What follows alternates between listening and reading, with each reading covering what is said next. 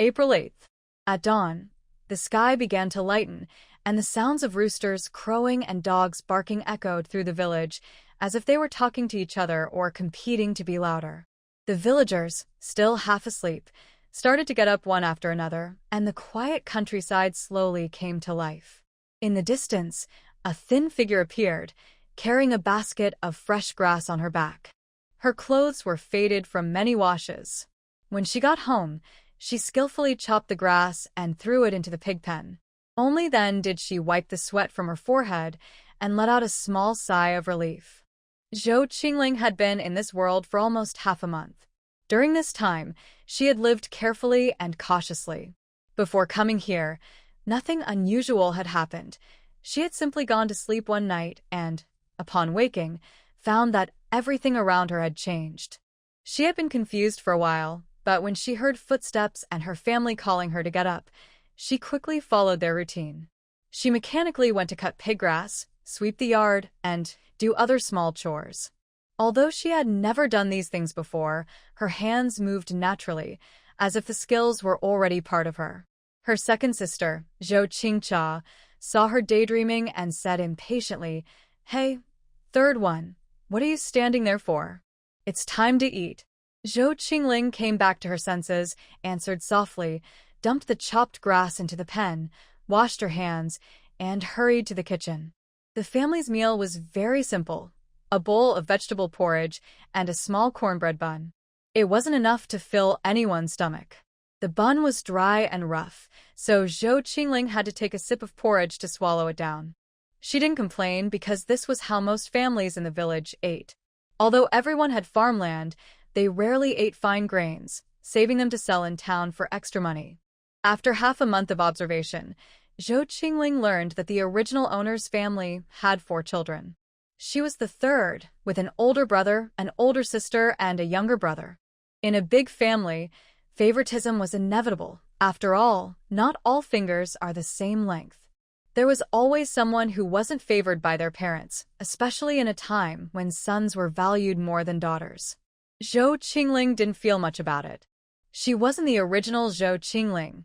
Her soul was that of an adult, and she felt no attachment to these parents. She treated the family politely, like ordinary acquaintances. Once she grew up, she planned to live her own life. As a daughter who would eventually marry out, she wouldn't have much to do with this family anyway. In this dynasty, people believed that a woman should obey her father at home and her husband after marriage. Women were treated as insignificant and of little value. They had to work hard and were often scolded or beaten. Most children had large heads and small bodies, a result of long-term malnutrition. When Zhou Qingling first saw them, she was truly shocked, afraid that such small bodies could not support their big heads. She turned to the river to look at her reflection and realized that her own body was not much better.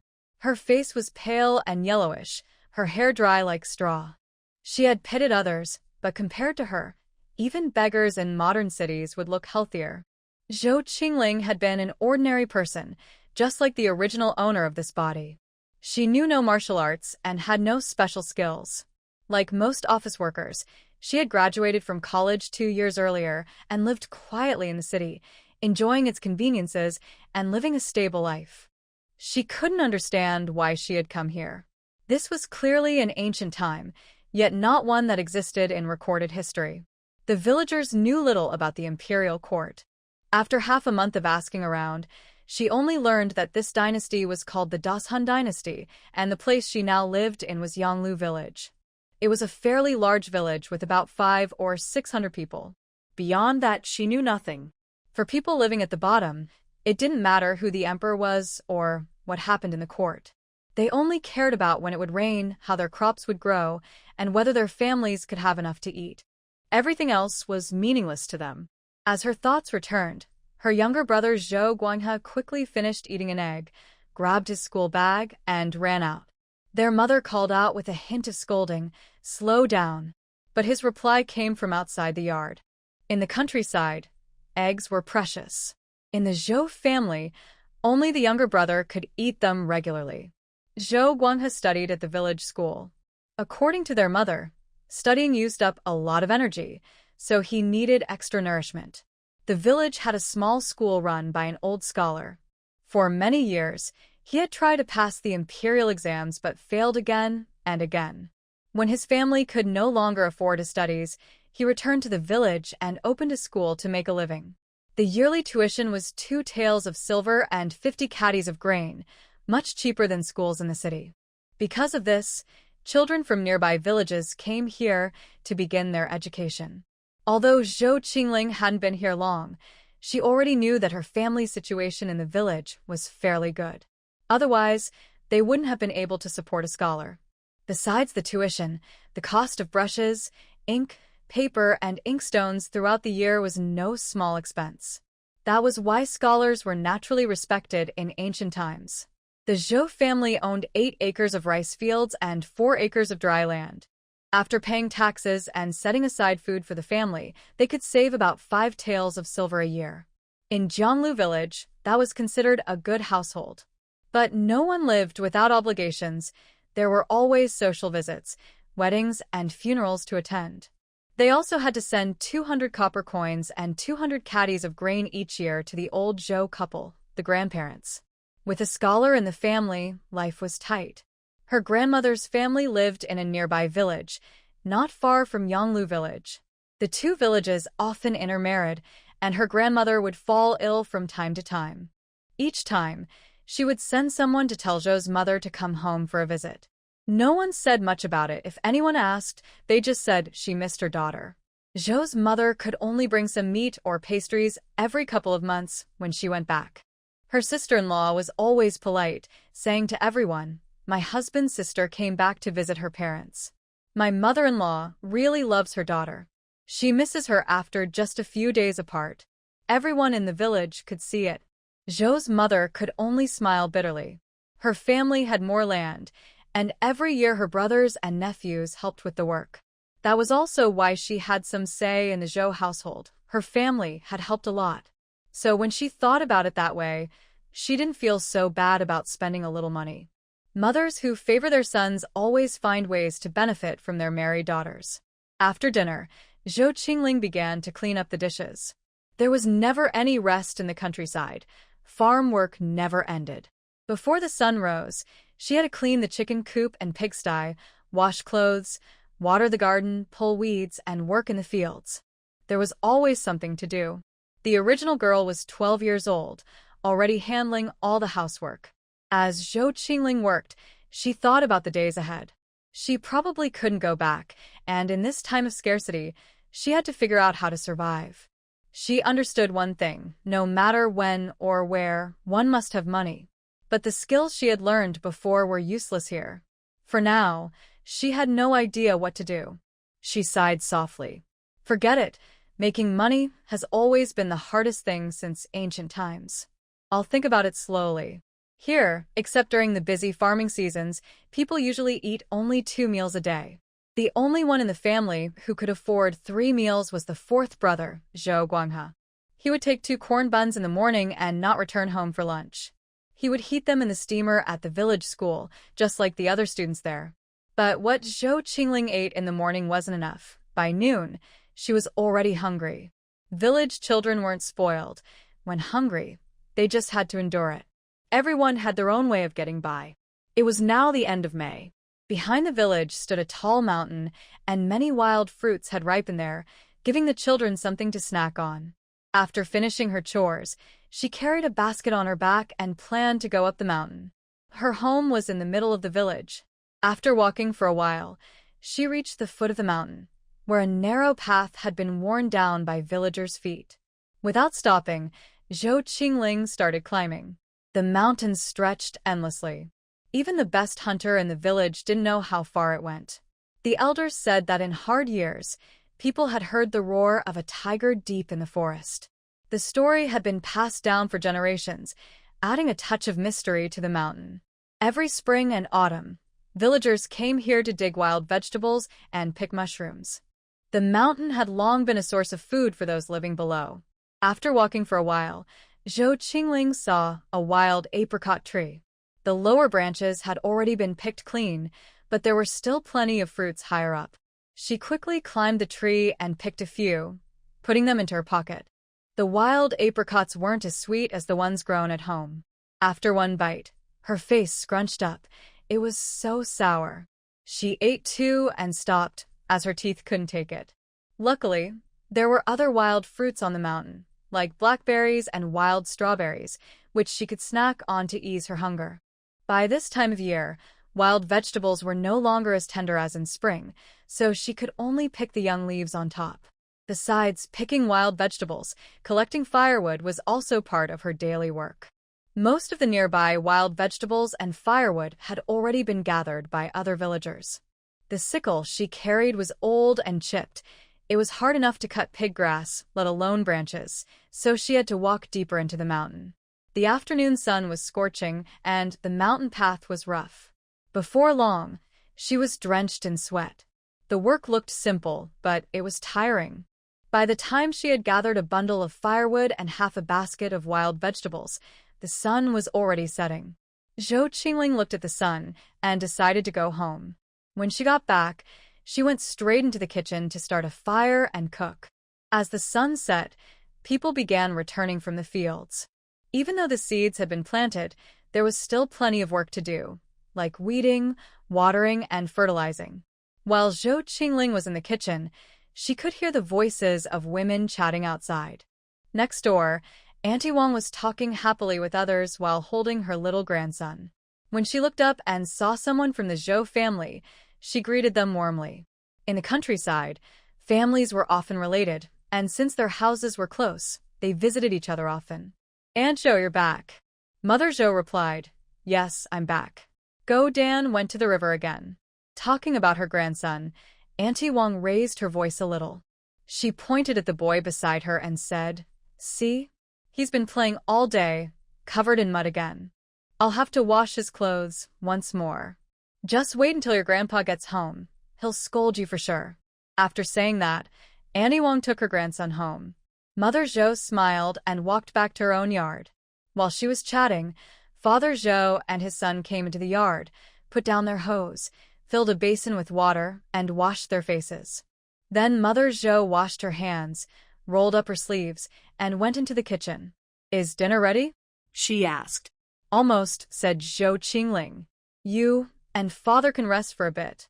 After a long day, Mother Zhou was tired too. "All right, I'll have some water first." Zhou Chingcha, who had been doing embroidery in her room, heard her mother talking and quickly put down her sewing basket. She slipped on her shoes and ran to the kitchen to help. Zhou Qingling didn't say anything. This kind of thing happened often. Mother Zhou noticed her eldest daughter's clean clothes and knew she had just come over. She didn't comment, though. As long as someone was helping with the chores, she didn't care who did more or less. Before long, Zhou Guanghai came home from school and shouted, "Mom, is dinner ready?" "I'm starving." "It's ready. Let's eat," Mother Zhou said. The food was simple as always, a bowl of vegetable porridge with more vegetables than rice and a plate of cornbread. "Why are we eating this again? Mom, can you fry an egg?"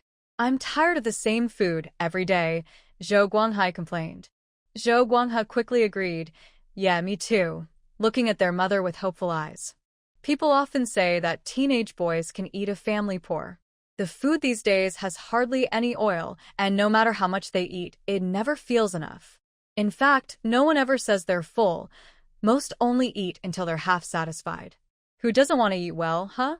Mother Zhou tapped her bowl with her chopsticks, clearly unhappy. "It's already good that we have food to eat. Don't be so picky." The eldest son would turn 17 after the new year, and he was about to get married. Soon, she would become a grandmother. It was a good thing, but where would the money come from? They would have to dip into their savings, and that thought made Mother Zhou worried. Hearing this, Zhou Guanghai looked displeased. He picked up his bowl and drank a few mouthfuls of soup. Father Zhou, sitting at the head of the table, noticed his eldest son's mood. Since the boy was about to start his own family, he decided to give him some respect. He said to Mother Zhou, "Once things settle down, go to town and buy half a pound of meat. Let the children have a treat." Everyone's faces brightened with joy. "You just spoil them. Their appetites are endless," Mother Zhou muttered. but she didn't argue further. Of course, she wanted to eat better too, but with so many mouths to feed, what else could she do except save every bit she could? In the end, she went to the kitchen and fried 2 eggs. As soon as she brought them out, they were gone in an instant. Zhou Chingling sat quietly in a corner, eating her cornbread and sipping vegetable porridge. Only when there was something special at home could she have a bit more porridge. As for the eggs and meat, those never reached her bowl. Zhou Qingling was already skilled at handling her daily chores. At the moment, she was washing clothes by the river, listening to the village women chatting about the latest gossip, mostly family matters and a few harmless rumors. She couldn't help but think of an old saying. In the countryside, no secret stays hidden for long.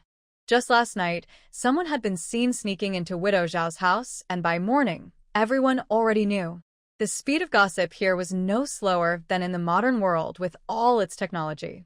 After finishing the laundry, Zhou Qingling went home, hung the clothes on a rope to dry, then picked up her usual tools, a basket and a sickle, and headed for the mountains. The air there was truly fresh. Before the sun rose, mist drifted between the hills, making it feel like a scene from a fairy tale. As she gathered firewood, she admired the mountain scenery, occasionally hearing the distant call of wild birds. She didn't really care. With her small frame, finding a few wild chicken feathers would already be lucky. Catching one was impossible. She knew her limits well and never forced herself to do things beyond her ability. Without noticing, she had walked deeper into the woods than usual. Just as she was about to turn back, she suddenly saw some vines not far away. She hurried over. Wait, was that honeysuckle? Some of it had already bloomed. She didn't know exactly what honeysuckle was used for, but she knew it was a kind of medicinal herb. Zhou Qingling emptied the wild vegetables from her basket, picked up a stick, and tapped around the vines a few times to make sure there were no snakes. Then she began to pick the flowers. Although she didn't know much about herbs, she had some experience from her previous life in the modern world. She had seen her coworkers make tea with honeysuckle and had even bought some herself. She remembered that the unopened buds were more valuable and effective than the ones in bloom, so she picked those first. As she worked, Zhou Qingling muttered to herself, wondering if the pharmacy would buy them. Whatever, she thought. Even if they don't, I'll just waste a bit of effort, no real loss. She needed to earn money. Without it, she always felt uneasy. Time passed quickly. After 2 hours, her basket was more than half full of honeysuckle, probably over 10 pounds. She planned to go to town tomorrow, which was a 1.5-hour walk. If she carried too much, she wouldn't be able to manage. Zhou Qingling gathered some large leaves, spread them on the ground, poured the honeysuckle onto them, and covered it with wild grass. She checked carefully, it was well hidden.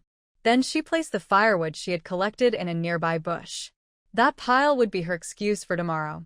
Since there was still some daylight left, she decided to gather another bundle. Maybe, because she now had a small goal to earn money, Zhou Qingling felt unusually energetic that day. Even so, by the time she hurried home, it was already late. When she arrived, her mother and second sister, Zhou Chingcha, were cooking in the kitchen. She quickly washed her hands and rushed in to help.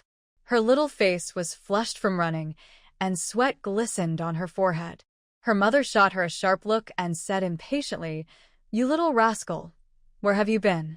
You still remember to come home?" Zhou Qingling immediately put on a guilty expression, took over her mother's work, and replied softly and obediently, "I went a bit too far into the mountains today. I won't do that next time." She didn't want anyone to know that her soul came from another world, so she kept acting like the original person. Living together with others every day meant she had to stay alert all the time. At first, she didn't change her behavior because she didn't understand her surroundings and was afraid to act rashly. Now, she didn't change because she truly lacked the courage. This was a feudal era where people believed in superstitions. If she acted too differently, they might see her as something strange, and her parents could easily take her life. In this time, there were no human rights. Children were seen as their parents' property, to be scolded or beaten at will. As she often reminded herself, Zhou Ling was just an ordinary person. She couldn't change history or attract nobles and princes. She had no martial skills, no medical knowledge, and couldn't even carry a sack of rice. She wasn't good with words, disliked trouble, and couldn't imagine arguing with the women in the village. She simply didn't have the nerve. All she wanted was to live quietly and safely in this family, unnoticed and unbothered. Only by staying invisible could she one day live the life she truly wanted. Because Zhou Chingling had something on her mind, she woke up early the next morning. Her roommate, Zhou Chingcha, glanced at the dim sky outside, feeling annoyed. Always the one stuck with chores, she thought, turning over and going back to sleep. Chingling first cleaned the chicken and pig pens, then went to gather pig feed. Walking along the village path, the morning breeze brushed her face with a cool touch, carrying the scent of dew and grass. A few stars still lingered in the brightening sky. The fields stretched out before her, the crops growing fast and strong. By the time she finished gathering feed, daylight had fully arrived. Farm clothes weren't washed often, since each wash wore them out. So people were careful with their clothing. She had washed hers yesterday and already collected firewood, leaving her with extra time today, enough to make a trip to town. After breakfast, when the others left for school and the fields, she quickly slung a basket over her back and headed toward the mountains. She went to the spot where she had stored honeysuckle the day before, then started walking toward town. Instead of passing through the village, Zhou Qingling took a path around it. Though it made the trip longer, it helped her avoid people and trouble, which she thought was well worth it. Her first small goal after arriving in this world, entering the town, was about to come true. Today wasn't a market day. The market only opened on the 4th and 8th days, which meant she could avoid running into too many villagers. She quickened her pace along the road, hoping to reach the town as soon as possible. By the time she felt almost out of breath, she finally arrived. Looking up at the characters on the city wall, she read Shihe Town. The writing looked similar to traditional Chinese characters. Zhou Qingling could recognize most of them. She had worried that in this unfamiliar era, she might suddenly find herself unable to read. Without wasting time, she entered the town. It was her first time seeing an ancient town in person. It truly had an old-fashioned charm, though it wasn't as clean or bright as the one shown in modern dramas. Still, it carried a strong sense of history. Shops lined both sides of the street, and a few people were going in and out to make purchases. Zhou Qingling didn't stop to look around. She headed straight for the pharmacy. Over the past few days, while washing clothes by the river, she had overheard plenty of gossip. From that, she learned that the town had 2 medical halls. Among them, Xinglintang had a good reputation and fair prices, so most poor families preferred to go there. It was said that more than 10 years ago, a hunter from her village had found a rare lingzhi mushroom and sold it to Xinglintang. Even now, villagers still talked about it, envying his good luck. She didn't know exactly where the medical hall was, but after asking 2 kind women for directions, she finally found it. When Zhou Qingling stepped inside, she saw a young apprentice, about 17 or 18 years old, busy weighing herbs behind the counter. The apprentice looked up when he noticed her. His tone was calm as he asked, "Are you here to see a doctor or to buy medicine?" Zhou Qingling smiled, showing her small dimples. "Doctor, do you buy honeysuckle flowers?" she asked, taking off her basket and handing him a handful. Perhaps because she had called him doctor, the apprentice's lips curved upward with visible pride, though he replied modestly, "I'm not a doctor yet."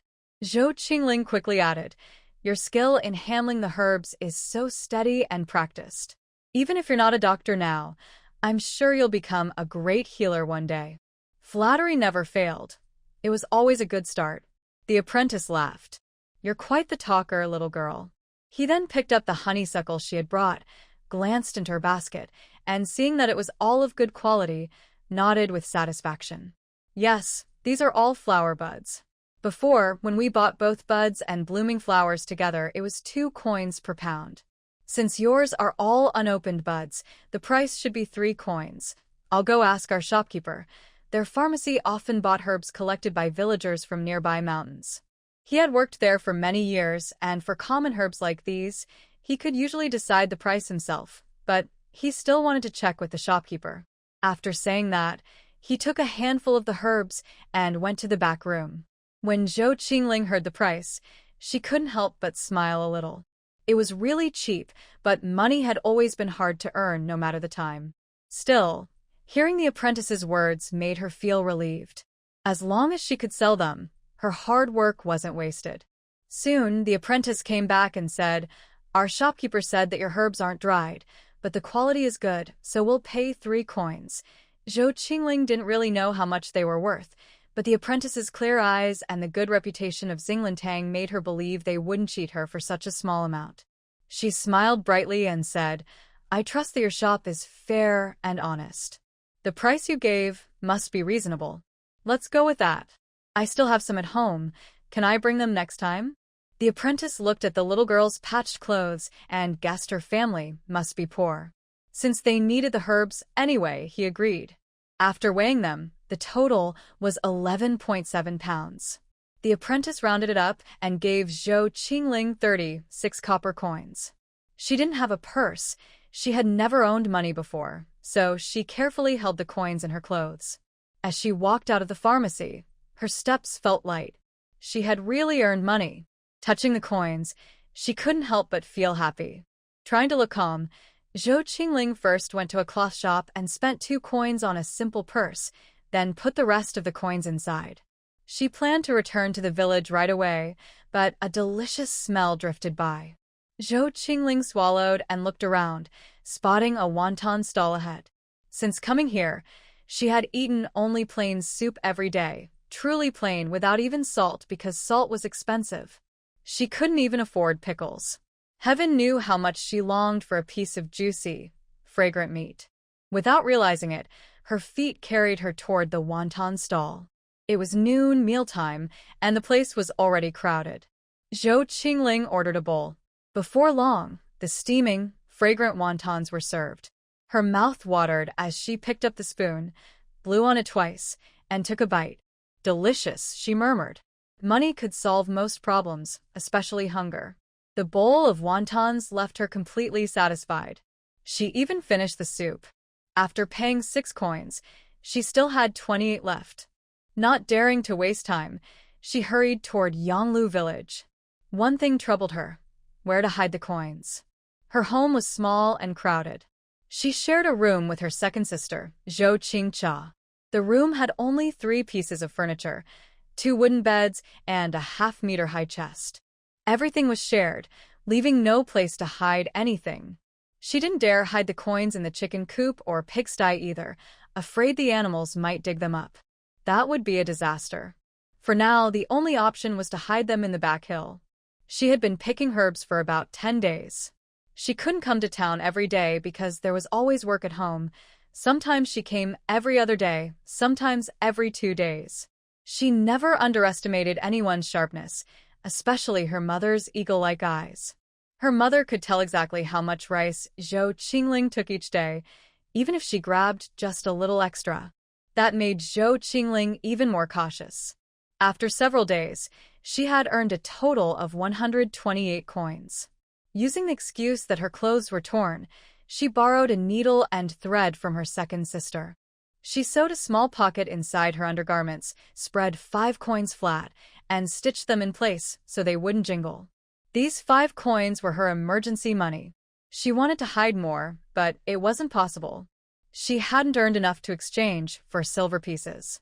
When she finished sewing, she put on another layer of clothing over it. That money was her lifeline. Without it, she felt like a drifting leaf with no roots. Touching it each day gave her a strange sense of peace.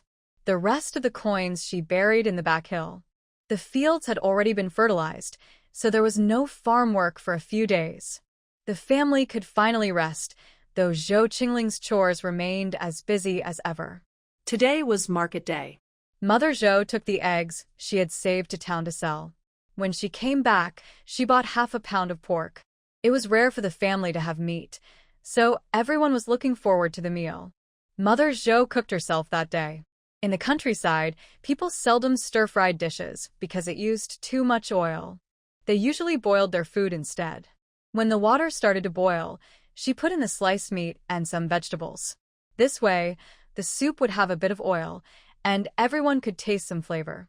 When Mother Zhou brought the dish to the table, Zhou Guanghai eagerly picked up his chopsticks, waiting for his parents to give the signal to start eating. "At last we can have some meat," he said happily. All right, Mother Zhou said, tapping her younger son's forehead with a smile. "You act like you've never eaten before." She picked up a few pieces of meat and placed them in Father Zhou's bowl. "Everyone eat. You've all been hungry all day," Father Zhou said. As soon as he spoke, several pairs of chopsticks moved quickly toward the meat, almost flying. Zhou Chingling quietly ate her cornbread. Even without looking, she could feel her mother's sharp eyes watching the bowl of meat. She was sure that if she dared to take another piece, her mother would stop her with the chopsticks and scold her afterward. Her second sister, Zhou Chingcha, only took one piece and no more. She could do embroidery and bring in some income for the family. In a household with limited resources, if one person had more, others would have less, especially in a poor family like theirs. After the meal, Zhou Chingling began to clear the table. Mother Zhou was pleased with her youngest daughter's behavior. Having once been a young girl herself, she worried that her daughter might grow distant from the family, so she said kindly, "Eat just enough, not too much. Good days come from saving bit by bit. A girl must be hardworking and know how to manage a household. Only then can she find a good husband. If she's lazy or greedy, no good family will want her, and she'll suffer for it all her life." Zhou Qingling thought to herself that her mother was quite skilled at emotional persuasion. After all that talk, she hadn't gained anything and still had to thank them for not letting her eat the meat. But she didn't really mind. One day, when she was in charge of her own life, she would have plenty of good food. For now, she needed to stay quiet and unnoticed. Only then could she act freely when the time came. In a society that placed many limits on women, and in a family that didn't value her, the only way for her to live the life she wanted was to move forward slowly and carefully. Zhou Qingling was washing dishes in the kitchen when she heard voices in the yard. Her mother sounded cheerful. She listened carefully and realized that her eldest brother had found someone he liked. In the countryside, people were not too strict about keeping men and women apart. Girls like Zhou Qingling had to work every day to earn their living, unlike the pampered young ladies in the city who rarely left their homes. When they were children, the boys and girls often played together. As they grew older, they became more reserved, but if both sides liked each other and a matchmaker came to propose, the marriage would be settled. From what she heard, the girl was Lin Guihua, the eldest daughter of the Lin family. That night, as Zhou Qingling lay half asleep, she suddenly remembered why the name Lin Guihua sounded so familiar. She had entered the world of a book. The book was called The Happy Life of a Farmer's Wife.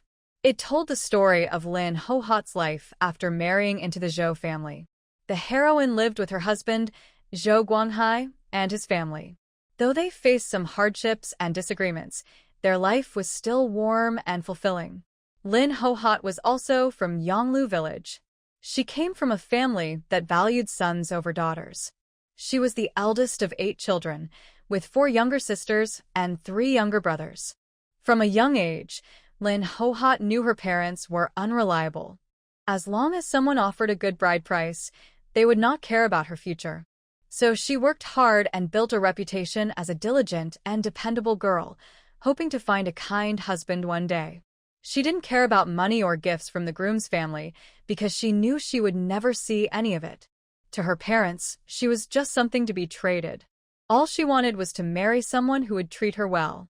As she grew older, she finally chose Zhou Guanghai. There were 3 reasons. First, the Zhou family situation was better than most in the village. Although they spent a lot to support the youngest brother's studies, it was a gamble that could bring great honor if he succeeded. Second, Zhou Guanghai was truly kind to her. Over the past 2 months, he had brought her bird eggs and once roasted a wild chicken for her in the hills, the first time she had ever tasted meat. Third, according to the story, around this time Zhou Guanghai's younger sister, Zhou Chingling, happened to find a rare lingzhi mushroom while gathering herbs in the mountains. Children in the countryside didn't know much about medicinal plants, so the original Zhou Chingling simply thought it looked interesting and played with it in her hands. Lin Guihua happened to see it. When her second younger brother was little, he had a serious illness.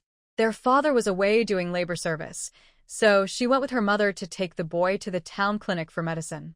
She vaguely remembered that the old doctor had shown them a round, yellowish-brown object. He only cut off a small piece, yet it cost 2 taels of silver. The one she saw now was smaller than the doctor's, but even though Lin Guihua didn't know what it was, she could tell it was valuable.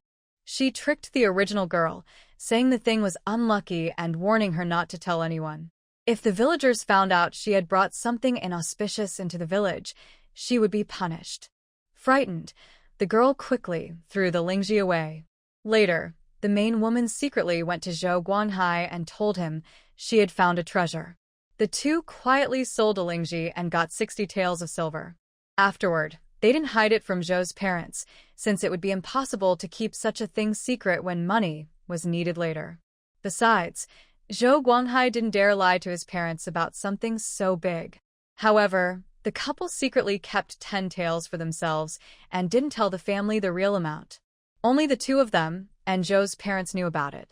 Even the original girl, who lived under the same roof, had no idea. Naturally, the woman's status in the Zhou family rose. Anyone would be pleased. Before even marrying in, she had already brought great fortune to the family.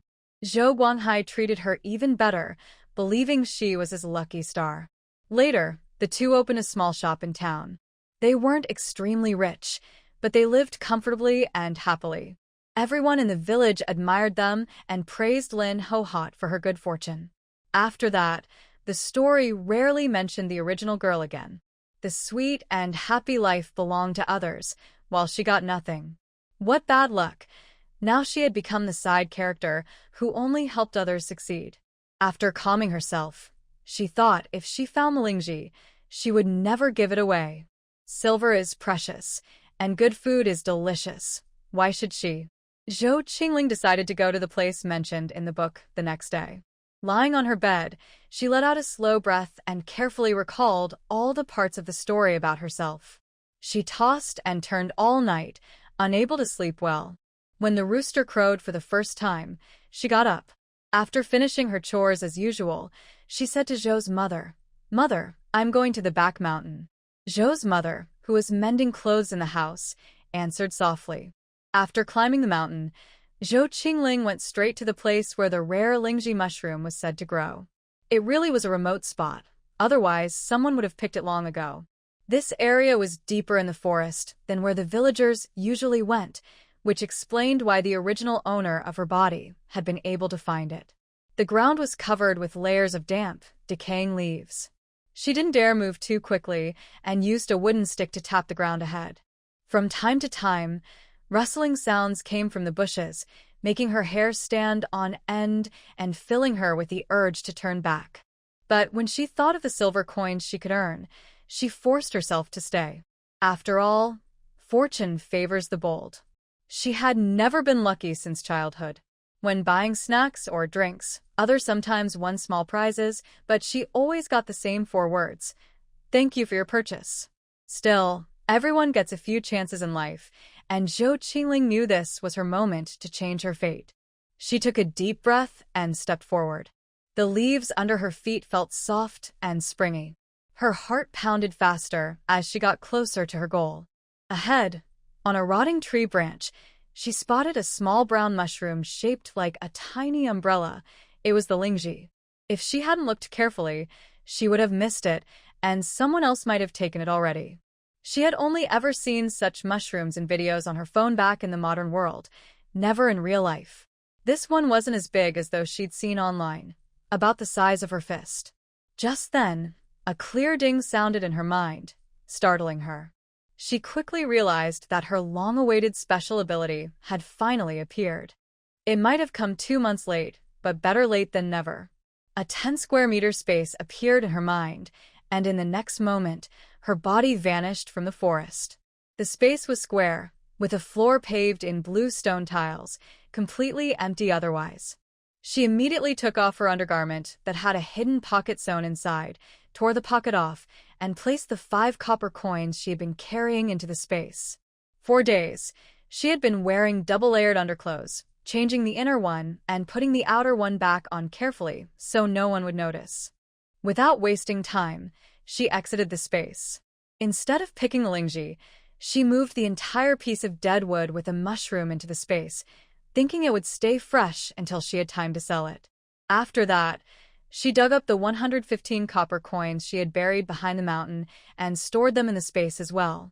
After finishing everything, Chingling finally felt a weight lift from her heart. Since arriving in this era, she had lived every day with caution, never daring to relax.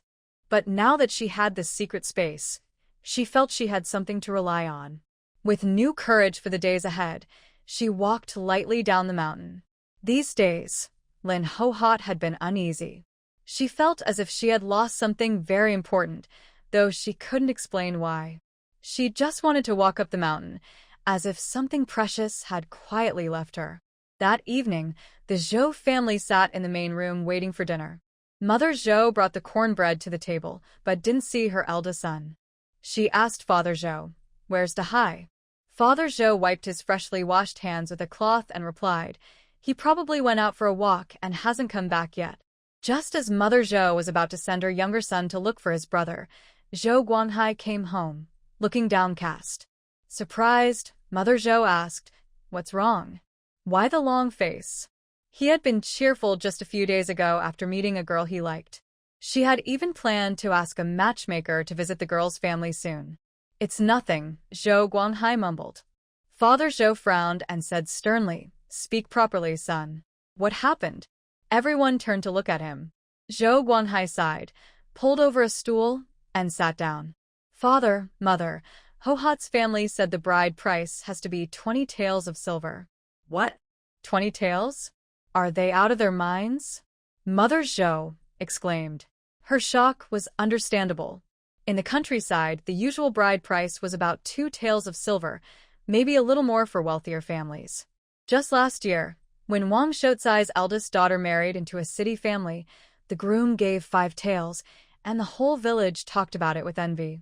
No one in Yonglu village had ever asked for 20 taels before. That was an outrageous amount, enough to buy a servant in town. Besides, Mother Zhou had never liked the Lin family. They were known throughout the village for being difficult and having a bad reputation. The head of the Lin family was lazy and always tried to take advantage of his relatives. His wife was timid and never stood up for herself. At first, people pitied her, but when she refused to change, the villagers stopped caring. Mother Zhou, having once been a daughter herself, knew well how her own family could take advantage of others. But since her eldest son liked the Lin family's eldest daughter, and the girl's reputation was decent, she decided to let it be, thinking it was like buying a pig without worrying about the pen. Out of anger, Mother Zhou slammed the bowls and chopsticks on the table and said to Guanghai, "That Lin family isn't good people. She's not some fairy, yet they dare to ask for so much. Tomorrow I'll find a matchmaker to get you another girl." Guanghai sat there silently while his mother kept scolding him, though he didn't really listen. Finally, Father Zhou, seeing that his wife wasn't making much sense, slapped the table to stop her and said to his eldest son, "Dahai, you know the usual bride price in our village. This amount is unheard of. You also know our family's situation. Tomorrow your mother will find you another match." Guanghai felt torn. He didn't want another girl, he only liked Guihua. It was the first time he had truly cared for someone. He couldn't stand seeing her suffer at home and wished he could marry her right away. He knew his parents had enough money to pay the 20 taels, but he also knew the price was far too high. Still, when he thought of Lin Guihua's tearful eyes and gentle look, his heart softened completely. On one side were his parents who had raised him. On the other, the woman he loved. He truly didn't know what to do. The whole family sat in silence, the air heavy with tension. Even the youngest, who was usually spoiled, kept his head down quietly. After a long while, Guanghai seemed to make up his mind.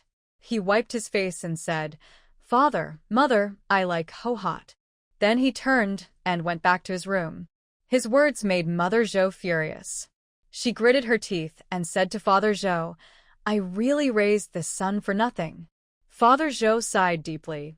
As the saying goes, when young, one depends on parents.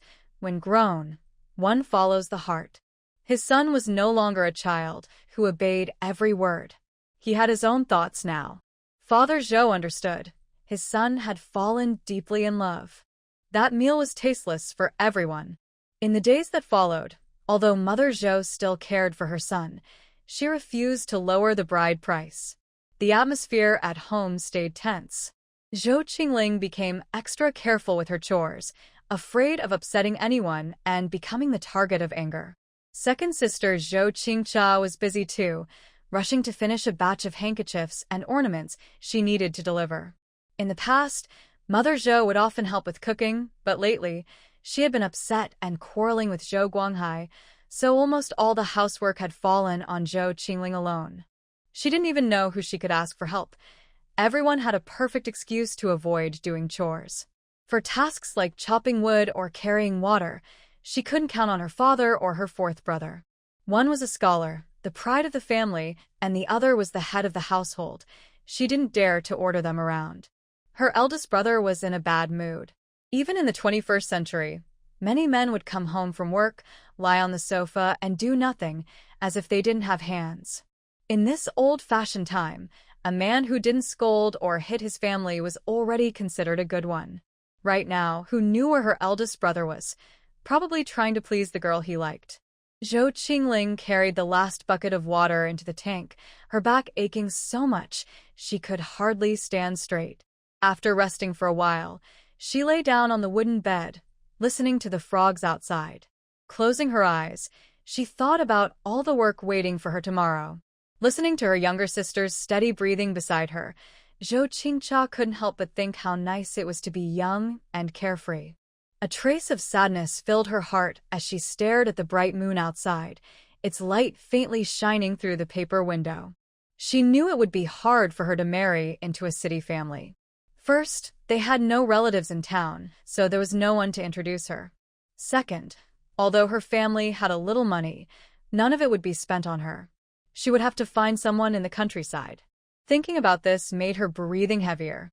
The more she thought, the more frustrated she felt. How could she find a good future for herself?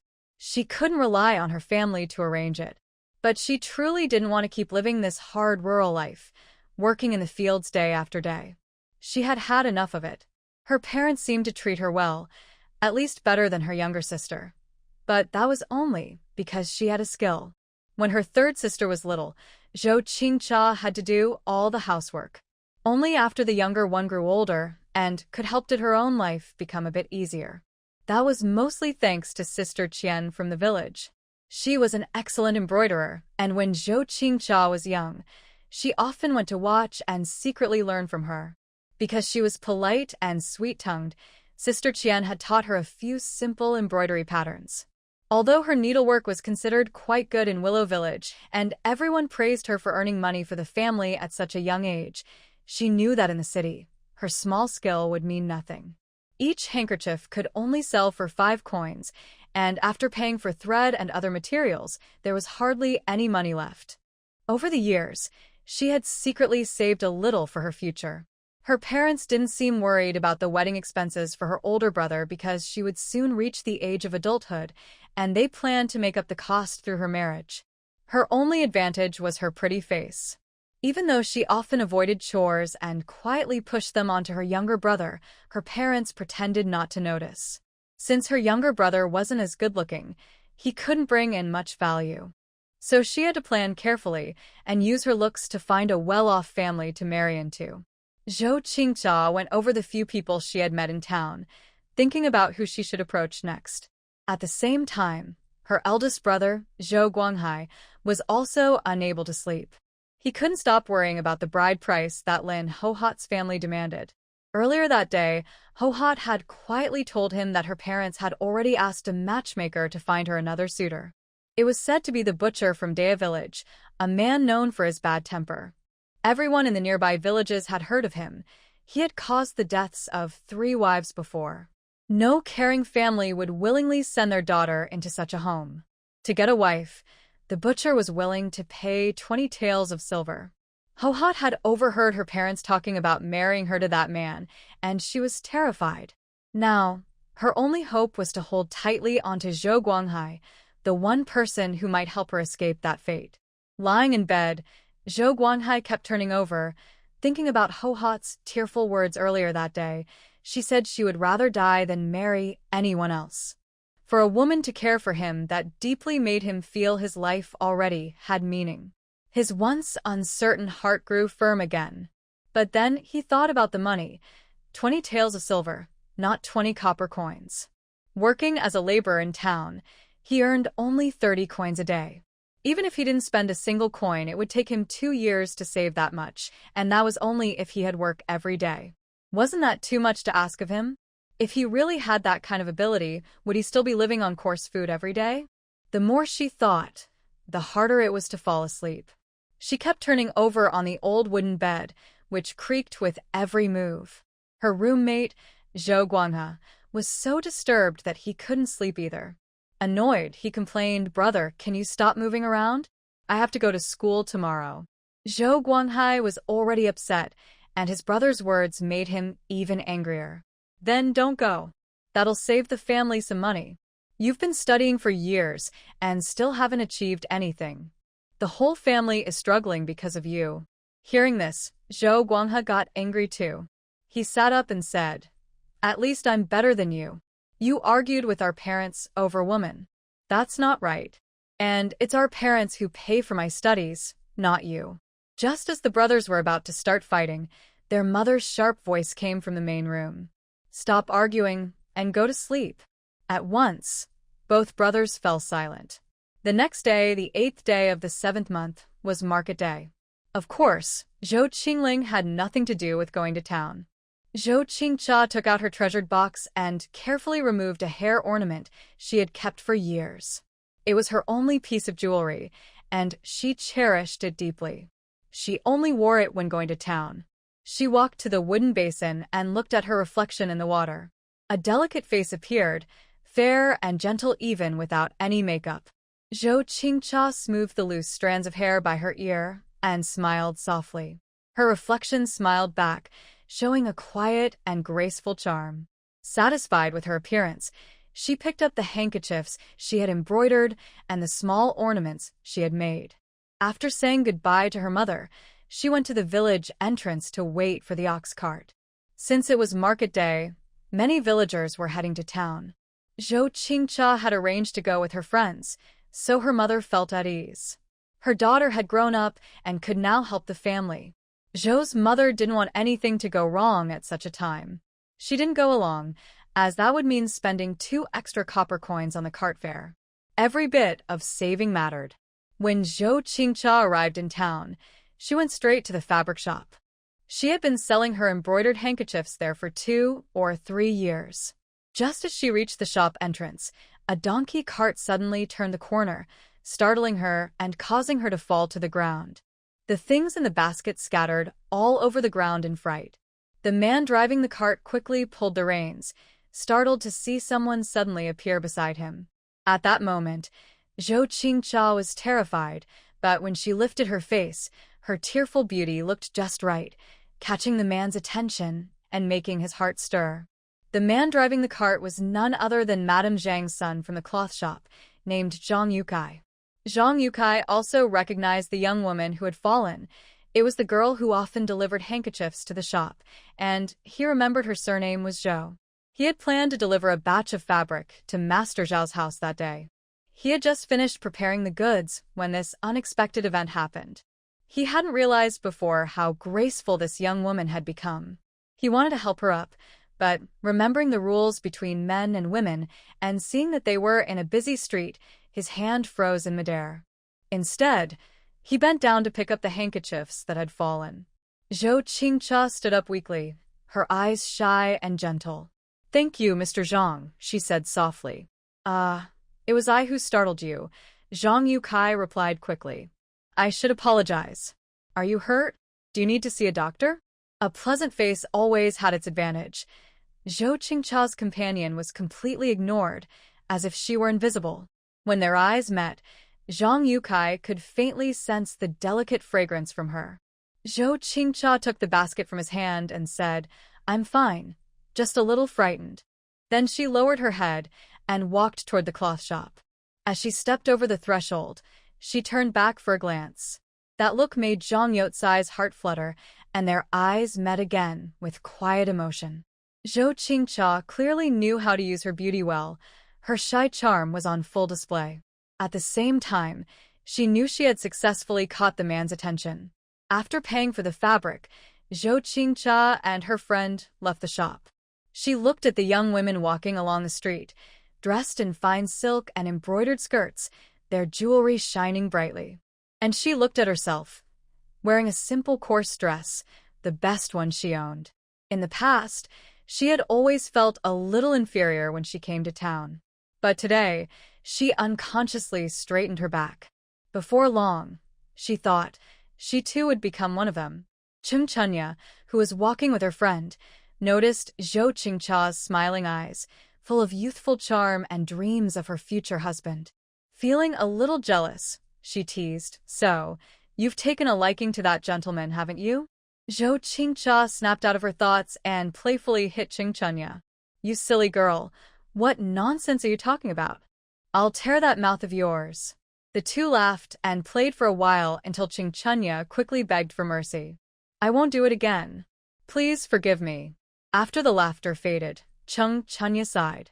How could a young man from town ever notice girls like us from the countryside? She said it partly to herself, but also for Zhou Qingcha to hear.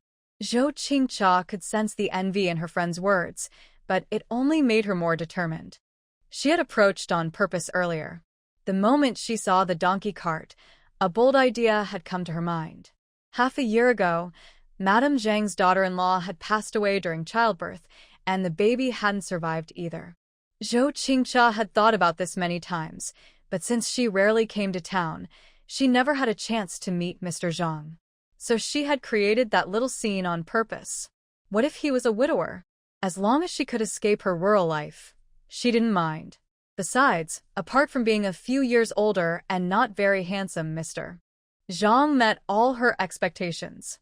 Good looks couldn't fill an empty stomach or pay the bills. And since he was now alone, she finally had a chance. Otherwise, there were plenty of pretty girls in town. Why would he ever notice someone like her? The Zhang family's cloth shop had been running in town for decades. Though not extremely wealthy, they were well off and respected, with many suitable families to match. Now that she had caught Mr. Zhang's attention, half her plan was already complete. Thinking of this, Zhou Qingcha's steps grew lighter. By dusk, the whole family gathered for dinner, except for the eldest son. He had refused to eat for 2 days, and the atmosphere in the house was heavy. Zhou's father and mother sat with stern faces, ready to explode at any moment. They never expected their son to be so stubborn, arguing with his parents over a woman. Mother Zhou disliked Lin Guihua even more now, blaming her for leading her son astray. In their eyes, if their child did something wrong, it had to be someone else's fault. Since ancient times, conflicts between parents and children have always ended with the parents giving in. No matter how harshly Mother Zhou scolded her son, she still felt sorry for him in her heart. Seeing that the situation was getting tense, Zhou Guanghai and Zhou Qingcha quickly finished their porridge, grabbed their cornbread, and slipped back to their room. Zhou Chingling also pretended to be invisible, finished eating, and quietly went back to her room as well. Soon, only the old couple remained at the table. In the end, Father Zhou called his eldest son out, planning to talk things through today. After 2 days without food, Zhou Guanghai was weak and unsteady. Mother Zhou had been furious when she didn't see her eldest son, but the moment she saw how pale and tired he looked, her heart softened again. Father Zhou said, "Eldest, you know our family situation. If we give the Lin family 20 taels of silver, we'll have nothing left. How will we live after that?" Of course, Zhou Guanghai understood, but for the sake of the woman he loved, he forced himself to say, "Father, could we give the Lin family 2 acres of our paddy field instead?" We still have quite a bit of land. His voice grew smaller and smaller, clearly lacking confidence. Nonsense. Mother Zhou suddenly stood up. Eldest, did she tell you to say that? She hasn't even married in yet, and you're already thinking about giving her family our land? Mother Zhou pointed at him angrily, her chest rising and falling with emotion. You foolish boy, you've been completely taken in by that woman. Mother, Ho-Hot isn't like that. I truly care for her. Her family wants to marry her off to the butcher from Daya village. If that happens, her life will be ruined. That's her fate, Mother Zhou snapped. In her anger, she slapped Zhou Guanghai twice across the face, wishing she could knock some sense into him. It wasn't hard to understand why the old couple was so upset. Land meant life to country folk. You could lose anything else but not the land. Big brother, this family isn't yours alone. If you give away the land, how are the rest of us supposed to live? The fourth son, Zhou Guanghai, had been secretly listening from his room. When he heard that his brother wanted to give land to the Lin family, he burst out, eyes blazing with anger. That land was his hope for the future, his way to keep studying. In his mind, the family's fields already belonged to him. Fourth brother, this has nothing to do with you, Zhou Guanghai said, his frustration spilling over. How does it not? The land belongs to all of us, Zhou Guanghai shot back without backing down. Now that the eldest brother is getting married, there will soon be a little nephew, and the family's expenses will increase. As for himself, he is only 12 years old and has no idea when he will marry. Father Zhou saw his two sons arguing fiercely and, worried that it might harm their relationship, slapped the table to stop them. When the brothers saw their father's stern face, they immediately fell silent. After a while, Father Zhou gave his decision. Eldest, don't even think about the family's farmland. At most, we can offer 5 taels of silver. If the Lin family agrees, their daughter can marry in. If not, then forget it. And so the argument came to an end. Seeing that the matter was settled, and knowing there was no way to get more money from home, Zhou Guanghai stopped refusing food and finished the remaining rice soup. The next day, Zhou Guanghai went to find Lin Ho-Hot and told her everything. Lin Ho-Hot couldn't help feeling upset with him. But deep down, she knew that no family would normally offer such a high bride price. She dared not delay any longer. She was of average looks and not as pretty as the Zhou family's eldest daughter. Zhou Guanghai was the best match she could hope for. Still, she couldn't rely on him to change her fate. No, she refused to give up. Though she secretly blamed Zhou Guanghai for being powerless, she looked up with a sorrowful expression and said, Brother Dahai, are we really not meant to be together? If I can't marry you, what meaning is there in my life? After speaking, she covered her face and ran away crying. This made Zhou Guanghai's heart ache even more. He held his head and hit it lightly, hating his own weakness. Without someone to help her, it would be very hard for Lin Ho-Hot to marry Zhou Guanghai and escape her difficult home. Over the next few days, Zhou Guanghai became very depressed. His younger brother, Zhou Guanghai, looked at him with disdain. He put down his book, went to comfort their mother, and acted like a caring son. Mother Zhou felt deeply comforted. The Zhou parents had always favored their youngest son, and after this incident, they cared for him even more. They felt that all their sacrifices to support his studies were worth it. In their eyes, their children would always be the best. Lately, things at home kept coming one after another. With the rainy season here, the weather changed as quickly as a child's mood, raining one moment and clearing up the next. Sometimes the sun shone brightly, only for a sudden downpour to catch the villagers off guard. Zhou Chingling hadn't had a chance to enter her secret space, so she couldn't go to town to sell the lingzhi mushrooms either. She could only sneak a quick look inside the space when she went to the restroom. She always reminded herself never to underestimate anyone's cleverness. With such a treasure in her possession, she had to stay cautious at all times. In both her past and present lives, Zhou Chingling had been an ordinary person. Now, she only wished to live a peaceful life. Just yesterday, she was pleasantly surprised to find 2 new lingzhi sprouts growing from the old tree stump. It felt like winning a great prize out of nowhere. This space truly was a treasure. She couldn't help but smile foolishly while in the restroom, but once she came out, she returned to being the quiet, unnoticed Zhou Chingling. Life was hard, and she had to keep up the act. It had rained earlier in the morning, but now the sky was clear again, and the sun hung high above. The pigs in the pen grunted in protest, hungry and waiting to be fed. Zhou Qingling carried her basket and headed up the mountain. Life in the countryside never allowed much rest. After tying up a bundle of grass, she packed it into her basket. Before leaving, she looked thoughtfully at the pine trees around her. There were many pines scattered across the mountain, tall and short. Pine trees produced resin, which had many uses. It could be made into incense, medicine, or candles. Her eyes lit up. Maybe she had found another way to earn money. In the countryside, people rarely used kerosene lamps, let alone candles. She remembered that in ancient times, candles were quite expensive. Pine resin candles had one big flaw: they produced a lot of smoke. Before the discovery of the white wax insect in the Song dynasty, candles were luxuries only the wealthy could afford. It was only with modern industry that paraffin became cheap. At this time, there were no white wax insects or paraffin, so most candles were made from beeswax. Beeswax was steady, smokeless, bright, and gave off a faint honey scent, an ideal light source. But since beeswax was scarce, it was costly, and only rich families could afford it. Zhou Qingling thought that if she made candles at a lower price, there might be a good market for them. She used her sickle to scrape some tough bark from the shrubs, then found some hardwood and carved a few small wooden pegs.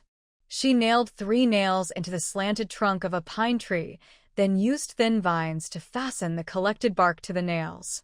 Since she had no container to hold anything, she used large leaves to catch the thick pine resin, which was slow to flow out. After setting everything up, she used a sickle to peel off the hard bark and made several slanted cuts on the trunk. Then she waited for the resin to seep out. Using the same method, Zhou Qingling tapped more than 10 trees before stopping, planning to collect the resin the next day. Early the next morning, she ran up the mountain eagerly. Seeing the golden, transparent resin slowly oozing from the cuts, she felt very pleased. She gathered the resin and stored it in her space, then made another cut below the first one with her sickle. Rush grass was easy to find, long and thin. After peeling off the green outer layer, a white, thread-like fiber appeared inside. It was perfect for making candle wicks. She picked a small basketful, enough for about 100 candles.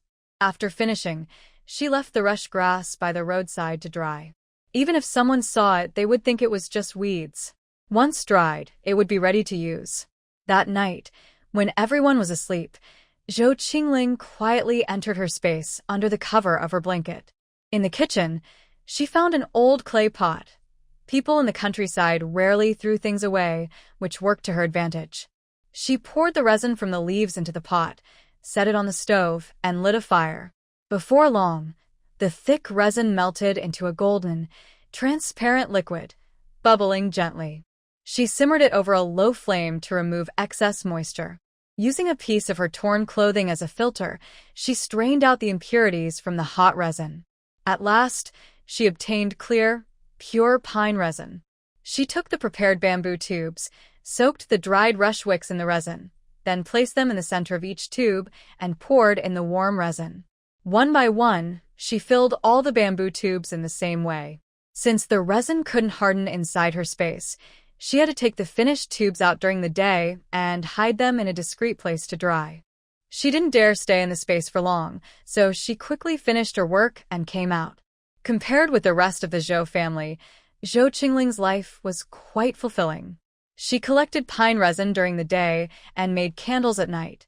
Half a month later, great news came to the Zhou family, sweeping away all their worries. The town's matchmaker, Madame Liu, came to arrange a marriage for the second daughter, Zhou Chingcha. The suitor was none other than Mr. Zhang from the cloth shop. When Zhou Chingcha saw Madame Liu, she could hardly hide her excitement, knowing that all her efforts had not been in vain. Ever since she met Mr. Zhang, his image had stayed in her mind. It wasn't just because he was handsome, but because he represented her hopes for a better future. She had a goal now, but how to achieve it was the question. She had heard that Mr. Zhang's mother was already looking for a bride for her son. If she didn't act quickly, someone else might take her chance.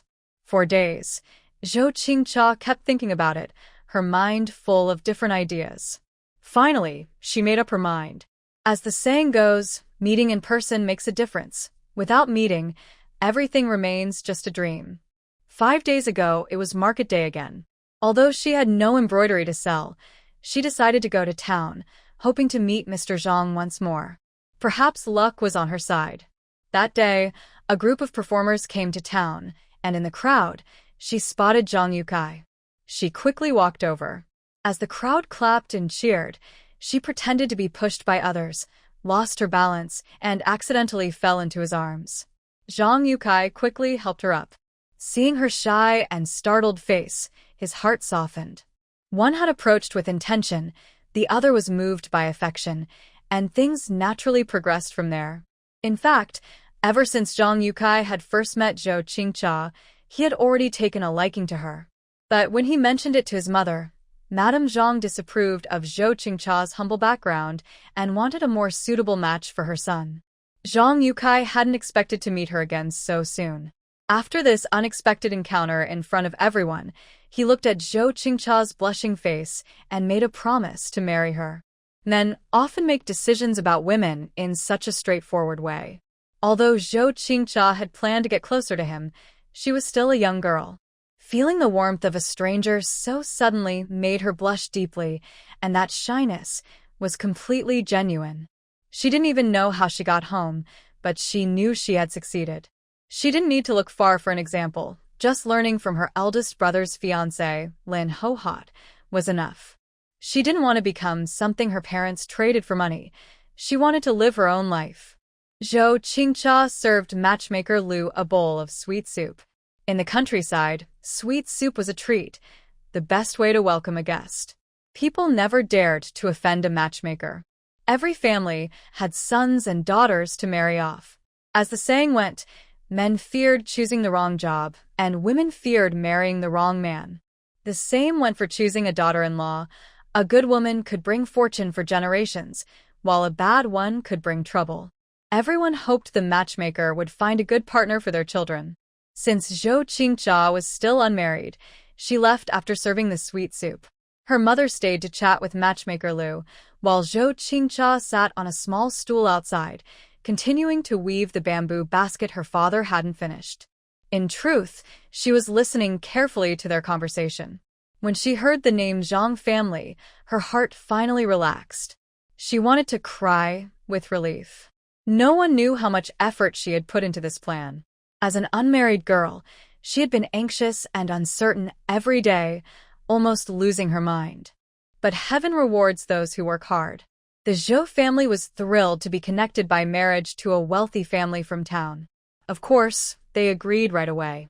After the matchmaker's visit, Zhou Qingcha's position in the family rose, second only to her younger brother, Zhou Guanghai. Her mother was proud of her second daughter. The only thing that bothered her mother was that the Zhang family's betrothal gift wasn't much. It felt a bit disrespectful, but there was nothing she could do. The two families' wealth was too different. Because of this, Zhou Qingcha understood that she would have to treat her future mother-in-law with great care. Her future depended on that woman. After all, she was marrying into a higher family. The Zhou and Zhang families continued to test each other's limits, which made Zhou Qingcha feel uneasy. In the end, the betrothal gift was set at 3 taels of silver and a piece of fine cotton cloth. Her mother thought it was too little, but didn't dare say more. She was afraid that if she pushed too hard, the marriage might fall through, and that would be a huge embarrassment. She wanted a bit more money, since her second daughter was beautiful, but she didn't want to ruin the match. If the marriage failed because of money, her daughter might resent her forever. She still hoped her daughter would help her family in the future. Zhou's mother wasn't short-sighted. She knew that even if the betrothal gift was small, there would be other ways to benefit later through her daughter. The date was set for a month later. Although Zhou Qingcha would only come of age at the end of the year, The groom's family wanted to hold the wedding sooner since the man was older. That night, Mr. and Mrs. Zhou lay in bed talking. Mr. Zhou said, "Our second daughter's marriage is a good one." Mrs. Zhou nodded with a satisfied smile. "How much dowry should we give her?" he asked. Mrs. Zhou had already decided. "We'll give her 100 coins as pocket money. She can wear the new clothes given by her in-laws, and we'll let her take her current clothes and bedding with her. What do you think?" Mr. Zhou nodded. "Yes, that's quite enough." Zhou Chingling lay on the hard wooden bed, thinking about everything that had happened recently. To be honest, she felt relieved that her second sister, Zhou Chingcha, hadn't turned her schemes against her. Probably because the other two siblings were boys, any tricks would have been useless. As for herself, she was at the bottom of the Zhou family. She did the most work, ate the worst food, and only got to wear clothes that Zhou Chingcha no longer wanted. Zhou Chingcha was easy to read. She was tough on others and even tougher on herself. Everything she did had a purpose. To put it simply, she always acted for her own benefit. She only made a move when she was sure of success, and when she did, she struck quickly and decisively. Zhou Chingling would never believe that her sister's marriage into the Zhang family was just a coincidence, as Zhou Qingcha claimed. Such a young woman, yet already so calculating. Definitely not someone to cross. Ever since the second daughter's marriage was arranged, Mrs. Zhou had been walking around the village with great pride. The villagers loved to chat about family matters, especially when it came to young men and women of marriageable age. In recent years, very few girls from the village had married into town families. For a while, the Zhou family became the center of attention. Many people wanted to use Zhou Qingcha's connection to get closer to the townsfolk. Families with daughters of similar age kept visiting the Zhou house. Even Zhou Chingling noticed the change. Some of the older women now looked at her differently. A few of them even hinted to Mrs. Zhou about Zhou Qingling's future marriage. Fortunately, she was still young and Mrs. Zhou, pleased with recent events, brushed off the questions with a smile. The little girl was still young, and her mother didn't want to arrange her marriage too early. Who knew? Maybe she could marry into the city like her second sister. When a daughter married well, she could naturally help her brothers too. When Mother Zhou came home from the fields, the villagers greeted her with smiles and congratulations. But how many of those words were truly sincere was hard to say. Among them were some who disliked the Zhou family and felt jealous. The other villagers could see it, but that's just human nature. When everyone is on the same level, things are peaceful. Once someone does better, others start to feel uneasy. One of those people was Wang Guihua, who had been compared with Mother Zhou since childhood. When they were young, they compared food and clothes. After marriage, they compared husbands. After having children, they compared their children's achievements. Now that their children were grown, they compared their children's marriages, and soon, they would probably compare their grandchildren. But no matter what they compared, Wang Guihua always came up short. The two families were from the same village and had similar conditions. But Mother Zhou had 4 older brothers and was the only daughter, while Wang Guihua's family had 4 daughters before finally having a son. Even though girls weren't valued much back then, the difference in treatment was clear. When they grew up, both women married into Willow Village. They were both hardworking, and each gave birth to a son first. But soon after, the Zhou family separated from the main household and started managing their own affairs, living freely and happily. As for Wang Guihua, she still lived with her mother-in-law, which made her feel inferior again. When it came to husbands, Father Zhou was the head of the family, but Mother Zhou handled most of the household matters. Though they sometimes argued, he had never raised a hand against her. Compared to Wang Guihua's husband, who often quarreled with his mother and sometimes lost his temper, Father Zhou was far better. Once again, Wang Guihua felt she had lost. Now that Mother Zhou's daughter was marrying into the city, Wang Guihua was filled with jealousy. When she saw Mother Zhou, she loudly said to the women nearby, "Humph, what's so great about marrying into town? Look at Wang Shoucai's eldest daughter. She got 5 taels of silver as a gift. The more the groom's family gives, the more they value the bride. Otherwise, she'll just suffer after marriage. Mother Zhou immediately replied, "Nonsense. Our family doesn't sell daughters. What matters is the groom's character. My second daughter will live a good life with him. Some people just can't stand seeing others do well, but that's life. Not everyone is blessed the same way. There are tall branches that some people cannot reach, and their lives are unfortunate." After saying this, Mother Zhou twisted her waist and left quickly, not giving anyone a chance to argue. Guanghai was so angry she stomped her feet. That day, Zhou Chingling took the opportunity to go to town and sold a rare mushroom for 60 silver coins. She asked the doctor for silver coins, not banknotes. Although banknotes are easy to carry, she preferred silver because she had space to hide it. Moreover, banknotes are not as reliable as real silver. If war or chaos happens, banknotes could become useless paper. Now that she had money, she wanted to buy some things. First, Zhou Qingling bought a clay jar at the general store so she could cook some food in her space. Her body needs nourishment, or her health might suffer later. She also bought oil, salt, bowls, and chopsticks. Since each family member has only a few bowls, if someone accidentally breaks one, there would be no bowls left. Salt was very expensive at that time, 50 coins per jean, so Mother Zhou only added a little salt to the food every few days. They rarely used it. The most important thing was buying toilet paper made from shredded bamboo strips, which could be reused. It was a complicated situation. Next, she went to the rice shop. Since she had the means now, she bought 20 jean of rice and 10 jean of white flour, surprising the shopkeeper. The shopkeeper looked confused, not expecting this poor girl to buy such fine food. Because she was in a hurry, Zhou Qingling didn't bother with others' reactions. She found a quiet alley and put the items into her space. Today, she was out shopping and bought 2 jean of pork belly to store in her space for future meals. She found that food stored in her space didn't spoil. A few days ago, she dug up wild vegetables on the mountain and put some into her space. They hadn't shrunk at all. So, Zhou Qingling decided to buy more food to store in her space, so she wouldn't go hungry often. At the bun shop, she bought 10 meat buns and 10 steamed buns. She looked like a little squirrel, stockpiling food bit by bit. Because she was short on time, she couldn't buy everything she wanted, but she decided to wait for another chance to buy the rest. As for selling candles, she thought about it. Since she had sneaked out, she didn't have time to set up a stall or sell candles openly. She was also worried that others might find out how she made them.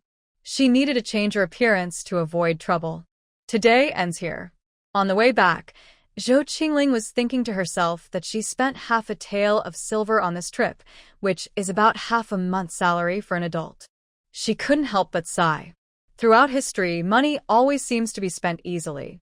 While the Zhou family was happy about the marriage of their second son, a big incident happened in the Lin family, quickly overshadowing Zhou Chingcha's popularity. The eldest daughter of the Lin family got married. On the wedding day, when the groom came to pick her up, the bride, caught off guard, accidentally hit her head on the wall in front of everyone and fainted immediately. Her face was covered in blood. But that wasn't the most shocking part. The most notable thing was that the eldest son of the Zhou family hurriedly ran to the bride, and in front of everyone, he picked her up. "Quick, call the doctor," Zhou Guanghai shouted loudly. Then he carried the bride and ran away, startling everyone nearby. This was a failed kidnapping attempt. The bride was taken right in front of the groom, which caused a huge commotion. Before anyone could react, Zhou Guanghai ran off with her in his arms. He didn't have time to care about the villagers' surprised looks because his whole heart was focused on the person in his arms. Yesterday, Guihua came to see him, asking him to come to her house today, saying she had a way to marry him. Actually, he didn't want to come. He didn't want to watch his beloved woman marry someone else, but he couldn't hold back and decided to come take a look. And he saw the scene. He didn't expect Guihua to use such extreme measures. He was really worried now, afraid something might happen to her. Without hesitation, he went to the village to find a bullock cart and took Guihua to the town's clinic. While Zhou Guanghai was happily leaving, the Lin family was in chaos. The butcher Wu, known for his fierce reputation, was present. Seeing such a thing happen in front of him and suffering such a big loss, he wouldn't just let it go. The Lin family demanded an explanation. If the woman didn't want to marry, they would slap her a few times, knock her out, and carry her home. That was how her previous wives married him. If a woman was disobedient, she had to be beaten. Even the hardest bones couldn't withstand a few slaps, and in the end, she would obediently live with him. But Zhou Guanghai hadn't even held her yet. And now, another man had carried her away. That was improper. He had spent 20 taels of silver to marry a pure, young girl to serve him. In other words, if her reputation wasn't bad, she wouldn't need to marry so many wives to get money. But in the end, she married a poor, useless man and immediately gave old man Lin 2 big punches. Marriage turned into a feud. The villagers and relatives watching the scene, although they usually didn't approve of Lin Guihua's actions, still supported him when outsiders bullied their family. They joined the fight. This was no longer just a personal grudge. It became a matter between 2 villages, even involving the village chief of Yanglu. Finally, under the village chief's mediation, the Lin family returned the bride price and paid a silver coin to Wu the butcher. Wu the butcher was satisfied. Now, since he was on someone else's land, he only brought 5 or 6 brothers. If a fight broke out, they wouldn't stand a chance, and he would end up losing out. Wu the butcher had been in business for many years. He had seen all kinds of people and knew how to judge the situation. When things looked good, he knew when to stop. You might wonder, with such a noble family like the Lin family, how could they return the money they received? If they didn't, what could they do? Lin Guihua couldn't find anyone at the moment. Lin Guihua wanted to marry off his second daughter, but she was only 13 years old and had been malnourished for a long time, looking like a 10-year-old. Wu the butcher saw she was a thin girl who hadn't fully grown. Marrying her would be risky. She might be worn out in just 2 days. That would ruin his reputation even more, making it harder to find a wife in the future. The Lin family had no choice but to pay the money and send Wu the butcher away. After sending Wu the butcher off, Lin Guihua finally had time to confront the Zhou family. All of this trouble was caused by Zhou's eldest son. Since his daughter was touched, she couldn't have a good marriage and the family wouldn't get a good price for her. Today, he wanted to get revenge and recover what was lost from the Zhou family. Lin Guihua gathered some uncles and brothers from his clan and went angrily to the Zhou family, accompanied by the village chief. The village chief looked very tired and helpless. He had terrible luck to be stuck with such troublesome villagers. He regretted coming. If he had known, he would have pretended not to be home and avoided this trouble. As the village chief, he had a busy job. But after thinking about it, he knew he couldn't avoid it. As the village chief, it was his duty to mediate family disputes. However, this wasn't a job he could handle alone. He called some elders from his clan, and the group grew larger and more powerful. For a moment, the Zhou family was once again in the spotlight. The difference was that before it was for good reasons. Today it was not so honorable. The village was in a big fuss, and Zhou's parents certainly knew about it. They were furious at their eldest son's foolish actions. Mother Zhou was smashing things in her room, wishing she could hit her son with a stick. After venting her anger, she had to start thinking of ways to handle the situation. After all, the son was her own flesh and blood, and no matter how angry they were, they still had to deal with the mess he caused. The couple didn't have a solution right away, so they went to the old family house and called over a few brothers to discuss. Soon, the 2 families met, and a lot of arguing and blaming was unavoidable. Each side had their own reasons. The Lin family: "Your son ruined my daughter's marriage. That's a big betrayal." Bah.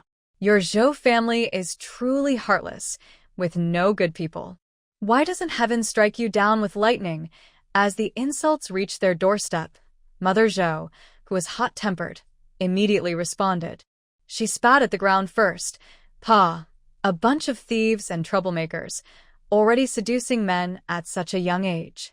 My good son must have been seduced by your sly girl. I think that lowly girl should be drowned." The Lin family, My pure, innocent daughter was touched by your son. And now you have the nerve to talk. Oh, I can't go on living. Tomorrow, I will hang myself at your door. Mother Zhou, if you dare to hang yourself, I will invite the whole village to a feast. The Lin family, you murderer, ruining people's marriage. May lightning strike you. Fine, in a few days, when your daughter gets married, I will send my son to take her. Let's see if the people in town still want her. This statement hit Mother Zhou hard. The entire family was genuinely satisfied with their second son's marriage. They didn't want it to be ruined.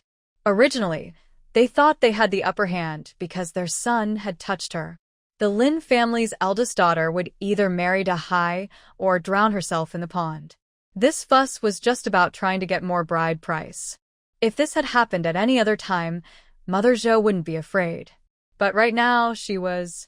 Zhou Chingcha stood nearby, clearly hearing the quarrel between Mother Zhou and the Lin family. She wrung her handkerchief into a ball, her hands turning purple. She didn't notice her own anger, her eyes cold and fierce. In her heart, she cursed Zhou Guanghai and Lin Guihua 1,000 times. Zhou Chingling felt a chill when she looked at Zhou Qingtan. She firmly believed that if Zhou Guanghai ruined her second sister's marriage over this matter, his own marriage would also be impossible. When the Zhou family's friends saw that Mother Zhou was caught in a tricky situation, they quickly stepped in to smooth things over. Usually, women would argue first. If that didn't work, the men would come in. This was the usual way of handling disputes in the countryside. Women fought among themselves and men didn't get involved. Sometimes, women argued over small things, but when men met, they still talked politely. Husbands and wives shared a bed, naturally supporting each other. But since they all lived in the same village and were related, they tried not to be too distant.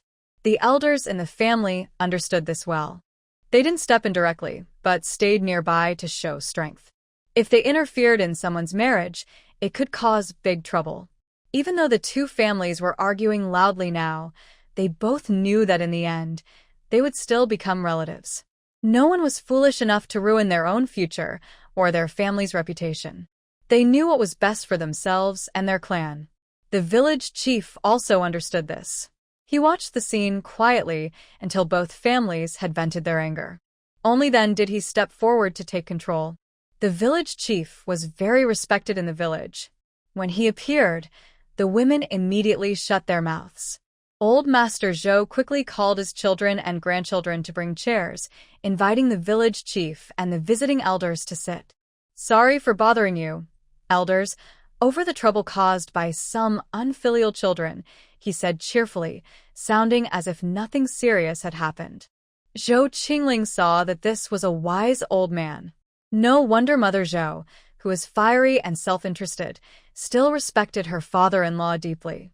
Whenever the family did something good, they would share a little with the elderly. Showing respect was one thing, but doing it consistently over time was another. When this incident happened, the couple hurried to the old house to ask their father-in-law for advice. After everyone was seated, old Master Zhou stroked his beard and calmly said to Lin Guihua, Lin's second son, I still remember drinking your wedding wine. It's been so many years now. Soon, you'll be a father-in-law yourself. Huh?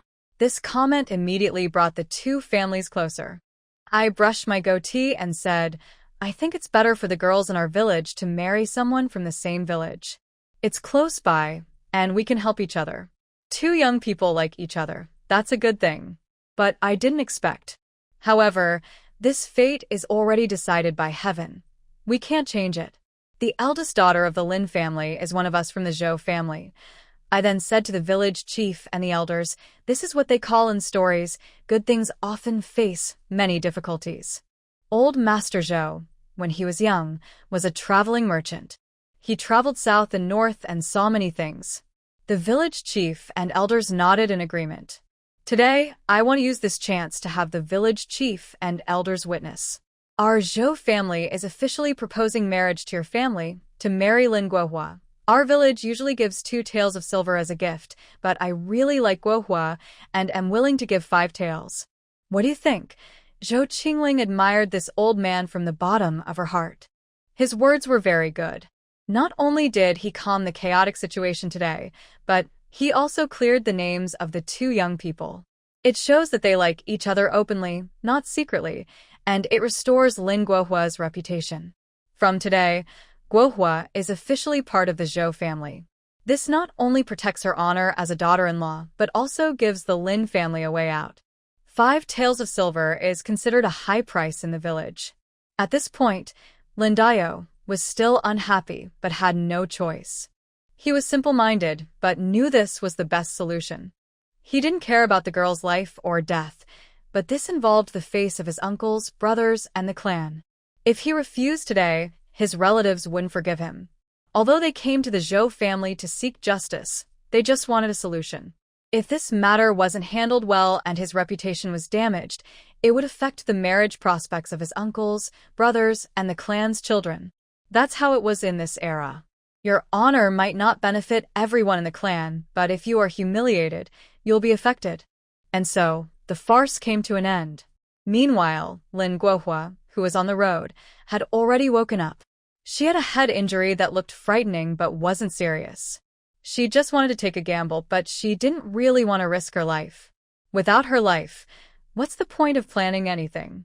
If she did this, it might ruin her reputation and cause people to gossip. Even if she married into a family later, she wouldn't have a peaceful life. Lin Guihua knew how dangerous the situation was, but she had no choice. Wu the butcher had already killed 3 wives, so she feared she might be next. She could only choose the option most beneficial to herself. As long as she could keep the man in front of her under control, she believed she could ensure her safety for life. Cornered and desperate, Lin Guihua had to take a gamble. The doctor applied medicine to Lin Guihua, but neither of them had money. Zhou Guanghai had to return to Yanglu village. He dared not go home and borrowed half the money from his cousin. He also learned what happened after he left from his cousin. Although his cousin advised him not to do such things, when he heard that the Lin family agreed to marry Guihua to him, all his worries disappeared. He was glad his mother had already solved the problem. Now he could openly marry Guihua. He no longer listened to his cousin's endless chatter. He took the money and rushed to the town to share the good news with Guihua. The Lin family's wedding was set for 2 weeks later, on the same day as Zhou Qingtan's marriage. Having a wedding and a marriage on the same day was considered a happy event. Zhou Guanghai wanted to marry Guihua the very next day, but their house was not big enough. That day, after returning home, Zhou Guanghai was severely beaten by his father and was now limping when he walked.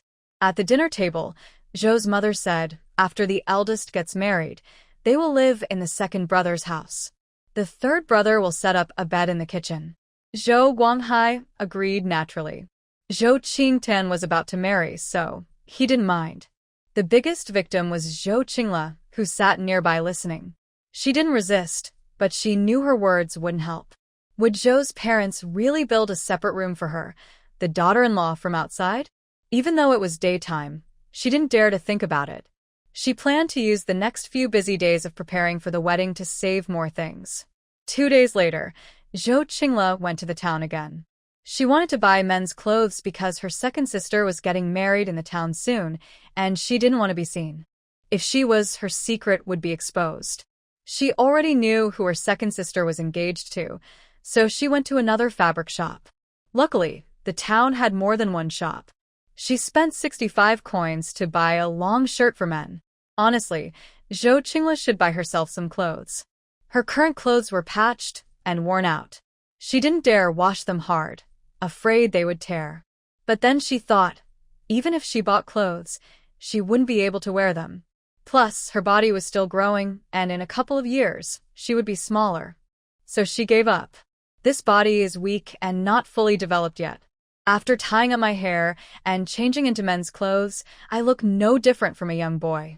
I went to the only bookstore in town, and Zhou Chingling immediately saw the candles for sale on the counter. The shopkeeper looks to be in his 30s, wearing a dark blue long robe that is a bit faded, but clean. He has a scholarly, gentle air. After a friendly chat, the shopkeeper is very easygoing. He doesn't look down on people or show arrogance typical of scholars. He said, "Young man, these candles are new stock. Take a look at their quality. It's excellent. She looked at the candles of different lengths and thicknesses, asked about the price, which ranged from 100 to 150 coins, mostly made of beeswax. Pine resin candles were cheaper, about 80 coins each. Through the conversation, Chingling learned that candles are in demand, but their supply is unstable. Sometimes, they sell out quickly, and it's uncertain when new stock will arrive. After understanding this, Chingling took the candles from her basket and said, "Shopkeeper, please take a look. Do these pine resin candles, which look like mine, catch your eye?" The shopkeeper was surprised to see Chingling take out the candles.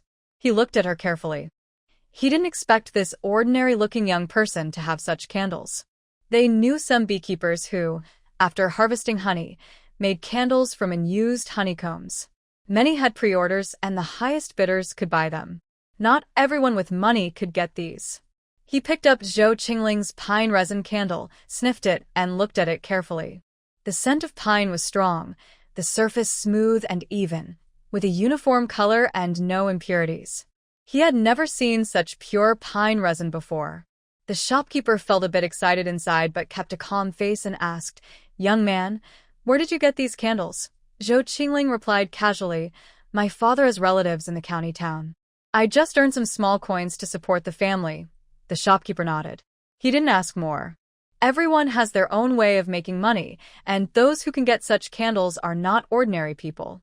"Young man, do you want to sell these here?" "How many do you have?" Chingling nodded and handed her basket to the shopkeeper. The shopkeeper looked inside.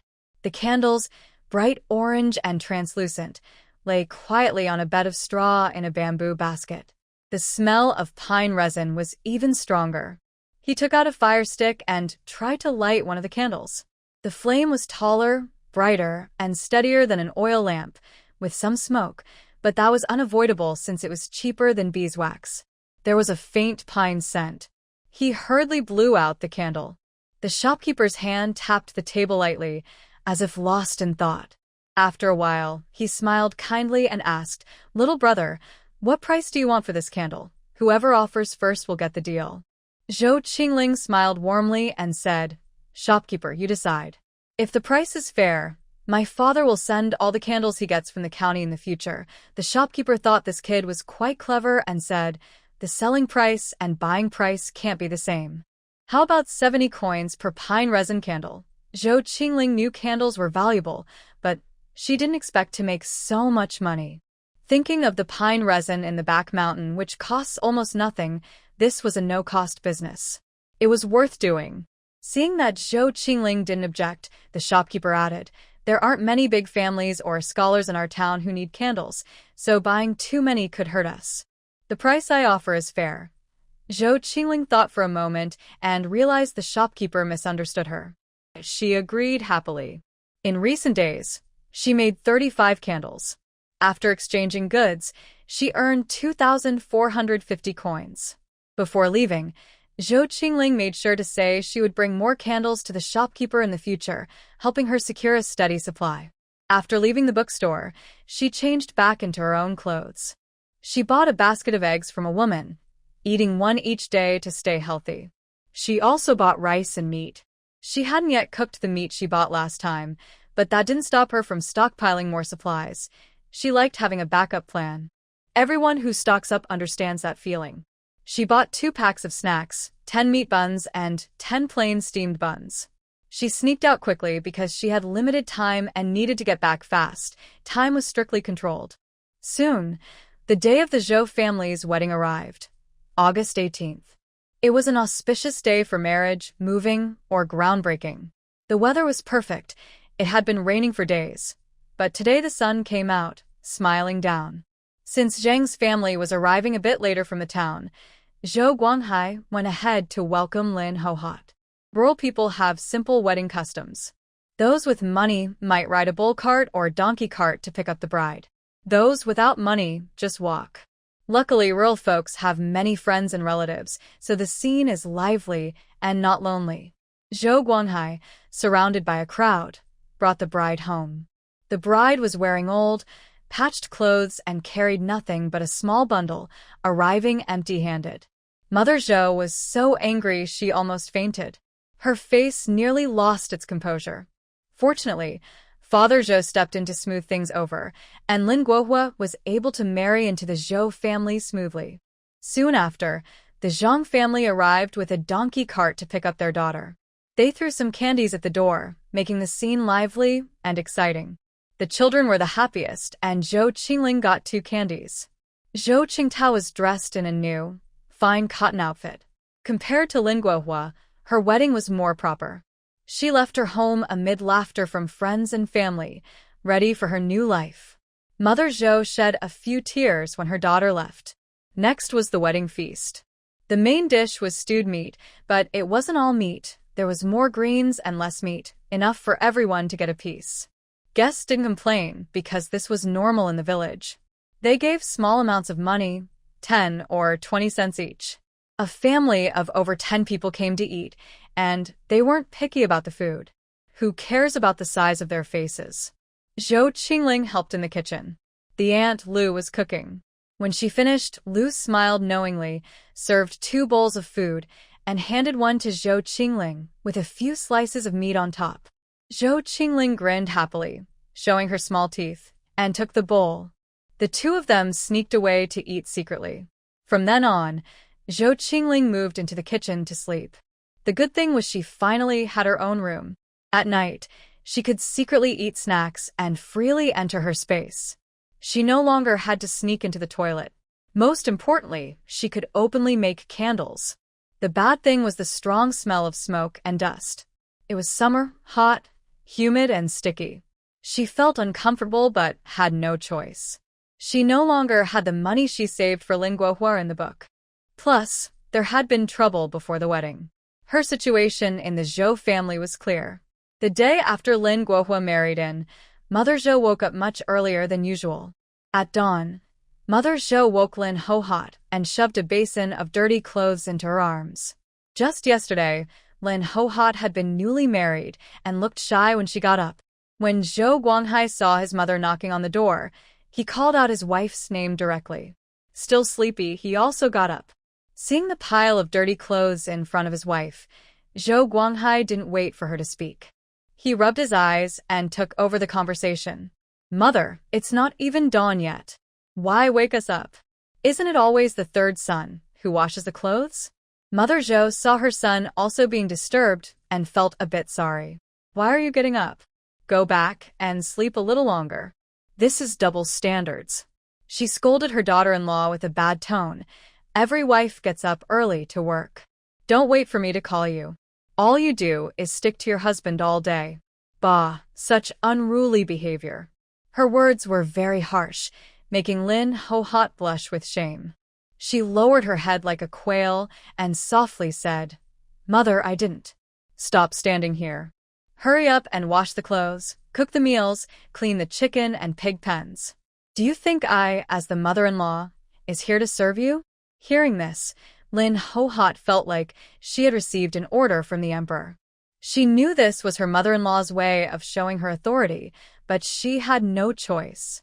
She immediately grabbed the basin and went to work. Mother Zhou saw her daughter-in-law's obedient look and felt a bit more at ease. Mother Zhou's harshness wasn't without reason.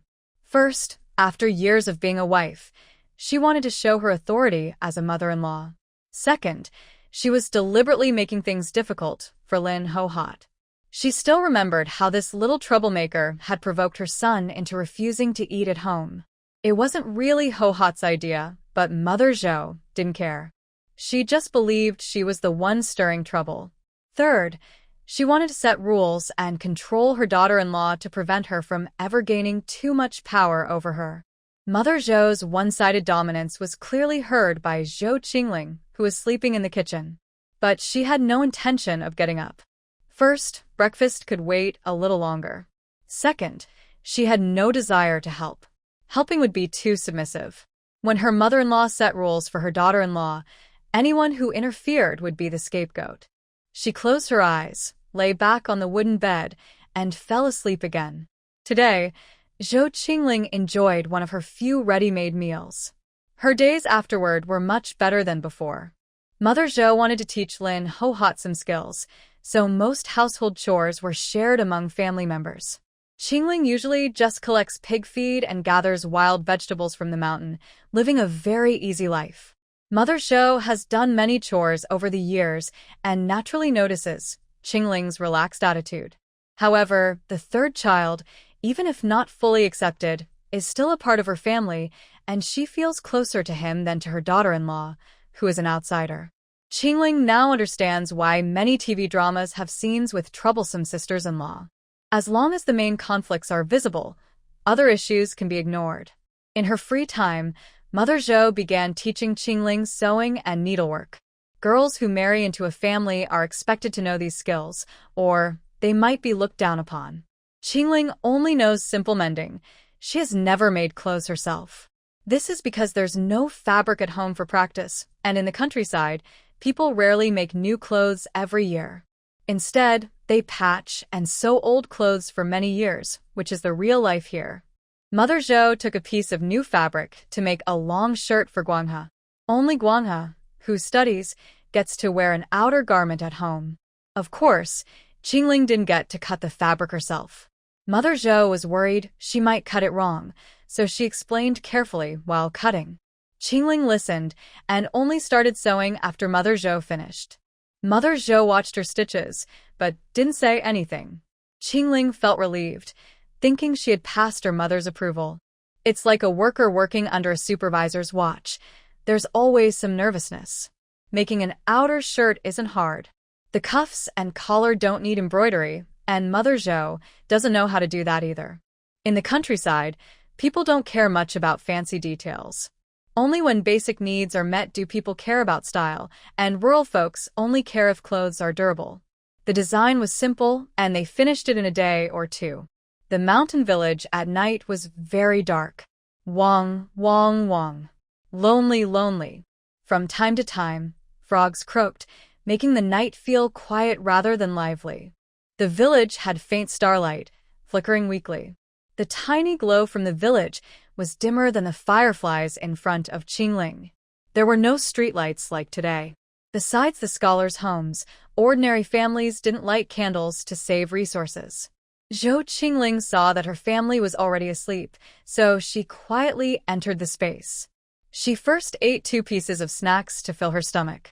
She started cooking braised pork, without any vegetables, only meat, showing wealth and extravagance. She cooked a whole pot so she could come back later to eat it. However, there is a bug in the space. The cooked meat stays warm and doesn't cool down. No matter how Zhou Chingling blows on the meat, it's still hot and she can't eat it. So she had to come out again. After confirming her family was deeply asleep, she secretly took out the clay pot. When the braised pork was taken out, the smell was so strong that the broken kitchen couldn't hide it. The aroma spread through the air. The Zhou family and nearby neighbors all smelled the delicious meat, but everyone thought they were dreaming. Who would be cooking meat in the middle of the night? It's just that the pig looked so tempting, wagging its fat body in the pig pen every day. During the new year, many people whispered in their dreams, wishing they could have a piece of that meat. Zhou Qingling stayed by the clay pot, thinking how fragrant it was. It just lacked soy sauce, so the color wasn't perfect, but everything else was just right. After a while, when it cooled down, she carried it back into the space. 3 days later was the day for the family to visit relatives. Zhou's mother, unhappy with Lin Guihua's family, didn't want to prepare a gift for the visit. It was only after Zhou Guanghai begged for a long time that she finally agreed. She didn't want to leave a bad reputation for mistreating her daughter-in-law. She took 18 coins and sent her eldest son to buy a pound of meat from the village butcher Zhao. She also took 10 eggs, and that was all she had. Lin Guihua lowered her head, afraid to speak. She could only accept whatever her mother-in-law gave her. The sun was high in the sky. Probably around 9 a.m., Zhou Qinghua and his wife returned, carrying about 7 or 8 small packages. Because it was the day for the daughter and son-in-law to visit, Zhou's father and mother stayed at home to show respect for their daughter and son-in-law. When Zhou's mother saw what her daughter brought, her stern face suddenly lit up with happiness. Zhou Qinghua combed his wife's hair into a bun, decorated with a silver hairpin, dressed in red, looking very spirited. Zhang Yukai followed behind, smiling happily. The young couple was newly married and very joyful. Zhou's mother quickly took her daughter's hand, her eyes slightly red with emotion. Before my daughter got married, Mother Zhou didn't pay much attention to her. With many children and lots of chores, plus the deep-rooted idea that boys are more important than girls, the motherly love for her daughter was limited. Suddenly, seeing her daughter married and doing well, a faint feeling of mother-daughter bond arose in her heart. Mother Zhou loved her daughter, but compared to her son, that love seemed small. The couple bowed deeply. Zhang Yukai called out, "Father-in-law, mother-in-law." Mother Zhou gathered her thoughts and responded. Father Zhou smiled happily. He was glad his son-in-law didn't look down on his rural family. He quickly said, "Good, good, strong health. In this era, being fat meant you ate well." Chingcha Zhou was worried her father might say, "Can you plow the fields?" So she quickly interrupted him. "We brought some gifts for the family." "Dad, Mom, you should take a look." They brought a box of snacks, some meat, a piece of cloth, and a jar of wine. For a rural family, that was quite generous.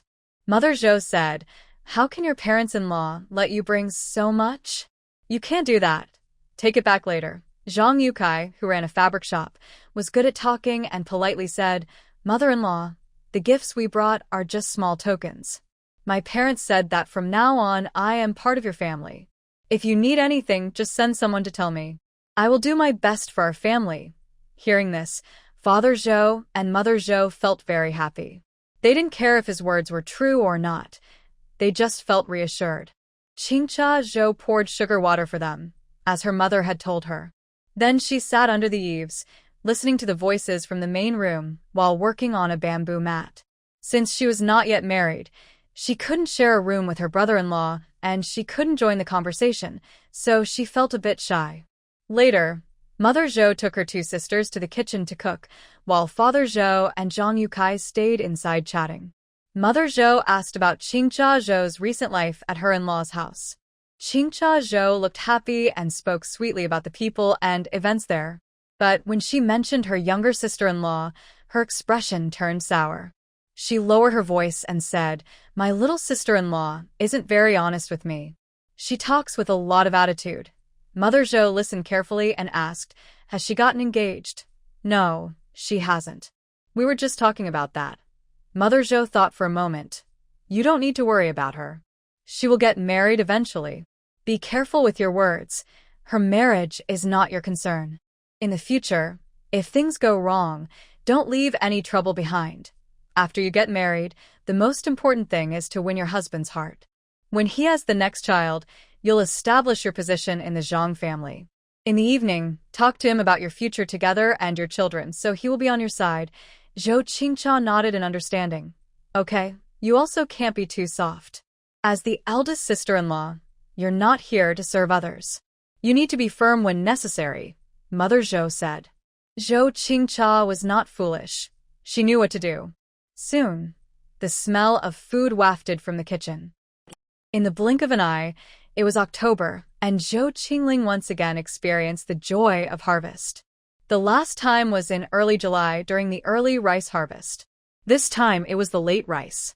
The sun was scorching, pouring down heat on the earth. Large beads of sweat rolled down her forehead and finally dripped into the soil. At this moment, Zhou Qingling was so sweaty she didn't bother to wipe it away. Harvesting crops in the countryside was a big event. Besides the little baby who couldn't walk, almost the whole family worked together, pausing school for 10 days to focus on the harvest. Zhou Qingling had never known farming could be so hard in modern times. She worked all morning and felt her waste was no longer hers. She really wished for an automatic harvester. Modern technology was truly better. It was clear that technology changes life. While she was lost in thought, her older brother came over, tied the cut rice into bundles with grass ropes, and carried them back home. Zhou Qingling looked at the bundles of rice behind him. Feeling resigned, she also carried one, moved slowly, and walked home. At noon, when she returned home for lunch, she was so tired she didn't want to speak. She quickly drank 2 bowls of water, which made her feel less hot. Her cheeks were sunburned, and she buried her face in the water basin, feeling much better. For several days, the whole family was busy working in the fields. At night, they were so exhausted they fell asleep instantly, almost with their heads on the pillow.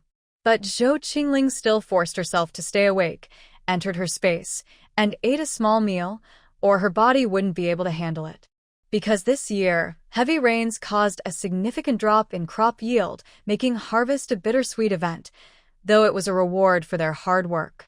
This year, everyone's expressions didn't look very good, which made Zhou Qingling feel worried.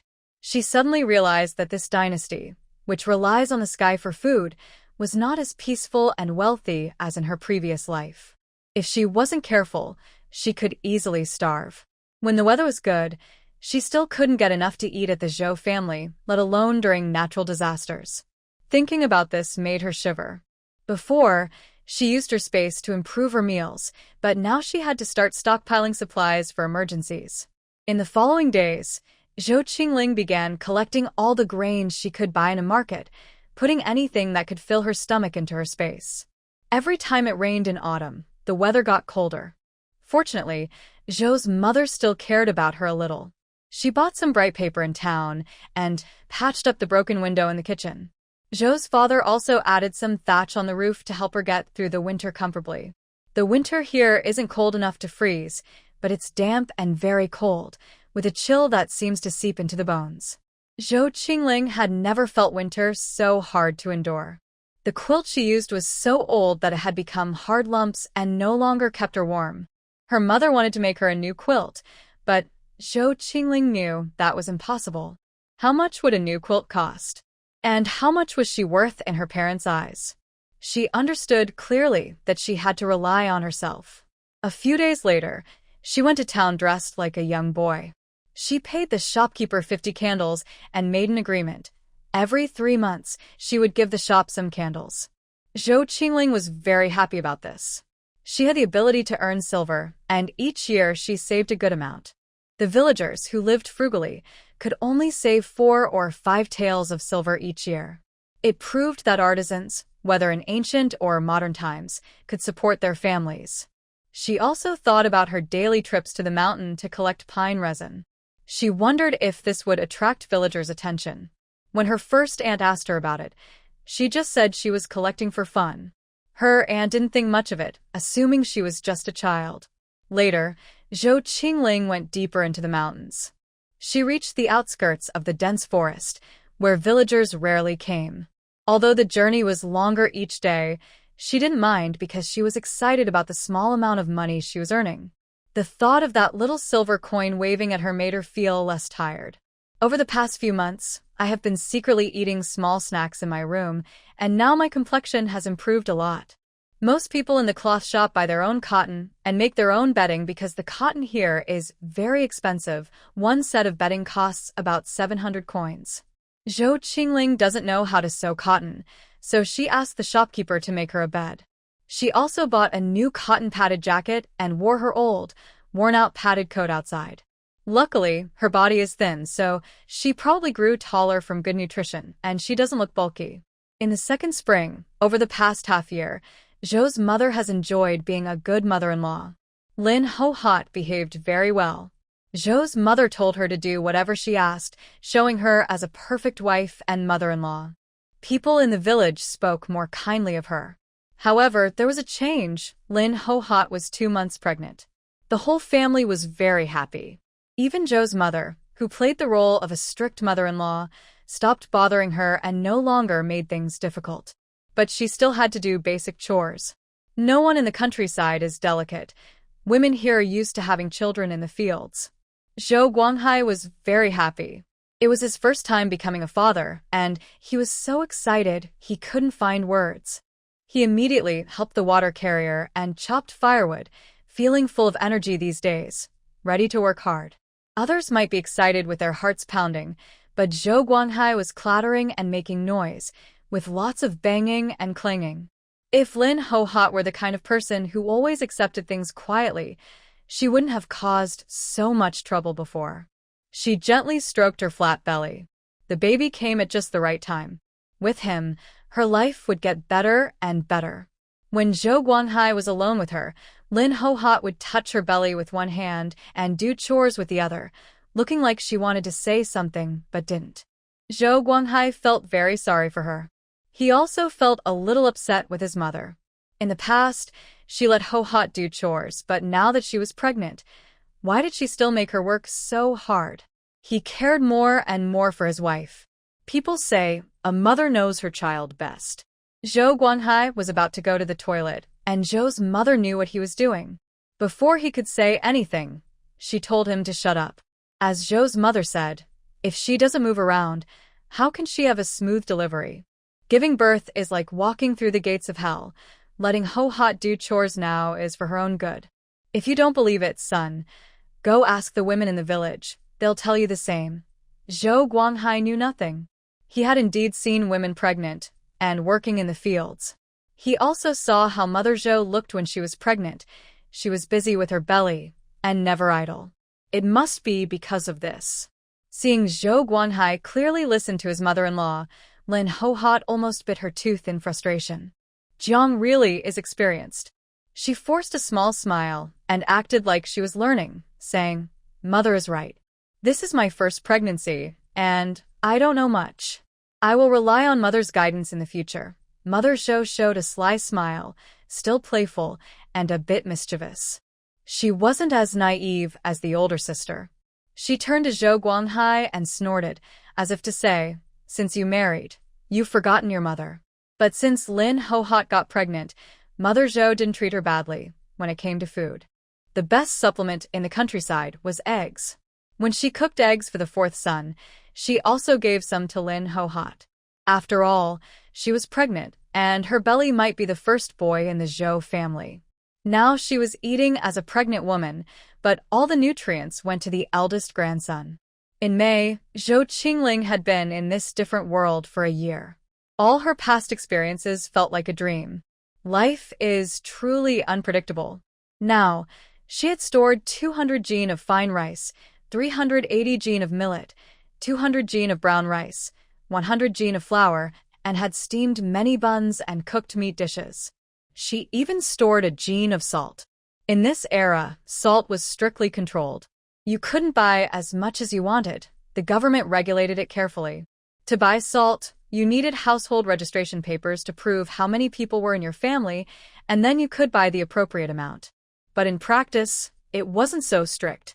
Plus, Zhou Qingling's simple rural clothes made her look like a girl or a young boy from the countryside.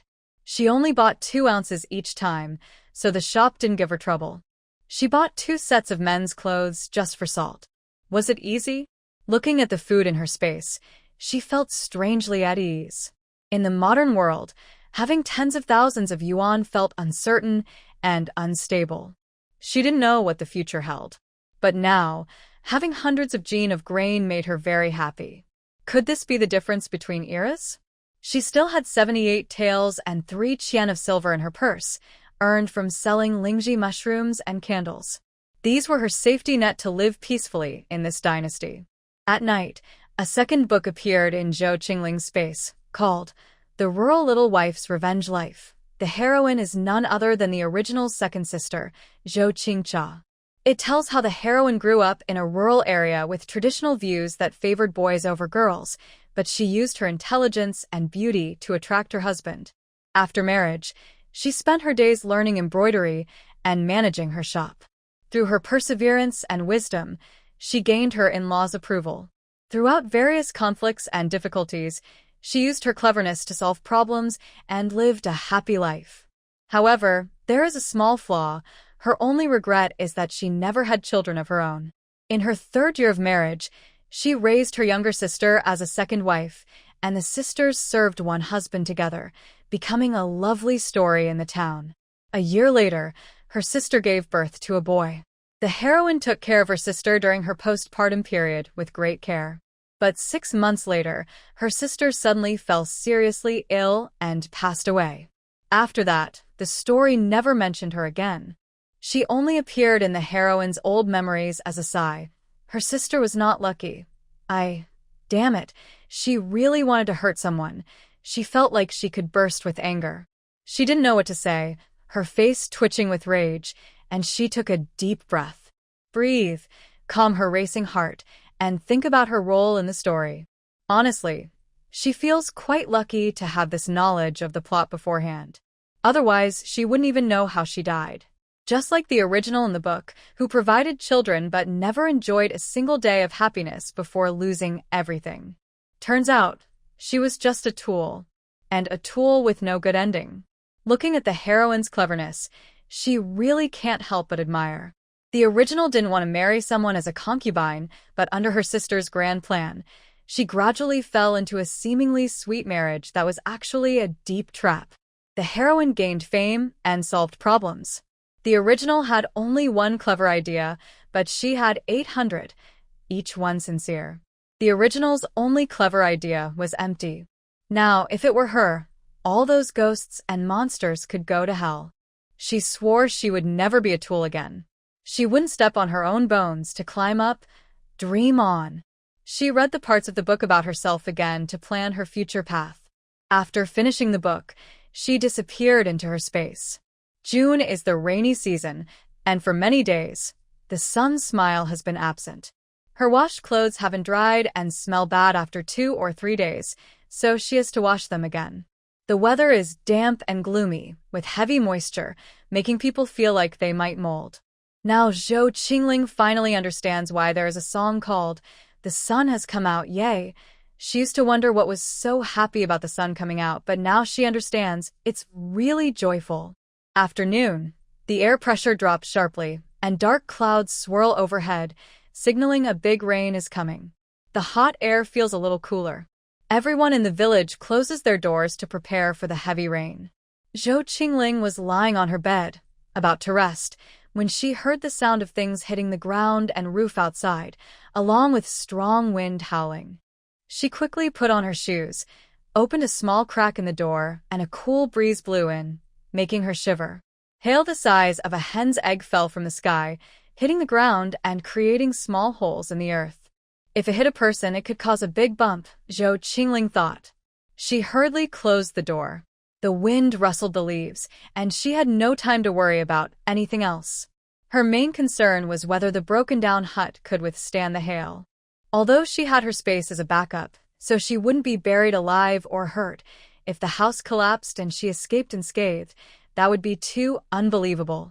As always, she reminded herself not to underestimate anyone's intelligence.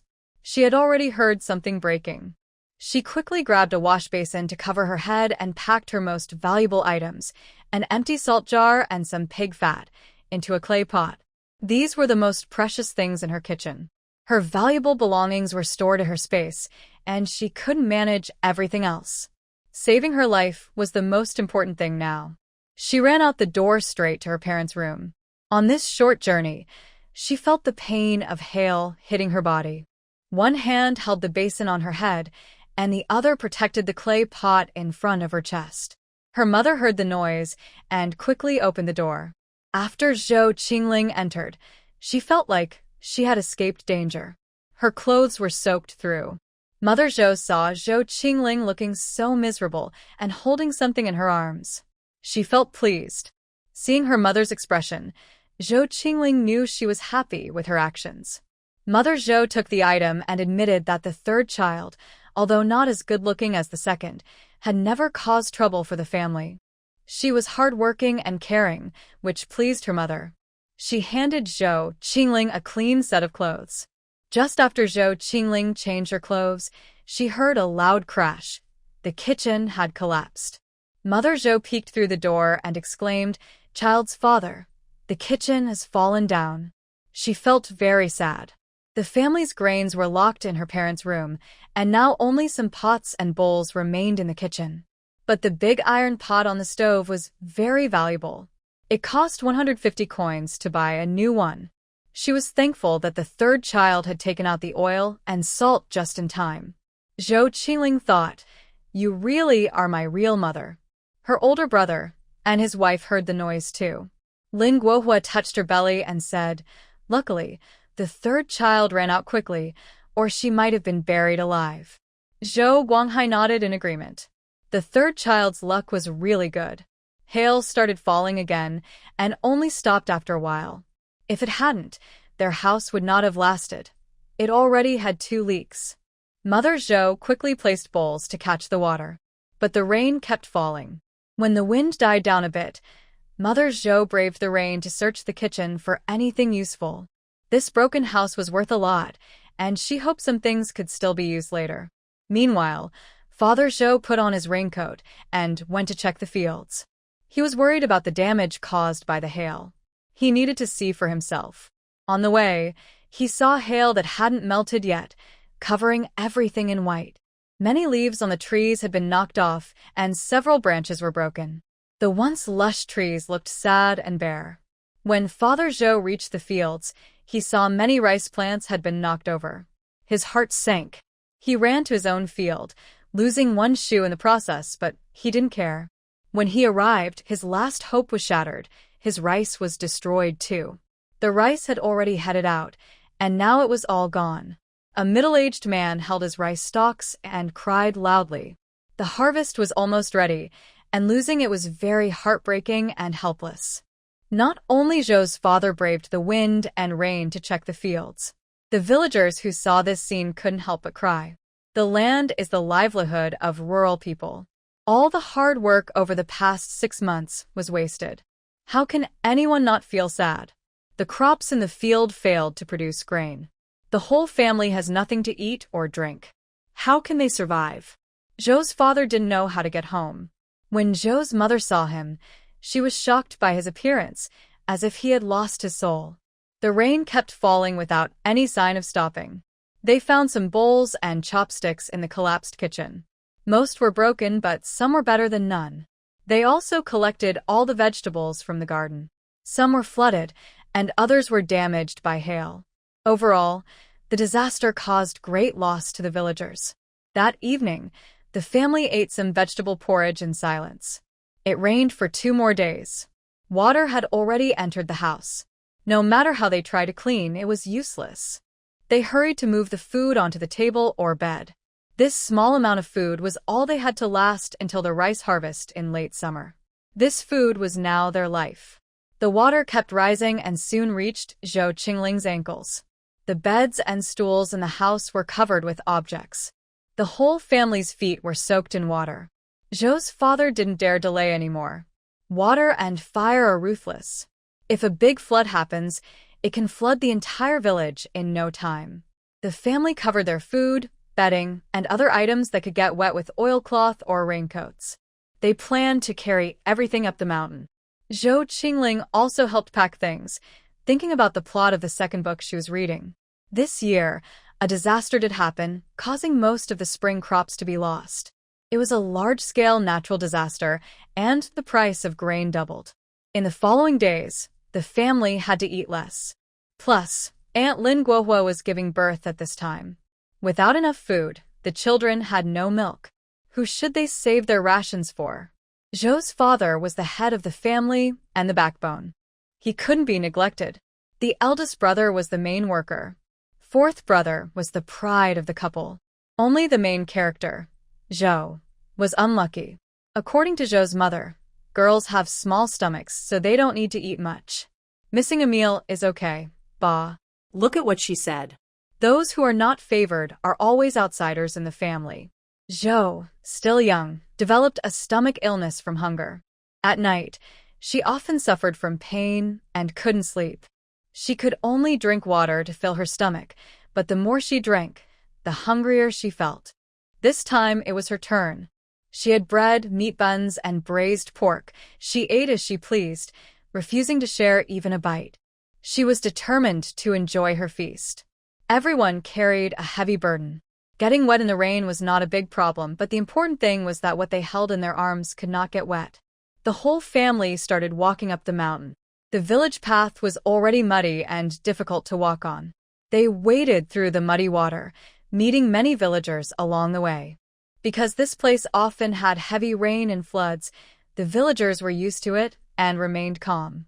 They moved steadily up the mountain in order. There was a natural cave on the mountain that could hold about 700 or 800 people. When Zhou Qingling's family arrived, Many others were already inside. The sounds of children arguing, women scolding, and chickens, ducks, and pigs making noise mixed with the rain. One pig got scared and ran around wildly inside the cave. The villagers worked together to catch it, leaving a pregnant sister-in-law to watch their belongings.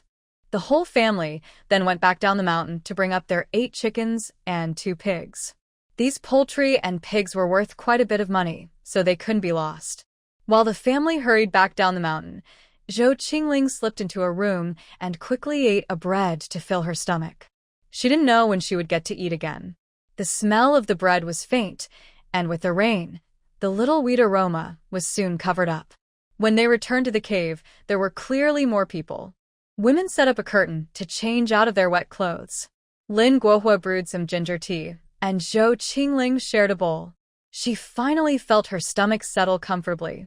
For dinner, Zhou Chingling had a bowl of clear vegetable porridge. Luckily, she had eaten a bread earlier, or she wouldn't have been able to handle this watery meal. That night, everyone slept very restlessly. The cave was not only home to people but also to chickens, ducks, pigs, donkeys, cows, and sheep. One animal would start making noise, and others would follow, creating a chorus of sounds. The smell was not pleasant. Fortunately, the cave's entrance was large enough for fresh air to flow in, otherwise the stifling smell would have been overwhelming. Over the next 2 days, the wind and rain gradually lessened, but a fine mist still drifted through the air, like a gentle spray. After being washed by rain, the plants looked brighter and more colorful. The gathered raindrops dripped down the grass leaves, making a soft sound. Compared to the strong winds howling a few days ago, which seemed like they might swallow everything, the current scene at the foot of the mountain is beautiful, like a painting. Seeing this, the villagers knew the disaster was almost over. Everyone's faces showed happiness again. They started to move their belongings back home.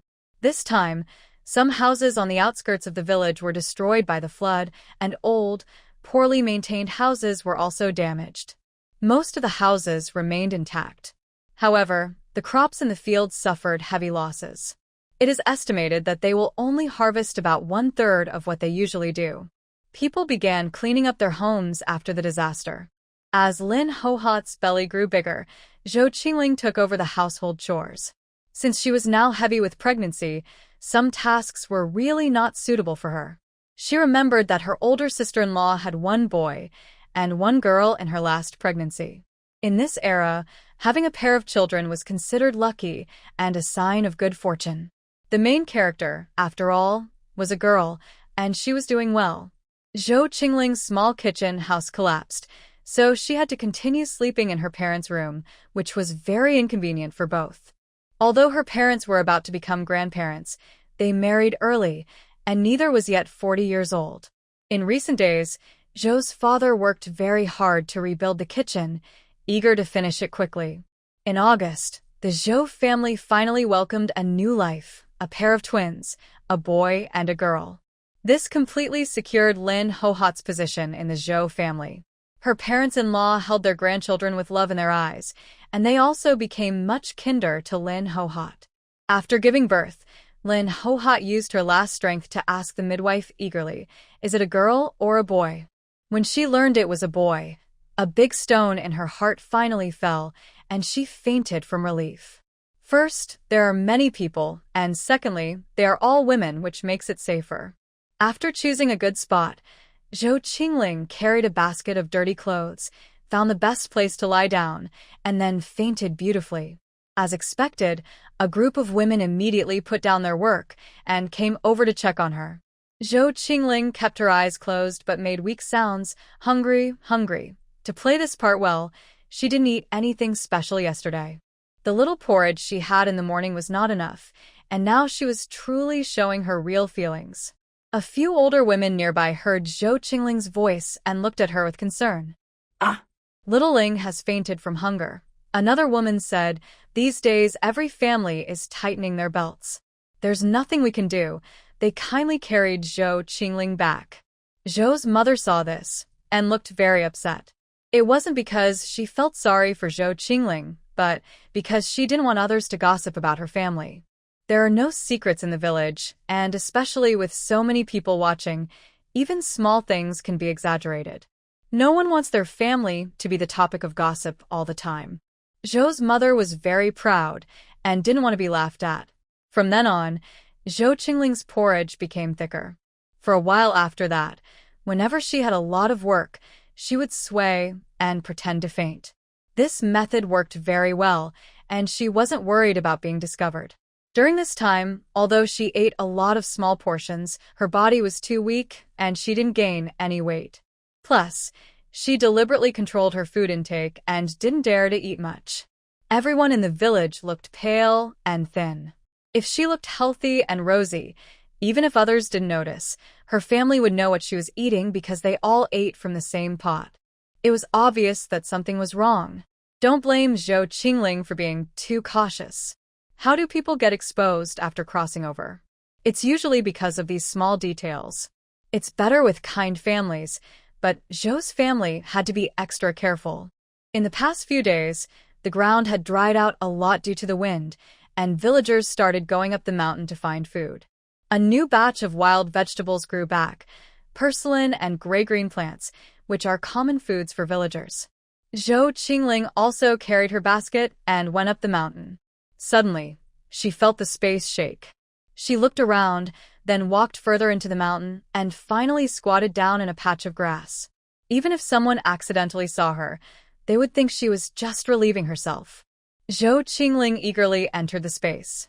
It had expanded quite a bit, about 100 square meters, and there was an additional spring, but no water was flowing out.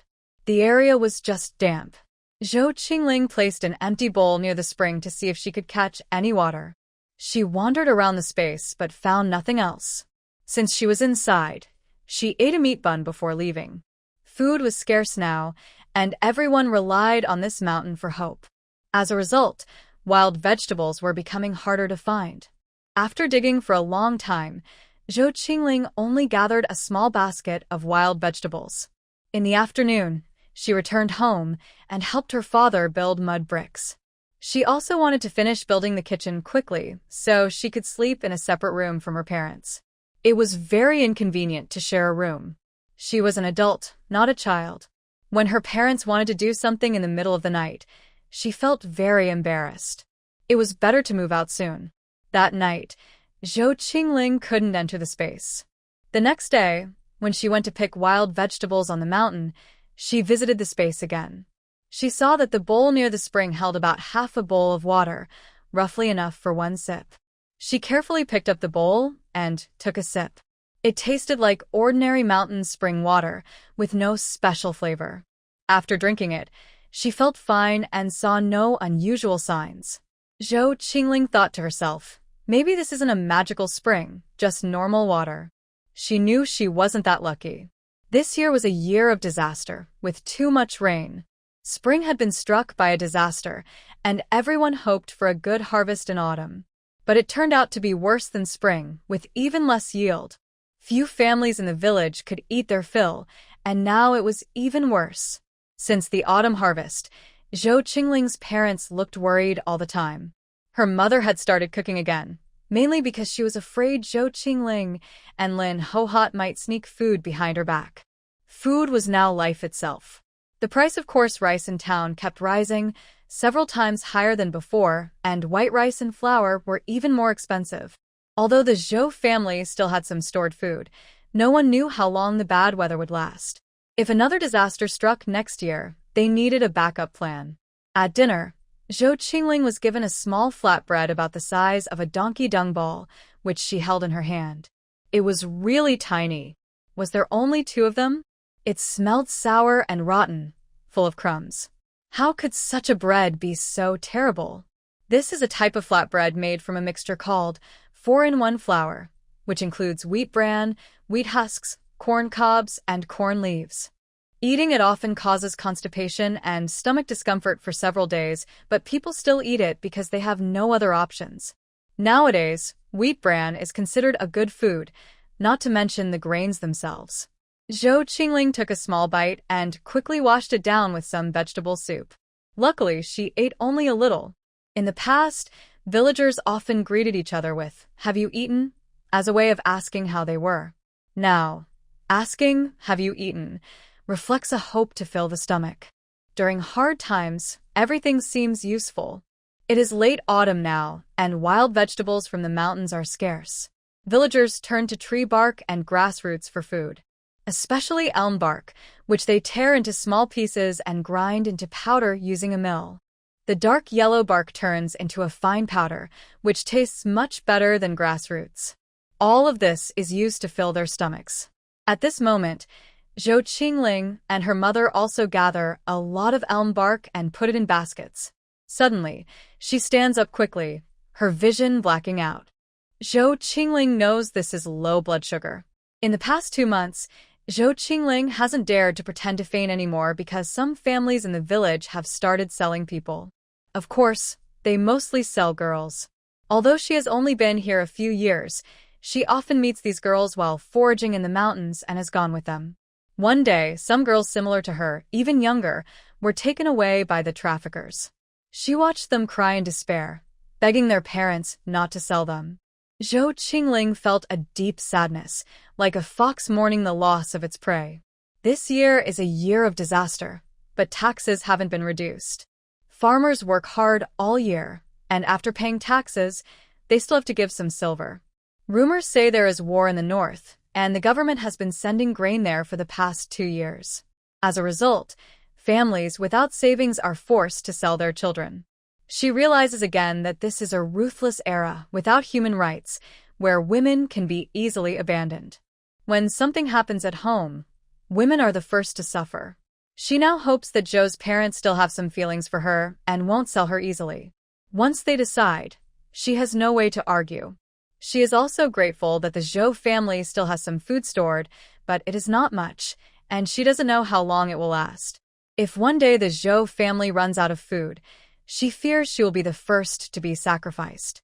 Because when Zhou's mother approached others to ask about the price of selling someone, she was doing so openly.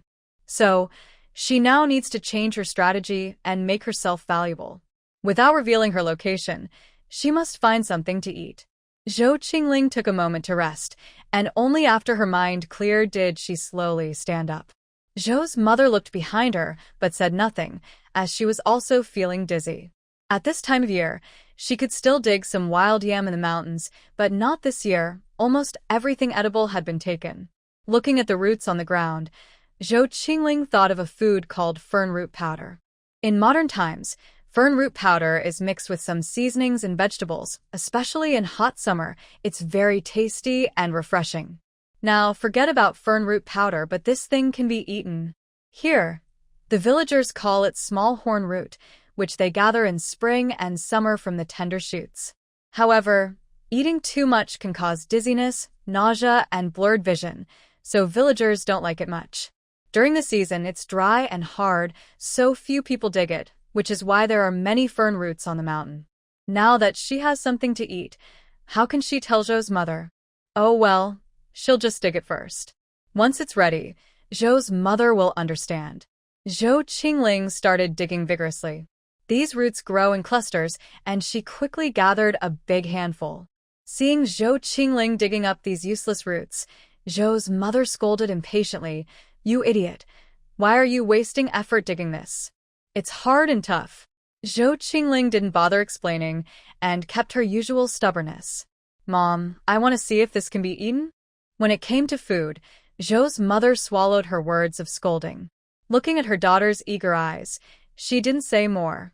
She also didn't think much of this root. After peeling a piece of elm bark, they decided it was getting late, so they headed home. Back home, Zhou's mother went to the kitchen to cook. Zhou Qingling washed the fern roots carefully, then repeatedly pounded them to break the roots apart. She soaked the pounded roots in water, stirred well, and then filtered out the impurities. But she didn't have a cloth filter. Zhou Qingling had to nervously ask Zhou's mother for a piece of fine cotton cloth.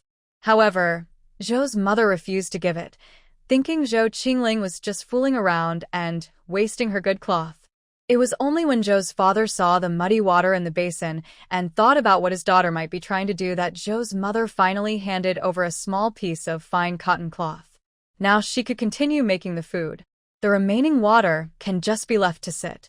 After some time, the starch inside the fern roots will settle at the bottom. You can take out this starch, knead it into dough, and steam it.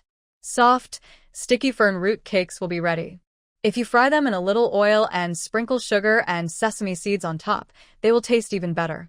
But right now, that's not possible. The filtered juice needs to settle for several hours, so today it can't be made. After the family finishes a simple dinner, it gets dark. Zhou Chingling slips into her space and starts cooking a small meal. She looks at the food in her space and feels very satisfied. Although the stored food isn't much, saving it a little will last her a year or two. She doesn't need to eat full meals every time, just not to be too hard on herself. With this fern root powder and some stored food, she feels safe for now. After eating, she leaves the space and goes to sleep deeply. Meanwhile, Zhou father and Zhou mother are lying in bed. Their stomachs are empty, and they feel like they're in a quiet, empty city. Tonight, since they don't need to work, they don't eat much. After a long day of work, the little food they have isn't enough to satisfy hunger. Zhou mother says, "Husband, that little root the third child was messing with, do you think it's really edible?" Zhou father, feeling hungry, doesn't want to talk much. He just agrees, hopefully. But inside, he's actually quite hopeful. He's really hungry. Thinking about a few days ago when he took some grain to the old master only took half. Seeing his father hunched over, much older than before, makes him feel sad. He takes the rice bag handed over by the old master. The rice feels very hot in his hands, but he still brings it back home. Compared to his wife, children, and parents, he chooses to share with his family. Thinking of this, Zhou father's eyes fill with tears. He feels sorry for his parents. When will these miserable days end? The next morning, just before dawn, Zhou mother gets up, thinking that the third child said he could make something to eat. At this time, Zhou Chingling is still sleeping soundly. When she opens her eyes and sees her mother's face, she is suddenly startled awake. Zhou Chingling looks at the sky helplessly. She's still a child and needs enough sleep, but she doesn't dare to say anything. Since she's awake, she gets up to check the fern root starch.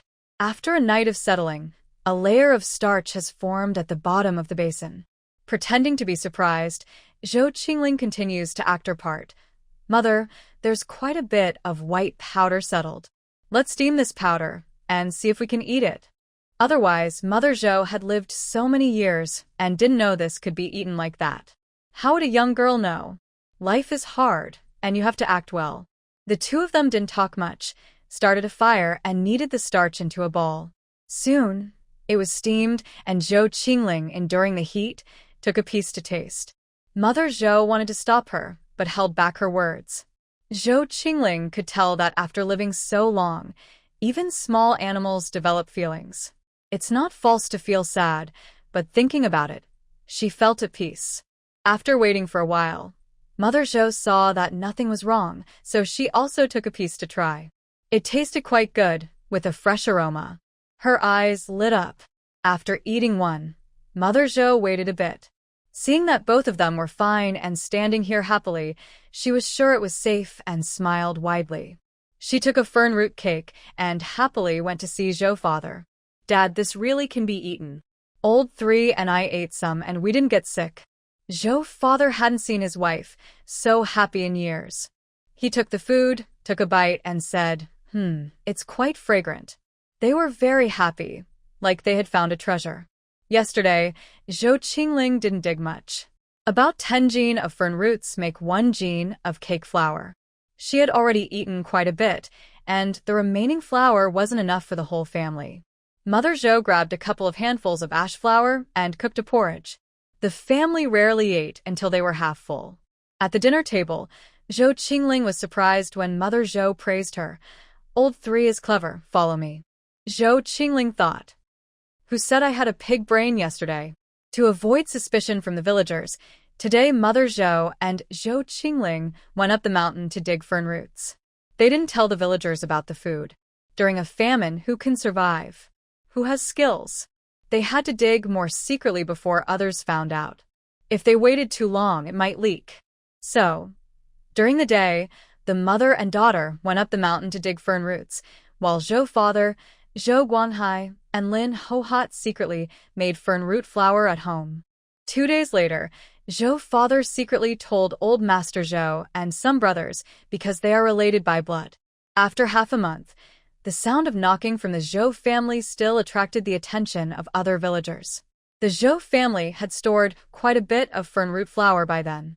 Since it couldn't be hidden anymore, Zhou father decided to tell the villagers the secret, which also helped him gain their trust.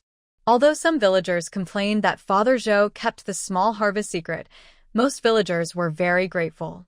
These days, no one hides when they find something to eat. If they find it themselves, they usually don't tell others. In the blink of an eye, it was the second year. The weather was better this year, perhaps because the heavens couldn't bear to see everyone suffer. The crops grew well. March was the time when grass grew tall and birds chirped. Many small wildflowers bloomed on the mountain. Spring had arrived, bringing new life. With the mountain plants providing food, life in the village was much easier. Her life was temporarily safe. Since giving birth to a pair of children, Lin Guihua's posture had become straighter. She no longer bowed her head in front of Mother Zhou and had her own little plans. She was holding Zhou Guanghai in her hands. Her gentle words were like soft blades, and Mother Zhou used filial piety to pressure her with many tricks. Lin Guihua could only fall behind. Since ancient times, mothers-in-law and daughters-in-law have been like enemies, often fighting with each other. When this happened, Zhou Guanghai didn't know what to do. He sighed, but his heart leaned more toward Lin Guihua. At night, the moon hung on the treetops, and the village became quiet again. During the day, Mother Zhou and Lin Guihua had some small disagreements. Although Mother Zhou won slightly, she still felt uncomfortable inside. Now she was increasingly disappointed with her eldest daughter. Don't think she didn't notice. On the surface, her daughter still supported her, but deep down, her heart had already shifted to Lin Guihua. Father Zhou didn't need to look at his wife. After living half his life, he knew why she was upset. Since their eldest daughter got married over a year ago, he understood that she had her own thoughts. But he hadn't told his wife. After all, they had been through this since they were young, and he was the same. His parents had 6 sons. When children got married, they needed houses. Over time, the sons had children, and although having many children was a blessing, the expenses also increased. His father happily divided the family property and lived with his eldest brother. The other 5 sons each sent filial piety every year. Could he also split the family early? He thought about it, but knew it wasn't possible. The 4th son hadn't married yet, and he still needed money for schooling each year. He also needed help from his eldest brother. He could only sigh helplessly. At this moment, he truly understood the loneliness, heartbreak, and helplessness his father felt when he divided the family long ago. My husband's wife was still not fully aware and didn't think much about it. She also mistook her eldest son for a child, believing they were united as mother and son. But the child has grown up. Enough, don't think about it anymore, said Mr. Zhou, patting Mrs. Zhou's arm. Go to bed early. You've had a long day. Zhou Chingling will turn 15 in just over a year, reaching the age of coming of age. After a girl comes of age, she can get married. Honestly, she really doesn't want to marry. Watching her sister-in-law and her mother argue all the time is exhausting enough. If she encounters a bad mother-in-law or a husband who doesn't treat her well, life would be very hard. Getting married is like a second rebirth for women. Women fear marrying the wrong man, and men fear choosing the wrong career. At this moment, Zhou Chingling strongly agrees with this saying. Although she thinks this way, she doesn't have the courage to do something special. Never marry in her life. Even if she had the courage, her parents wouldn't agree. In this era, children are considered part of their parents. Parents can arrange marriages for their children to any family they want, and children have no right to oppose. For example, before her sister-in-law Lin Guihua married in, everyone knew that Wu the butcher was not a good person. But they only said a few words quietly, with no real effect. Honestly, she admires Lin Guihua. If she doesn't try her best, no one knows what might happen next. Most women in ancient times had the mission from birth to marry, be filial to their in-laws, and serve their husbands. Men could defend a country, achieve success, study for exams, or do business abroad. Women only had marriage as their path. In her past life, Zhou Chingling was an ordinary person. She traveled through time, but didn't gain much intelligence. However, she has experience and insight from 2 lifetimes about how to deal with people and society. She knows the importance of planning ahead and thinks carefully before doing anything. She doesn't want to be just a tool for her parents to exchange for bride price. Every day, she stays in the village, with only a few activities. She doesn't have much contact with outsiders. It's already good if she recognizes all the villagers. If she wants to find a good match, she can only look within the village. Yonglu Village is a large village with about 500 to 600 people. After several months of careful investigation, she found that there are 35 men who want to marry or are planning to marry. Among them, some are widowers with children who have married before. She doesn't want to be a stepmother. Some are indecisive and listen to their mothers, mama's boys. She excludes 5 of them. Others have bad habits like drinking and gambling and are involved in petty theft. She excludes 2 more. There is a favorite child at home, but not the person involved. Removing 4 people, she doesn't want to be disliked together. She has spent her life working hard like a servant, which is no different from her situation in the Zhou family. Getting married isn't just about the man's appearance and character, it's also about his family's behavior. Even if the man is good, if his family is mean and harsh, life will be full of trouble. In this complicated family clan, it's possible that several generations live together. She doesn't want to endure such stressful days. She looks further down the list of options. Since the family is small, she eliminates all candidates whose mothers-in-law criticize their daughters-in-law. This is awkward. All right. She relaxes her standards a bit and considers 5 more who are less critical of their daughters-in-law. These 5 are now her main focus for evaluation. Having targets makes her feel much better. She slips into her space and takes a sip of spring water. Over the past 6 months, Zhou Chingling has gradually realized that this is not ordinary spring water. At first, she drank it every day, until one day, an aunt jokingly said to Zhou's mother, "Your little Ling is getting more lively and looks as handsome as your second son. Her skin is like a peeled egg. You really know how to raise girls. Both of them are so beautiful." Hearing this, Zhou Qingling didn't feel happy but broke out in cold sweat. After hearing this, Zhou's mother looked at her carefully, noticing that it was true. The appearance of the 3rd child is quite different from the 2nd. Zhou Qingling still remembers how her mother looked at her back then, as if she was inspecting an object, judging her worth. There was no mirror at home, and copper mirrors were expensive, so Zhou Qingling didn't buy one. She hurried to the river to look at herself.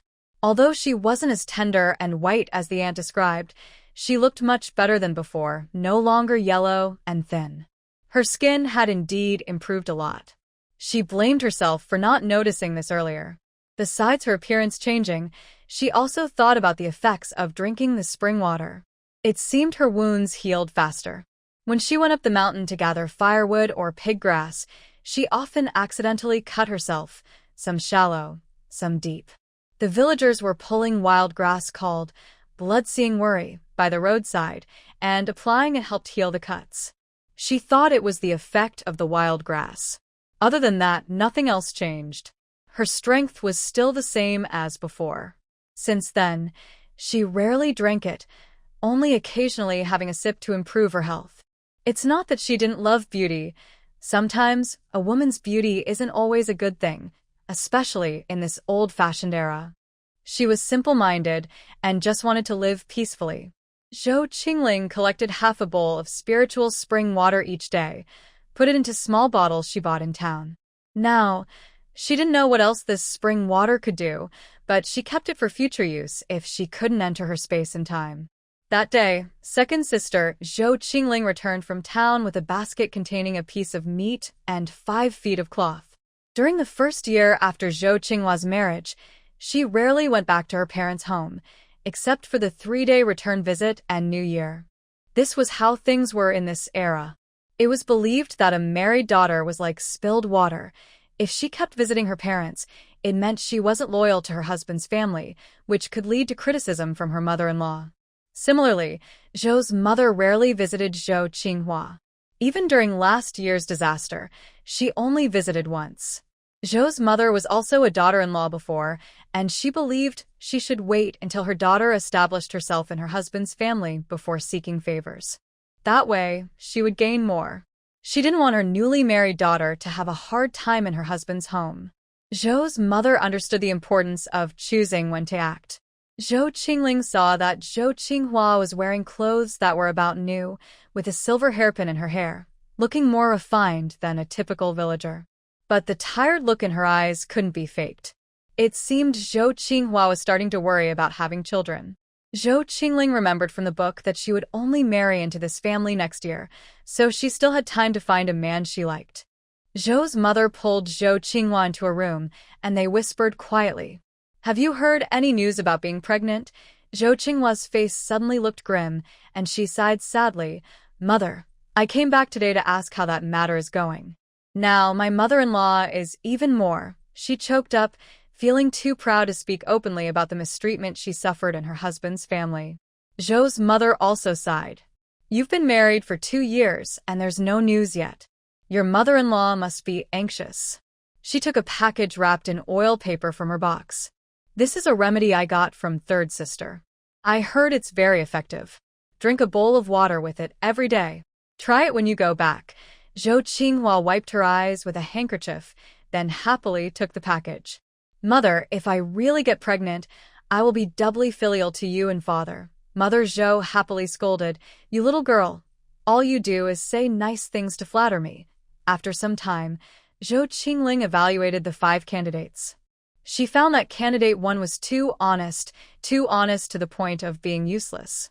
He let others walk all over him without resistance. What's the point? Would she, a weak woman, need to protect him in the future? She crossed him off. Candidate 2 was a scholar studying at the village school. His family had fewer troubles, but he spent his days holding a worn-out book, talking nonsense, and speaking in a pretentious way. He often quoted old sayings like, "Every day," the words of Confucius, or "shameful to be cultured," or "a rotten wood cannot be carved." Listening to him recite poetry, Zhou Qingling could memorize it too. He was still studying hard, but his mind seemed slow. She didn't want to influence the next generation's intelligence, so she crossed him off. There are 3 more candidates, and they're even more specific. Candidate 3 lives not far from her home. He is tall and has well-defined features. Among the dark-skinned rural boys, he is quite handsome and fits Zhou Qingling's taste. She is superficial that way. 9 out of 10 men are bad, and 1 is a fool. Why not choose someone good-looking and easy on the eyes? As the saying goes, the one closest to the water gets the moon, so she started with him. The village's activities mostly happen by the river, in the mountains, or in the fields. Over the past month, Zhou Qingling learned their routines and often created chances to meet them by accident. Gradually, they could talk a few words, but if she liked someone, others might too. She wasn't sure if this man had a good personality or was just good at pretending. He was friendly to several girls, accepting their advances without rejection. She also saw a girl secretly giving him eggs. She crossed her out. She wasn't good at swimming, so it was inconvenient for her to hide around the pond. Candidate 4 was Zhou, the youngest son of the village head. He was 3 years older than her. Both shared the surname Zhou, but weren't closely related. Now, he was a scholar preparing for exams. He usually studied at the town school and only came home on weekends, often hiding at home reading. The village head's wife treasured her eldest son like a precious gem and wanted to find him a wife from the city. But he wasn't interested in her. She crossed him off. The last candidate's father died young, and his mother raised him alone. He was an only child, with 5 older sisters already married. The family was simple and well-off, and he was the only child, making him a good match. After observing for a while, I noticed that this person is very disciplined in both work and life. They have no bad habits, but they always put their mother first. When the mother said she wanted to eat fish, he didn't hesitate and immediately went to catch some from the river, showing deep filial piety. The bond between mother and son is very strong. Nothing can break it. Previously, the man had a childhood sweetheart, but his mother didn't like her, so he quickly gave up on her. That girl was so upset, she almost jumped into the river. This caused a lot of gossip in the village, and many women talked about it. Therefore, to marry the man, one must first pass his mother's test. Chingling wants a son like that, but she doesn't want to marry into such a family.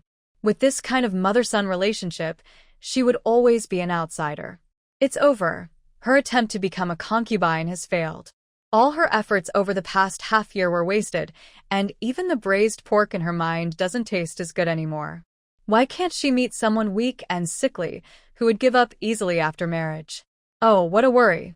Over the past few months, second sister Chingcha has been visiting more often, coming once a month and staying for half a day each time. When she leaves, Mother Ching often brings some fruits and vegetables, which are common in the countryside. Chingling wonders if they are discussing some secret. She listens from behind the wall for a while, but they don't seem to say anything important. Mother Ching is a bit confused about her second daughter coming back so often. At first, she thought something was wrong, but after asking, Chingcha just said she came to relax and look at the rice fields, feeling happy. Mother Ching doesn't understand. What's so interesting about that? She's been watching the fields her whole life. Chingling sits on a blue stone on the southern mountain, her secret spot, rarely visited by others. Because the mountain here is full of rocks and no grass grows, the villagers often use these stones to build walls. Since learning about her own fate, Chingling's feelings for Chingcha are complicated. She hates it. The things that haven't happened yet are still in the future, but she knows that in the story, that will be her ending, just a matter of time. Just as she was about to go down the mountain, she saw a figure in the distance. The person was very cautious, checking around carefully before slipping into the cornfield. Because they were far away, she couldn't see their face, but Chingling recognized her second sister, Chingcha. Why is she here in this remote place? Now is the time when the corn is just forming its ears. After Chingcha entered, she couldn't see her anymore. She plans to go and see, as her instincts tell her something is happening there. She quickly runs down the mountain. When she gets close, Zhou Chingling hears footsteps ahead and immediately hides in the cornfield. Soon a man appears. Because he is close, Zhou Chingling clearly sees his face. It's contestant number 4, Zhouan. Today, he is wearing a long blue robe. He has been wandering nearby for a while and then slips into the spot where Zhou Qingti is. Wow, she has already guessed the truth. Then, Zhou Qingling quietly follows him. At this moment, Zhou Qingti and Zhouan are in a passionate moment. Zhou Qingling almost drops her jaw. In this era, women see chastity as their life. Her second sister is definitely a tough woman. She even came up with a way to borrow a child. It's clear that the women around the main character are all tools. Her second sister is really desperate now. It seems her in-laws put a lot of pressure on her. To get pregnant, she is willing to do anything. They are in a very intimate moment. Maybe because they are in a hurry, Zhou Qingti's undergarment is loose, and her pants are completely off. Zhouan no longer looks like a gentle, noble man. He seems a bit wild and flirtatious. While working, he breathes heavily and asks, "Ah Ti, I missed you so much." Feeling good, Zhou Qingti's voice is soft and charming, her gentle moans like a small motor stimulating the man. Their voices are quiet, both trying to hold back. Am I better, or is your lucky man better? Goodness, men are all the same. No matter who treats their wife better, they always want to compete and win. But women are tricky. Trust women, they can deceive badly. Obviously, Zhou Qingti understands this. She keeps begging for mercy. It seems this isn't their first time. Zhou Qingling quickly covers her eyes, afraid of seeing too much, and swiftly slips into her space. She considers whether to let someone catch them in the act. If that happens, Zhou Qingti won't be able to stay with her in her in-laws' house, and will be forced to leave. Then, her own problems will naturally disappear. But thinking about the background of this era, if she does that, the cost will be high for her. In families, if a woman is dismissed or involved in a scandal, the entire family's reputation is affected. Especially if Zhou Chingcha is her own sister. Once the scandal is exposed, she will never find a good marriage. She will be pointed at and talked about for her whole life. When rumors spread, future in-laws will use this against her. The cost of such a scandal is very high. Although this solved her immediate problem, it also caused her to lose a lot. Zhou Chingling picked up a stone on the ground and threw it near the two people, then quickly returned to her space. After hearing the noise, the two of them were startled like frightened birds. All their plans were gone. They just wondered if this would leave a shadow in the man's mind. They hurriedly put on their clothes and left quickly. After that, Zhou Chingcha didn't go back to her family for a long time. Late at night, Zhou Chingling was lying on her bed. Half asleep, she heard a ding sound in her space. The third book appeared. She immediately entered her space. This time, the story was about the fourth brother, Zhou Guanghai. A rural person wanted to change his fate. Besides special opportunities, the only chance was the imperial exam. He relied on his real skills to improve his family's reputation. But it's easier to talk about than to do. There's a saying, when one person gains enlightenment, even the chickens and dogs rise, which is not just a metaphor but a real situation. Zhou Guanghai was 14 when he passed the local exam. His village's school was good for basic education, but to go further, he had to go to the town or county. In ancient times, there were few ways to learn, and it was all about mentorship. Ordinary people rarely had access to past exam papers, so how could they prepare for the exams? The county's Lushan Academy was a place every student wanted to attend. Many successful candidates, and even top scholars, came from there. Getting into Lushan Academy was like being halfway to success. However, the entrance requirements were very strict. First, you had to be talented. The principal valued talent, and even if you had no money, you could study there. Second, you could be recommended by someone. Third, there was sponsorship. But not everyone could get sponsorship. It depended on your ability. Ahem. The principal also needs to eat and wear clothes, right? Sometimes a little help was needed to give weaker students a chance, boosting others' confidence. But if you broke the rules of the academy, no amount of money could help. Zhou Guanghai is not a genius. He is just an ordinary person from a poor family. To get into Lushan Academy, he could only rely on recommendations. However, Zhou's family are rural folks, generations of poor farmers.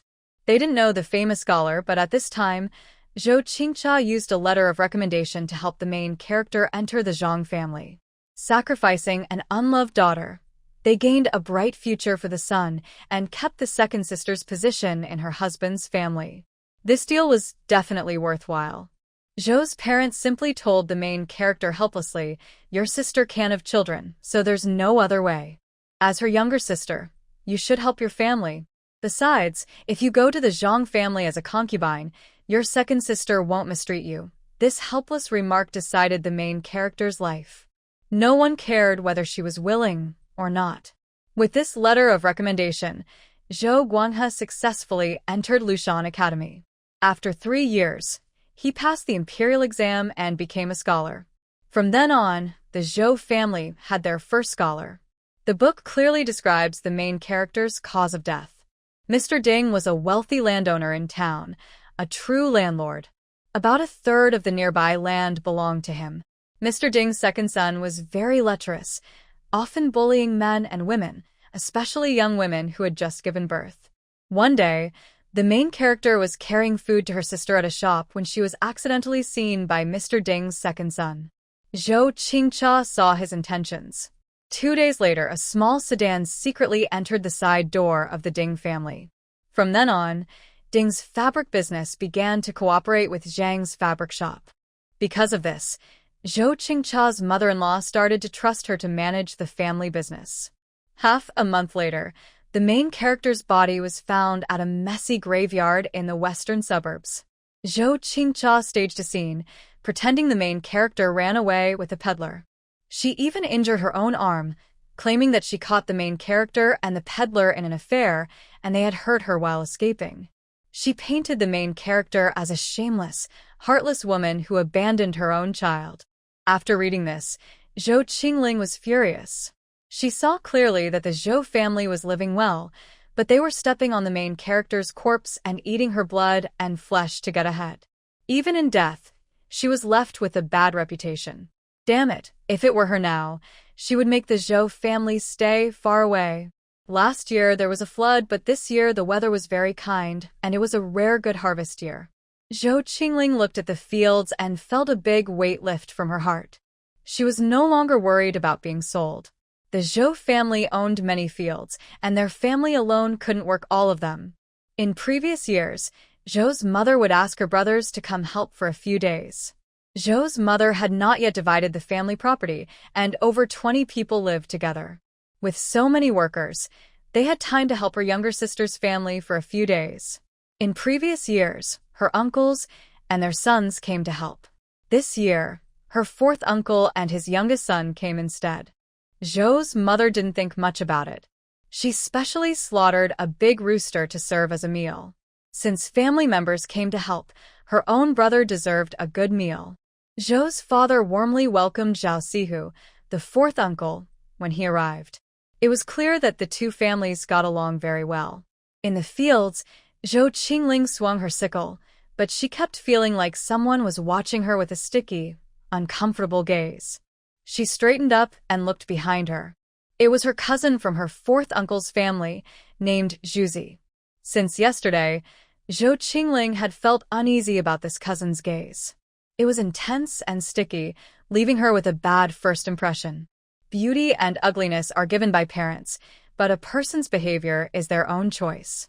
This cousin was not tall, and his appearance was not attractive. He looked like he had taken his father's bad features. In modern terms, he was quite creepy. She tried to avoid him and stay away. Zhao Sihu saw his son staring at the girl and quietly walked over to Zhuzi, giving him a push. He used his eyes to warn him to be careful with his behavior. Only then did Zhuzi look away and focus on his work. Zhao Sihu sighed inwardly. His son's feelings were obvious on his face. Staring so openly was pointless. It didn't accomplish anything. This year, the reason his family came to help his sister's family was entirely because of his son. His youngest son was 17 and had not yet found a good girl in the village. Their family was average, and they couldn't afford a big bride price. His son also wanted to marry a beautiful girl. So, he volunteered to bring his son over this year, thinking that his sister's family had a daughter-in-law who was not yet married. They knew each other well, and he hoped to arrange a good marriage. He believed his sister wouldn't mind him asking for this favor. He never thought about why his son still hadn't found a wife. Maybe Zhao Sihu knew, but he didn't want to admit it. As the old saying goes, even dung beetles praise their own children, and hedgehogs think their babies are the brightest. Zhou Qingling bundled the harvested rice stalks to make them easier to carry home. Suddenly, large hands rested on the bundle she was holding. Zhou Qingling quickly withdrew her hands. Zhao Zuji, with a simple and cheerful expression, said, "Cousin, let me help you." Zhou Qingling looked very displeased. She knew she had to be clear about her attitude at this moment. If she avoided him, he might think she was acting like a young girl and become more overbearing. She said angrily, "Brother Zuji, there are so many rice stalks in the field. Why do you want to grab the ones I've already tied up? Are you trying to be lazy?" After saying that, she turned around and went to work near Zhou Fu. Zhou Fu watched the scene and felt unhappy too, but because it was his brother-in-law helping and he didn't want to offend him, he said nothing. All day, Zhou Qingling stayed close to Zhou Fu while working. During these busy farming days, Zhou Qingling didn't show a friendly face to her cousin and spoke unkindly. She thought, since her attitude was so clear, most people wouldn't give up easily. But she underestimated a man's desire to find a wife. Harvesting crops is tiring work. Everyone in the family, young and old, would join in. No one had the energy to go to town. This was also the time when they needed to rest and regain strength. So, the butcher would bring pork into the village to sell. That afternoon, Zhou's mother gave Zhou Qingling some coins, telling her to buy some meat to help the family stay healthy. As the sun was about to set, Zhou Qingling went home to cook so that the workers returning from the fields could eat soon. The meals were simple, unlike modern stir-frying and frying. She made twice as many cornbreads as usual, picked some greens from the yard, added sliced meat, and cooked everything in one pot, saving time, effort, and firewood. When it was almost ready, Zhou Qingling stopped adding firewood to the stove and let the residual heat finish cooking. The workers had also returned from the fields. The kitchen was hot and humid, so they ate outside in the yard. Zhou Qingling neatly set the bowls and chopsticks. Just as she was about to serve the soup, a voice she disliked spoke beside her. "Cousin, be careful not to burn yourself. Let me help you." With that, the hands reached out and touched Zhou Qingling's hands. Zhou Qingling was very surprised and immediately pushed away. However, the strength difference between the man and woman was clear. Zhao Zuji kept getting closer. She took a few steps back, pinning Zhou Qingling against the wall. As Zhao Zuji's had leaned toward her, Zhou Qingling shouted loudly, "Help!" "Mother, father," Zhao Zuji didn't expect Zhou Qingling to call for help. This was different from what his mother had taught him. She said women are most afraid of losing their reputation. Even if he did something to her, she would endure it silently and not make a sound. He thought, since he had already touched her, she might as well marry him, and he could take some advantage. Zhao Zuji saw his younger sister and Lin Guihua walk into the kitchen. Their faces turned red. He wanted to say something but didn't know what. Now that Zhou Qingling had a chance to breathe, her anger grew. She couldn't hold back and shouted, "Zhao Zuji, I am still young, but you are already of marriage age. Don't you know about the difference between men and women? Shouldn't you keep some distance? Don't you know about manners, integrity, and shame? Or are you doing this on purpose to ruin my reputation? If so, you're really mean and my mother has been kind to you. You're doing something that damages our family's name. My younger brother wants to pursue a career. Do you want our family to be looked down upon in the village?" She deliberately hinted at Zhou Guanghai. She knew her position in her mother's heart, but Zhou Guanghai was the hope of the whole family. For his reputation, her mother wouldn't let Zhao Zuji secretly harm her. When Zhou Qingling said this, her mother's face suddenly fell. She had noticed her nephew's intentions these days, but felt conflicted. Her family's life was not as good as her own. After her daughter married out, she wouldn't get any help. But she also felt sorry for her nephew. Over the past few days, her second brother had hinted that Zhao Zuji liked the third girl. That evening, she told her husband about it. Her child's father shared her opinion and didn't agree with the marriage. Her mother had been unsure about what to do. But hearing her third girl speak so clearly, she finally woke up. She knew she couldn't let this young man ruin her family's reputation. Compared to her own son, her mother would naturally choose her own child. Zhou Qingling didn't stop. Since everything had already started, she decided to make things clear. She saw her mother hesitating about this matter, so she had to put an end to it early. If her uncle-in-law spoke up later, it would be too late and could harm her future reputation. He continued, "There's no mirror at home, no water jar either. You should look at yourself. My second sister is married in town, and my younger brother is studying at school. A frog wishing to eat swan meat doesn't even realize if it's suitable." Zhou Qingling's words were very harsh, showing she was proud and looked down on others. She just wanted to make Zhao Zuji give up his hopes. After speaking, she put down her spoon and went to her parents' room. Everyone in the family was surprised by Zhou Qingling's anger. No one spoke for a moment. They didn't expect the usually quiet third daughter to be so angry. Lin Guihua held the child and thought, "My sister-in-law is really pushed to her limit. Even a rabbit will bite when it's cornered."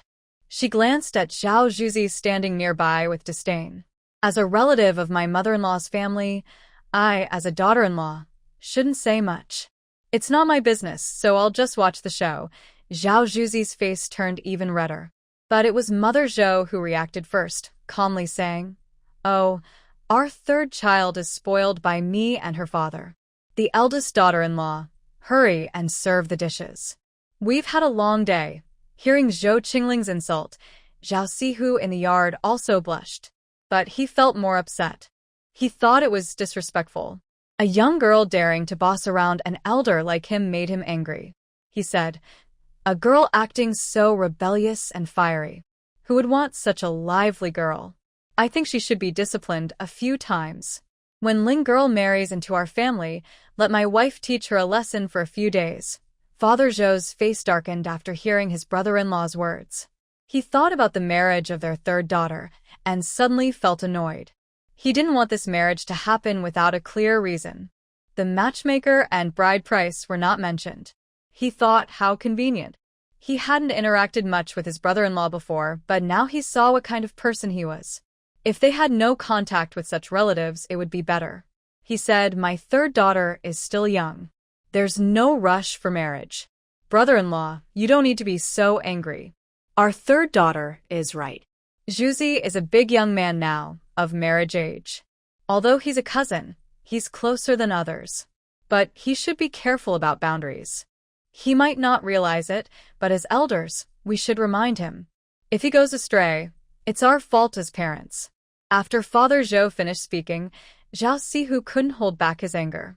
It was clear that Zhou was refusing the marriage. He wanted to slam the table and leave. Mother Zhou saw that the atmosphere was tense and quickly stepped in to smooth things over. She managed to calm down Zhao Sihu and Zhao Zizi. Zhao Sihu really wanted to leave, but now that they had gone home, it would take them 2 or 3 hours to get back. It was already dark outside, and when they arrived home, there would be no dinner prepared for the two of them. At this time, food was very precious. Moreover, my younger sister's family had cooked meat. Our Zhao family had many members and was not as wealthy as my sister's family, so opportunities to eat meat were rare. Although these days were busy with farm work and tiring, the food was truly good. After the meal, besides Mother Zhou saying a few words, the atmosphere at the table was quite awkward. Mother Zhou left a small steamed bun and a bowl of vegetable soup for Zhou Chingling, and Lin Guihua carried them into the house. The next day, Zhao Sihu and Zhao Zizi left. The first harvest was almost finished, and the next tasks became easier. That night, Zhou Chingling lay on her wooden bed, tossing and turning. She thought about Zhao Zizi. Although she had safely avoided trouble this time, she was worried there might be another Zhao Zizi in the future. She was anxious every day about her marriage, not being decided yet. She feared her parents might arrange her marriage without her knowing. It would be better if she chose her own partner first. She reviewed the young men in the village who might marry her. Honestly, candidate number 4 was the best in terms of conditions, but he had a relationship with her second sister, which she found unacceptable. She immediately dismissed him. Maybe candidate number 5 would do. Choosing a husband was like buying goods. If she couldn't get the best, she could settle for something with minor flaws that was still good value. As long as he didn't favor his mother over her and she felt comfortable with him, that was enough. Living a life where they didn't have to share feelings or be overly emotional could be nice. Not investing too much emotionally meant fewer disappointments. Once she made up her mind, she set her target and began planning her approach. First, she needed to observe candidate number 5's daily routine. She had already gathered this information during the initial selection, so that was easy. Next, she looked for opportunities to meet him by chance. In the countryside, girls didn't wear fancy dresses, but being clean and fresh was still possible.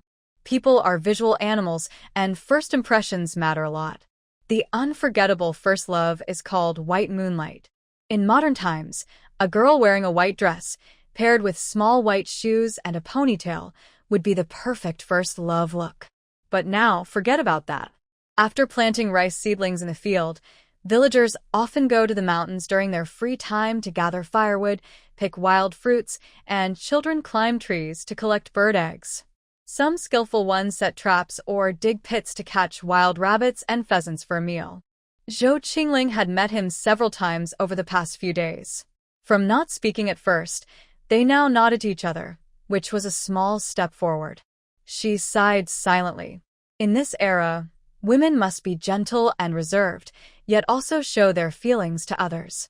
It's very difficult. Could she just be straightforward and force her way? But what worries her most is that her mother, who is the mother of contestant No. 5, has already asked a matchmaker to arrange a marriage for her. She no longer wants a slow, gentle courtship. She has her eye on this particular person, and she doesn't want to give up easily. But how to approach him is a skill. Being too forward might make others think she's reckless, and the villagers' gossip could ruin her reputation. The third step is to find the right environment.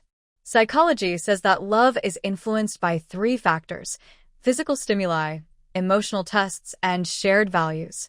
For example, the beautiful snowy scenery at a ski resort or the cozy atmosphere of a candlelit dinner can stimulate fantasies and feelings of infatuation. Another example is the suspension bridge effect. In exciting environments like rock climbing or rafting, physical tension can be mistaken for romantic excitement, warming feelings. Similarly, the darkness effect. In dimly lit places, people tend to feel closer and more intimate. Now, she needs to stay calm and find the right opportunity. At the end of August, the weather was still hot and humid. In the morning, fog covered the mountain, and although the sun hadn't risen, it was still stuffy and damp.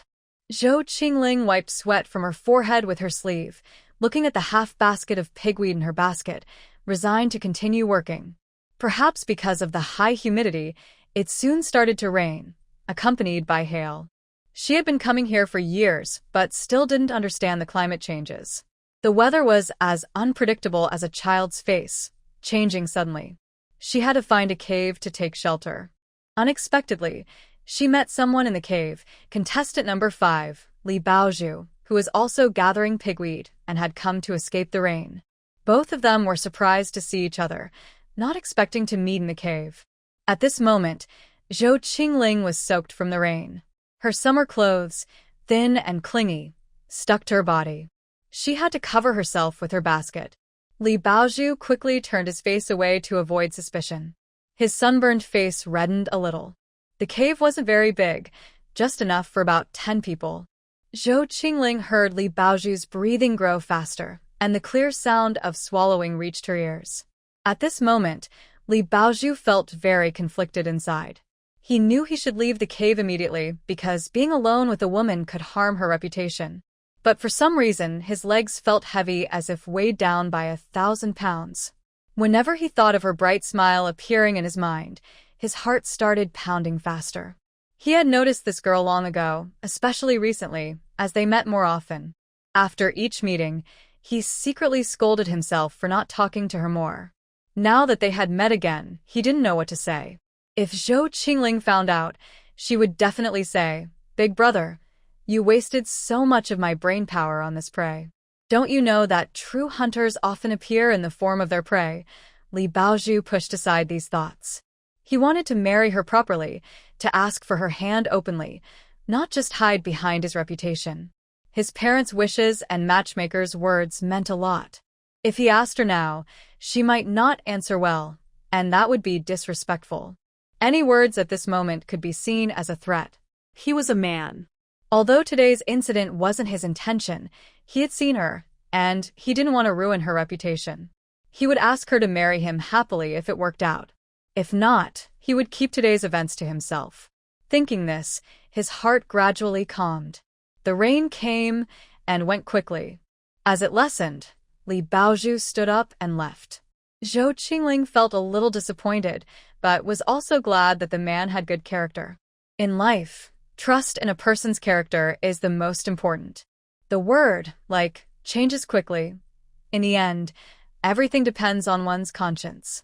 The man didn't look at her with lingering eyes, and was polite. Maybe she wasn't his type. Oh well, she thought, this path is long and difficult. When the rain stopped, she packed her basket and hurried away.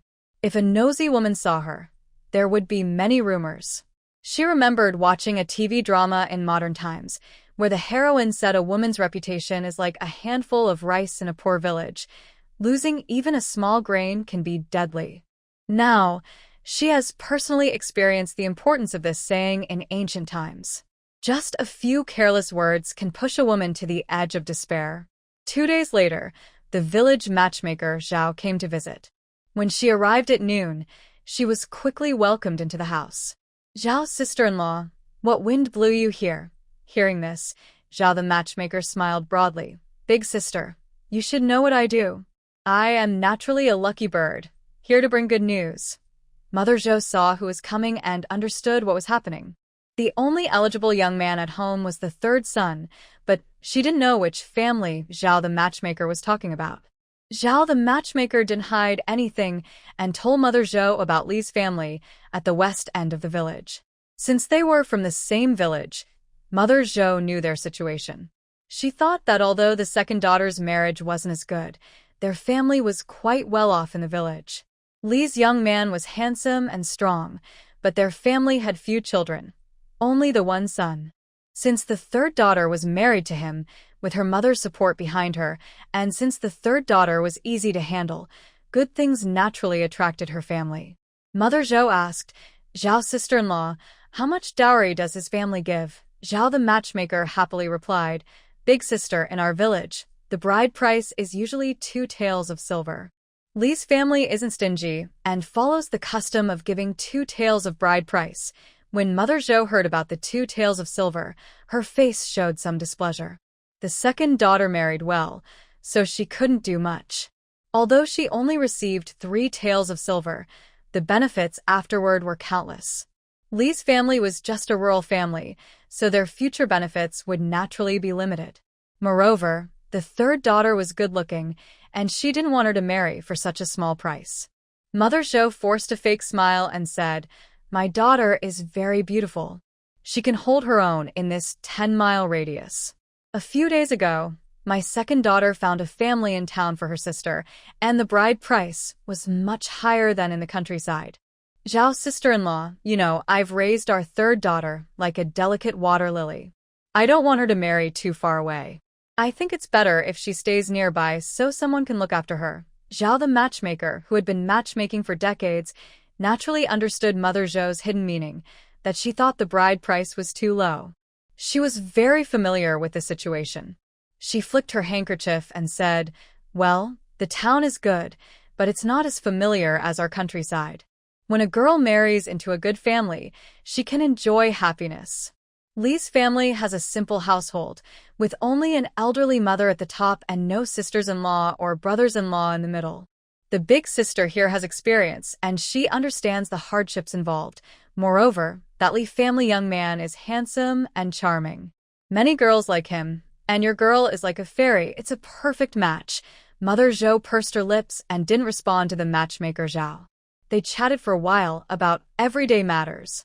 Finally, Mother Zhou said, Zhao, arranging a marriage for my daughter is a big matter. I need to discuss it with my husband first. The matchmaker Zhao knew that no marriage proposal was ever successful on the first try. The girl's family always had to be cautious. Smiling, she said, All right, I'll wait for good news about my second sister. After saying this, she left. When Zhao arrived, Zhou Chingling was in the yard cutting pigweed. Seeing the matchmaker, her heart was tense. She was still trying to win over candidate number 5. She was worried, and her fears came true. But when she heard it was the Li family, she felt relieved. It seemed that the man that day wanted to give her an explanation. She wasn't just eager for the match. Next, Mother Zhou and the Li family exchanged hints about the betrothal gifts. They negotiated for 2 months before reaching an agreement, a few silver coins and a fine cotton cloth. Li Baozhu is 1 year older than Zhou Chingling. Zhou Chingling will come of age next year, so the wedding is planned for autumn. When the wedding was decided, Zhou Chingling felt neither happiness nor sadness. It was like completing a task. She thought about her future life. She shouldn't expect too much from her partner. That way, she wouldn't be disappointed. Disappointment in life leads to resentment, and life only becomes harder. In this era, getting a divorce is very difficult. Women who leave their husbands face even tougher lives. As long as she stays true to herself and keeps her space, her life in this era won't be too hard. Another year passed quickly. During this time, although she and Li Baozhu had agreed to marry, they didn't communicate much. The main reason was to avoid suspicion. Sometimes, Li Baozhu would send fish caught from the river to her family, or they would meet on the mountain, where he would give her a bundle of firewood. She didn't want to be criticized or seen as impatient at a young age, rushing into a relationship before marriage. She valued her reputation. Everywhere, there were people who liked to gossip and ruin others' names. Most people probably wouldn't believe the rumors, but that didn't stop everyone from spreading idle talk. These people may not be happy with their own lives and might not want to see others doing well. If you say they're very mean, maybe that's not entirely true, but human nature is often to dislike seeing others succeed because it makes their own struggles seem less significant. When Zhou Chingling occasionally meets Li Baozhu in the village, she can tell that Li Baozhu likes her. A person's eyes don't lie. Li Baozhu looks like a shy young man. When he sees her, he scratches his head and doesn't know what to say. Zhou Qingling finds him very cute. Although she is no longer young enough to be naive about love, she still feels that innocent feelings are the purest. In June, the weather is very hot and the heat waves roll through the air. The firecrackers in her space are used up and she has no more eggs. In a few days, they will start harvesting crops and she will have to work very hard. After shopping in the town, Zhou Qingling bought 2 chickens. When she has time, she plans to cook them to regain her strength. On the way back to the village, seeing no one around, she slipped into a field of crops and put the things she bought into her space.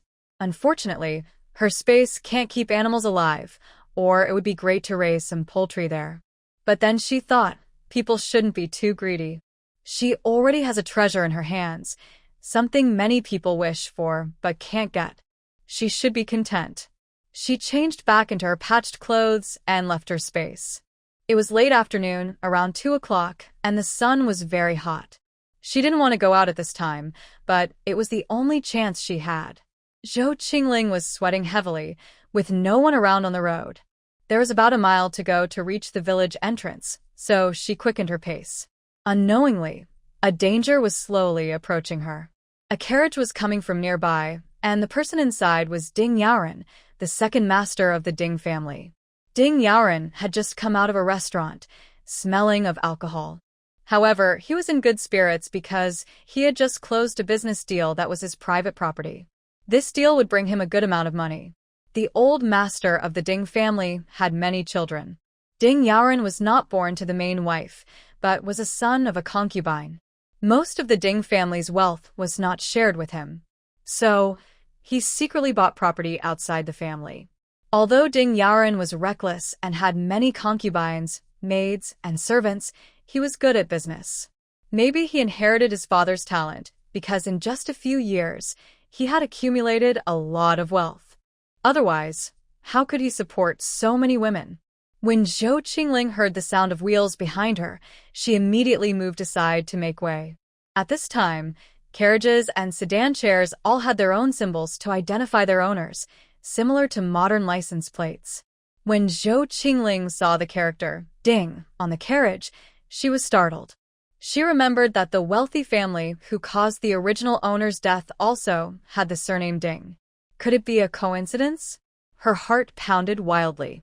The wind blew through the curtain, and Ding Yaoren happened to see Zhou Qingling's lively, deer-like eyes.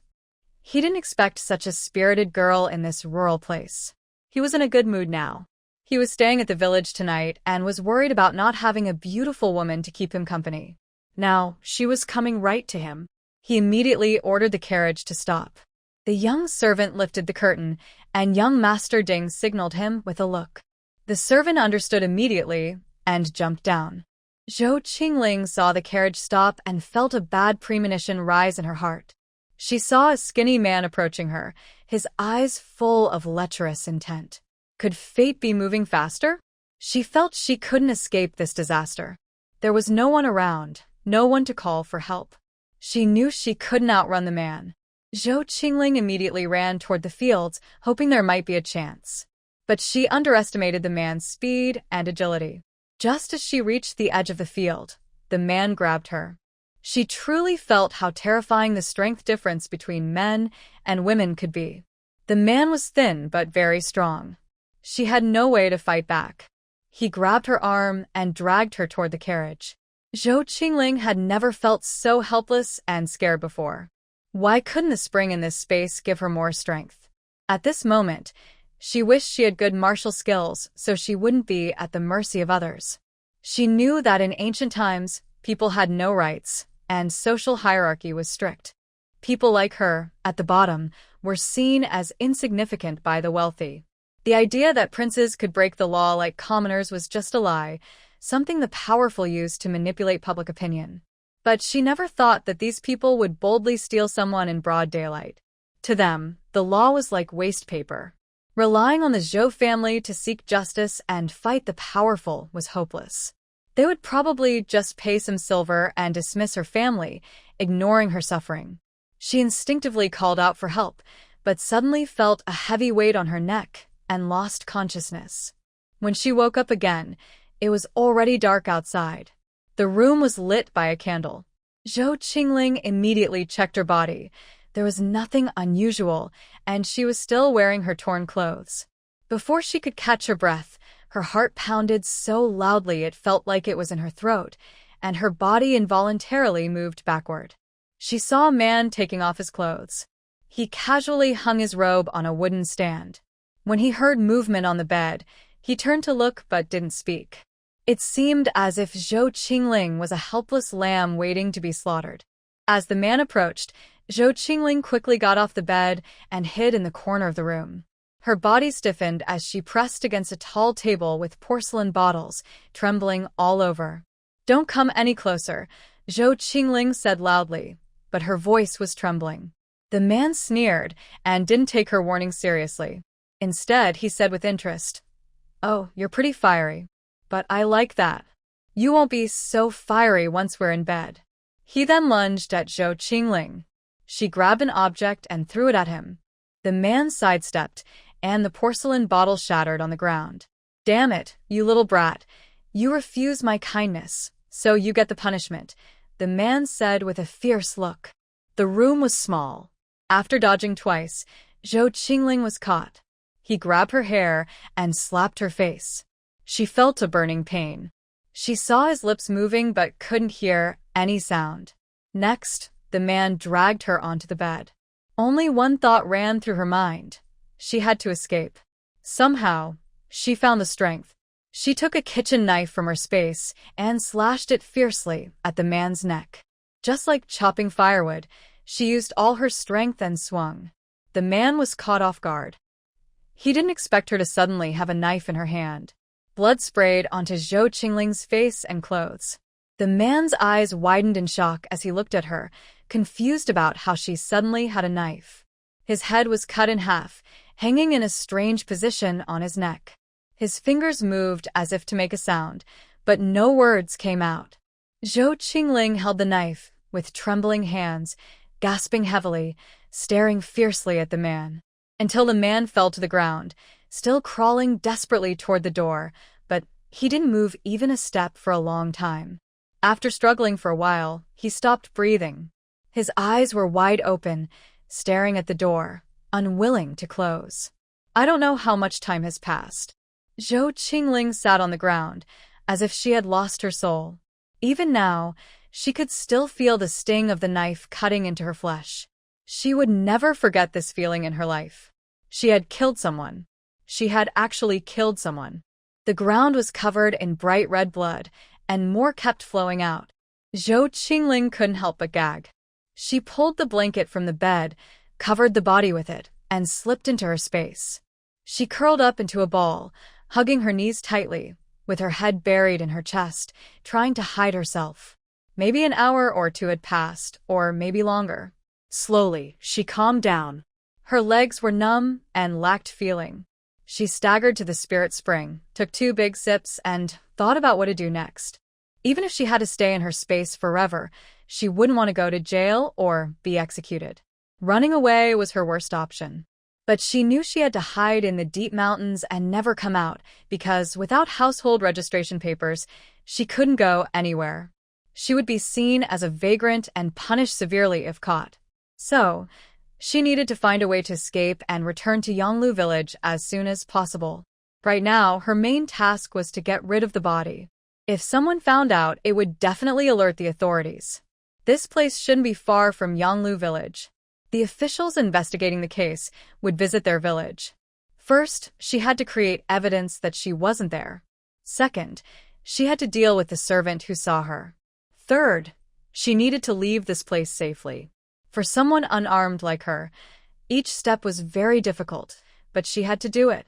The body was easy to hide, just throw it into her space. But if a person went missing, the servant would report it, and she would be involved. She had to eliminate the problem at its root. She didn't regret killing. If she had to do it again, she would choose to do the same. She just wanted to live peacefully. Not killing meant she would be the one to die. A bold plan formed in her mind. Chingling left her space. The room immediately filled with a strong smell of blood. She covered her nose and mouth. She looked around. The room was simply decorated, but the items were delicate. The room was divided into two parts, one for resting inside and the other for entertaining guests, similar to scenes from ancient costume dramas. Carefully, Chingling approached the door and listened carefully to the sounds outside. After a while, when she was sure no one was outside, she carefully opened the door. The yard was not very big, with a small fake mountain pond on the left, with water flowing at the bottom.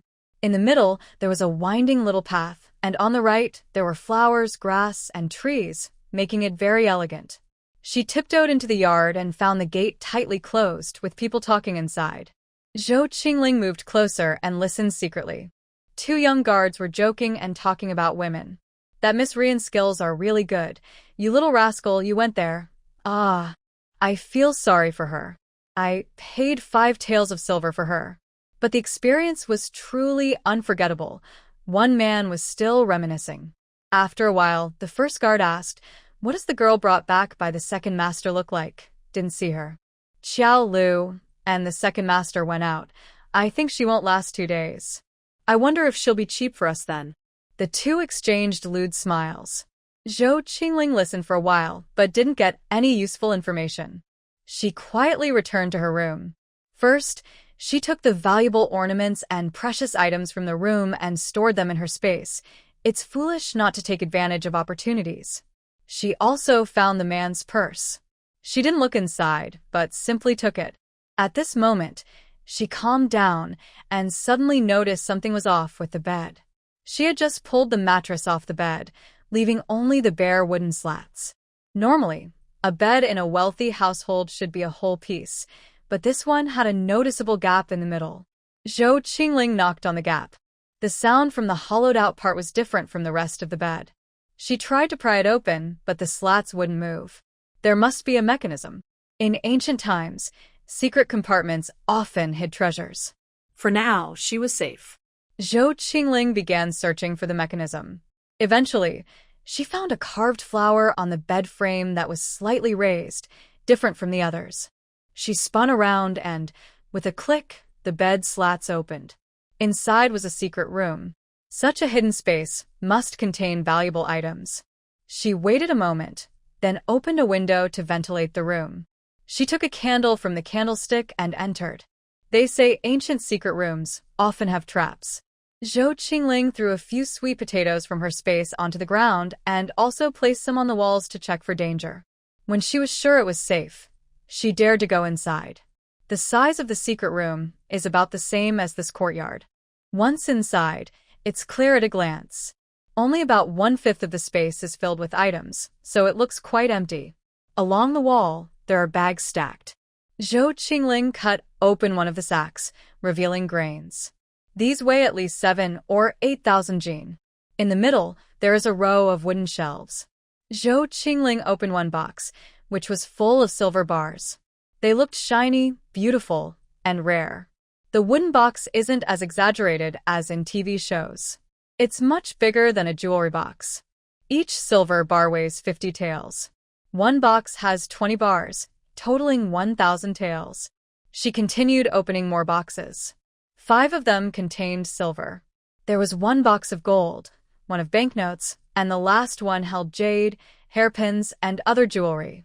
Chingling quickly looked over everything and threw it into her space. As the saying goes, misfortune and blessing are intertwined. This is true. Good luck and bad luck depend on each other, so never give up easily. When you feel hopeless, unexpected things might happen. Finding these gold, silver, and jewels could be called a ray of hope after darkness. Otherwise, as an ordinary farm girl, she would never have seen so much money in her life, let alone own it. But now, all of this belongs to her. Today has been full of ups and downs, very exciting. There are also some books and paintings on the shelves. In no time, she collected everything into her space. Her space is now packed, with only a narrow path left. Without saying more, Zhou Chingling quickly returned to her room. Earlier, she had stored a lot of flour in her space. She sprinkled the flour on the ground and kept patting it, making the particles float. As always, crossing over doesn't increase intelligence, but it does add life experience and knowledge. Her previous gas station and flour factory couldn't have phone calls or open flames. She remembered that flour could explode if certain conditions were met. First, the room must be sealed. Second, there must be an open flame. Third, the floating flour particles must reach a certain concentration. After doing all this, she knocked over the candlestick and threw flammable books and paintings onto the ground. Though she felt a bit sad, saving her life was more important, so she didn't hesitate. She retreated to the courtyard gate, hiding in her space, waiting for the fire to burn.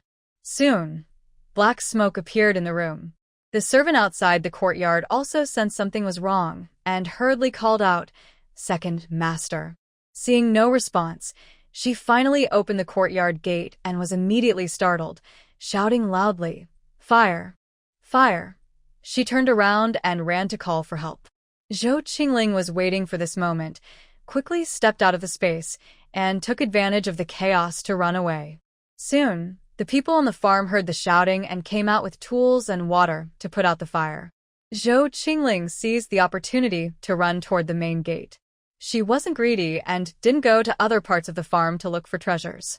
Finding these was already a lucky surprise. Greed could lead to trouble, and risking herself would be a bad choice. Since everyone was busy fighting the fire, her run was smooth. She was about 30 meters, then 10 meters away from safety. When she reached the gate, she sprinted out immediately. She finally escaped, whether from nervousness or the wind. She didn't know. Her whole body trembled, and her body wouldn't obey her. Her legs moved mechanically. Not long after, she heard a loud bang behind her, an explosion. That was no longer her concern. Zhou Qingling ran with all her strength, even though she knew the explosion might hurt innocent people. She didn't care. The servants who followed their master often did bad things, so they weren't innocent. She silently justified herself. She didn't know how long she had been running. Her mouth was filled with blood, and she was too exhausted to go on. She stopped. Suddenly, it started to rain, like fog, and her clothes were soaked without her noticing. She wiped her face with her hand and looked around. The moon tonight flickered between bright and dark, hiding behind clouds and then appearing again. This was a hilly area. The fields weren't connected like in the north. They stretched endlessly. The fields were divided into patches, growing corn taller than her. Occasionally, a gentle breeze rustled through, making a soft sound. There was no light around, and the quiet fields looked very strange. When she was running earlier, she didn't feel scared. But now, she suddenly stopped and looked at the small path ahead. Zhou Qingling remembered a ghost movie she watched as a child, Village Teacher. She swallowed hard, feeling a chill down her spine. It seemed like someone was behind her. She involuntarily shivered and kept repeating in her mind, "Trust science, trust science." Just as I was about to enter the space, suddenly a large hand appeared from behind. It held her tightly and covered her mouth, dragging Zhou Qingling into the cornfield. It was a man, much taller than her. Zhou Qingling could still smell the blood on him. A thought flashed through her mind. It's over. She had just escaped from a dangerous situation, thinking she was safe, but now she had fallen into a trap again. Could her fate really be like this? Could she never escape this danger? She struggled hard, and from above, she heard the man's cold, serious voice, "Don't move." His voice was quiet but firm, like a command she couldn't ignore. But in this situation, would she really listen? Even if it meant risking her life, she was determined to fight back against the man. It wasn't until he pressed a shiny big knife against her neck that she finally gave in. However, the man didn't make any further move. They stayed in this strange position, with her leaning against him. She didn't know what he wanted to do. Her back was turned to him, so she couldn't see his face. The man seemed to be waiting for someone. After a while, Chingling realized what was happening. Footsteps sounded from afar. There were about 5 or 6 people, breathing quickly, about 100 meters away from them. Where is he? He's poisoned by us. He can't run far. Search. Hearing the voices outside, Chingling held her breath involuntarily. Over the years, her heart had never beaten so fiercely. Today was definitely a bad day for her. She promised herself that every year on this day, she would stay at home quietly and stay safe. She stood stiffly, feeling the warm breath of the man behind her. The group searched for a while. Let's go. Let's retreat and look elsewhere. After they left, the man still didn't move. His sharp eyes scanned the surroundings like an eagle. About 10 minutes later, the group returned. Boss, it seems he's not here. They searched nearby for a while and the leader said, "Humph, he got away." Lucky him. Then the group hurriedly left again. The man still didn't move, and the surrounding silence returned. Time passed second by second.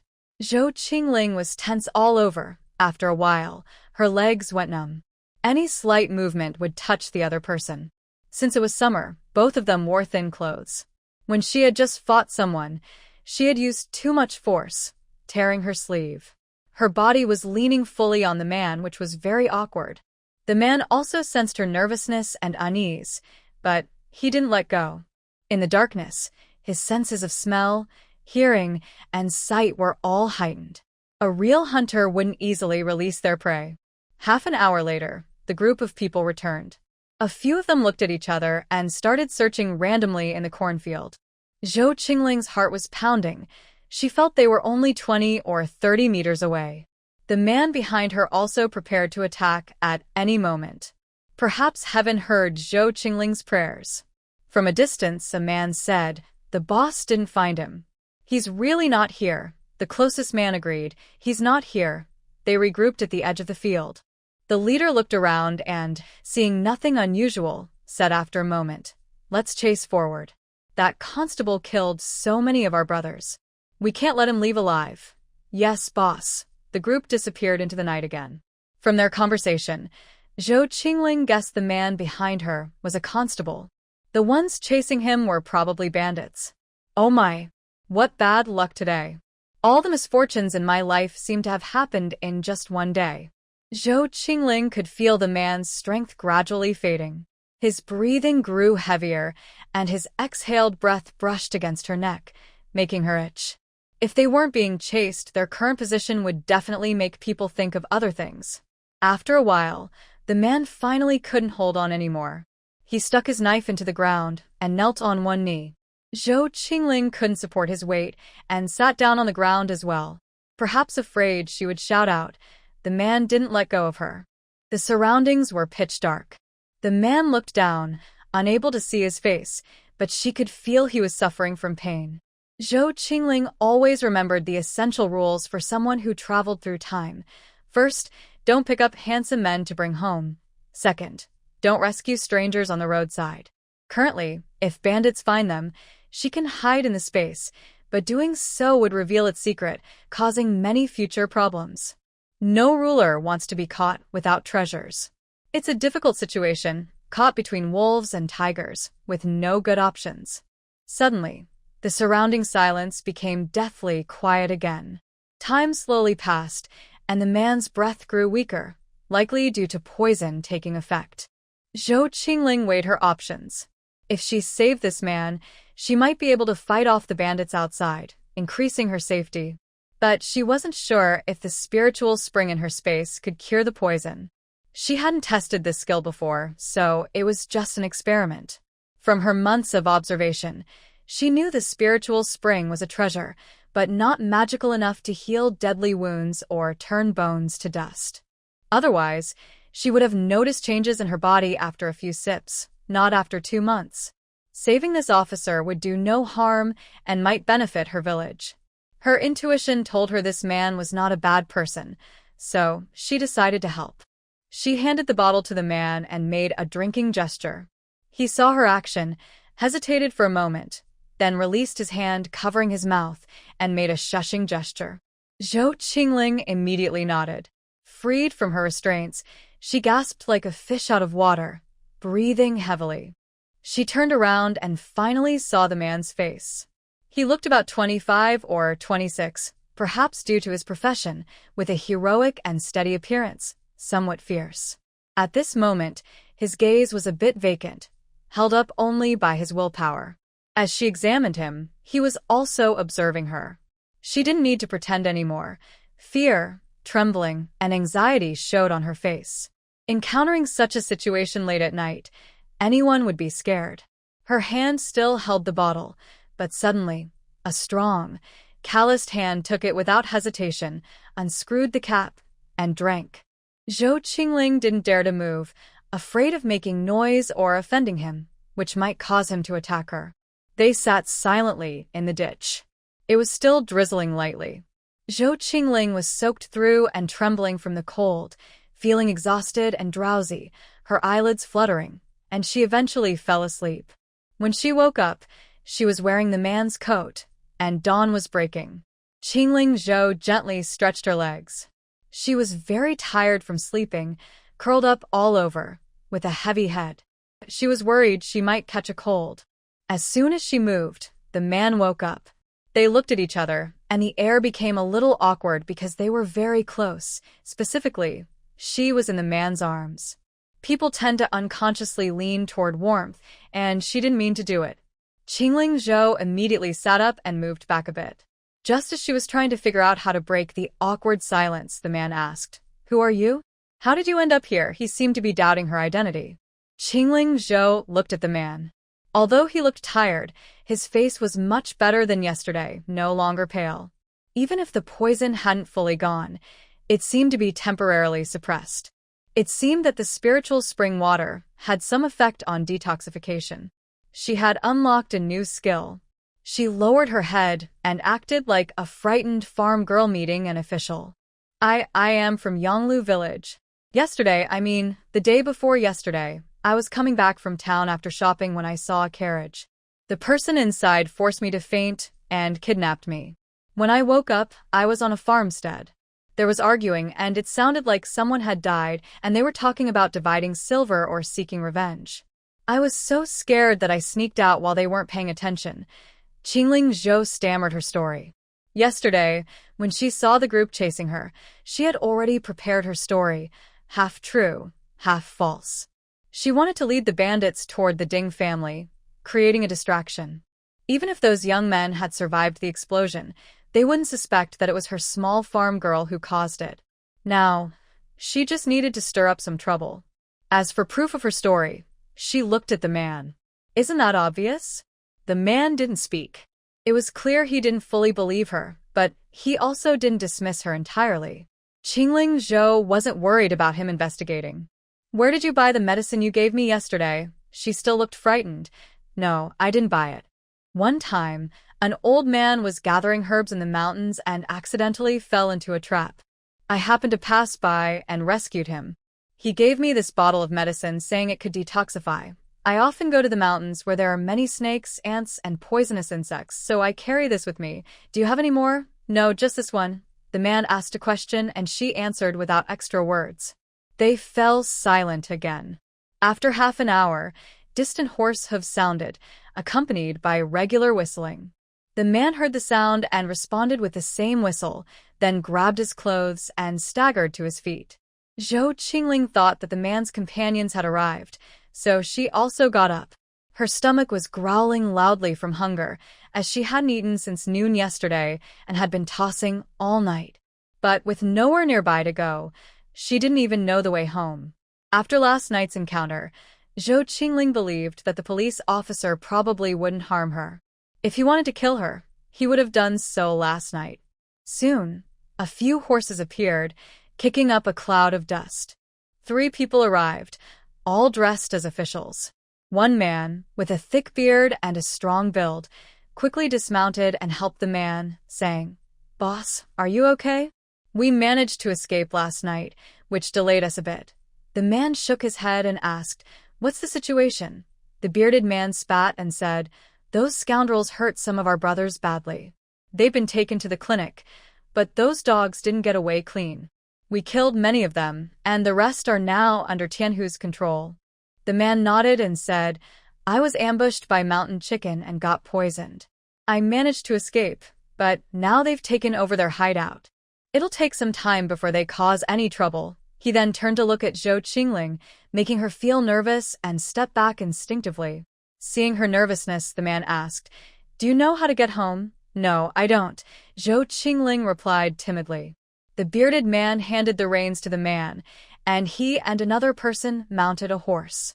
The man swung onto the horse, and before Zhou Qingling could react, someone lifted her onto the horse like a little chick. It was her first time riding a horse. Oh. It was so bumpy. My goodness.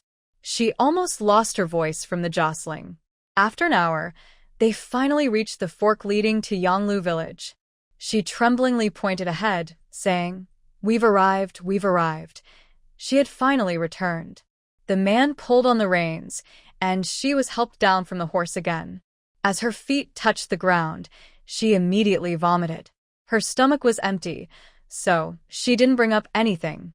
She wiped her mouth with her sleeve, enduring her discomfort, and asked, "Official, can you keep last night's matter a secret?"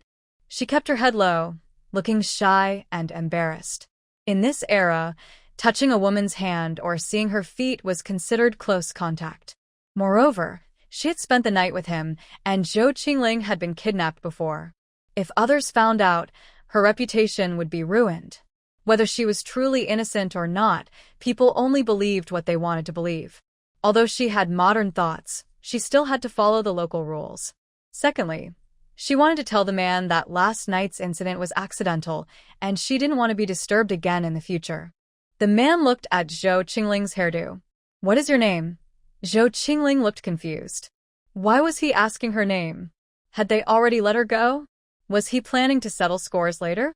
She could give a fake name, but her mouth moved faster than her brain, and she blurted out her real name. The man nodded slightly. Don't tell anyone about what happened last night. Be careful, or it might bring you danger." Zhou Qingling quickly agreed. Yes, I won't say a word." She then ran toward the village. The man watched her back and raised an eyebrow. Interesting. After going through such a thing, she didn't cry or make a fuss. That's quite something. He didn't have time to think more. His own situation wasn't good either, but the girl's medicine was effective. Most of the poison in her body had been detoxified, and she had regained some strength. Still, to be completely safe, she needed to visit the town's doctor. A man called Skinny Monkey nearby teased, "Boss, the iron tree is blooming." The man shot him a sidelong glance. "Get lost." All right, it seemed the boss was in a complicated mood. Zhou Qingling ran for a while, then, seeing no one behind her, entered her space. She drank 2 sips of spiritual spring water. Her body was hot, probably from a fever. She quickly ate 2 steamed buns to settle her stomach. She couldn't afford to faint now. She had to return home immediately. Zhou Qingling circled around the outskirts of the village and climbed up the mountain. She headed home from the foot of the mountain, so even if someone saw her, she could say she got lost in the mountains. When she arrived home, it was very quiet. The children who went to school and those working in the fields had already left. Her mother was inside mending shoes. She didn't know whether to feel happy or sad at this moment. In the past 2 years, she has successfully disguised herself as a nobody. It's sad that when she was missing for a night, no one in her family cared. Her relatives were so cold. If it had really been Zhou Qingling, she would have been very hurt. Mother Zhou saw Zhou Qingling come back and said annoyed, "You little brat, where did you go last night? I was worried all night. If you don't come back soon, I'll send someone to find you." Zhou Qingling pretended to look guilty. "Yesterday I went up the mountain and saw a wild rabbit. It ran farther into the woods, and I got lost." Later, I met a group of wild boars. I climbed a tree and didn't dare come down. Mother Zhou saw her messy appearance, but didn't think much. The third child was always honest and wouldn't lie. Next time, don't run into the woods like that. Got it, Mom. I got caught in the rain last night, and I feel really bad. Then why are you still standing here? Go make some ginger soup. Zhou Chingling went back to the kitchen. She drank some spring water, thinking it wasn't a big problem. She was just very tired. She lay on her small bed and fell asleep. She slept for 2 whole days but didn't rest well. She kept having nightmares. In her dreams, everything was blood. She was running desperately but was still caught. The man put her in prison, about to execute her. Then the dream changed, and she saw Ding Yaren's wicked face. She struggled hard but was assaulted by that beast. A few days later, she couldn't bear the shame and hit her head against the wall, dying. When Zhou Chingling woke up, she was covered in sweat and breathing heavily. She looked around. It was all a dream. She wasn't dead, nor was she in prison. But the dream felt so real. She didn't know if it was fate or the hippocampus effect. The hippocampus effect is when something you've never experienced before suddenly feels familiar, as if you've been there before at some point. She sat up. In the kitchen, there was a smell of herbal soup. When Mother Zhou came in, she saw Zhou Qingling sitting there staring blankly. She reached out and touched her forehead. Annoyed, she said, "You little brat, I told you not to run around. You caught a cold and cost me 20 copper coins." Mother Zhou kept talking as she stood nearby. Zhou Qingling knew it was better not to speak at this moment. Then Mother Zhou took a bowl of vegetable porridge from the pot. "Hurry up and drink it. Life is busy, and I still have to take care of you." Chingling Zhou took a big drink all at once, because she was very hungry. When her mother heard her crying, she forgot about scolding Chingling and hurried outside. Now that the 2 children are 1 year old, they babble every day and sometimes say a few words. The whole family is very happy. Even her father, a strong man, can't help but be proud of the 2 little children. She had been lying on the bed all day. Soon, the harvest season would start, and there was work everywhere, at home and in the fields. The Zhou family doesn't keep idle people. Her body felt weak and soft, probably from being frightened, but she had to get up. These days, she was lucky to have spiritual spring water with her. Without it, her small body would have collapsed long ago. She knew this was a mental problem, not something that medicine could fix. Only time could heal all wounds. After finishing the first harvest, it would be her birthday, which also meant she was about to come of age. That day, her mother surprisingly gave her a cooked chicken egg. After living here for years, it was the first time she ate an egg from her own chicken. Chingling Zhou hid in a corner and ate the egg. Only the eggs she ate herself truly belonged to her. A month later, news about Second Master Ding being killed by bandits finally reached Yanglu village. In ancient times, news traveled slowly. This information was heard by Li's young man working at a tavern in town. When he returned home on his day off, he told his family as gossip. When Chingling Zhou found out, it was a few days later. She was at the river washing clothes, which was a big event, and the news was still fresh. She learned about it from some women chatting happily. Recently, she hadn't left Yanglu village at all. She stayed quietly at home, going from the mountain to the fields to home, her daily routine. The women continued talking eagerly. Li's young man said that no one in the village was spared. Their heads were cut off, can you believe it? That bandits are really cruel. They burned the village completely. Even the officials were alarmed. One woman, who seemed to have just heard this, asked anxiously, "Did they catch the bandits?" Hearing someone ask, another woman eagerly shared her gossip. "No, yesterday, my husband went to town. The soldiers searched everyone coming into town. There were quite a few officials. Do you think the bandits might come here and cause trouble for our village?" Another woman asked. "Who knows? Let's be more careful. We should stay honest and stay at home for now." Everyone nodded in agreement. Zhou Qingling finished washing the clothes, holding a wooden basin, and thought about what everyone had said. Did the Ding family really get robbed by bandits, or? Her mind kept racing, almost crashing into a tree. Oh well. Forget it. No matter what, she would just blame the bandits for everything. Actually, it was somewhat related to those bandits. They didn't find anyone, but saw a fire in the distance. They went to the mountain village, which looked like a wealthy household, planning to take some things back. But after searching for a while, they only found some small amounts of silver. When the bandits arrived, more than 10 servants had not been killed in the explosion. Most were injured and lying in the yard. The bandits questioned them, but didn't find anything valuable. Frustrated, they killed the few people there. Chingling, thanks to the bandit brothers. They really carry the burden when needed. That night, Chingling planned to check her recent harvest. Most of her space was filled with grain.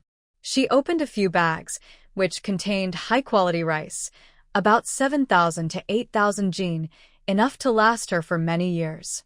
She wouldn't have to worry about food anymore. The main treasure was the silver. Chingling opened all the boxes and lined up the coins, happily touching them. With so much money, she wondered why she needed a man. Yonglu Village's sister was the richest. There were 2,000 taels of silver, and each gold piece was worth 20 taels. There were 10 of those. She didn't know how to convert the gold and silver here. It was beyond her knowledge. She planned to ask about it another day. She counted the banknotes. There were 30,000 taels. Such a large amount. But she was too afraid to exchange these banknotes for silver. Huitong Money Shop was a chain bank in this dynasty. To withdraw money, she just needed to take the banknotes to any Huitong branch. As long as they verified the notes, they would give her the silver.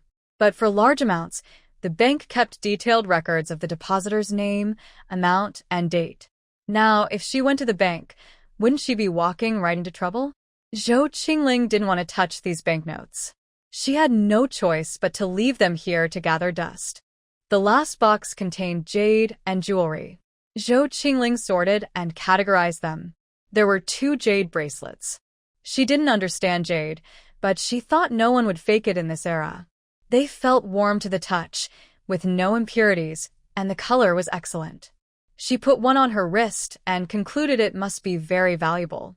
She also found 6 gold hairpins, 4 jade hairpins, a pair of carved hollow gold bracelets, all very finely made. She weighed them in her hand. They looked valuable. There was a string of pearl necklaces, with each pearl about 10 millimeters or larger, worth a lot. She also found a jade pendant, 2 agate bracelets, a gold turtle, and a pair of gold lovebirds. They weren't very big, but the carvings were very lively and detailed. All these items from the treasure box were high quality. This is what it means to become rich overnight. Chingling experienced it firsthand. Looking at these treasures, her eyes shone with excitement.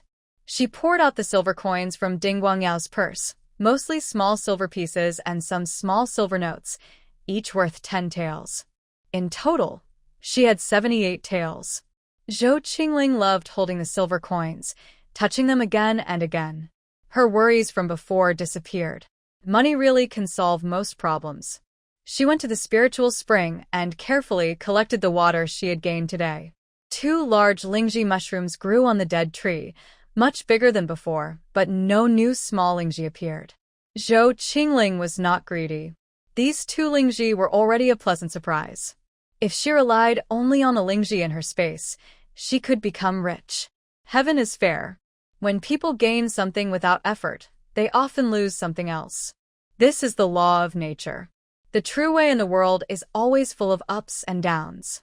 She also collected a layer of yellow powder from the lingzhi. Its value seemed even higher than the lingzhi itself. She wrapped the powder in oil paper along with the previous powder. Recently, everyone in the Zhou family was in a good mood, happy and excited. Chingling was especially happy because she had come into a fortune.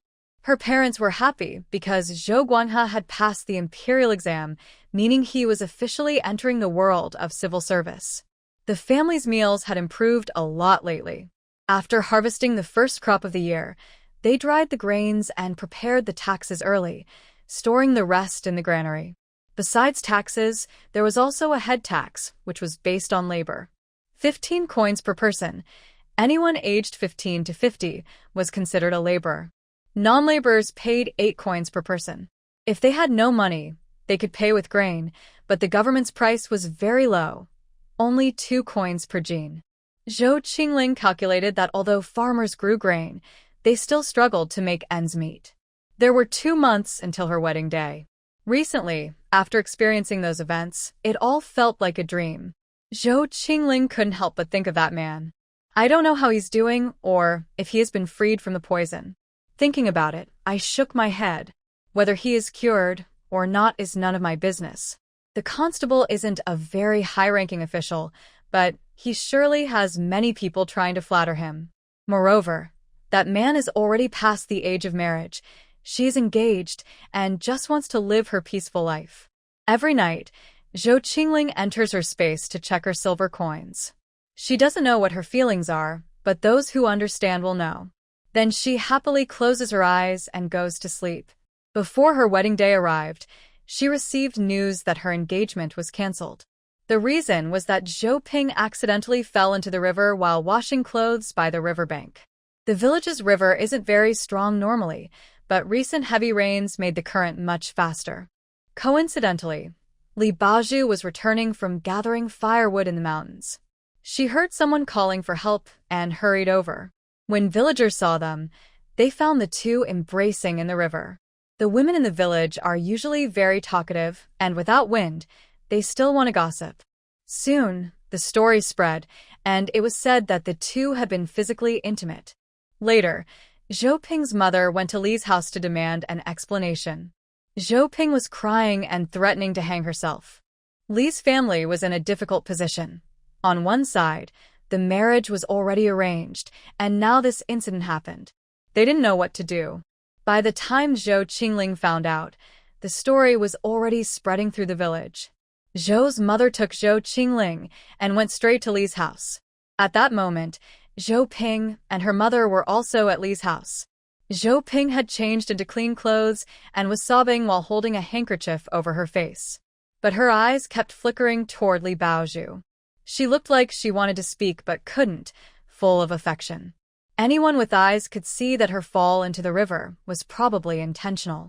Zhou Ping and Zhou Qingling's families had been close friends since childhood, and they still couldn't find any relatives from the Wufu family. Last year, Zhou Ping even went to Zhou Qingling's house to congratulate her when she got engaged. No wonder in modern times there was a saying about being cautious of fire, theft, and close friends. These are real-life examples. Zhou's mother saw her daughter acting flirtatiously at such a young age and couldn't help but slap her. Bah, shameless vixen, obsessed with men, even daring to steal my son-in-law. When Zhou Ping's mother saw her daughter being slapped, she quickly stepped forward, and they started to fight. Li Baozhu saw Zhou Qingling coming over. He felt like a child who had done something wrong. Facing the girl he liked, who was also his fiancée, he wanted to explain himself, but didn't know how to start. If he had known things would turn out this way, he would never have gotten involved. An hour earlier, he heard a woman calling for help. Without thinking much, since they were from the same village, he couldn't just stand by and do nothing. He knew that men and women should keep their distance, so he didn't jump into the river to rescue her directly. Instead, he quickly found a stick and tried to pull her ashore. But just as he managed to get her out, Zhou Ping slipped, pulling him back into the river. That's how things ended up like this. Zhou Qingling looked at Li Baozhu, who seemed helpless and regretful. She wanted to explain, but what was the point now? Maybe they were just not meant to be. Zhou Ping saw Li Baozhu approaching Zhou Qingling, her eyes full of hatred and resentment, mixed with a hint of glee. She looked wronged and ran between the two, kneeling directly in front of Zhou Qingling. Xiaoling, please help me and Brother Baozhu.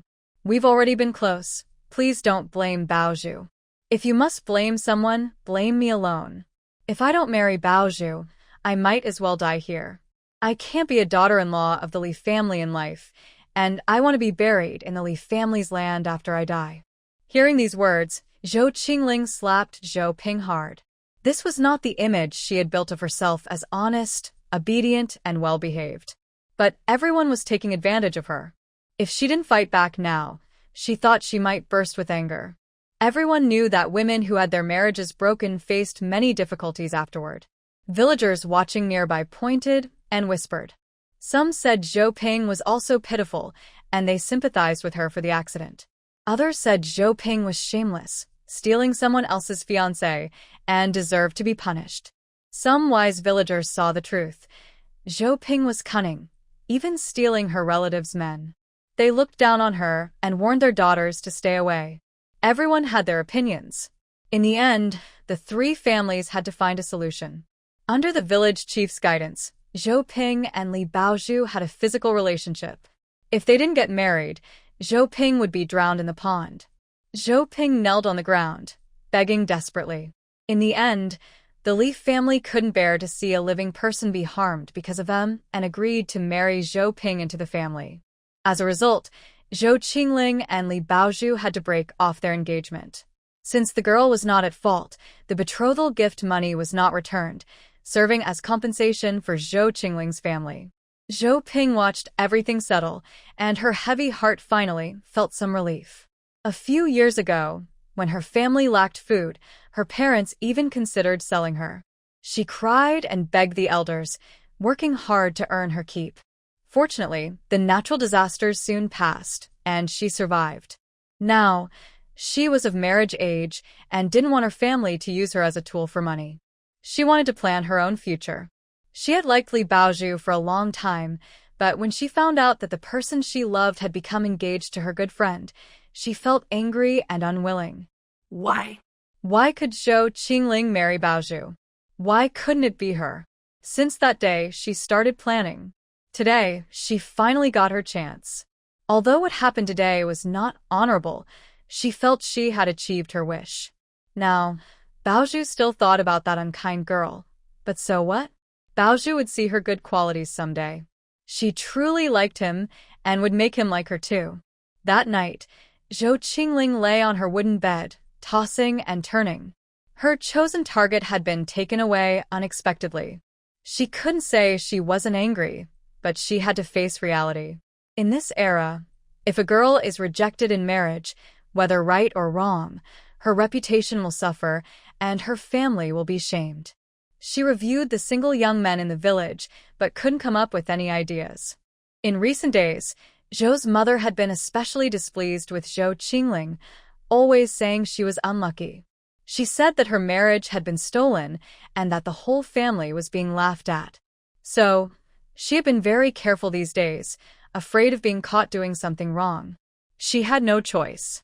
Her position in the family was like this. Usually, families that love their daughters would comfort them when they are wronged, but in this family that favored boys over girls, parents only cared if the daughter brought benefits or honor to the family. Everything else was not considered. Even if she thought about it, she wouldn't distract herself with the girl about to marry. Maybe this is the sadness of ancient women. Once married, a daughter is like water spilled out. It's truly gone, with no way to get it back. The quality of the marriage depends entirely on fate. Before she could decide what to do next, Mother Zhou found Madame Zhao, who hinted that she should lower her expectations, but the bride price must not be less. This meant that the man she was about to marry was probably a widower, an older bachelor, or someone from a remote mountain village, possibly bought back to be a co-wife. Although her reputation in the village was damaged, news spread slowly here. Marrying someone farther from the village meant fewer people would know. Most importantly, she was still young, and that made her the target of many men's attention. So she needed to find a way quickly to escape this difficult situation. One day, Zhou Qingling finished washing her child's diaper and hung it out to dry. She saw Mother Zhou chatting happily with a brightly dressed woman. When Zhou Qingling returned, Mother Zhou looked very happy, almost smiling from ear to ear. She hurriedly called her inside. "Xiao Ling, come in quickly. This is Madame Liu, a matchmaker from the county. She's here especially to find a match for you." Zhou Qingling was stunned. From the county? Could it be? Mother Zhou saw her dazed and thought she was shy. She praised, "Our third daughter is the most beautiful in the village. She just turned 16. I don't want her to marry so early. I wanted to keep her a little longer to stay with me. Madame Lu was experienced in talking to people. She continued smoothly, "That's right. If I had such a lovely girl, I wouldn't want her to marry so early either." She looked at Zhou Qingling again. "You're really pretty, more beautiful than the daughters of wealthy families in the county. Sister, you're truly lucky." The two women complimented each other, creating a scene full of harmony. They seemed like old friends who had known each other for years. Madame Lu then said, "Captain Shun is from our county," and she gave a thumbs up. "Anyone who wants to marry him. Well, I tell you, there are many lining up. If Captain Shen takes a liking to your girl, sister, you can look forward to a good life." Mother Zhou was even happier. Although the captain wasn't a high-ranking official, he held considerable power, something rural folks like them rarely had contact with. If someone likes her family, it is definitely a fortunate match, and they would agree without hesitation. The matchmaker took out 5 taels of silver from her purse. Mother Zhou couldn't stop talking, and the two exchanged polite words before the matchmaker was sent away. Chingling was still stunned. She hadn't figured out her future yet. The marriage was settled like that. Would she really spend her whole life with that person? Her mind kept drifting to the man's face. It all felt so unreal. Guanghai held the baby and smiled happily. "Congratulations to my little sister. When you marry into the town, don't forget how good your big brother and nephew are to you." There was a hint of sadness in her tone. She never expected her mother-in-law to want to marry her little sister to an old bachelor yesterday. Today, she was so lucky. The usually quiet younger sister had such good fortune. It seems life is unpredictable. You can never tell what will happen. Mother Zhou looked at Chingling with happiness. She was more kind than ever, and the gloom from before was gone. News about the third daughter of the Zhou family marrying a town constable spread quickly through Yonglu village, like the wind. Now, when Chingling went out to work, whether people knew her or not, they would greet her. "Young lady Chingling, going up the mountain." "Chingling, going to wash clothes." "Come here." "It's spacious here." Chingling, going to the fields. Soon, she became the most popular girl in the village. The kind older sisters and aunts would give her peanuts and chestnuts. From that day on, the Zhou family's attitude toward her changed a lot. Lin Guihua would willingly share her chores, saying, "Little sister-in-law, you're about to get married. Rest for a couple of days." She would also come to the kitchen to chat, complain about her older brother's hard work, and talk about her child's future. Chingling suddenly remembered a saying. In a busy city, no one cares about the poor. In deep mountains, distant relatives visit. Don't believe it? Just look at the wine in the cup. First toast the wealthy. People are often very realistic. At dinner, Mother Zhou even gave her a piece of fried egg, something she had never received before. In the past few days, Mother Zhou had been very proud in Yonglu village. Everyone there praised her, and even the gossiping Wang Hehua ran away looking embarrassed when she saw her. Father Zhou also felt very happy today. He was eager to build a good relationship with him. In the future, if someone in the government office needed help, they would take care of the village just like before. This is a big matter. A household's public expenses can be dozens of jin of rice each year. Saving a little means a family can eat for a month, and selling it could bring in hundreds of coins. The village head couldn't flatter him enough, secretly thinking, "Why doesn't my daughter have such good luck?" Compared to the family's happiness, Zhou Qingling felt much calmer. Honestly, she didn't dislike that man. In fact, she was a little hopeful. Marrying him now seemed like the best choice. But she knew nothing about his family background. She only knew he was a constable and that he wanted to marry her. She didn't know how many people were in his family, what their personalities were like, how old they were, or if he had children. She felt a bit nervous. After dinner, Mother Zhou called Chingling into her room. This was the first time she had a face-to-face talk with her parents since she was born. Mother Zhou shared many of her life experiences and gave advice on how to get along with her in-laws. Chingling just listened and nodded now and then, responding politely. In fact, her parents were trying to persuade her, making her understand that her roots were with her family. Only if her family was strong could she have confidence in her marriage. They wanted her to think first of her family. Mother Zhou spoke kindly on the surface, seeming to care for her, But her main idea was clear. She wanted good things for her family and hoped to keep Chingling close. Chingling felt nothing inside. In this era, especially in the countryside, 9 out of 10 families valued boys more. Sons were the backbone of the family, able to carry on the family line and take care of them in old age. So, they worked hard to save money for their sons. Daughters were seen as outsiders. If she ate an extra bite, it felt like a needle stabbing her.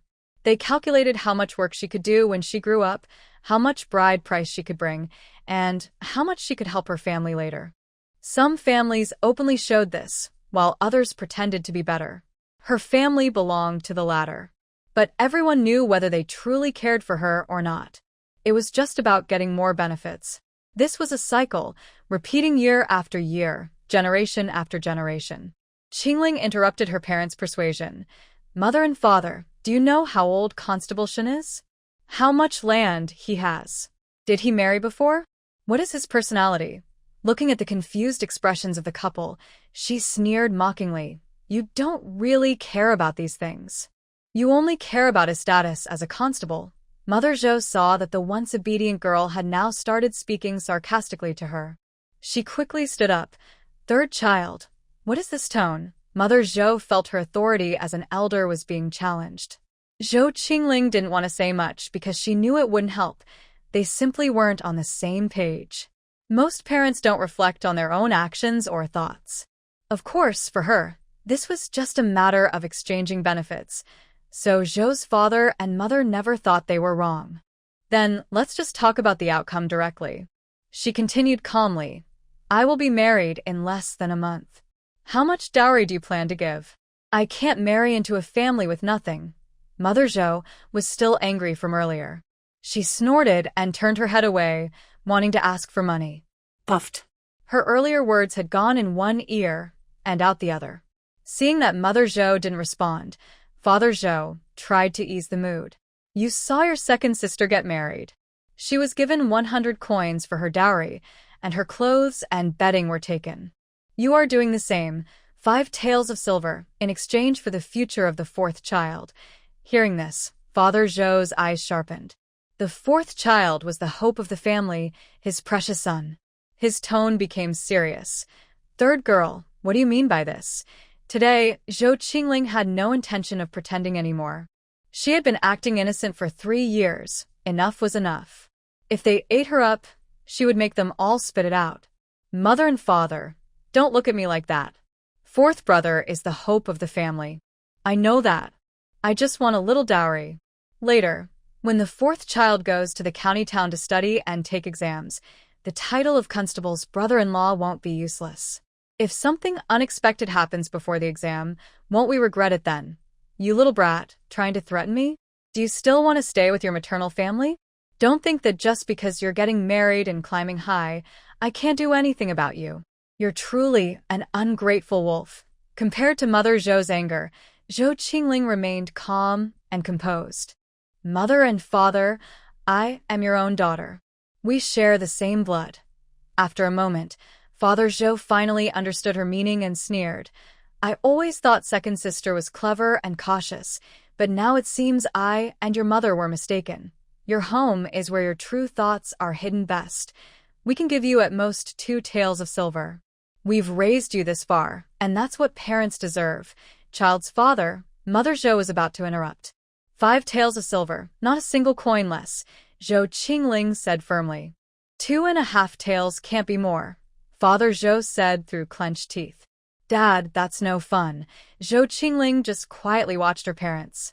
Father Zhou looked at his daughter, who showed no emotion and had a cold yet firm look in her eyes. For the first time, he felt like he truly knew Zhou Qingling. She was no longer the shy girl who only worked quietly every day. This lively third daughter was truly part of their Zhou family. The 3 of them were testing each other's limits, each afraid of losing out. A bit of sadness rose in Father Zhou's heart, but he suppressed it. "Fine, 5 taels of silver. I agree. But don't forget which door you came out of and what your family name is." "Of course, I won't forget," she replied. After this, everyone understood that their family bond was already weak and was now almost gone. Neither side wanted others to know about this, as both could use each other for their own benefit. So, they kept up appearances on the surface. Zhou Qingling returned to her usual obedient and gentle manner. She didn't really care about the 5 taels of silver, but she needed to know where the money was coming from. After all, she had to prepare her dowry. Some might say, just don't bring dowry, but that was too naive. Throughout history, how many women rely on their husband's family for food, clothing, and shelter without being bullied? Even in modern times, in an era that values gender equality, housewives still have to watch their husband's face. Dowry is a woman's confidence when she marries into her husband's family. Many women from the past, especially those with difficult families, either cut ties or refuse to communicate. You're silly. She endured for 3 years to use her family to build her reputation. The truth is, women without family support in modern times are often bullied by their in-laws. In this complicated family era, it's even more so. Zhou Qingling dared to cause trouble not because she feared her family would abandon her or stop caring for her. Because in the Zhou family, interests always come before family ties. As long as the benefits are enough, there are no permanent enemies or friends in this world. Night fell, and Mother Zhou lay restless in bed, feeling a bit annoyed. She muttered, "Why did you agree to give that stubborn girl 5 taels of silver? I think she will really dare to cause trouble for 4th brother someday." Father Zhou patted her hand gently. "Have you thought about why the constable from the county town came to propose marriage? And the matchmaker even mentioned 3rd brother's name directly. Are you saying they've already met?" Actually, Mother Zhou had suspected this too. Such a good marriage, how could it fall into their hands? But recently, she had been so caught up in happy news that she forgot about this matter for a while. We were all mistaken. What a pity, what a pity. 3rd sister is a girl. Father Zhou opened his sharp eyes. She thinks she can escape our control. She's a Zhou. I am her father. That will never change. The road ahead is still long. The next day, Zhou Qingling took 5 taels of silver and headed to the town. After yesterday's events, Mother Zhou couldn't go with her to buy the dowry, so she had to go alone. She had been frightened last time, so today she changed into men's clothes. Thinking about what to buy, she decided to start with the big items, mainly furniture. She went to the best carpenter shop in town and chose a wardrobe, a dressing table, and a 5-drawer chest. The wood was pear blossom wood, and she also ordered 2 camphor wood trunks. These 4 items cost her 5.5 taels of silver. They agreed on a pickup time and paid a deposit of 2 taels. After leaving the carpenter's shop, she wanted to visit the fabric store. On the way, she passed a jewelry shop. She realized she didn't even have a red string on her head and decided to buy herself some jewelry. Since she was getting married, she wanted a piece to remember the occasion. She had some jewelry at home, but it was too expensive and not suitable for her humble farmer girl status. Zhou Qingling then entered the jewelry shop. The jewelry there was quite complete, finely crafted, though the cheaper pieces were rougher. She chose a simple silver hairpin, costing 2 taels of silver, and a pair of jade earrings with tassels, costing 500 coins. The shop assistant happily packed her items. Then she went to Zhang's fabric store. Inside, only a woman was present, probably her second sister's mother-in-law. Zhou Qingling didn't reveal her identity. Although she saved a few coins, she was a bit talkative and kept asking questions, which made things a little troublesome.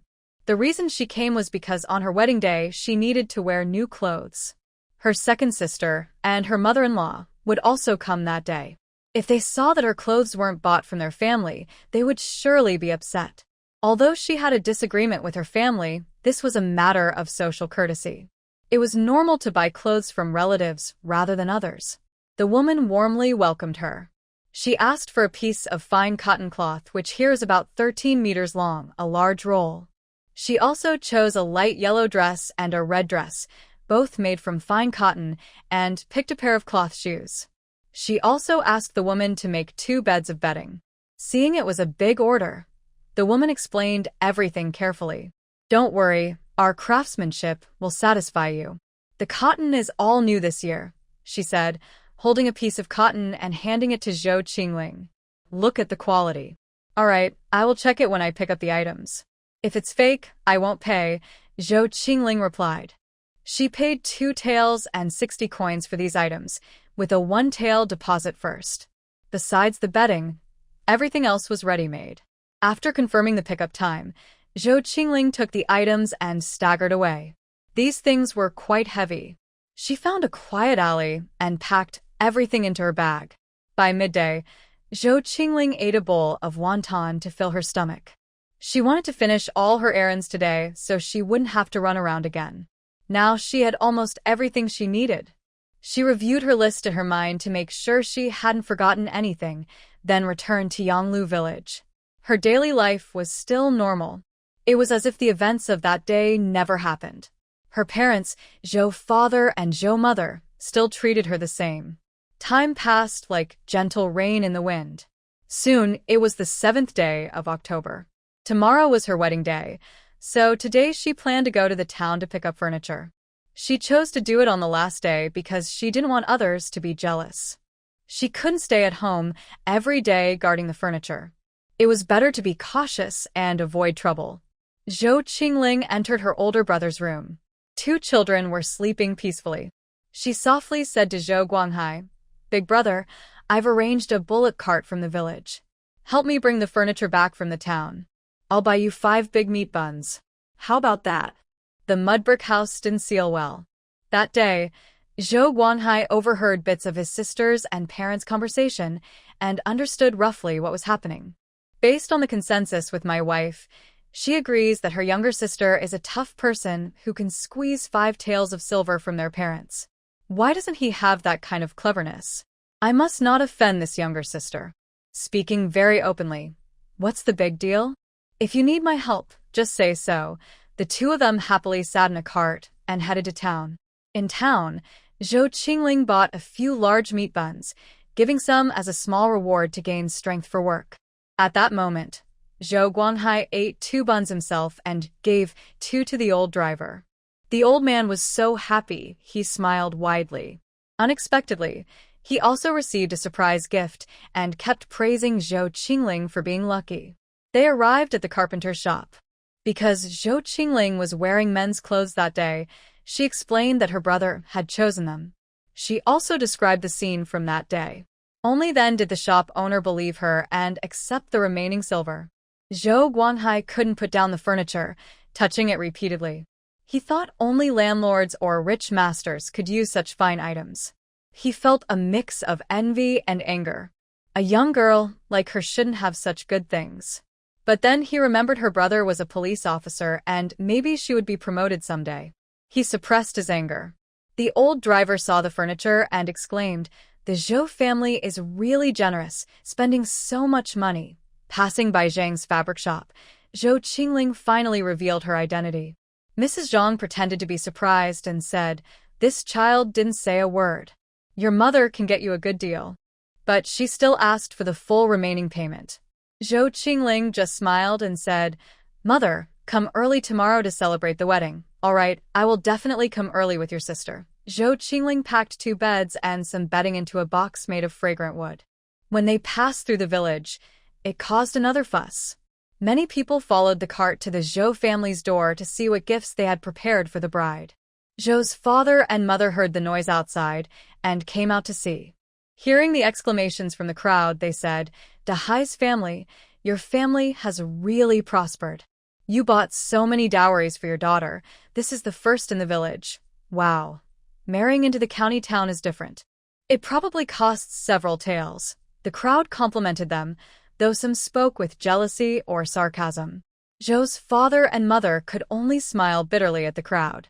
They knew that showing off wealth was like putting gold on their faces, but they also knew how to hide their true feelings.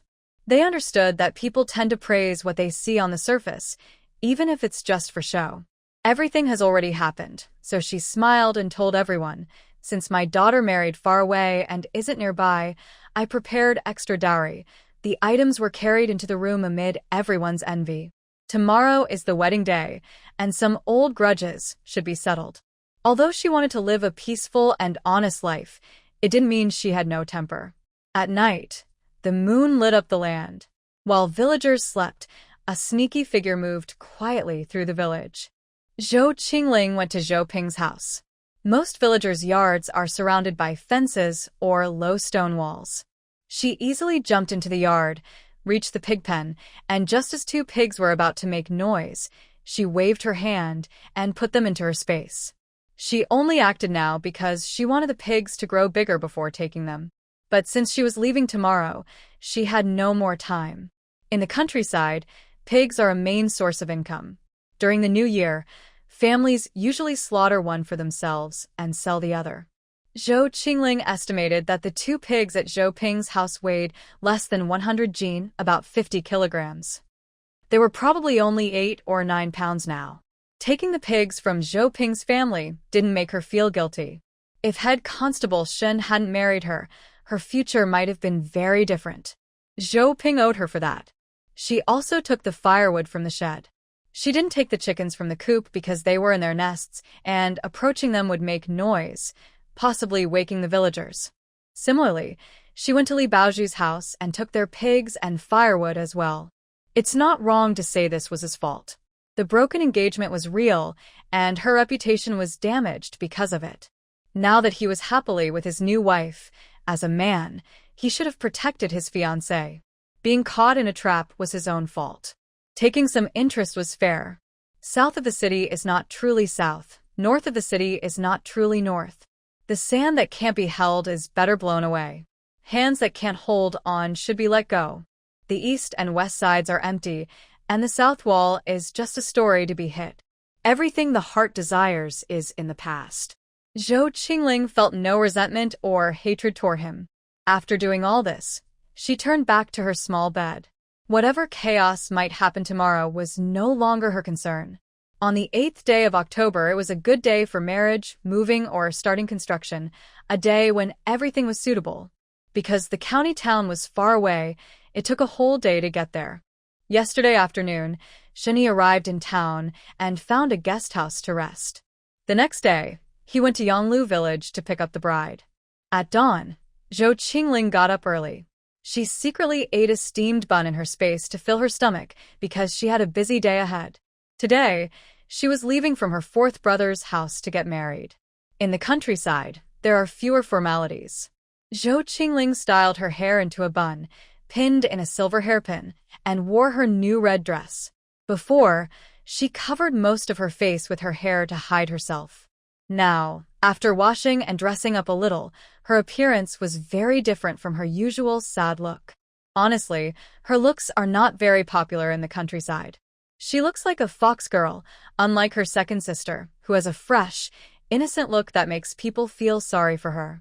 Soon, the elders of the Zhou family arrived. Many people came inside and outside the yard, all curious about the groom's appearance.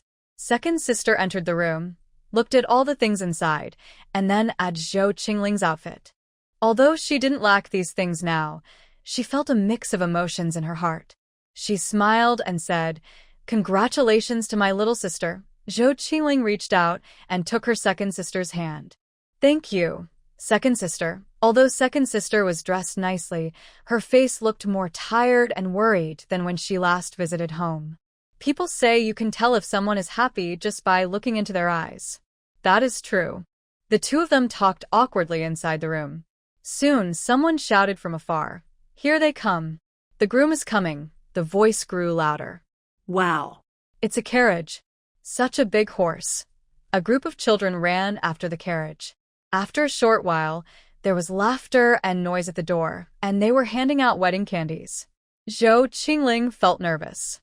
Her cheeks turned red, and her heart was pounding fast. She heard the man's voice say, "Son-in-law greets father-in-law and mother-in-law." Today, the couple wore old but well-kept clothes made of fine cotton, treasured for many years and only worn on special days. The old couple was nervous when they first saw their son-in-law. In the countryside, people naturally feared officials, as they were seen as powerful and distant. Seeing Shen Yi bow to them, Zhou's father hurriedly said, "Welcome, son-in-law." "Welcome, son-in-law." Shen Yi gently greeted the other elders of the Zhou family. Zhou's father gradually straightened his back. The son-in-law did not look down on them for being from the countryside. Instead, he showed great respect for his in-laws. At that moment, Zhou's father felt an unprecedented pride. Later, Zhou Chingling was surrounded by a group of people and led out of the house. Today, the man wore a brand new long robe. After removing his formal clothes, he looked like a scholar, with a calm and focused gaze. When he saw Zhou Chingling, a flash of light appeared in his eyes. He didn't expect his young wife to be so beautiful when dressed up. With a charming smile, he supported Zhou Qingling to sit in the carriage. During the marriage proposal, Shen Yi had already learned about the Zhou family, including Zhou Qingling's personality. Only then did he feel assured enough to ask the matchmaker to arrange the marriage. He had spent the whole evening with the young girl. Although she didn't say anything that made him feel responsible, Shen Yi believed that as a man, he should take responsibility and give her an explanation. Shen Yi and his brothers brought 2 carriages to pick up the bride, but they didn't expect the Zhou family to have so much dowry. They also found an ox cart in the village to carry the belongings. Since they needed to travel quickly, they finished the formalities and set off right after. Zhou Qingling sat in the carriage. She married herself just like that. Every step she took to arrive here was part of her plan, but this man was beyond her plan. She was getting married for the first time in her life.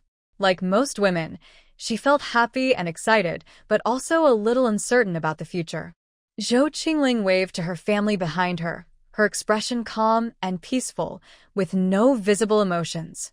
Usually, the least favored children in a family long for their parents' love and approval. Even a simple word of praise from parents could make them happy for a long time. But in reality, no matter how much they tried, they often gained nothing in the end. Instead, they sacrificed their entire lives. Because they had never experienced being loved, most of them didn't know how to love themselves. They willingly endured hardships to support others, believing it was their duty. Zhou Qingling, who traveled through time, was not like that. She looked ahead at the road, knowing that from now on, it would be her new beginning. Before sunset, the group finally arrived at Shiko County. Zhou Qingling was jolted so much in the carriage that her face looked pale. Soon, she heard someone shout, "The bride has arrived." Chingling Zhou knew it was almost time. She quickly tidied her clothes and adjusted her sitting posture. After a short while, the carriage stopped. The curtain was pulled aside, and a calm voice announced, "Madam, we have arrived home." Chingling Zhou leaned on Shen Yi's arm and got out of the carriage. She entered the courtyard amid cheerful laughter. At this time, many tables and chairs were set up in the yard, and the air was filled with delicious aromas, probably waiting for them to return and start the feast. The yard was spacious, with many people standing around. Chingling Zhou was surrounded by others as she entered the main hall. Opposite the door, there was a table with 2 ancestral tablets, inscribed with the spirits of her late mother, Wang Erxiang, and her eldest sister, Shen Wu. Chingling Zhou quietly observed her surroundings. No one was sitting at the central seat. She was unsure what was happening. Before she could think further, a singer nearby loudly announced, "First, bow to heaven and earth. Second, bow to the elders." Married couples bow. Following the instructions like a puppet on strings, she completed the wedding rites. After the ceremony, there was a round of cheers, causing Chingling Zhou's face to flush with embarrassment. Fortunately, Shen Yi stopped the crowd and, amid some pushing and shoving, helped her safely into a room. Shen Yi was less lucky. He was pulled out to the yard to drink with the brothers. In the room, Chingling Zhou let out a long breath of relief. Luckily, Shen Yi stood in front of her, or she wouldn't know how to face what was coming next. She had seen videos online about wedding customs, where the bride and groom are often teased and made to look awkward.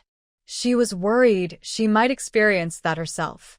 Sitting on a chair, she listened to the noise outside, and her nervousness eased a little. She never thought marriage could be so tiring.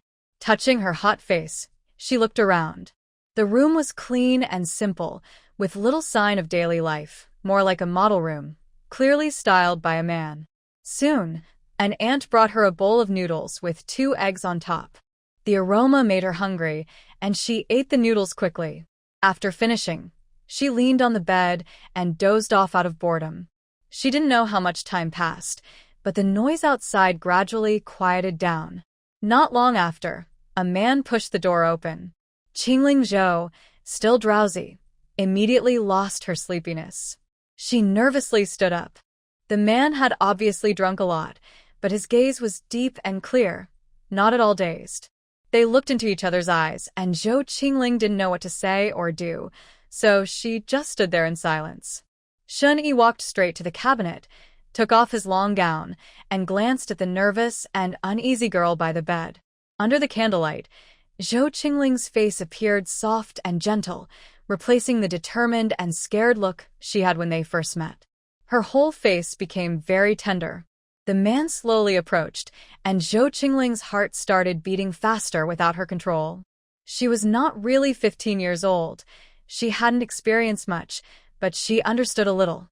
Standing in front of Zhou Qingling, he felt like a tall mountain. The candle flickered, and a subtle, warm feeling grew between them. Without many words, his warm hands slowly moved around her waist. Under his gentle touch, Zhou Qingling trembled uncontrollably. Shun Yi noticed her unusual reaction, and his smile deepened. Their bare skin touched, and Zhou Qingling felt the heat of his skin, his strong arms holding her, and her fingers feeling the firm muscles on his back. The temperature kept rising, and Zhou Qingling felt dizzy.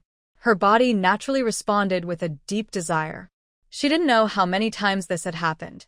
Each time, her mind felt like it was struck by lightning, blank and bright for a moment, while her body kept trembling. Shun Yi watched the person sleeping beside him. He could sense Zhou Qingling's innocence, but she was trying her best to respond to him. He had forgotten how long it had been since he felt this excited, and he had never been so happy before. Except for the first time when he was gentle. During the other moments, he didn't show any mercy. He just enjoyed himself fully because he believed that was the best way to feel truly happy. When Zhou Qingling woke up in the morning, she found no one beside her. Her first feeling was that her whole body was sore and she couldn't move, as if she had been beaten. After a moment of confusion, she remembered she was married, and everything that happened yesterday seemed like a dream. Seeing the red mark on the sheets, she quickly got up to tidy herself. She rubbed her hot face, dressed, and left the room. The side room was steaming with cooking smoke. Zhou Qingling was about to go over when Shun Yi came out of the kitchen. "You're awake. Didn't sleep much longer?" "Oh, no. Come wash up quickly, breakfast is ready," he said, then went into the next room. She found a basin, poured 2 ladles of water, and placed it on a wooden stand. Following him inside, the man explained the layout of the house.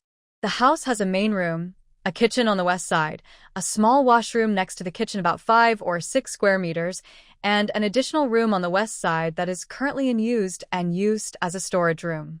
After washing up, Zhou Qingling went into the kitchen and saw Shun Yi serving porridge. She stepped forward and took the spoon from Shun Yi, saying, "Let me do it." Shun Yi didn't refuse and handed her the spoon. On the table, there was a plate of steamed buns made from 2 boxes of noodles. Each person had a bowl of clear porridge, and there was a plate of scrambled eggs. The meal looked good, much better than what they had at the Zhou family.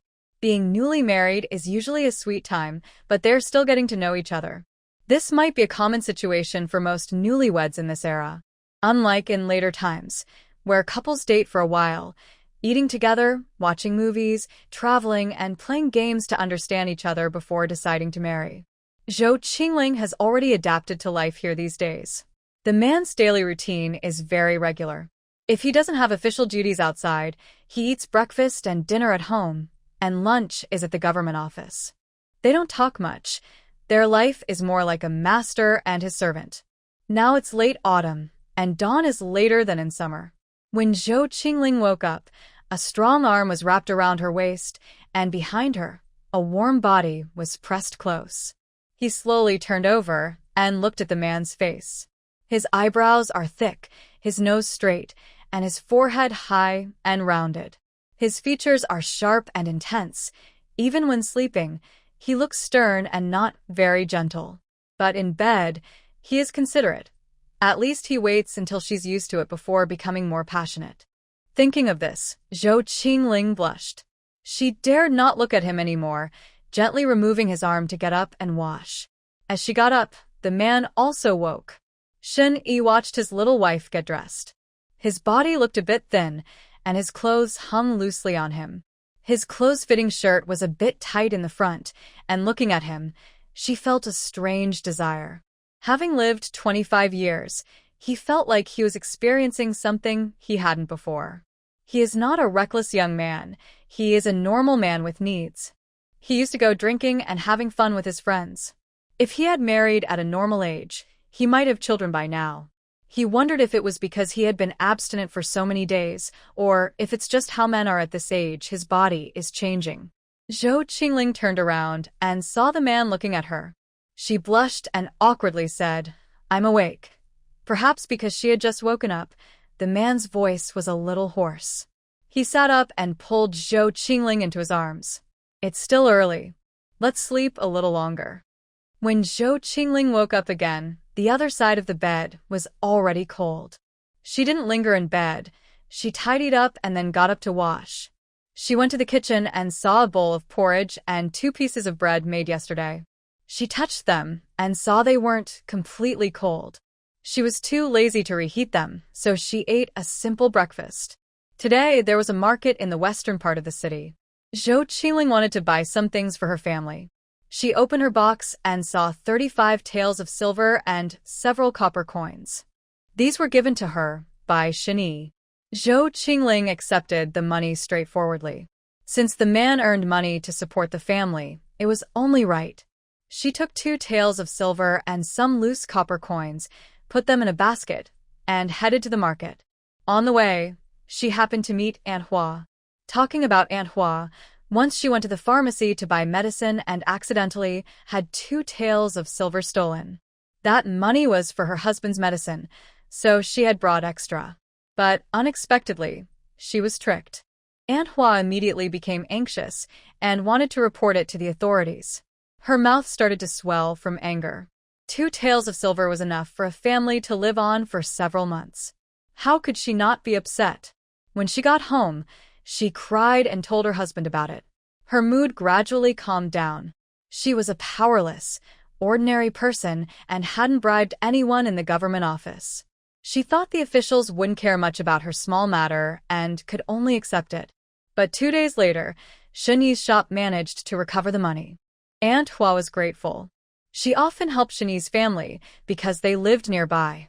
She would do sewing, mending, and washing for them, and Shen Yi often gave her some silver or copper coins. Over the years, their relationship was very good. When Shen Yi got married and Chingling was easy to get along with, Aunt Hua automatically included her among her friends. Aunt Hua was a well-informed person in the county and very talkative. From her words, Chingling learned a lot about the town. She knew which butcher had the freshest meat, which cloth was the most affordable, and which snacks were both cheap and tasty, among other things. There was nothing she didn't know. During her free time, Aunt Hua subtly reminded Chingling that some neighbors are difficult to get along with. Having a topic to talk about made their relationship much closer. With Aunt Hua, who knows everything, Chingling avoided many mistakes. Seeing that Aunt Hua was also carrying a basket, Chingling quickened her steps and said, "Annie, are you going to the market?" "Yes, the eggs at home are gone. I want to buy a few for my little grandson." Behind Aunt Hua, a young girl peeked curiously at Chingling. Chingling knew she was Aunt Hua's daughter. The girl smiled at her, then shyly stepped back behind Aunt Hua.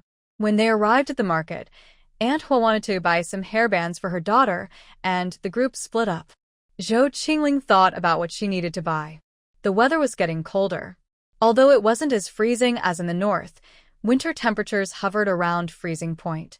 In winter, only a few seasonal vegetables were available like cabbage, radishes, and potatoes. Unlike modern times, where you can eat greens all year round, here only wealthy families with greenhouses could grow vegetables in winter. Building greenhouses cost a lot of money. They had to burn charcoal all day inside.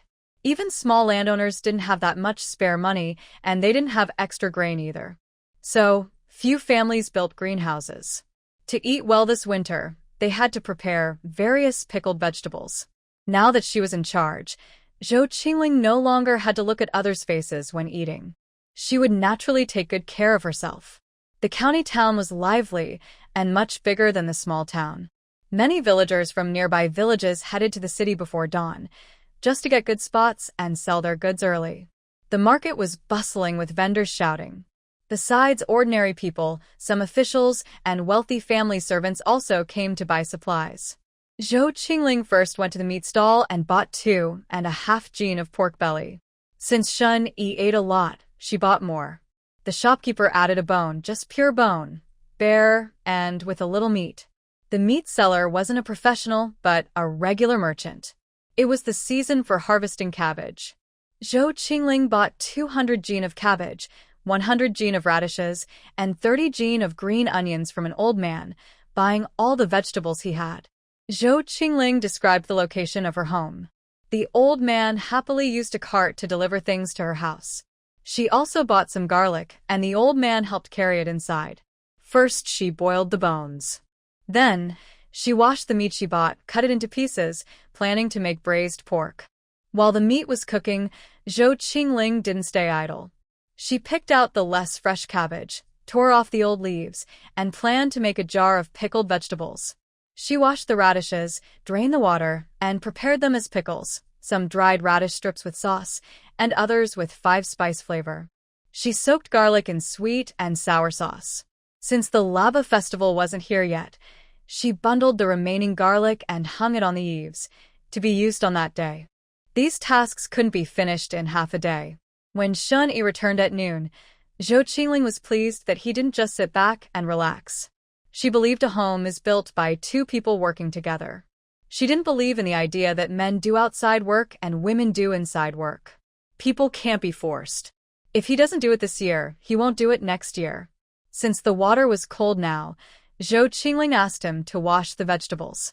Seeing Shun Yi's red hands from the cold, Chingling immediately looked worried. Still, she encouraged him gently, saying that no one should suffer more than they can bear.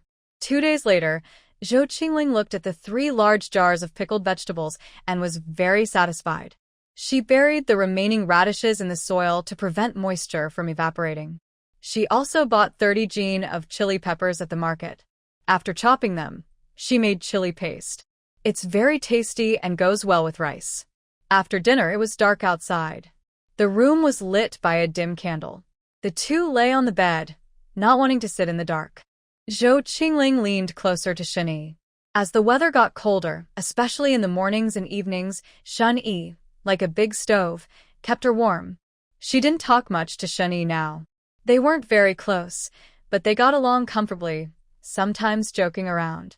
They used to be like shopkeeper and assistant, but now it felt more like a young master and servant. Shun Yi held her close, thinking about how cold it was. Tomorrow, he planned to buy some charcoal. He touched her slightly messy hair and thought she was still a little girl with yellow hair. In the morning, after washing the dishes, Chingling heard shouting and scolding from the neighbor. She had been here for a while now, and with Aunt Hua often giving her advice, Chingling had a rough understanding of her neighbors. Next door, Mrs. Sun Wang is a widow living with her son, Sun Yaozu. Her husband passed away a few years ago.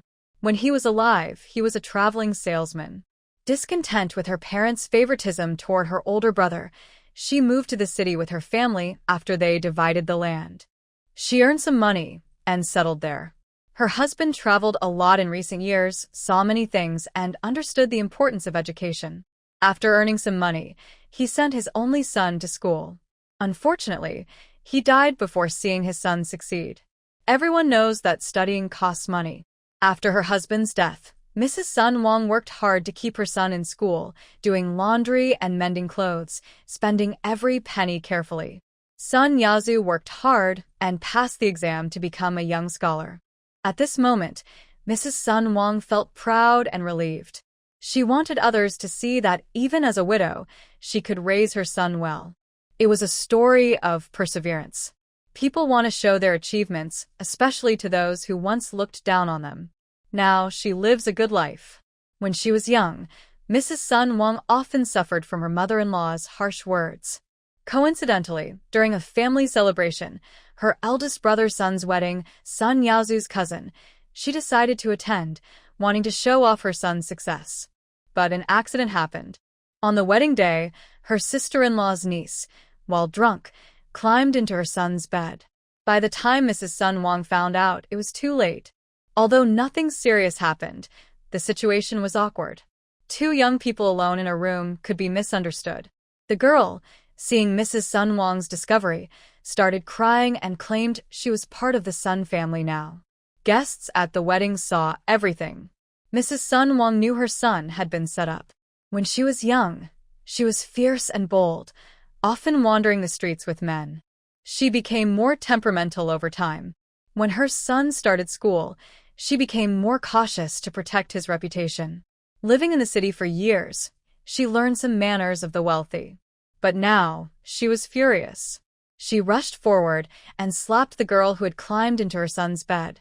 Her sister-in-law quickly stepped in to pull her back, crying and saying her niece had lost her innocence and demanded an explanation.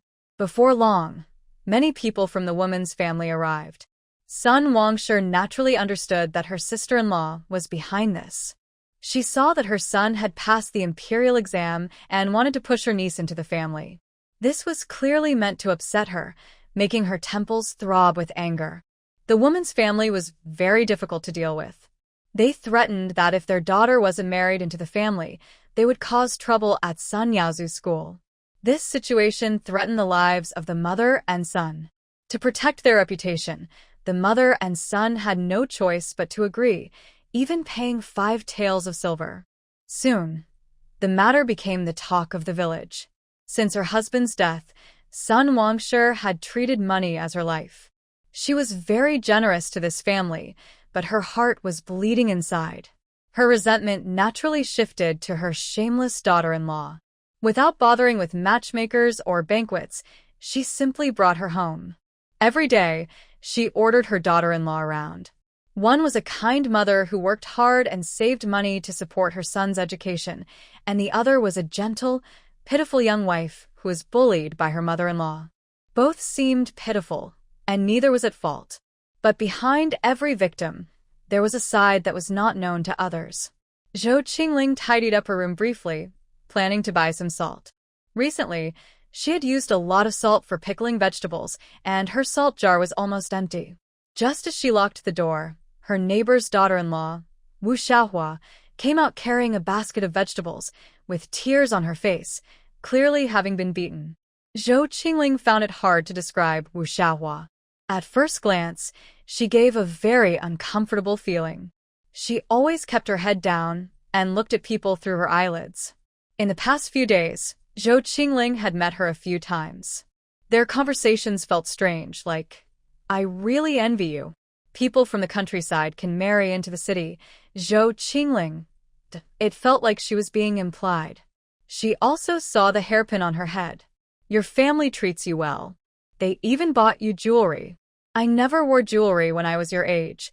When she bought some meat, Wu Xiaohua looked at it and sighed, feeling wronged. She said sadly, "I really envy you. You can eat meat." "I haven't eaten much of it since I was little." There were countless such words. At first, Chingling comforted her a few times. She believed that close neighbors were better than distant relatives, and that living peacefully with neighbors was comfortable. But after a while, she found it boring and even a little irritating. When she saw her again, Chingling's first feeling was to avoid her. She nodded and just wanted to leave quickly because she didn't know how to talk to her. However, they were going the same way. Wu Xiaohua started talking again. "Sister Xiaoling, is this cotton clothes? It must have cost a lot. Captain Shun is so kind to you. I really envy you.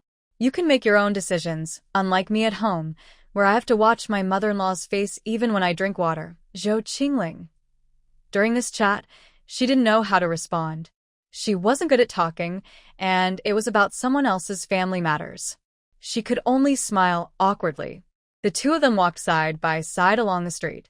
Chingling told Wu Xiaohua she was going to the grocery store, then hurriedly left. Wu Xiaohua watched Chingling's figure walk away. A seed of resentment and dissatisfaction grew in her mind. Why could she, coming from the countryside, live so freely and wear decent clothes without suffering her mother-in-law's scolding? Her husband was also a scholar, not worse than that rough man. But thinking about the past half year, Wu Xiaohua's eyes turned red. She thought that marrying a scholar and living in the city would bring a good life.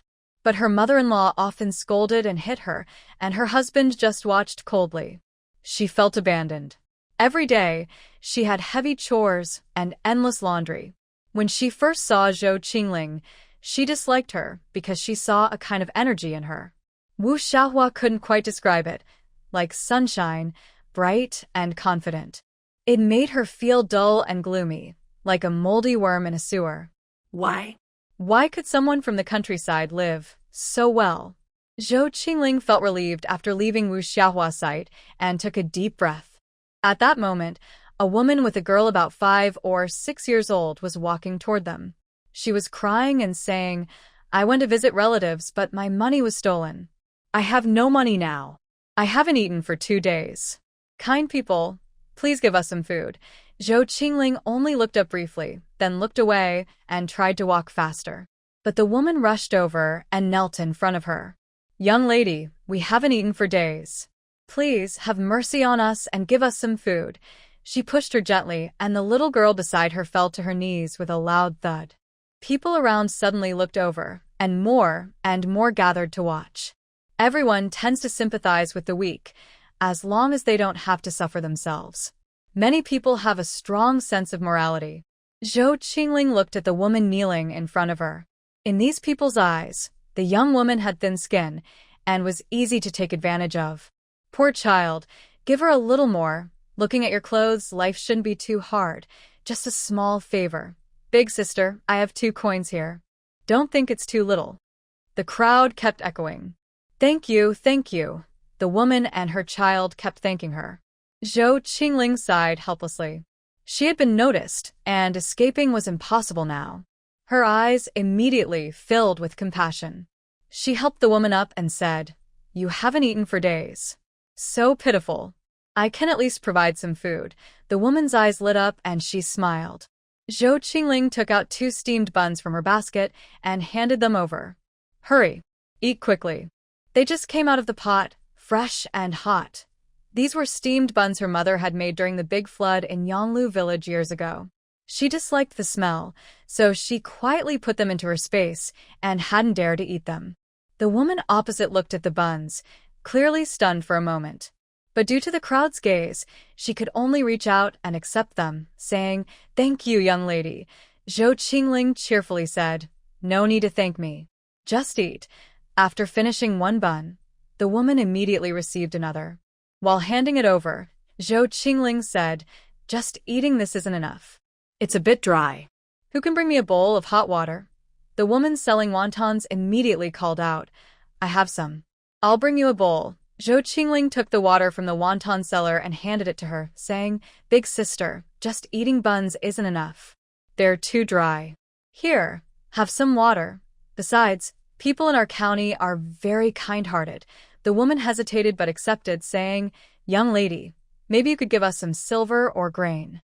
Food is so expensive nowadays." Zhou Qingling firmly refused. "Big sister, you shouldn't be so polite. The buns are enough. Don't refuse. You haven't eaten for days. Hurry and eat." Zhou Qingling handed her 3 buns in a row, but the woman ate more slowly. "Young lady, I'm full now." Zhou Qingling looked at her in surprise. "Full? How is that possible? I haven't eaten for a few days, and 3 steamed cornbreads are enough. Big sister, don't be shy. I have plenty of steamed cornbreads." After saying that, she lifted the cloth covering the basket. The woman saw a basket full of cornbreads, and her mouth twitched. Who could tell her why a well-dressed young woman would have so many cornbreads? The key was, these cornbreads looked very rough. The woman shook her head and said, "No need, young lady. You're a good person. There's a saying, send the Buddha to the West. Could you give me some money? I want to visit my relatives."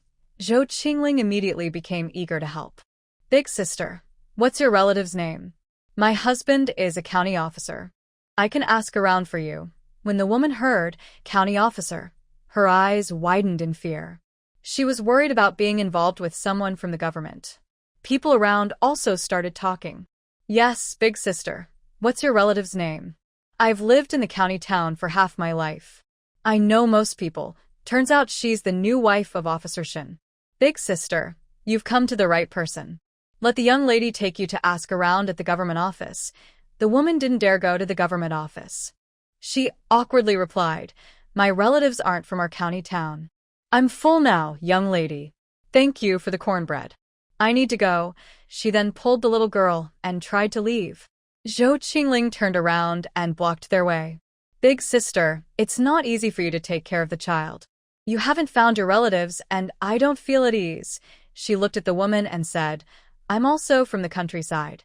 My mother can eat 10 or 8 bowls without a problem. If you're not full, how can I be at ease letting you go? At this, the onlookers also started to cheer. Yes, big sister, don't be shy. Eat quickly. Food is precious. The grandmother and granddaughter, caught in a difficult situation, could only grit their teeth and nibble on 5 more cornbreads. The big sister's eyes were almost filled with tears. Young lady, I have a small appetite. I'm really full this time. This sentence was accompanied by a burp, spoken haltingly, and her voice grew weaker. Zhou Chingling guessed they had eaten enough and stepped aside. All right, big sister, if you need help, just say so. The woman didn't look back. She pulled the child and walked away quickly. Zhou Qingling watched their figures leave and sighed. As expected, she was cursed with bad luck. Even with so many people on the street, she was targeted. Life was passing by peacefully. Zhou Qingling loved this kind of life. Who doesn't enjoy controlling their own days?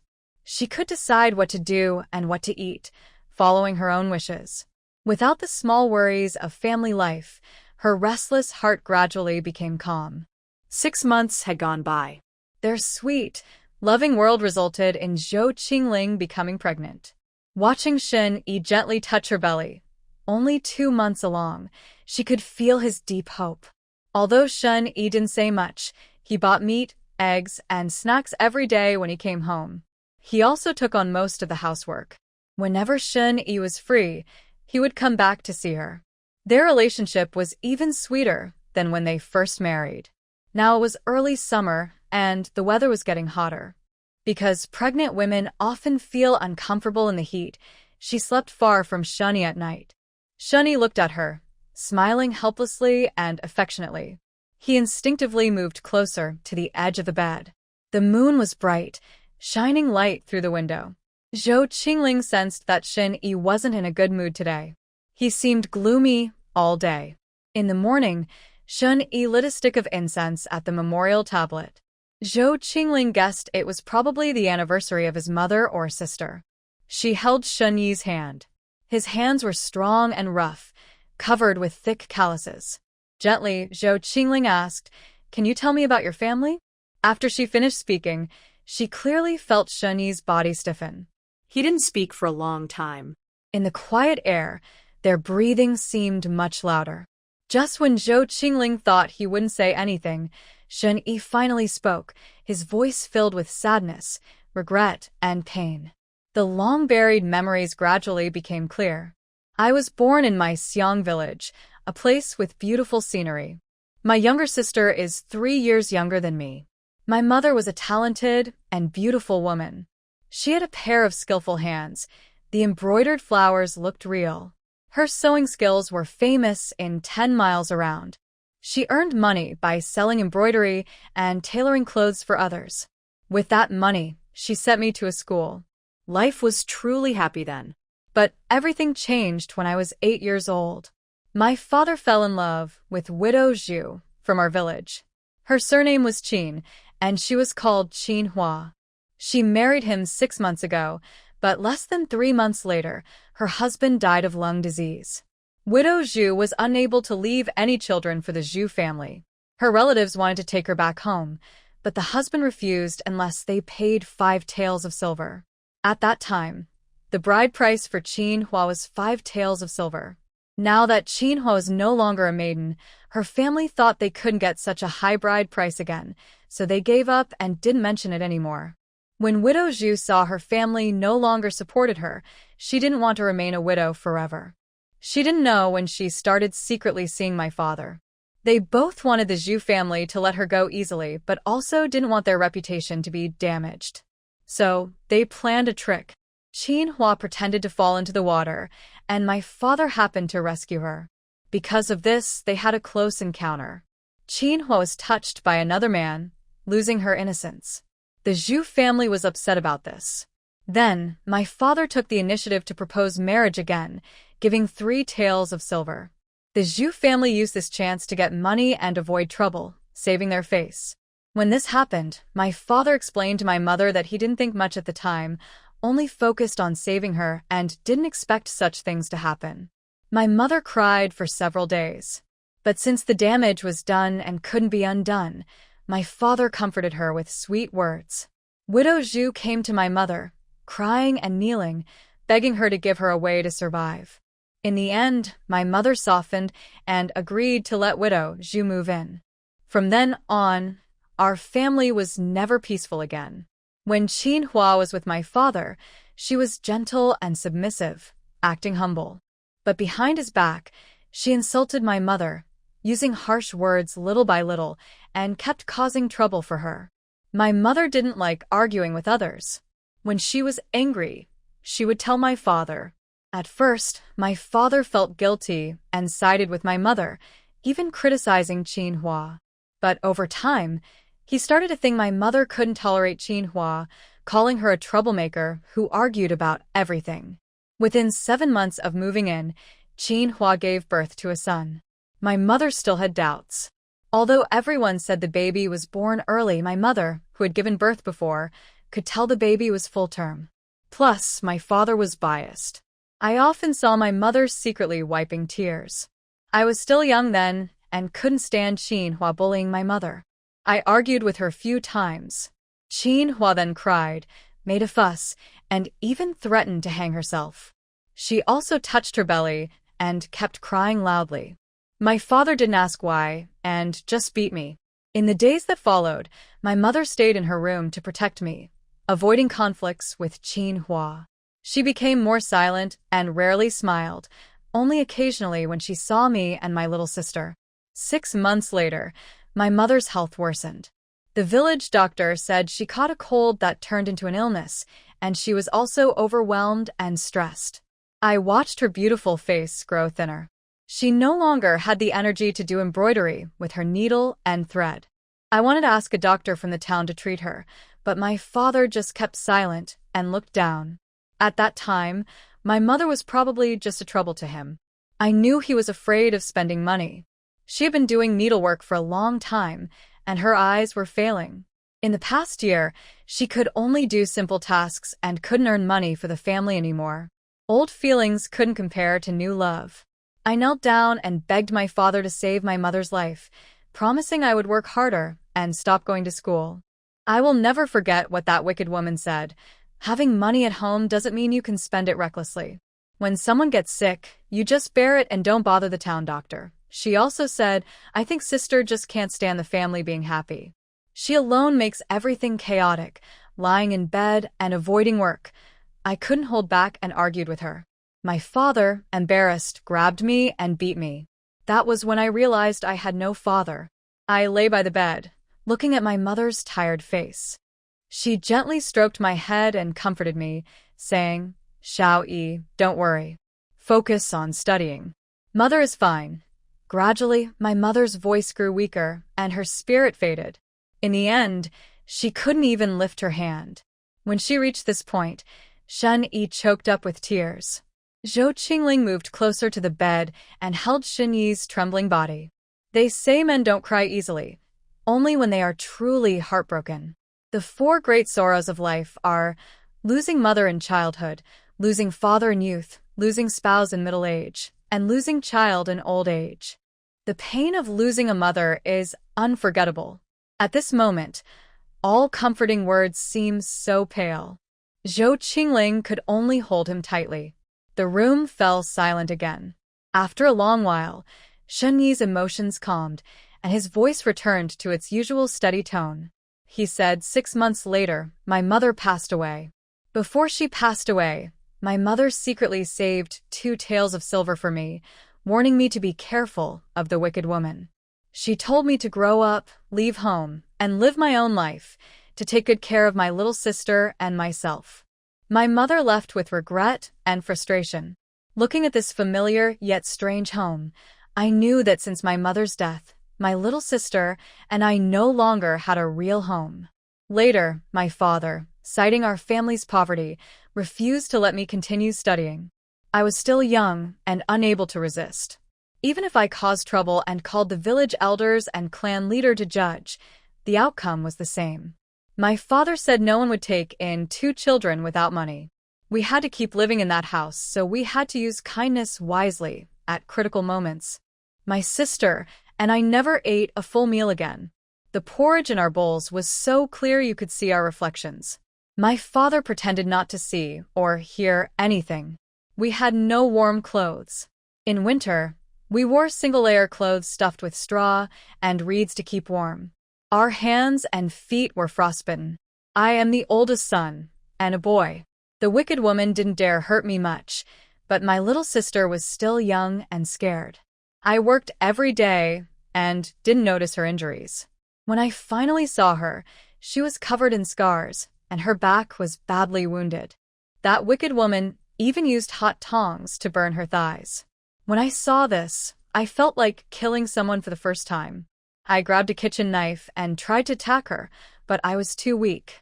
My father quickly snatched the knife away and beat me harshly. It was okay to hit me, but I couldn't tolerate hitting my little sister. I fought back like crazy. I knew I couldn't beat my father, and if I kept fighting, I might even be killed. I wasn't afraid of death, but I couldn't die. If I did, my sister would have no one to protect her. I used all my strength and ran out of the house. I called the village elders and clan leaders, telling them about the wicked woman and man's cruelty. When they saw the scars on my sister, everyone felt pity. They scolded the wicked couple harshly.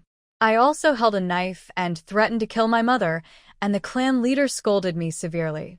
I was made to kneel in the ancestral hall with my stepmother for 2 days as punishment. People say it's better to be poor and beg than to have a father who is an official. I agree. Most men think with their lower bodies. She could imagine how hard life was for the brother and sister in such a situation. Thinking about modern novels, where main characters often encounter extreme family members who threaten to split the family or cut ties, and then live happily ever after, such situations are impossible in real ancient life. 2 young children, with no land, no stable foundation, and no safe place to stay, there aren't enough broken thatched houses in the village to offer shelter. Poor families mainly use straw to keep warm in winter. A bundle of straw could even save a life during cold months. So, even if there were broken houses, people would have already taken everything useful.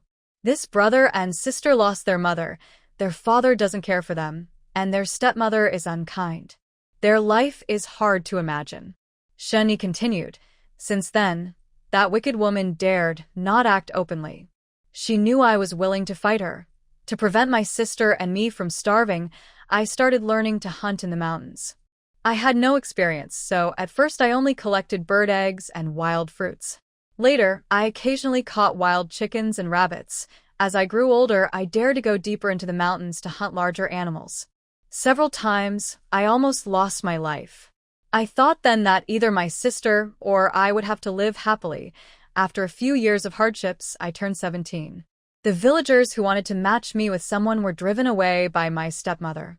I understood her thoughts. She didn't want me to marry because she didn't want to pay a bride price, and she wanted to keep me at home to work as a lifelong laborer. She didn't want me to marry, have children, or leave an inheritance when my father died. After that, all the Shin family's possessions would go to her son. Honestly, I didn't care whether I married or not. Even if I did, wouldn't it be like throwing a girl into a fire? I was afraid of marrying someone like my stepmother, so I preferred to stay single, free of worries. But this short life didn't seem to be meant for me. My little sister fell ill. She was sick a few days ago. To avoid worrying me, she didn't tell me. When I woke up and saw she hadn't gotten up, I found she had fainted from a fever. I quickly asked the village doctor to come. He said her condition was very serious and couldn't be treated here. He told me to take her to the city. We hurried to the county town. Dr. Sun there said that my sister had internal deficiency and long-term weakness. To save her life, she needed a ginseng root at least 20 years old. Over the years, I earned about 3.5 taels of silver from hunting. Plus, the money my mother left me when she was dying, I had less than 6 taels in total. That half of a ginseng root costs 15 taels of silver, which is almost impossible for me to afford. I looked at my unconscious younger sister. I had no other choice. I asked Dr. Sun to prepare some medicine to help her, and I arranged for her to stay at the clinic. Then I went into the mountains to find ginseng. Dr. Sun is kind and told me what ginseng looks like and how it grows. But such rare medicinal herbs are hard to find. They are lucky to be encountered, but not easily obtained. I searched in the mountains for 5 days but found nothing. I only gathered some small herbs, still far from the 15 taels needed. Just when I was about to give up, I heard that a courier company was hiring.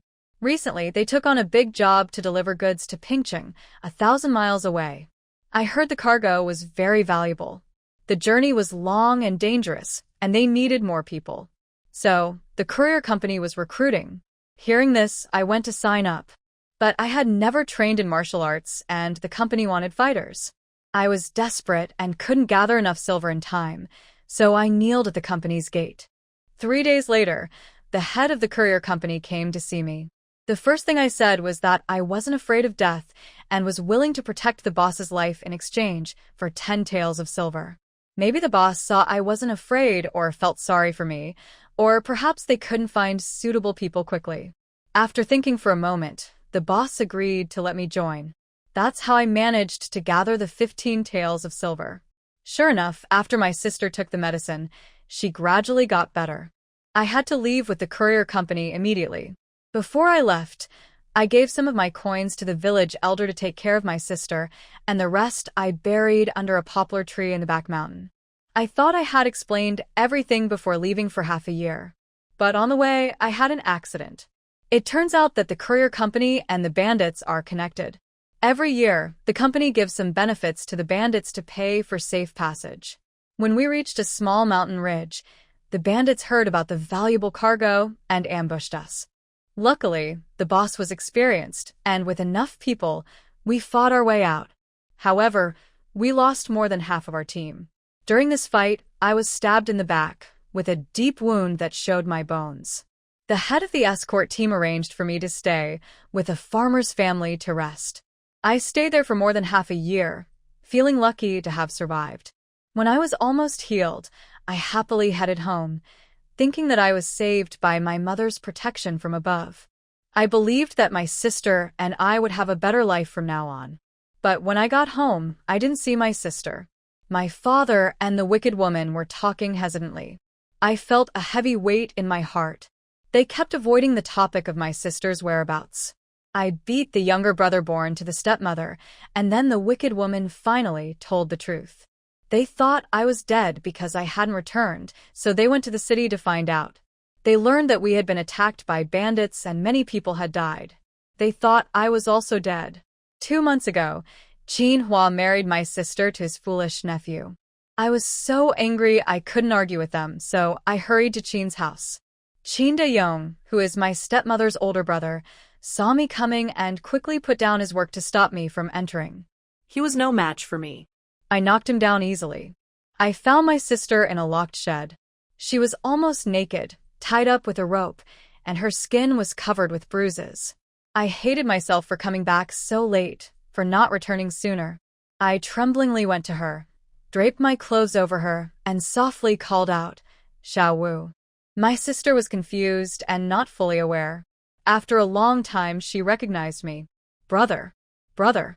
Qin Wu used all her strength to hug her brother, as if that could chase away the fear she had felt all this time. Brother, Why? Why did you do this to me? I worked so hard, but they still didn't leave me alone. The siblings cried together. Shen Yi held back his emotions, choking on his tears as he comforted his sister. It's not your fault. Those beasts have no humanity. Wait, I will avenge you. My sister is the kindest girl in the world. I will take you away now. I plan to settle my sister first, and then deal with those monsters. But unexpectedly, Chinda Yong brought some relatives and brothers to block the door, stopping me from taking her away. You wicked beast, I am your uncle. How dare you break into my house and hit me? Xiaowu is part of my family now. Without my permission, you can't take her away. When my sister heard Qin Deyong's voice, she shrank back and buried her face in my chest, trembling all over. Damn it, I haven't even settled accounts with them yet. And they jumped out first. I put my little sister near the wall and comforted her. Don't be afraid. Once I deal with this group, I'll take you away. The Qin family is a big family in the village and many people came. I was alone. If a fight broke out, I would definitely suffer, but so what? Bah, you're not even fit to be my uncle. What are you? Today, I'll settle accounts with your whole family. Men fighting are always fierce. Either you knock me down or I knock you down. Besides, the Qin family doesn't even see me as a threat. They knew that even if they killed me, my father wouldn't stand up for me. So they fought even harder. I fought back with them. They had more people, but I was not weak. The sword from the escort agency was always at my waist. Seeing both sides injured, many villagers came to watch. Some gossipers and women from the Qin family gathered together talking. TSK, I think Xiaowu is usually honest. You don't know how wild he was at night. You want to listen at the corner. I don't need to listen. I hear him every day from next door, sounding like a cat. Qin Xiu's loud voice attracted many women. One woman said, "Hey, even after getting married, she's still causing trouble. She's just a troublemaker." People chattered about, some defending Qinwu, but their voices soon got lost in the crowd. Older folks generally believed that women should follow their husbands, and it was wrong for the family to cause trouble at the husband's house. My little sister couldn't bear the gossip and didn't want me to be troubled. During the fight, she suddenly hit her head on a stone. I held my sister, who was bleeding heavily. She used her last strength to tell the truth. Qin Fool didn't understand about men and women, and Qin Deyong, seeing his son fail, didn't want to end his family line, so he harmed my sister. After she finished, she passed away. I was furious. I drew my knife and shouted, "You animals! Your whole family is animals." I went crazy, attacking Qin Deyong. The soft and the hard, the fearless and the deadly. Everyone present heard Xiao Wu's last words and saw Qin Deyong's contempt. Moreover, Qin Deyong is publicly known as Qin Wu's uncle. This is a case of incest. Although they are relatives of Qin Deyong, the Qin family clearly has no right to speak in this matter. If this were to spread, the entire Qin family would be shamed and looked down upon. I cut the dog's neck with a knife, and no one dared to come forward after that. I was already out of control at that moment. My little sister had left, and I had lost my only concern in this world. From then on, I was completely alone. I carried my knife and headed home. The person I wanted to hurt the most was my worthless father. Even a fierce tiger does not eat its own cubs. He is a blood relative of my siblings and me. I don't blame him if others treat us badly, but I hate him deeply. I wish I could cut his flesh into pieces and feed it to the dogs. However, that dog ran away after hearing the news. Only my stepmother and her son were left at home. I stabbed her leg, and she died. That was too easy for her. Death is not scary. I wanted her to taste what it's like to be disabled. While I was searching the village for my father, the officials from the government came and took me to jail. Maybe my life was not meant to end that way. The newly appointed county magistrate was the person I saved a month ago. On my way back after recovering, I encountered 3 robbers attacking a passing family. The family was a couple with 3 children and an elderly person. 2 of the family members fought the robbers. They must have hired guards. One guard was quite skilled, but the other was clearly not very good and was wounded by several cuts. It was obvious these robbers were deadly. I quickly helped. When I first joined the security team, the head of the guards taught me a set of boxing techniques. Besides traveling, I practiced them every morning and evening. Over the years, I also hunted in the mountains, so I had some strength. I could handle ordinary petty thieves easily. With my help, the older man relaxed and stopped worrying about the injured person. After a few rounds, we turned the situation around. Later, I learned that these robbers wanted to steal the official seal. They had somehow found out about the new magistrate's background. The magistrate was an ordinary scholar with no strong family ties, sent from the west. Shiko County is remote and mountainous. They planned to kill the magistrate and take his position. By a twist of fate, I saved him. When the magistrate learned about what happened to me, he was very angry. But I had indeed killed someone.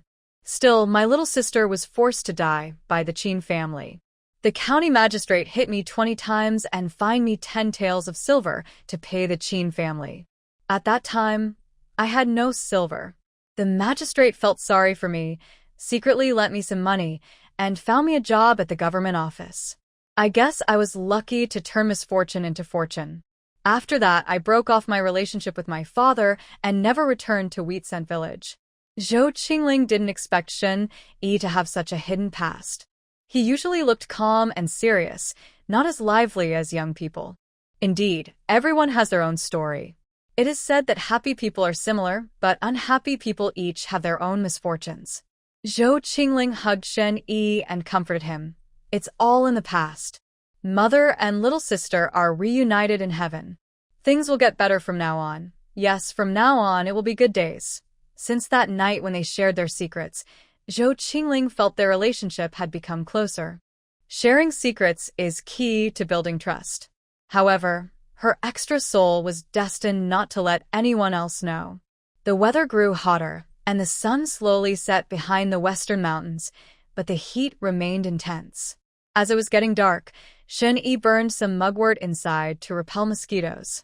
The door and windows were open, but it was still stuffy like a steamer. Zhou Qingling was always so tired she would fall into a deep sleep. The hot weather, poor diet, and lack of sleep made her lose weight this summer. Shen Yi also lost a lot of weight from all the fuss. When autumn arrived, Zhou Qingling's appetite improved, and her pregnancy went smoothly without any trouble. Living together, Shen Yi was gentle with her, and the baby in her belly was understanding, showing no signs of pregnancy discomfort. Zhou Qingling felt happy and relaxed. She was having an easy pregnancy. Wu Xiaohua, also in a good mood, was pregnant too, 3 months behind Zhou Qingling. Recently, the neighbors had become quieter, and Zhou Qingling felt more peaceful. Since Wu Xiaohua found out she was pregnant, she straightened her back a lot more. But she still spoke strangely. They were neighbors close in distance, both pregnant, so Wu Xiaohua often visited her. Looking at Zhou Qingling dressed in a fine cotton gown, Wu Xiaohua felt a twinge of envy. She touched her own cotton clothes and proudly said, "This is the cotton my husband earned by copying books to buy for me. The fabric isn't new, but the cotton inside is fresh and new. It's very warm to wear, much thicker than yours." Zhou Qingling replied, "Oh, it's just a thin winter coat." She told her, "It's still not fully cold yet."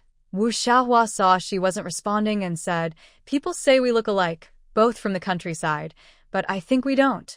My husband is a scholar. He plans to take the imperial exam and become a top scholar. I would be his wife, and that makes me the wife of the biggest official in our county." Zhou Qingling replied, "Oh." Wu Xiaohua wanted to show off and hoped to see jealousy, but Zhou Qingling showed no emotion. She felt like hitting cotton with her fist, so she angrily left. Zhou Qingling supported her waist and stood up. She didn't understand why Wu Xiaohua was so hostile. Why did she always want to compete? Was winning really that fun? Now, it was almost the end of the year. Zhou Qingling felt her belly was sinking and sometimes had sharp pains. She thought she might be about to give birth. Shen Yi had already arranged for a midwife and informed the local clinic. During these days, Shen Yi would ask Auntie Hua to stay with Zhou Qingling at home, just in case something went wrong. 3 days later, Zhou Qingling gave birth to a baby boy. Shen Yi held the tiny child stiffly, tears flickering in his eyes as he looked at the little person in his arms. He stood there motionless, afraid to move. His hand went numb after a while, but he didn't want to put the baby down.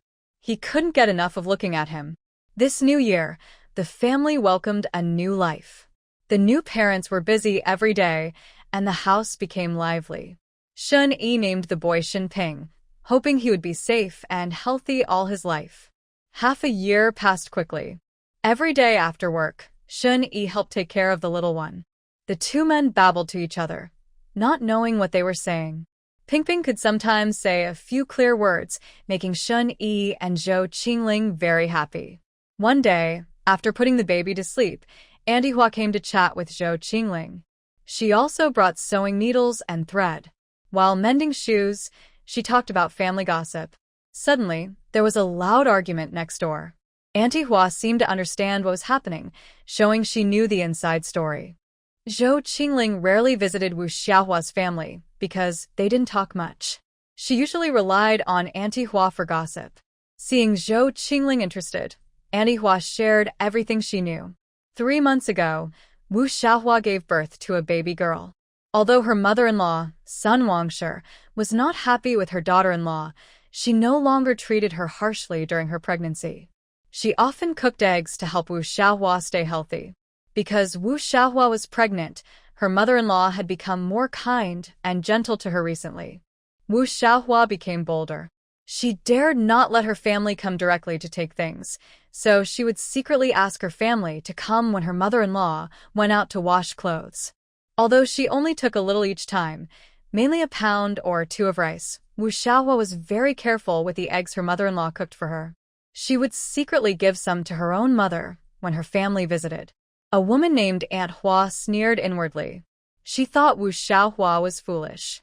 She believed that during pregnancy, a woman should focus on nutrition, not just for herself, but also for her baby. However, Wu Xiaohua insisted on eating simple food. She even took off her warm coat and gave it to her family. Her mother-in-law, Sun Wangshi, was very angry and scolded her harshly. Wu Xiaohua then stayed quiet for a few months. Later, she wore her thin coat and cried about her hardships and how difficult her life was. At first, everyone pitied her. But as time went on, people realized that Wu Xiaohua's troubles were partly her own doing. After a few months of silence, Wu Xiaohua's mother came to visit again. Wu Xiaohua was soft-hearted. Her mother praised her modest home in the city and talked about how hard life was at home. She secretly took 2 spoonfuls of pig fat and some salt from her family. She didn't dare take much, only a little each time. But her mother saw and quickly grabbed the spoon from Wu Xiaohua, taking the jar directly. Wu Xiaohua tried to stop her, and as mother and daughter argued in the kitchen, Sun Wangshi returned home. Seeing her belongings being taken, she was not willing to let it go, and a fight broke out again. In the past, Sun Wangshi had a bad reputation in the area. She was known to be greedy and difficult, often acting proud and looking down on neighbors, especially those doing small trades. In this dynasty, merchants had the lowest status. After her son started studying, Sun Wangshi felt superior. Because of this, most people didn't want to associate with her. Since Sun's family married Wu Xiaohua into their home, everyone gradually began to sympathize with Sun Wang's wife. No family wants a homewrecker. Even if they have wealth, it can't stop a daughter-in-law who is completely loyal to her own family. At this moment, Wu Xiaohua's hair was messy, her cheeks swollen, her lips trembling, looking pitiful and wronged. Normally, anyone seeing her would feel sorry, but after hearing the full story, everyone could only say, "Serves her right." Some neighbors, watching the scene, couldn't help but say, "Yaozu's family, this is too much. Once you're married, you're part of the husband's family. And your husband spends money on studying, yet you still support your own family. What's going on? Exactly, who has so much to give you support? Hey, stop crying like you're mourning. It's bad luck to hear. Doing such things and still crying?" No wonder she gets scolded. Wu Xiaohua listened to everyone's accusations, tears falling down her face. She didn't understand what she had done wrong. Her family was almost starving, and she was helping them with some supplies. What's wrong with that? It was for the good of her husband's family. Later, her husband might become a high official, known for kindness and helping the poor, which would also be good for his reputation. Besides, her parents raised her once, and she was just giving back a little. It was only right. Sun Wang's wife saw Wu Xiaohua's sad face and got angry. She didn't want the neighbors to laugh at her or damage her family's reputation. At this moment, Sun Wang's wife really wanted to divorce this fool, but Wu Xiaohua had just had a child. No matter what caused the problem, if she divorced her now, Sun's family reputation would also suffer. For the sake of her son's reputation, she could only endure this. After weighing the pros and cons, Sun Wang's wife picked up a broom and drove Wu Xiaohua's parents out. From then on, Wu Xiaohua's life in Sun's family became even harder. She had no rest, working tirelessly every day. As the children grew, Zhou Chingling felt that milk was no longer enough. In this era, there was no formula substitute. When her son turned 1 year old, she decided to stop breastfeeding him. Little Pingping showed no discomfort and quickly adapted. Shen Yi, standing nearby, smiled and said, "This kid adapts well. He's easy to raise." 5 years passed in the blink of an eye. Zhou Qingling now had 2 sons and a daughter. The second son was named Inan, and her little daughter was now 7 months old. She didn't plan to have more children. What's the point of having so many? The only thing that makes someone tired is oneself. Raising children for 100 years, worrying for 99. These past few years, Zhou Qingling has been very happy, and time has not left any marks on her face. Shen Yi is a responsible man. Although he has some small flaws, no one is perfect.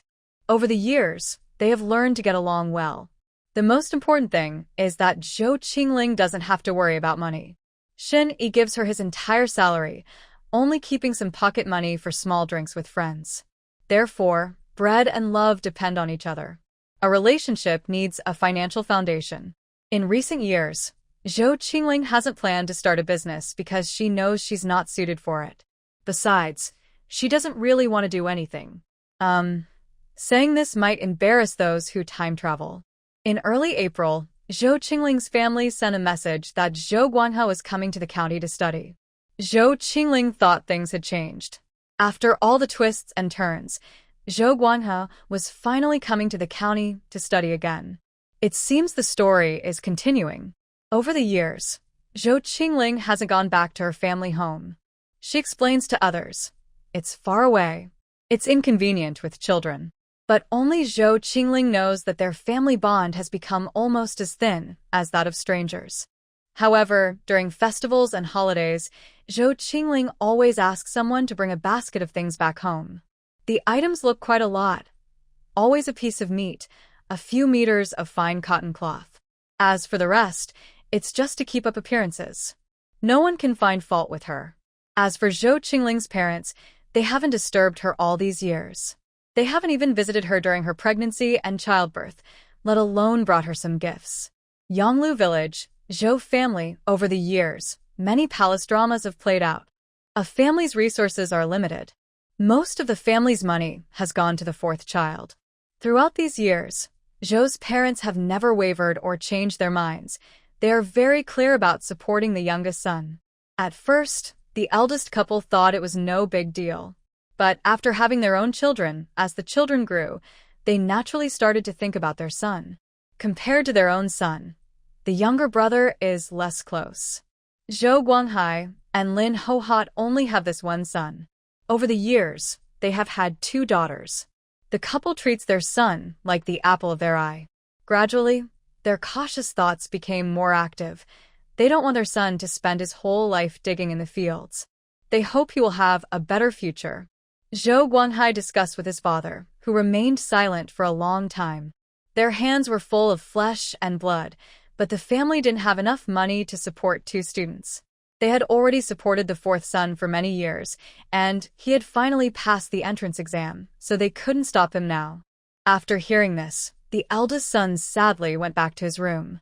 In his heart, he already had an answer.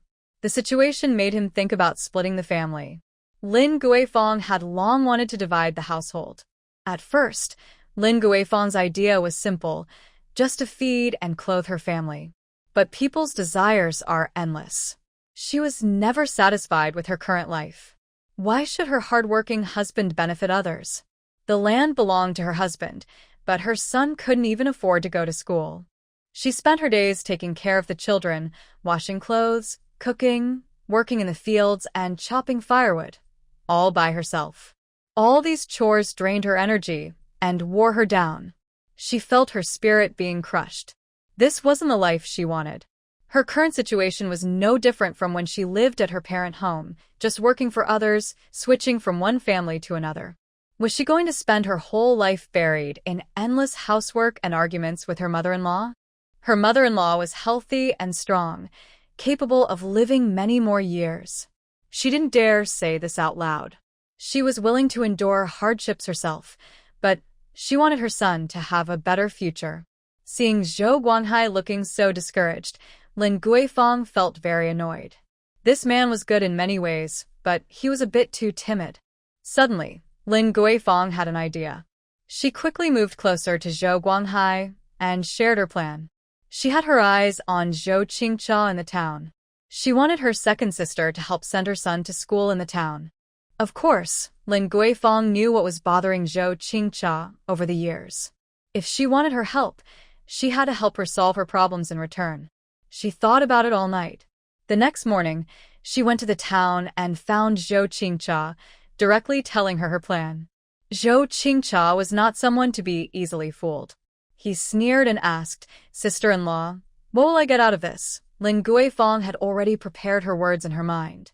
She said, "Although my second sister has no worries about food and clothing these years, she hasn't had her own children. I guess life at her husband's home must be quite difficult. I have a plan that might help my second sister." These words touched Zhou Chingcha's sore spot.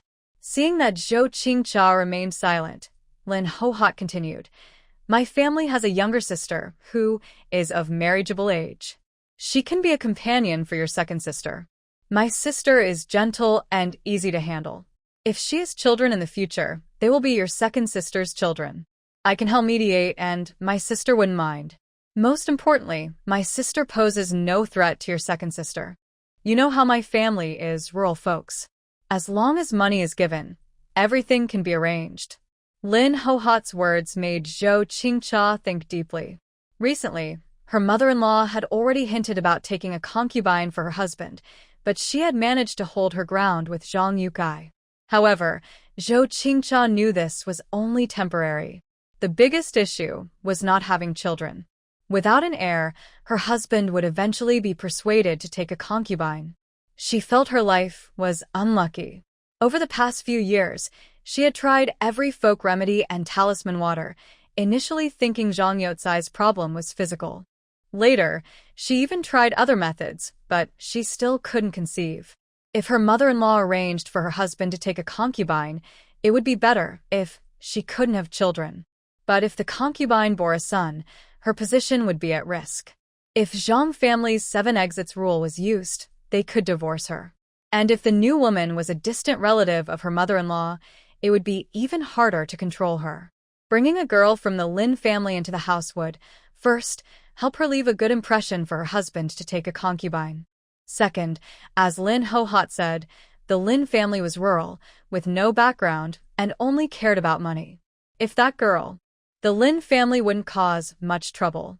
But she needed to confirm whether Lin Guihua's younger sister was truly as gentle and easy to handle as described. She didn't want to leave herself with future problems. For now, they had a temporary agreement. Had Zhou mother not asked Zhou Chingcha to recommend her brother to study in the town or county? She had, but Zhou Chingcha was already married, and her mother had no leverage over her anymore. Zhou Chingcha's own life was not smooth. She would handle small matters easily, but this involved her in-laws asking for favors. Naturally, she wouldn't go all out to help. Half a month later, a small carriage arrived at the Zhang family to pick someone up. At the same time, Zhou Chingcha gave Lin Guihua 8 taels of silver and a recommendation letter from the town academy. Lin Guihua only gave 5 taels of silver to her family, kept 3 taels for herself, and used all her private savings over the years. She still needed about 1 more tael, so she asked Zhou Guanghai to borrow some from the clan. The couple then pooled their money and managed to gather 5 taels of silver to send their son to the town academy. When the Zhou parents found out, the matter was already settled. Mother Zhou quickly learned the full story. She wanted to blame her second son, but he was already married, and there would be more chances to ask him for help in the future. Mother Zhou was furious, but had no one to vent her anger on, so she directed her frustration at Lin Guihua, who was nearby. In her anger, she slapped Lin Guihua several times. The eldest couple immediately knelt down and apologized sincerely. They knew they couldn't hide the truth anymore. Plus, their eldest grandson was crying nearby, begging for forgiveness. Although Zhou's father and mother were angry, they were family. Since their grandson was the first grandson in the Zhou family, they naturally cared for him more. They weren't angry about the grandson going to school in town. That was normal for poor families. They were upset because the eldest couple kept quiet about the matter, hiding it from the whole family, and went ahead with such a big decision without involving the fourth child. The family was divided and not working together. Sooner or later, the family would fall apart. But since the money had already been paid, and they would rely on the eldest son's family for support in the future, they couldn't act too harshly. However, the eldest couple had borrowed money outside, and they would have to repay it themselves. They wanted to act first and report later, expecting their parents to cover for them. But that was just a dream. They should face the consequences of their actions themselves. They needed to understand who was truly in charge. Zhou Guanghai, the fourth son, watched all this silently. He didn't interfere at all. He knew his parents would help him clear the obstacles. Have you ever seen someone who benefits from something and then goes around bragging? The loud and lively ones are usually the ones who haven't gained anything. Everyone prefers to keep a low profile and work quietly. Zhou Guanghai continued studying at the village school and played the good son at home. However, 2 years later, when the eldest son needed to pay the third-year tuition in town, the fourth son obtained a recommendation letter from the county academy. Everyone knew how important this letter was. It was hard to buy even with money. The older couple in the Zhou family suddenly faced a difficult situation. They wanted their youngest son to study in the county town, but their eldest grandson could no longer attend the town school because they simply couldn't afford it. This wasn't a small amount of money, and it couldn't be borrowed easily. Even if they managed to gather enough money this year, what about next year? It was like a snowball, getting bigger and bigger. Supporting one student was already a stretch for the family, so the older couple decided to sacrifice one person's education. After some thought, they decided to continue supporting the youngest son's studies. Firstly, he had studied for many years and had a good chance of passing the exams. The couple didn't want to give up on his future. Zhou's youngest son, Zhou Xiaoxi, knew his place in his parents' eyes. Otherwise, he wouldn't have shown the recommendation letter at this time. 2 years ago, he understood why his older brother and his wife could do certain things. They knew their position in the family. They believed that letting their nephew study for a couple of years would make his parents willing to work hard for the family. Also, the family didn't have much money. Zhou Xiaoxi knew very well who was paying for his education. Zhou Guanghai sneered inwardly. Was money so easy to get? What fools! Now he had a clean conscience. Not letting his nephew study wasn't his fault. When the older brother and his wife learned about this, they felt like the sky was falling. They didn't expect Zhou Xiaoxi to get a recommendation letter from the county college. If Zhou Xiaoxi had stayed in the village, they could have found someone to help with the costs, and their family could barely afford it. But since Zhou Xiaoxi went to the county town, expenses naturally increased. They knew it was Zhou Chingcha, the second son, who had helped. But they also understood why. Since Lin Guihua's younger sister entered the Zhang family, she had become pregnant within 2 months and successfully gave birth to a baby boy. Lin Guihua knew Zhou Chingcha's weak spot and often asked him for favors. Firstly, the village was not far from the town. Secondly, she couldn't escape her family's interference. Why should Zhou Chingcha help? When Zhou Chingling, the third son, left, Zhou Chingcha felt even more the need to hold on tightly. Zhou Chingcha was also the heroine of another story. Could she be so easily manipulated? She was very good at understanding people's hearts and using others' strength to her advantage.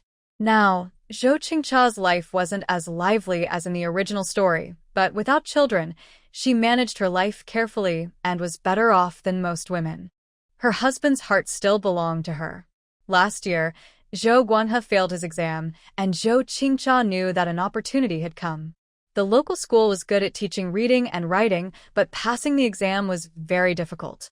Her advantage was easy to take. Now, she just needed to wait patiently for the right moment. Sure enough, half a year later, the fourth brother, Zhou Guanghai, came to see her voluntarily. He wrote a promise on paper, basically saying he would support her as the second sister and, if he ever became a successful scholar, he would repay her kindness. With this promise, Zhou Chingcha and Zhou Guanghai became allies. Zhou Chingcha thought that if the fourth brother really became a scholar, she could control him better. It was a gamble. If she bet right and had a scholar brother as her supporter, her position in her husband's family would be stronger.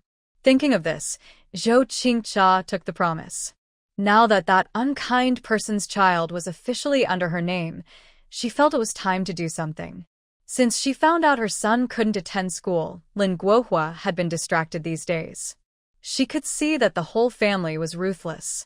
One day, as Zhou Chingcha arrived at her mother's house, her eldest brother and his wife were about to go to the fields to weed. Zhou Guanghai snorted and pretended not to see her, walking past her. Lin Guihua said nothing. Big brother and sister-in-law, are you planning to cut ties with me forever? Zhou Chingcha asked gently. Zhou Guanghai shouted at her. Do you still have the nerve to ask? Zhou Chingcha smiled.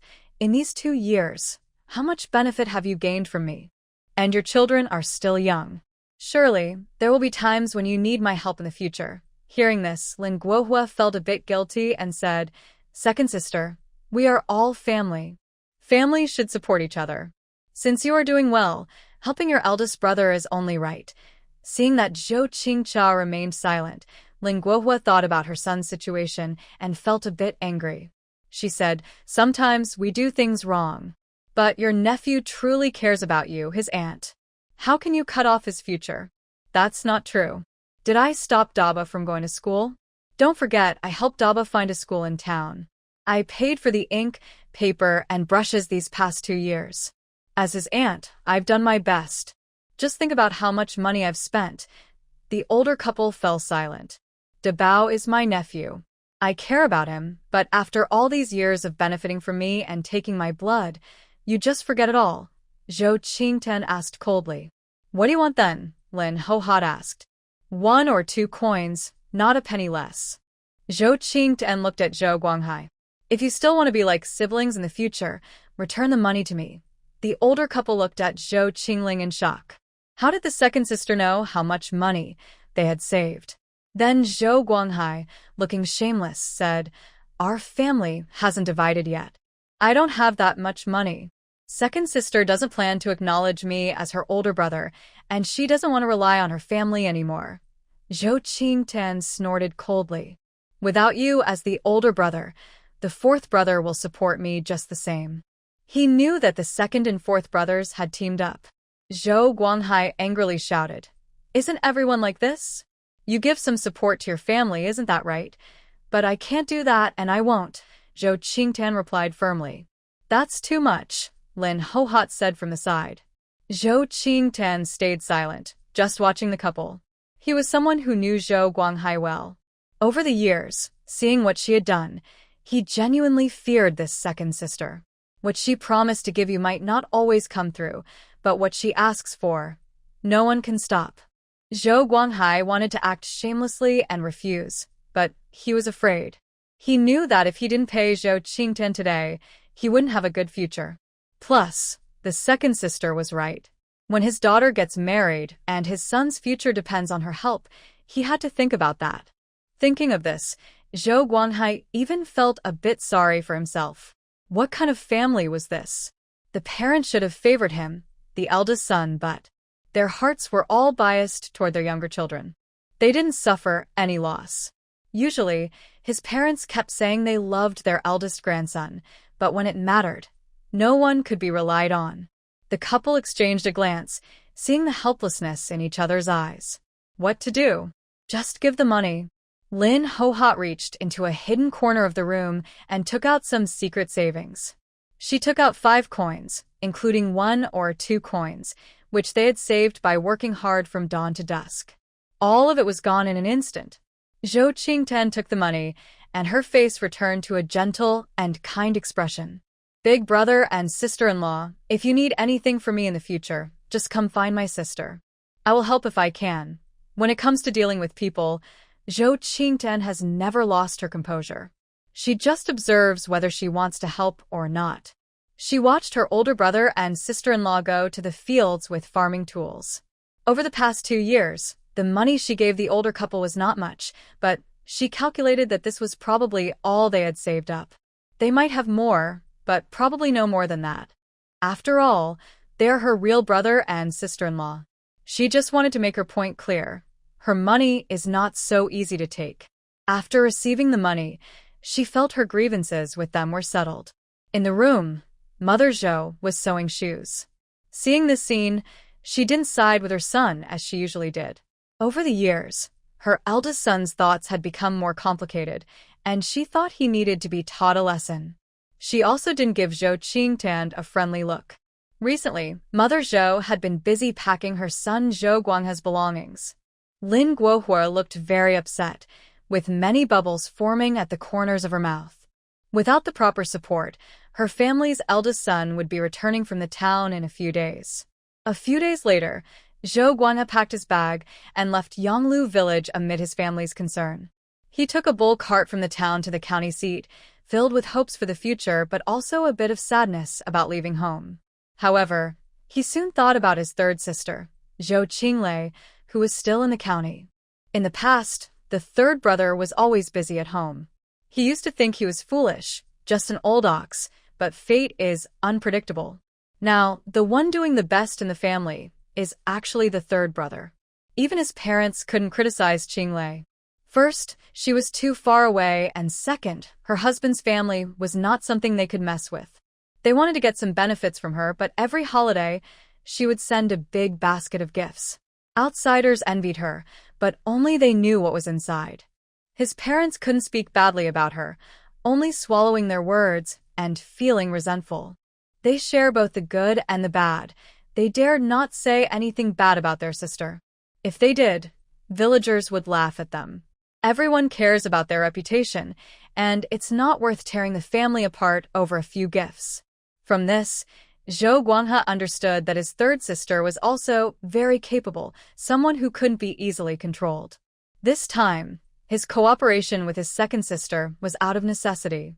He voluntarily handed over his small braid to her, thinking about his future. His second sister is not one to let go easily, otherwise, she wouldn't help him. He has always known that his second sister is the smartest in the family. Seeing how she disciplined their older brother and his wife, he realized that his second sister is a tough person. Although their older brother and his wife have gained many benefits from her before, if things go badly this time, they might have to give everything back and even lose more. Otherwise, how could their second sister's husband's family have such a big, healthy boy? He heard that the little concubine in his second sister's husband's family suddenly died. He figured out that the entire Zhou family isn't full of fools. Those who are not clear-headed have already been taken advantage of. Especially the two sisters, they are the filial daughters of the family. The ox cart was swaying as it moved along. The two young wives on the cart often looked at him. He was used to such gazes because he was always watched in the village. He knows he's good-looking, tall, and has fair skin. Honestly, he looks better than most unmarried girls. He understands what those girls are thinking. Every time he goes to school, there are countless people trying to get his attention. Those who fall into the water, those who bring him things, ask him to help find something, or stumble in front of him. He adjusted his shirt, determined that no one would take advantage of him. His two sisters have already set an example. Otherwise, how could they have married into their husband's family?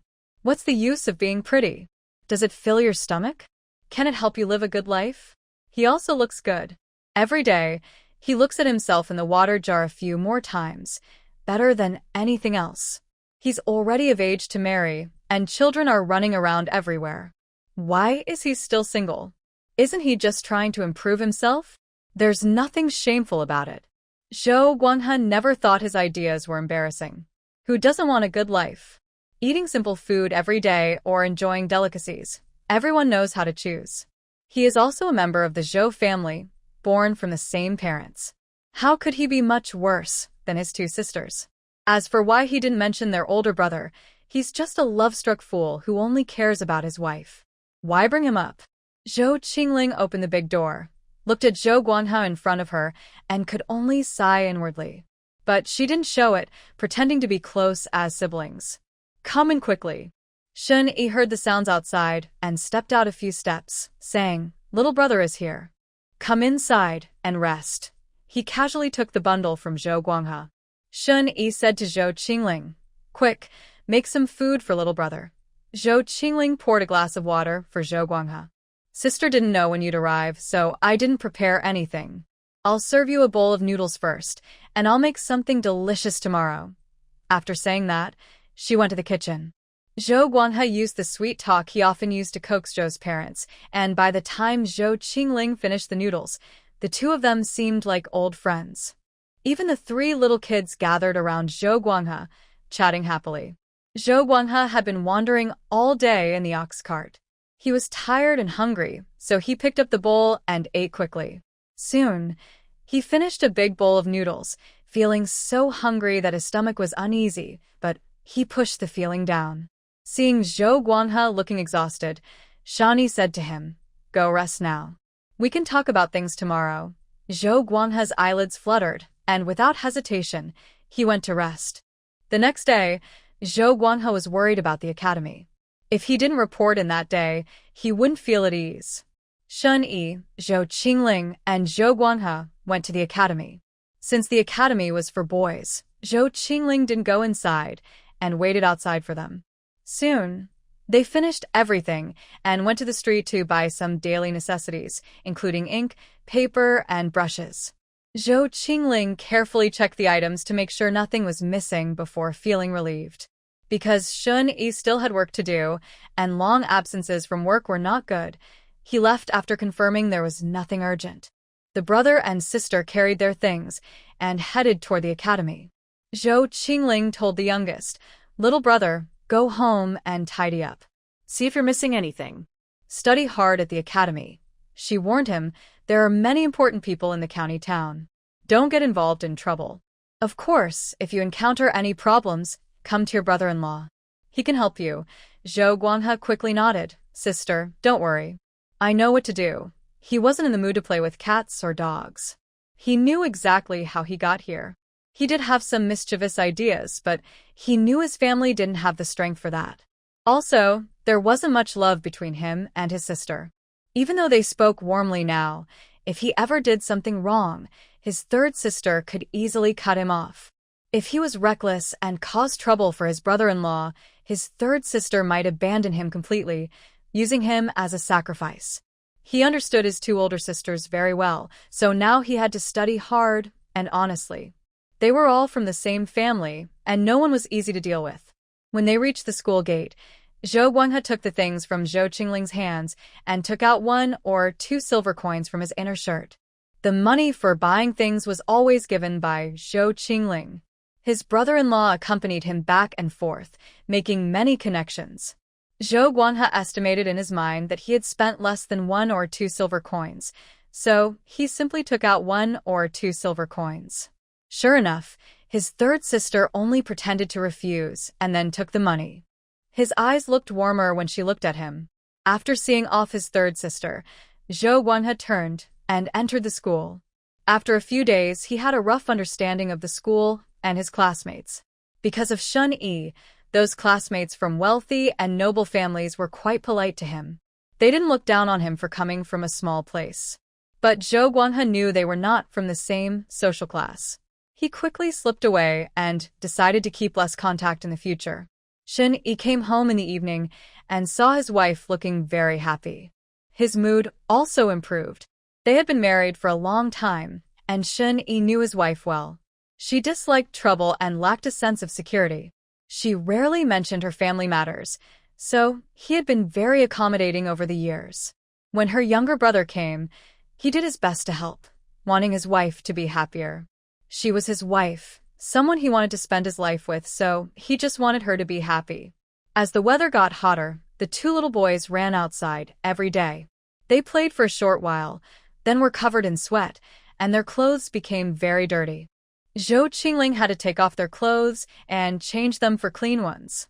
After eating a meal, they ran off again. Zhou Qingling picked up her little daughter.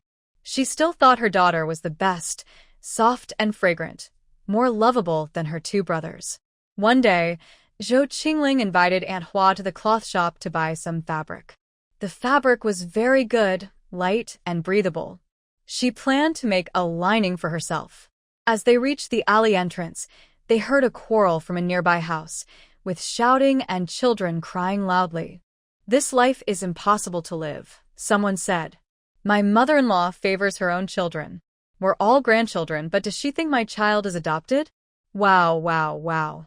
Soon, the crowd gathered around to watch the commotion. Auntie Hua pulled Zhou Qingling to join in. It turned out that Grandma Wu took her eldest grandson shopping. The child saw something tasty and couldn't walk straight, crying and begging for candy. Grandma Wu had no choice but to buy a piece of sugar candy for him. The child didn't want to eat it all at once. When they got home and had free time, he took it out and licked it. By chance, the second daughter-in-law saw this. She immediately got upset. Since everyone lived under the same roof and all the money was in the mother-in-law's hands, she believed the candy was bought by the mother-in-law for her eldest nephew, showing favoritism. She thought it was unfair that only the eldest son's children received treats, while her own son was left out. Seeing her son sadly licking his fingers, she snatched the unfinished candy and gave it to her son. This led to a quarrel between the eldest daughter-in-law and the second daughter-in-law. Eventually, even the two sons got angry and raised their voices. Now, the second family felt they had been wronged and demanded to split the household. Zhou Qingling watched the scene with a helpless shake of her head. She was used to such things. With many brothers and sisters in the family and an elderly mother who didn't treat everyone equally, conflicts were bound to happen over time. She thought if she hadn't married Shani, she might have married into a large family too. Then, perhaps, others would be sitting around, cracking sunflower seeds, watching her make a fuss. Auntie Hua couldn't help but sigh. Ah. It's all because of poverty. Many people had said this before. It seemed that all family conflicts and disputes were caused by poverty. After all, they were ordinary folks. Children from wealthy families wouldn't fight over a little piece of candy. Children from poor families could only enjoy a few pieces of candy during festivals or special occasions. Most families were like that. She couldn't deny that family arguments often stemmed from one side feeling unfairly treated or wronged. They cried and argued to vent their dissatisfaction, hoping to get fair treatment at home. Or, on a deeper level, they were fighting over the limited resources of the family. Was this about children's simple desires? No, it was about parental favoritism, family resource distribution, and laying the foundation for a better future. Similarly, in wealthy families, no one would fight to the death over a piece of candy. Instead, they aimed for money, houses, land, shops, or estates. Basically, whether poor or rich, people want respect and fair treatment, and they also want a better life in the future. But how much fairness is really in the world? People's hearts tend to be biased and never satisfied. They always feel they have less and have been wronged. Zhou Qingling couldn't help but think about herself. She has a special space as a cheat, and she traveled from a modern, advanced world to this backward ancient time. Most women who travel through time become powerful, becoming princesses, queens, or even rulers of their own era. But what about her? She is stuck in a small town, busy every day around the stove. She almost forgot she had that special space. Now, seeing this scene, she thought, could this be the life she truly wanted? In her modern life, she was just an ordinary person, living a simple, unremarkable life. Suddenly, Zhou Qingling realized that human desires are endless. She was blinded by greed. Without her special powers, she can't even enjoy her current life. She has always been an ordinary person. So, she should just keep living an ordinary life. Are those unreachable things worth her worrying about? People always think their current life isn't good enough because they care too much about the past and worry too much about the future. But they forget that today is exactly what they once wished for, yet they overlook it because they are looking too far ahead. Today is Jiang Shida's brother's wedding, and Jiang Shirtu is a local policeman. A few days ago, Shun Yi told Zhou Chingling about the wedding. He asked her to go early. Shun Yi had to leave early in the morning for work, and in this era, men and women sit separately at meals. Zhou Qingling took her 3 children to Aunt Hua's house, planning to go together. A wedding is a happy event. Guests who come to offer congratulations wear nice clothes, showing respect to the family. Zhou Qingling looked up and saw Wu Xiaohua. She was still wearing her old clothes and had a very thin girl with her. Wu Xiaohua looked shy and pitiful, walking behind Sun Wangshi. Sun Wangshi was dressed more nicely than usual and still looked proud and aloof. Wu Xiaohua's life hasn't been easy these years. Since she married in, Sun Wangshi has made her do all the chores at home.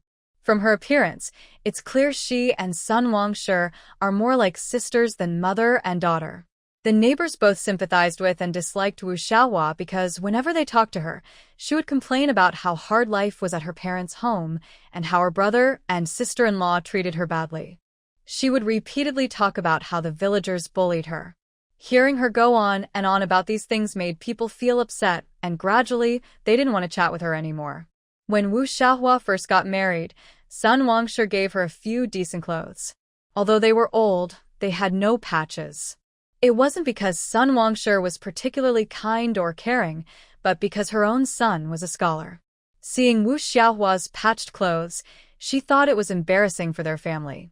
Clothes thrown away in the city were better than what Wu Xiaohua wore, but within a few days, this confused girl gave those clothes to her mother-in-law.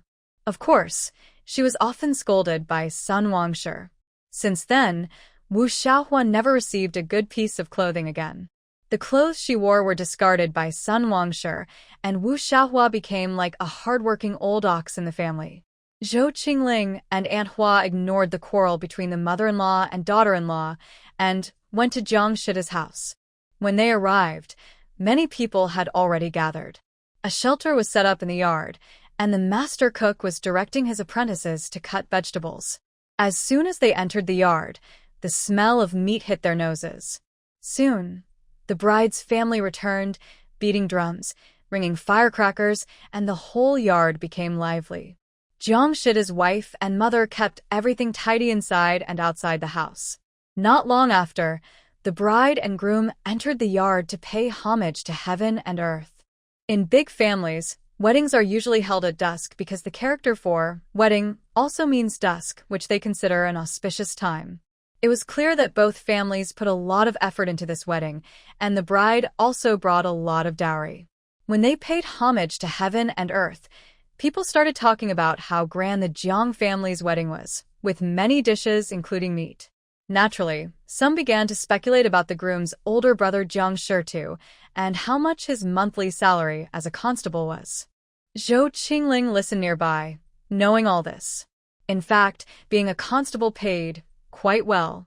Besides their official salary, they had some extra income, like helping to keep order, dealing with troublemakers, and managing shops. All these little benefits added up to a good amount of money. After the joyful thought settled, the newlyweds distributed some candies, and Zhou Qingling grabbed a few. She usually didn't like sweets, but since they were wedding candies, she also wanted to share in the happiness. Next was the much-anticipated part, the meal. The wedding banquet was lively and joyful. The hosts were generous, the guests were happy, and after the event, people gradually left. Zhou Qingling supported the slightly drunk Shun Yi, both walking in the same direction. Behind them, Sun Wangshi and Wu Xiaohua followed.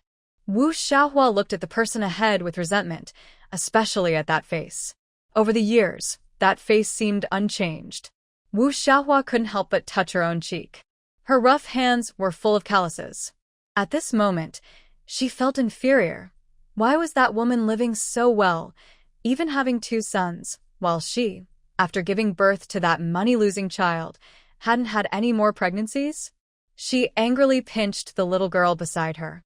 Sun Zhaodi didn't dare cry out loud, tears welling up in her eyes. The small girl didn't understand what she had done wrong. After venting her anger, Wu Xiaohua felt a bit better. She told herself silently that she would be a noble lady someday, married to a scholar respected by others. How could that woman compare to her? But looking at the tall, strong figure ahead, Wu Xiaohua had to admit that the man truly loved Zhou Chingling, the woman she despised. He was the best husband she had ever seen. Wu Xiaohua had seen Shen Yi washing clothes and cooking for Zhou Chingling many times. They often laughed and played together. She never imagined that a married couple could be so close. Her husband had never smiled at her or shown concern. Besides making her do chores and helping her share her mother's workload, there seemed to be nothing else in their life. At home, Zhou Qingling initially didn't realize Shen Yi was drunk. It was only when he seriously called her Big Brother and made gestures as if to drink with her that she understood he was drunk. Shen Yi's eyes looked a bit confused. Zhou Qingling watched this and chuckled softly. At this moment, Shen Yi leaned in with a mysterious look and said to Zhou Qingling, "Big Brother, tomorrow I'll have my little wife introduce you to a beautiful and kind wife." Then he looked at Zhou Qingling's face and said, "Your looks really remind me of my wife, you know? But it's okay. We are brothers for life. You're not young anymore. It's time to settle down." Zhou Qingling was speechless. "Big Brother, you are mixing up the scenes. Is there a video recorder?" He really wanted to record it and show Shen Yi later. But just thinking about it was enough. In this era, if she really took out a video recorder, it would be shocking. Zhou Qingling turned and went to the washroom, planning to get a face towel to wipe Shen Yi's face.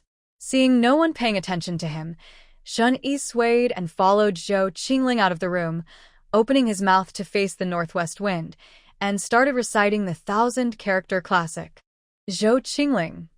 After much persuasion, she managed to bring him back inside. Shen Yi still wanted to teach Zhou Qingling to recite with him, acting like a wise old teacher, looking serious and concerned about her not studying hard and not being ambitious. "Mr. Shen," Zhou Qingling called out. Shen Yi looked very pleased, clearly happy with the title. She had never seen Shen Yi show this childish side before. After many years of marriage, Shen Yi rarely got drunk. In her memory, he was always sober. So she started to coax him. "I'll recite it later. You go to bed and rest for a while." Shen Yi nodded happily and pretended to be serious, saying, "I'll check later." Zhou Qingling looked at him with mixed feelings, wondering if he would feel awkward when he sobered up tomorrow. Anyway, she was already feeling embarrassed for him. The next day, Shen Yi woke up to bright sunlight. His head hurt badly, and his whole body ached. His mind was foggy.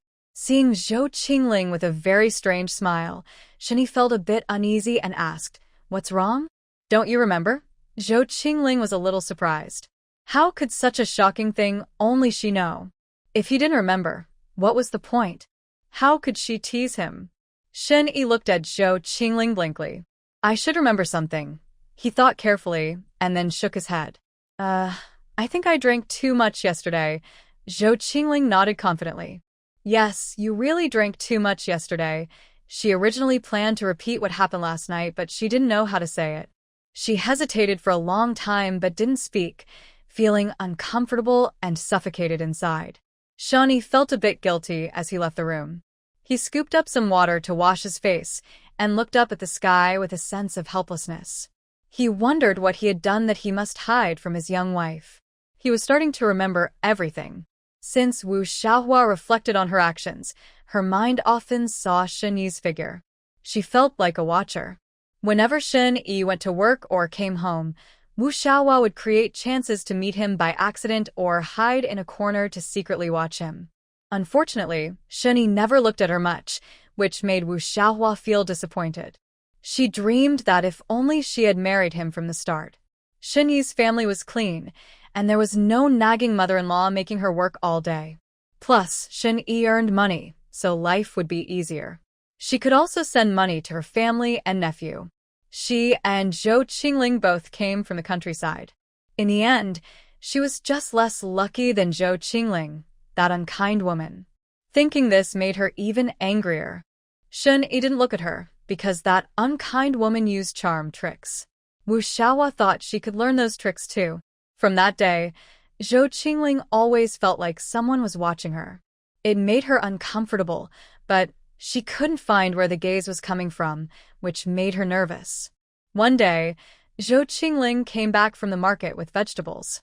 She closed the yard gate and was about to go inside when she suddenly felt like she was being watched. She turned around secretly to peek through the door crack. When she looked out, she saw a pair of dark, shiny eyes. Wu Xiaohua was also peeking through the door crack. Chingling was startled. When Wu Xiaohua was caught, she quickly ran back home. Chingling recognized her as Wu Xiaohua. Or was there something seriously wrong with her? A woman spying on another woman. Did she have some strange habit? She tightened her clothes, feeling goosebumps all over. It was her first time being followed, like being in a scary movie. The hot sun couldn't warm her feelings of fear. After Yi went back to work, Chingling told Yi about her feelings and the incident with Wu Xiaohua catching her. Yi also thought Wu Xiaohua's behavior was strange. He had been meeting her often these days and didn't understand her actions. Yi thought for a moment and said, "Keep watching Wu Xiaohua. If she shows any more strange behavior, I will step in." After all, Wu Xiaohua hasn't done anything serious. He was a man, and if he intervened directly, Wu Xiaohua's reputation would be ruined. Since that day, Chingling no longer felt like someone was watching her from behind. She still wanted to meet Wu Xiaohua face to face and ask her clearly about everything. However, Wu Xiaohua had been avoiding her all this time. But she could understand why. Although Chingling hadn't interacted much with Wu Xiaohua, she knew that Wu Xiaohua was timid and felt insecure. When she met someone more confident, she wouldn't dare to speak loudly. That's why her mother-in-law had been able to control her for so many years. It seems being a bit more assertive has its benefits. Chingling realized she was too soft and easy to push around, making others think they could bully her. But who was she provoking? She couldn't understand why Wu Xiaohua was acting so strangely. Oh well, today was market day. Chingling, holding Chingcha, planned to go shopping. When they arrived on the busy street, they saw vendors selling wild game. Chingling also went over to look. There were 5 wild chickens and 4 gray rabbits on the stall. These animals are hard to catch, and wealthy families in the county would buy them if they saw them. A tall, strong man was negotiating prices. Chingling recognized him. He was a hunter. His family made a living from hunting and lived in a nearby village.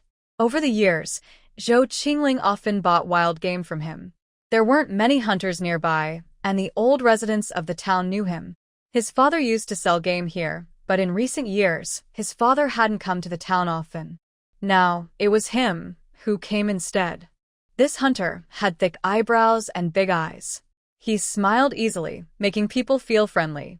When he saw Chingling approaching, he warmly asked, "Miss, everything is fresh today. What would you like to buy?" Chingling didn't like eating wild rabbits because the meat was tough. She chose a brightly feathered wild chicken, thinking she could use its feathers to make a toy for Chingcha. She picked a wild chicken, and after weighing it, the hunter quickly placed it into her basket. Soon all the wild game he had was sold out. He packed up his basket and headed home. He lived in Dawakun, a bit away from the village. Climbing the mountain was easy for him. Like a monkey, he ran freely through the hills. After a while, he reached a wooden house, surrounded by a wall. To protect against wild animals, the wall was tall and strong, so neither animals nor people could get in or out. Before he got close, he heard screams from inside.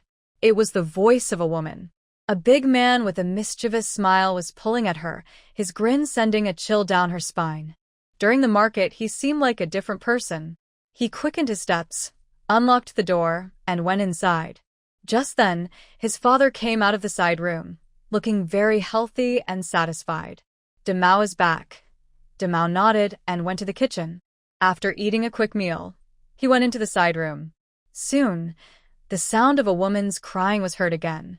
Half a year passed quickly. The weather gradually turned colder. A few days ago, Zhou Qingling took out last year's cotton clothes and added some new cotton padding. After finishing, she hurried to dress the little ones.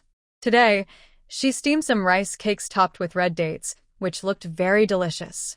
After steaming, Zhou Qingling didn't wait for it to cool. She quickly took a piece for herself.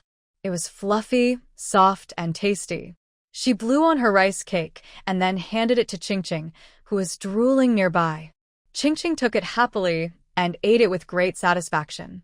Over the years, Zhou Qingling never neglected her own appetite. She would make whatever she wanted to eat. She also fried some fried rice cakes dipped in red sugar, which was incredibly delicious.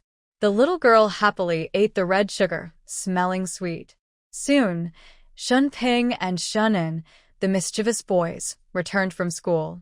The first thing they said was, "Mom, is dinner ready? We're starving." As the weather got colder, the festive atmosphere grew stronger. Red lanterns hung on the streets, creating a bright red scene that lifted people's spirits. Everyone looked forward to the holiday. Yesterday, Shun Ping and Shun wanted to buy firecrackers. Little Chingching didn't understand much, but clapped her hands, imitating her brothers, saying, "Firecrackers, firecrackers." As long as it wasn't excessive, Zhou Qingling was happy to fulfill the children's wishes.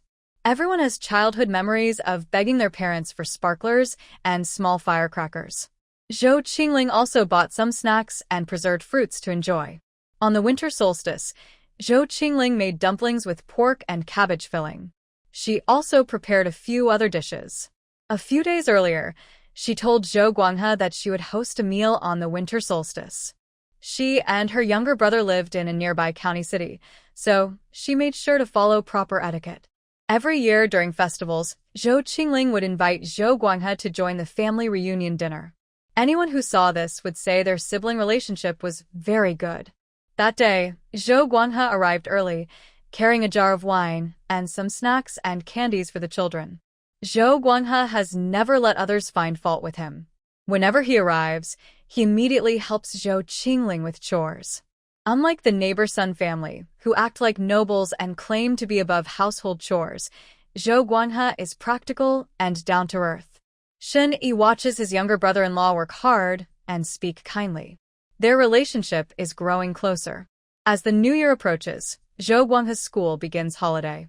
Zhou Qingling continues preparing a basket of goods for Zhou Guanghai to take to his parents.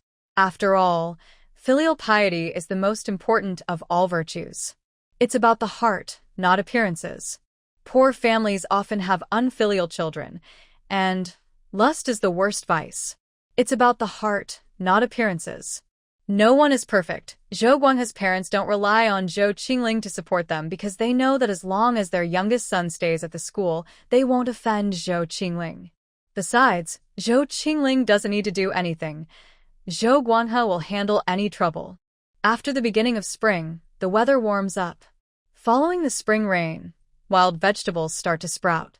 Zhou Qingling buys a pound of wild vegetables to try. Recently, villagers near the mountain village by the county town have reported missing persons. 6 months ago, a woman disappeared from the village.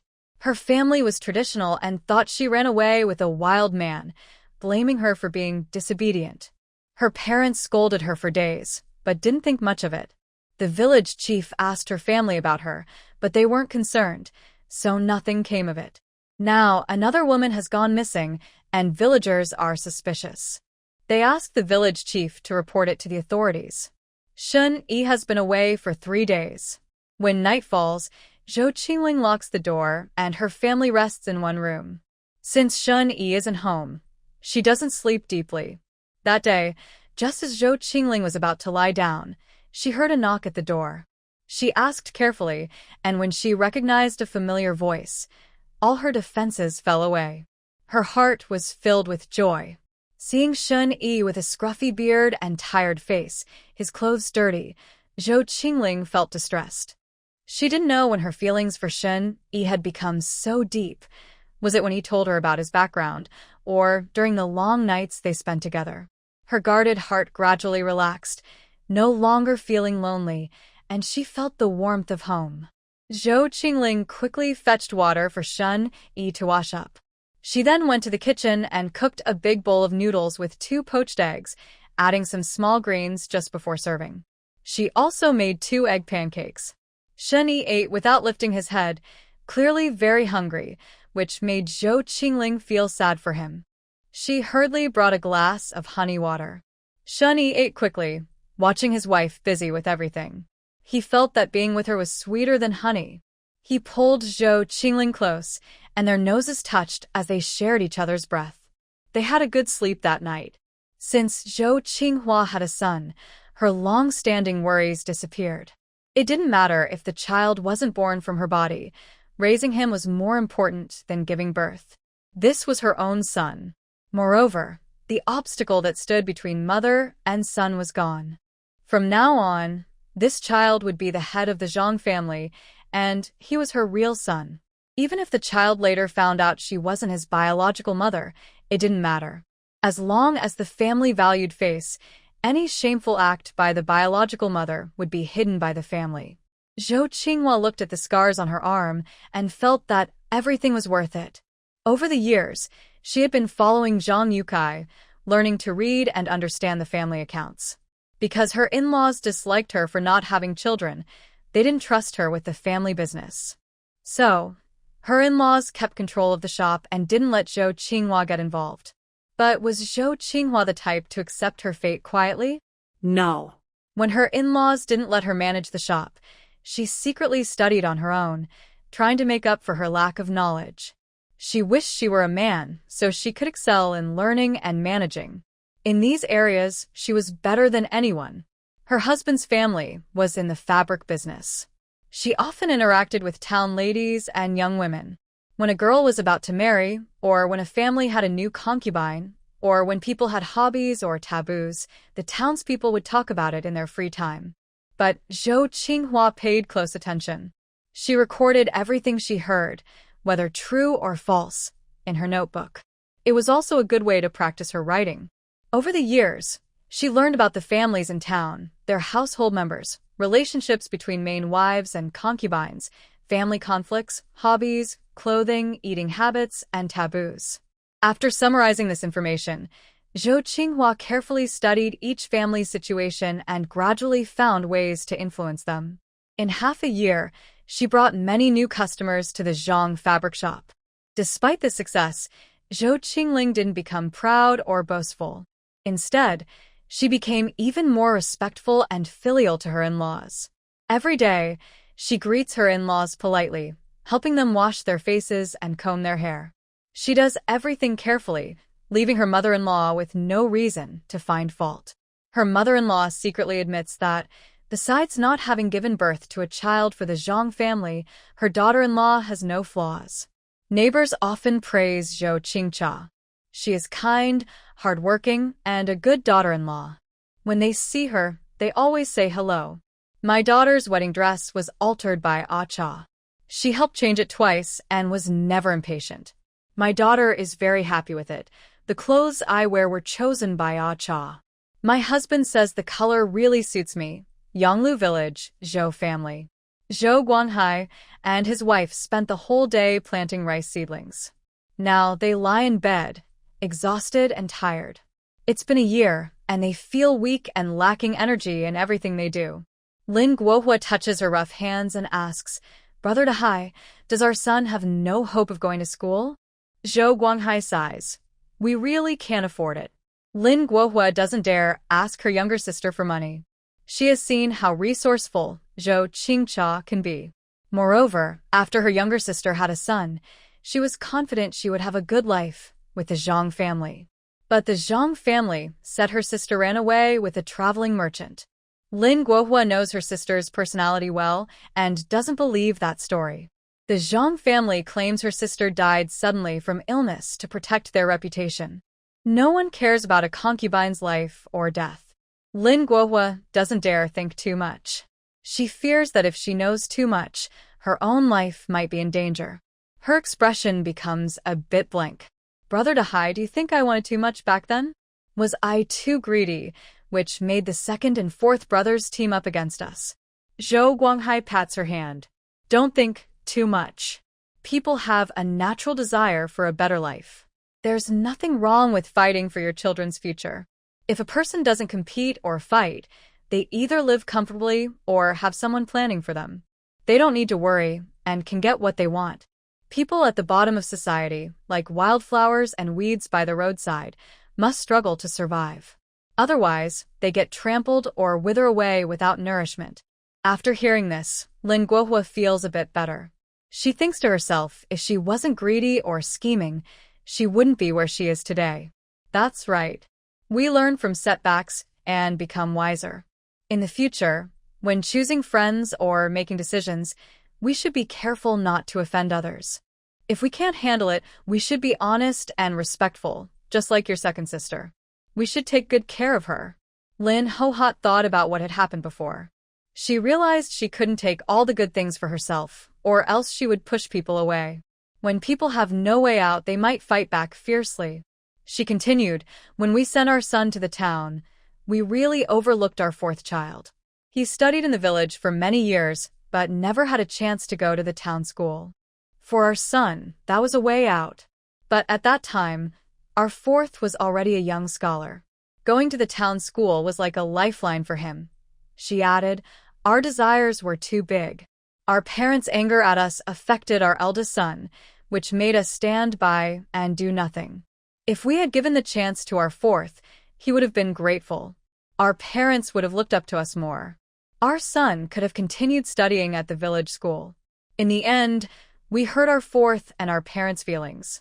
Actually, Guanghai's success today is also because his parents spoiled him. As the oldest son in the family, he naturally had advantages.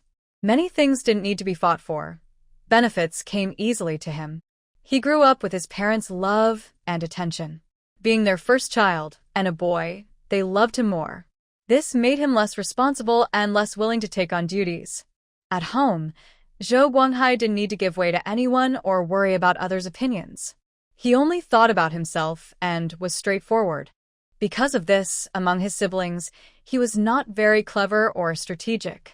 Lin Guihua thought about all this. She knew she had to rely on herself now. She sat up and reached over to Guanghai, who was lying nearby, and said, our son's education is something we're not good at. We didn't compete with our fourth or second brother. But who says we won't have a chance to turn things around? Guihua, do you have a plan? Guanghai was encouraged by her words. He sat up and asked, right now, only you and our fourth son are the men in the family. And you're the oldest. When our parents get old, they'll depend on us. Plus, we're the ones working the fields at home. Without us, our fourth can't focus on studying. If we think about who contributes the most to the family, it's definitely us. Tell me more, wife, Guanghai urged eagerly, looking at her. First, we need to speak up about how much we have contributed. Otherwise, our family and the fourth brother will think it's all our responsibility. The reason the fourth brother can go to school is partly because of us. If he really passes the exam in the future, he won't help us, and the villagers might even mock him. We must let our family know how important we are. Guanghai nodded in agreement. Second, when the fields are not busy, we should find work outside. The income from our family's land is controlled by our parents, and we don't get any of it. To save money, we need to earn outside. I also want to ask your second sister for help. When I have free time, I can go to her husband's shop to learn embroidery and sewing. Whether it's making embroidered handkerchiefs or weaving, it's all money earned. Guanghai continued to nod. Third, we are just simple country folks. You don't have any special skills, and our family has no connections. The third brother married far away, so we can't rely on him. We need to hold on tight to the second sister. She knows many people in town. With her help, you can find work more easily than carrying heavy loads. She can talk to the managers and get things done better than we could by ourselves.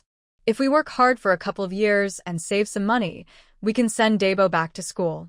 That's better than working in the fields every day and getting nothing. Dabo has already studied at school for 2 years and learned many characters. Also, when the fourth brother comes back, he can teach Dabo some. That way, Dabo won't fall too far behind. Guanghai looked at Lin Guihua, who was full of energy. He suddenly remembered the girl he married, who once attracted her. Wife, we'll do as you say. We will find a way out. I also want to learn from the fourth brother, talk more nicely to our parents. If they see us working hard and Debo almost finishes his studies, they'll be proud to see their grandson reading. After talking, the couple felt full of motivation. As the saying goes, parents love their children deeply and plan carefully. The older brother and his wife only have Debo, their only son. No matter how hard it is, they are willing to endure it for him. Naturally, they want to make plans for his future. As for Lin Guihua, with her intelligence and determination, if she had a different life, she wouldn't have made herself suffer so much. Even the worst situations could be overcome. Living in the Zhou family, she couldn't fully show her skills. Shen Yi spent several days visiting the village, asking families about the missing persons, the locations where they disappeared, and whether any strangers had recently come to the village. However, he found no useful clues. While the officials at the government office were feeling helpless, they received another report from Chingcha village about a new case of a woman missing. Shen Yi hurried back home, told Zhou Chingling, and after a few days of not returning, he packed his belongings and left. They continued investigating the cases. The missing people were not from the same village, but all were young women about to reach adulthood. Haoshan village and Qingshan village are close to each other, so the culprit might be nearby. In the past few days, Shen Yi and his team visited nearby villages and also warned villagers to be careful. As a result, the girls in the nearby villages became very nervous. They no longer dared to go out alone, and instead traveled in groups. The case reached a dead end again. The three families involved did not usually have contact with each other. They were honest rural folks. Even if they argued with neighbors, it was just small disputes, not serious enough to cause harm. Their families were not wealthy, so theft was unlikely. It seemed the motive was related to personal desire. Most importantly, the families of the missing women did not know where their daughters had disappeared. They only knew the girls hadn't come home at night, which made them very worried. Since there were no outsiders in the village, it was initially believed that the culprit was someone nearby. Shen Yi drew a rough map of the villages on the ground, using a branch to mark the general area. Over the next few days, they began investigating each village one by one. When they arrived at a village, they looked for the village head and asked him to send someone to guide them. Without a local guide, it was hard to navigate such a large area and unfamiliar environment. Their small team lacked enough manpower, making it difficult to find any clues. More than 10 days passed. Just when they thought their efforts were in vain, they discovered bloodstains on the back mountain of Dea village. There were also blood handprints on the tree trunks. Shani searched around and found signs of dragging on the ground. This discovery lifted their spirits. Their team had been struggling for days, almost giving up, but now they had found something valuable. It was a hard-earned breakthrough. As they approached the deep mountains, seeing the bloodstains and handprints, everyone became alert, knowing something serious had happened. The mayor of Deh village realized something was wrong. Recently, no one had heard of anyone getting hurt, so why was there blood? Shen Yi asked the village chief, "Are there any people living nearby?" The village chief thought for a moment and said, "There's a hunter living up on the mountain." Since this family rarely interacted with the villagers, they were hardly noticed. If Shen Yi hadn't asked, he might have forgotten about them. Also, it was said that wild animals often appeared on this mountain, so the villagers only stayed around the outskirts and rarely went inside. One of the constables, named Wang Shan, was called Beard because of his full beard. He couldn't help but curse, saying, "A hunter? Who would live deep in the mountains if they were a good person? Besides those who kill and steal, this hunter probably isn't a good guy," he added. Monkey agreed, saying, "Beard's right. The deep mountains are perfect for secret, shady activities. When I find him, I'll give him a good beating.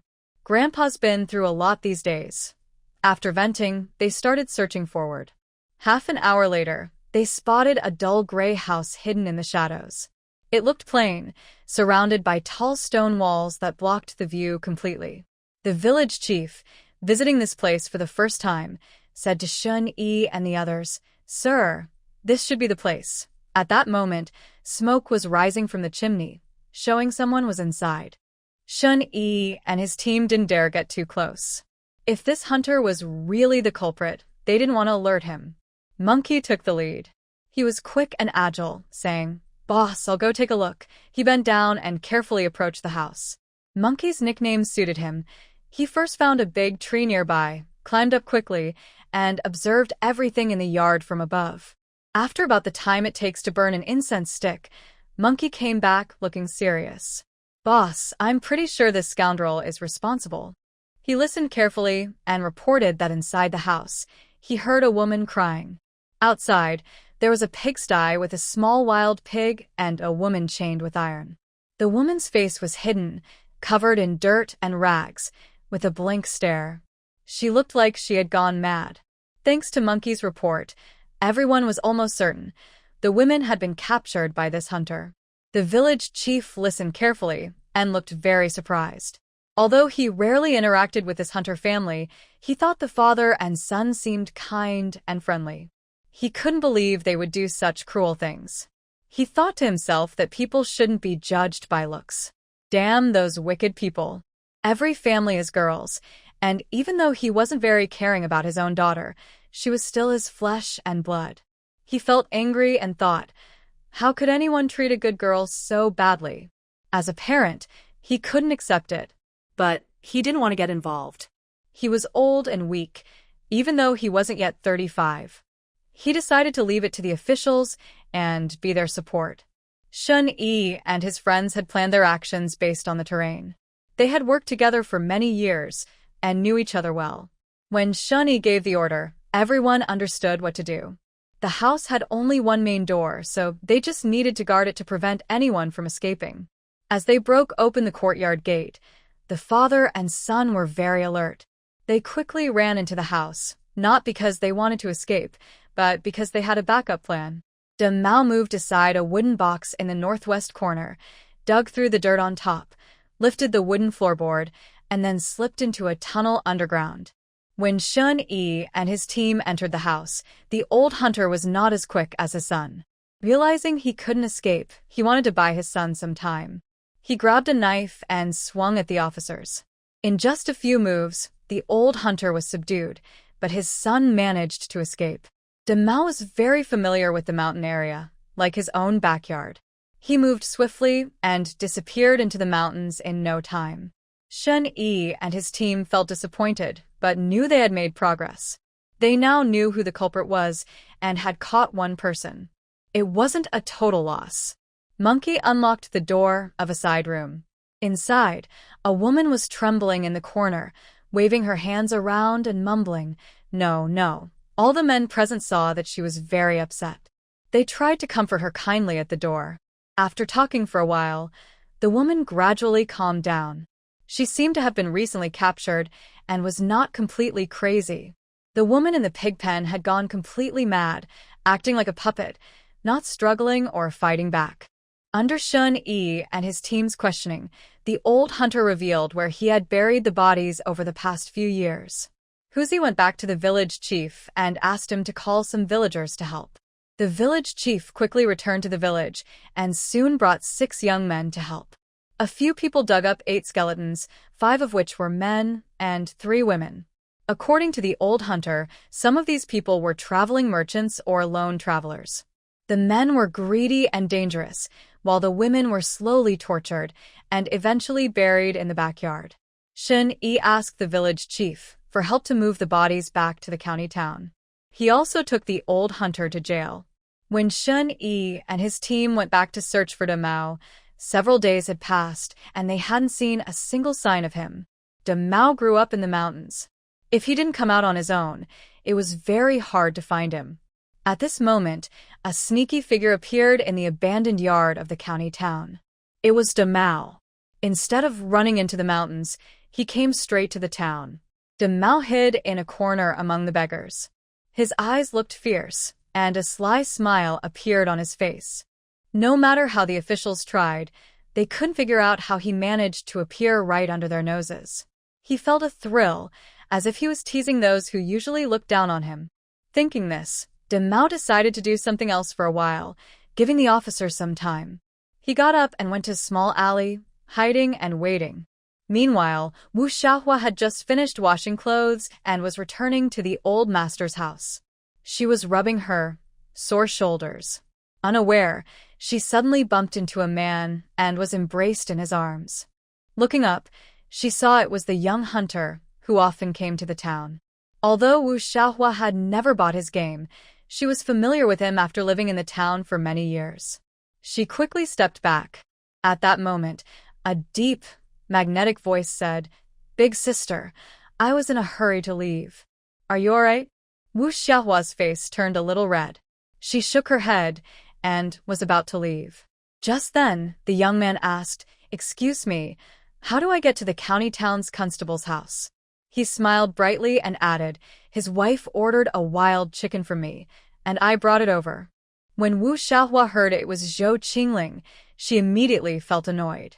She secretly cursed Zhou Chingling as a sly fox, always flirting around. Seeing Wu Xiaohua's expression, De Mao had another plan in mind. Wu Xiaohua suppressed her displeasure and said, "I'll take you there. It's not far from here." Dama, taking advantage of Wu Xiaohua not paying attention, looked around cautiously and saw no one, then followed her quietly.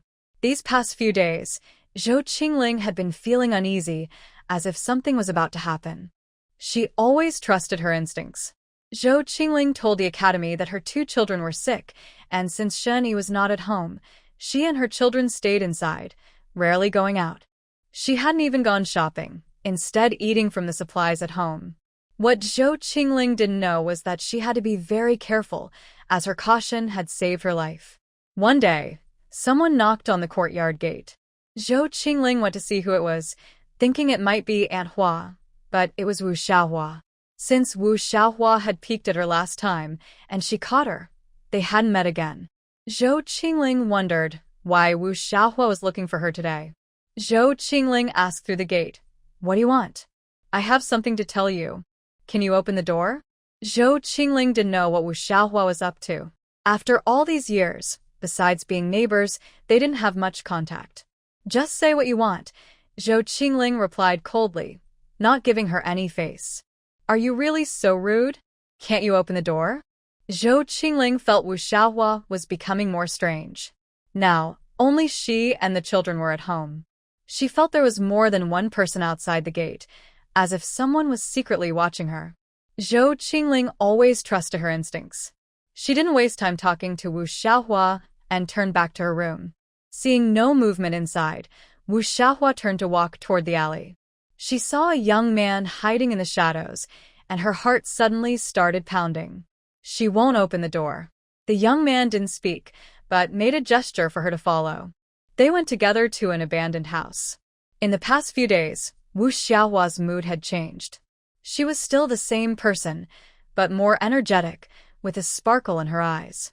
Wu Xiaohua tentatively asked, "What do you want to do with her?" The young man smiled mischievously. "Of course, I have something to do." Wu Xiaohua listened but didn't say anything, though her face looked sad. "What are you thinking about?" The young man held Wu Xiaohua in his arms, burying his face in her neck, gently kissing her. Wu Xiaohua had never been so close to anyone before. Even her husband only paid her attention in bed and then ignored her, as if venting his frustrations. She had never met anyone like the young man before. He treated her like a treasure, holding her gently in his hands and speaking softly to her. She knew her actions were wrong, but she couldn't control herself. This person gave her a different feeling and excitement, making Wu Xiaohua deeply fall into it and unable to escape. Although Wu Xiaohua didn't understand why this man wanted her to find that unkind person, she still couldn't help but do as he asked. Suddenly, the young man kissed her lips. Her mind went blank, and she had no desire to ask questions anymore. After a long while, everything returned to normal. Wu Xiaohua brushed the dirt off herself and shyly headed home. For several days, Zhou Qingling didn't leave her house until Shen Yi returned. Big Mao's picture was posted all over the county. When entering or leaving the town, the soldiers at the gate questioned people more carefully than usual. The officers tried to lure Big Mao out with the old hunter as bait, deliberately relaxing their guard in the prison, but Big Mao did not appear. Half a month later, The old hunter was sentenced to be executed by beheading. On the day of the execution, he was carried on a cart. The townspeople came out to watch, as it was rare for someone in the county to be executed. On the way, the officers talked about the old hunter's crimes. The people, especially those with daughters, looked down on him. There were no rotten eggs, since no family was wealthy enough to keep eggs fresh. Even if eggs went bad, they wouldn't throw them away. There weren't many rotten vegetables either, mostly stones. The officers kept the crowd safe and orderly, while Shin Yi sent more people to find Big Mao. Usually, when a close relative is executed, family members can't help but hide in the crowd, quietly sending the loved one off. But Big Mao was like a stone sinking into the sea. He never appeared. Shin Yi and a few officials stood in a private room at the tea house, looking very serious. They had encountered a tough problem.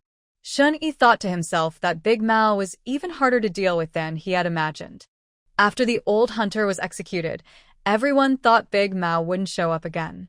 Shin Yi and a few brothers went to a tavern to have a few drinks. They had worked hard for many days. These brothers had followed him, without complaining once. The days of travel had helped everyone relax. Halfway there, a fair young man ran over from across the street. He wore a blue robe with ink stains on the collar and a worn Confucian cap. He looked like a scholar. Bailiff Tianhu saw the visitor and couldn't help but feel overwhelmed. Seeing his little brother-in-law, Zheng Chen, he felt a headache coming on. You'd think a good student would focus on studying and showing off literary skills, but he preferred excitement, revenge, and heroism. He longed for the martial world, for days of sword fights and daring deeds. His father-in-law tried every trick to persuade him, but this stubborn young man refused to go back to school. Every day, he pestered his brother-in-law to join him in solving cases. Tianhu thought his little brother-in-law had gone crazy from studying, that his mind was broken. Monkey's dad, he's turned into a baboon. These rough men, in the eyes of outsiders, seem to live off government pay and have some small power, but in reality, they work hard in the wind and rain. Sometimes they go days without a hot meal, and minor injuries or bumps are common. They even keep their heads tucked into their belts. But their stubbornness is strong, and they call it hot-bloodedness. When they see injustice, they draw their swords to help, offering aid to those in trouble. They want to be useful and respected. The scholar's words sound nice, full of noble ideals. His wife also worries about this. Recently, his father-in-law was desperate and asked him to use connections to get the young man into a courier company. Money didn't matter. They just wanted to keep him close. If he ran away on his own, it would be better to find him a steady job nearby. But they didn't want him to deliver goods far away, just around their neighborhood. They had no choice. He was the only son in the family. If there were more male children, they would have already gone. Tianhu had no choice but to go along. It was easier to get him into the courier company because it didn't pay much, and he wouldn't have to go far. But if he only delivered locally, what was the point of working there? He wouldn't even deliver himself. Even if there were good jobs, the head courier's younger brother had already taken them. No chance for the others. This young man was full of fiery spirit, like he'd been injected with chicken blood, constantly asking when the head courier would start the next trip. The head courier saw him like a mouse seeing a cat and could only reply vaguely, soon, soon. Then he slipped away quickly, secretly thinking that with his small frame, he could easily send this young man to see his grandmother. Yet he still ran courier jobs. If he let this young man go on deliveries, it might ruin their reputation. This young brother-in-law was bored and full of passion, but had nowhere to show it. So he wandered the streets and happened to meet his brother-in-law, someone he dreamed of becoming. He eagerly approached him. "Brother-in-law, where are you going? Is there a big case?" Tian, who looked at the young brother-in-law with annoyance. "What nonsense! It's so late. Go home." The young brother-in-law touched his nose, looking determined to argue with them all day. Monkey saw this and put his arm around his shoulder. The young brother-in-law's thin frame wobbled. Monkey mischievously said, "Little brother-in-law, how about I take you to see the world?" Zheng Chen immediately became interested. He grabbed Monkey and said excitedly, "Yes, I want to go. Ignoring Tianhu's expression, he pulled Monkey and ran ahead. Tianhu's face darkened. Monkey was trying to trick him. If his wife found out, it would be trouble. But they had already gone far, so he had no choice but to follow. They arrived at the biggest tavern in town, called Kelly Siang. The young waiter quickly led them to a private room. After a short wait, the food and drinks arrived. They were rough men, so they drank straight from bowls. Life is short, so they poured and drank happily. The young brother-in-law's eyes sparkled at the sight. Is this how legendary heroes behave? He got excited and rolled up his sleeves, ready to drink a big bowl. He took a sip and immediately spat it out. It's so spicy. Everyone burst out laughing. Huzi patted Zheng Chun on the back. Young brother, you just need a few outings to get used to it.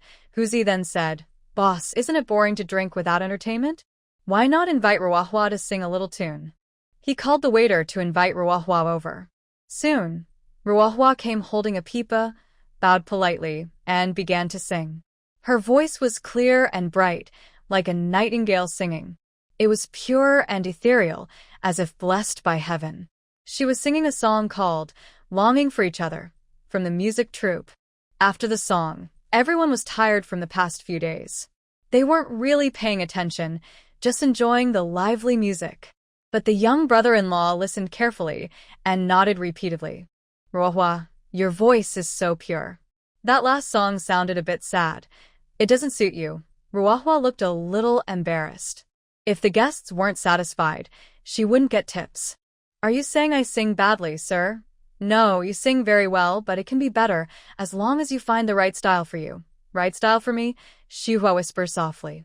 She can't help feeling a little self-pity and low self-esteem. If life hadn't forced her, who would choose to show herself in public? No matter how heavy her makeup, it can't hide her embarrassment.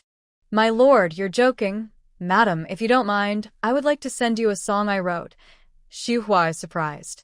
In the Dazhong dynasty, only talented poets like Liu Yong, a famous Song dynasty poet known for works like Tonight, at the place where I wake up, by the willow bank, with the morning breeze and the remaining moon, would create such songs. Scholars value their reputation highly. Who would tailor a song style just for a courtesan? The people present become interested after hearing this. They didn't expect their brother-in-law to have such talent. Everyone becomes curious. Then Zheng Chun orders the shop assistant to bring ink and brushes. Under everyone's watch, Zheng Chun starts writing passionately. He enjoys being the center of attention and feeling appreciated. Suddenly, he finds something he's good at. In no time, he finishes a song called Bodhisattva Barbarian. After humming it, seeing everyone's gaze, he feels proud and says with a smile, I was just humming casually. Tian, who looks annoyed. Little brother-in-law, stop acting so proud. Next, Zheng Chun keeps guiding Guihua to practice Bodhisattva Barbarian.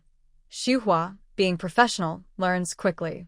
The others, who don't understand music, just listen for fun. Monkey jokes, Xiao Chun, no wonder you've studied. Even if you do nothing else, just selling songs can earn a lot of silver. His words remind Guihua. The song's lyrics are fresh, and the style is unique. If sold to the music bureau, it could sell well. How should she repay him? Tears fill her eyes as she says gratefully, this song and lyrics are truly a gift for me. Zheng Chun nods. Of course. Guihua lowers her eyes and softly says, I still need to practice the song more. Would you teach me all night, my lord? Zheng Chun. Teaching all night? That's unnecessary. He adjusts his collar. I have nothing to repay you. You can do it. Zheng Chun quickly interrupts. If one day, my lord. Today is fine. Zheng Zhou interrupts Guihua again. Guihua is completely confused. Honest 5 taels of silver. Zheng Zhou casually reached into his pocket, looking charming. You wouldn't refuse to pay, right? No one likes to be shortchanged. You can't expect to get away without paying. Guihua, looking embarrassed, fumbled with her handkerchief. I don't have enough money right now. I can't pay the 5 taels yet. Then write a promissory note. When you have the money, you can pay me back. So, Guihua unknowingly took on a debt of 5 taels. Everyone admired Zheng Chun's clever move. At this moment, Huzi casually said, since I'm not going home today, I want to stay and listen to the music too. Everyone was stunned by his words, frozen in place. Shunyi looked at Huzi as if he was a fool. That's not my brother. Then Shurtu raised his hand quietly and said, I want to listen too. Shunyi was shocked. He looked at Jiang Shurtu, wondering if his brother was possessed or had some strange hobby he didn't know about. Monkey had already frozen in place, then joined in. That means I should come too. Let's all go together. After a cup of tea, a strange scene appeared in the private room. Zheng Chen was standing on a chair, holding chopsticks and directing. Come on, very good. Do it again. The last time, you didn't put enough emotion into the singing. Hua had a black line on her face. Surely she wouldn't have to sing all night, would she? When they left the restaurant, the sky was full of stars. Jiang Shurtu was slightly drunk. When he got home and opened the courtyard gate, he saw all the lights inside were off. Thinking everyone was asleep, he didn't worry and went straight to his room. Just as he was about to call his wife, he felt something cold against his lower back. His heart jolted, and his drunkenness faded quickly. Who are you? The person behind sneered. Aren't you looking for me? I've come. Jiang Shurtu immediately knew who it was. What do you want? The young man spoke calmly. As long as you behave, your wife, mother, and children will be safe. The young man snatched the knife from Jiang Shurtu and tied him up. What are you really planning? Jiang Shurtu stared angrily. The young man laughed loudly. You're angry? I have a gift for you. He lit a kerosene lamp and brought out the people inside the room. Jiang Shurtu had a bad feeling. Sure enough, a moment later, a few shadows appeared in the dim room. What did you do to them? You beast, you monster. Jiang Shurtu remembered the women kidnapped by this father and son. He shivered. The women's bodies were covered with needle marks, bite wounds, and burns. The injuries were shocking. Even someone used to seeing torture felt heartbroken. The person in front of him was not human, but a beast. Jiang Shida's mother and wife were gagged, their clothes and hair messy, and they looked close to death. He couldn't imagine what had happened to his family. The young man sneered loudly. Detective Jiang, your wife is really nice. I like her much more than those other women. And your children too. But I'm a kind person, so I sent them to heaven early. Haha. Jiang Shita's veins bulged. His eyes turned red. Beast, beast, I will kill you, I will kill you. He wanted to rush forward and beat the beast to death, but his body was tied up. Don't worry. Since Detective Jiang is back, they don't need to live in this world anymore. With that, he forcefully twisted their necks. Jiang Shurtu watched everything happen and shouted in despair. The young man hit Jiang Shurtu on the head with a stick. At dawn, the young man left Jiang Shita's house. The tragic scene was discovered by Jiang Shitu's sister-in-law. Because there weren't many rooms at home, her second brother had moved to a house near the street after getting married. Today, his wife had just made a new pair of shoes for her mother-in-law and brought them over, only to find this terrible scene. Everyone was very frightened. When Shun Yi and others arrived, the second sister-in-law was still in shock. Shun Yi examined the bodies of Jiang Shida's family. Their faces were unrecognizable, and their bodies were badly damaged. Not a single piece of flesh was intact. Even the children's skulls were shattered by heavy blows. The cruelty of the murders shocked the entire county. Earlier, the officials said that the hunters were cruel, but the townspeople didn't take it seriously. First, because it was far from them. Second, because they lived in the town, which was crowded and had good security. Even the most vicious criminals wouldn't dare to kill in plain sight. But the death of Jiang Shida's family made everyone realize that the evil person might be lurking among them. Suddenly, everyone felt uneasy. This incident also alarmed the county magistrate. Such a serious case had not happened in the town for many years. Someone dared to kill an officer openly. This was a clear challenge. The magistrate ordered Shun Yi to investigate the matter thoroughly. Actually, Shun Yi would have done that anyway. Over the years, many brothers had died right in front of him. Their eyes were red with anger. Just yesterday, they were drinking together. Today, they are gone forever. Huzi cursed angrily. That bastard.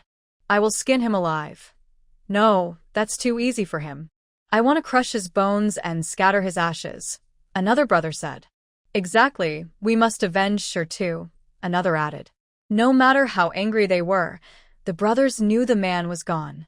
They could only hold back their hatred for now and help Jiang Shitu's family with the funeral. But inside, they all burned with a fierce desire for revenge. If they didn't catch that beast, they wouldn't give up. This incident also showed that De Mao had already sneaked into the town. Zhou Qingling learned about Jiang Shitu's family tragedy early in the morning. She knew she couldn't be fearless. Before leaving, Zhou Qingling put a dagger, a kitchen knife, a wooden stick, and chili water into her space bag. She believed that no matter how skilled in martial arts, she was still afraid of a kitchen knife. After making all these preparations, Zhou Qingling dared to go out. She visited Jiang Shitu's family to pay her respects and then hurried back home. In recent days, Shen Yi had been searching the town thoroughly every day, leaving early and returning late. Seeing Shen Yi's sunken eyes, Zhou Qingling didn't say much. She worked hard to support Shen Yi's efforts. But Zhou Qingling felt she was being watched again. Everyone has a sixth sense. She didn't know if others believed it, but she did. Don't blame her for being cautious. Staying alive is the most important thing. Sometimes, when the door was knocked, she wouldn't answer. If it was Shen Yi, he would have called her by name already. So Zhou Qingling never responded. She stared tightly at the door and the wall. Luckily, their yard wall was high. In the countryside, someone could easily jump over it. Zhou Qingling thought that if a villain tried to break in, she would shout immediately. Their neighborhood was crowded, and her screams would surely attract neighbors' attention, increasing her chances of being saved. Fortunately, nothing happened these days. When Shen Yi returned home, it was already late at night. The children were already asleep. Zhou Qingling served the prepared food and boiled some foot bath water. After a busy day, soaking her feet would help her relax. After Shen Yi finished eating, while he was soaking his feet, the two of them finally had time to talk. How is the investigation going? Shen Yi closed his tired eyes and leaned back in his chair. We haven't found De Mao yet. After a while, Shen Yi repeated himself. Be careful at home. Don't go out when I'm not there. I'll find time to buy groceries for you. Besides hearing my voice, don't open the door for anyone. Zhou Qingling nodded. Shen Yi said this every day. Under the dim candlelight, Zhou Qingling looked at her caring husband, who kept reminding her. She didn't find Shen Yi nagging. Instead, his words made her feel warm inside. Meanwhile, Wu Xiaohua was lying on her bed, tossing and turning. She thought she had found someone who understood her, a man who truly cared for her. They had been close these past few days, and his words still echoed in her mind. But suddenly, he became a criminal. When she saw the portrait on the wall, Wu Xiaohua was shocked and couldn't regain her senses for a long time. She had seen the scene of Jiang Shita's family being murdered. She witnessed it with her own eyes. Yet, she couldn't believe that the person she liked could do such a thing. Wu Xiaohua's worldview shattered. These days, Wu Xiaohua had been distracted. She didn't dare go to their usual meeting place to find him. She stayed at home, busy with work, trying to forget the strange days through heavy chores. Wu Xiaohua wanted to keep this secret forever. She couldn't let anyone find out. If her family found out, she would be in great danger. Her actions might lead to her being cast out or worse. She had spent so many days with the murderer. If caught, she might end up in prison. De Mao had been planning to attack Zhou Qingling these days, but she was too cautious and stayed indoors all the time. Now, De Mao was in an abandoned courtyard, inside an old well. He wasn't worried about Wu Xiaohua betraying him. That fool now wanted to stay away from him. So, De Mao had been hiding here. He was playing with a dagger in his hand, and suddenly he smiled. He imagined how he would deal with Zhou Qingling, and wondered what she would be like. De Mao had liked Zhou Qingling the moment he saw her. Such a kind wife, he thought, torturing her would be very interesting. The government search was narrowing down, and the people in the city were eager to catch the criminal soon, so they wouldn't have to live in constant fear every day. One day, De Mao came out of a dry well and sensed that something was wrong. He looked around, but there was nothing visible. However, his many years of hunting experience made him very sensitive to danger, like a wild animal instinctively aware of threats. He carefully moved to the edge of the wall and listened closely to the sounds around him. He knew he couldn't escape, so he decided to set another fire. As evening approached, and it got dark, the officer on patrol had been walking the streets all day. He was very tired and hungry at this time. While the officer was changing shifts and eating, Mao made his way to Zhou Qingling's house. He thought she was hiding from him, so he wouldn't get another chance. But Mao was confident he wouldn't miss his target. He found 2 sticks, one long and one short. He leaned them against the wall and used his foot to push on the sticks, helping him climb over the wall. He wanted to enter Zhou Qingling's house quietly, but she was very alert. The sticks he used to climb the wall couldn't be hidden, so anyone passing by could see them. He had to act quickly. After Zhou Qingling and her children finished eating, she washed the dishes. Suddenly, she heard a loud noise outside. She reacted immediately. She told her children to hide in the wardrobe. The children were playing and saw her nervous face, so they didn't make a sound. Zhou Qingling's heart was pounding. She didn't have time to explain to her children. She told them to stay quiet, closed the wardrobe door, and pushed a small cabinet against it. After doing all this, she clearly heard footsteps approaching the door. It was too late to lock the door. With a loud bang, Mao pushed the door open. Zhou Qingling was leaning sideways on a chair, her face turned slightly, with a flirtatious look in her eyes, pretending to be charming. "Why are you so late?" she said in a playful tone, almost choking on her own saliva. Seeing Zhou Qingling like this, Mao was unsure what to think. He had imagined she might be scared, surprised, or anxious, but he never expected this scene. "Why are you just standing there? Come here quickly." Zhou Qingling tried to act like a fake, overly sweet girl from a TV show. Damn, this posture was uncomfortable. Her back was almost breaking. She remembered her father's words about the importance of talent in such tricks. Fox girls really need a special gift. Big Mao, who enjoyed playing with his prey, fell silent. Zhou Qingling saw Big Mao standing still and couldn't hold her patience anymore. She decided to take action herself. She stood up and said, "Why are you afraid of me, a weak woman who can't even hurt a fly? There's no one else at home, you know that. Hurry up. If you keep hesitating, he will be back soon." Big Mao knew that Shen Yi was not at home at this moment. He looked around the 2 rooms and confirmed there was no one else. He relaxed his guard a little. He also looked around and saw that there was nowhere to hide anything near Zhou Qingling. He said, "Oh, little lady, you want to play?" Big Mao slowly approached her, but he was still cautious. Suddenly, Zhou Qingling was grabbed by the wrist. He pulled her arm toward his chest and tried to choke her. At the same time, Zhou Qingling quickly reacted. She took out a small knife from her space and stabbed it fiercely at his groin. Men are most vulnerable there. When the knife drew blood, Big Mao, caught by her hand, immediately softened and tightly hugged his abdomen, curling up in pain. Big Mao didn't expect the knife to appear in her hand. He was furious. Damn it, he had been tricked. Despite the pain, he forced himself to reach out and grab Zhou Qingling. Zhou Qingling immediately disappeared into her space. At this moment, there was no time to worry about revealing her space. Big Mao stared in shock as she vanished before his eyes. How could this be? His mind immediately thought of the word, monster. While Big Mao was stunned, Zhou Qingling reappeared nearby, holding a stick and hitting him on the head. Big Mao felt darkness cloud his vision, dizziness, and deafness. The pain had long exceeded his limit of endurance. He desperately tried to struggle to get up, but he couldn't move his body. Zhou Qingling looked at the man lying at her feet. The pain made him curl up.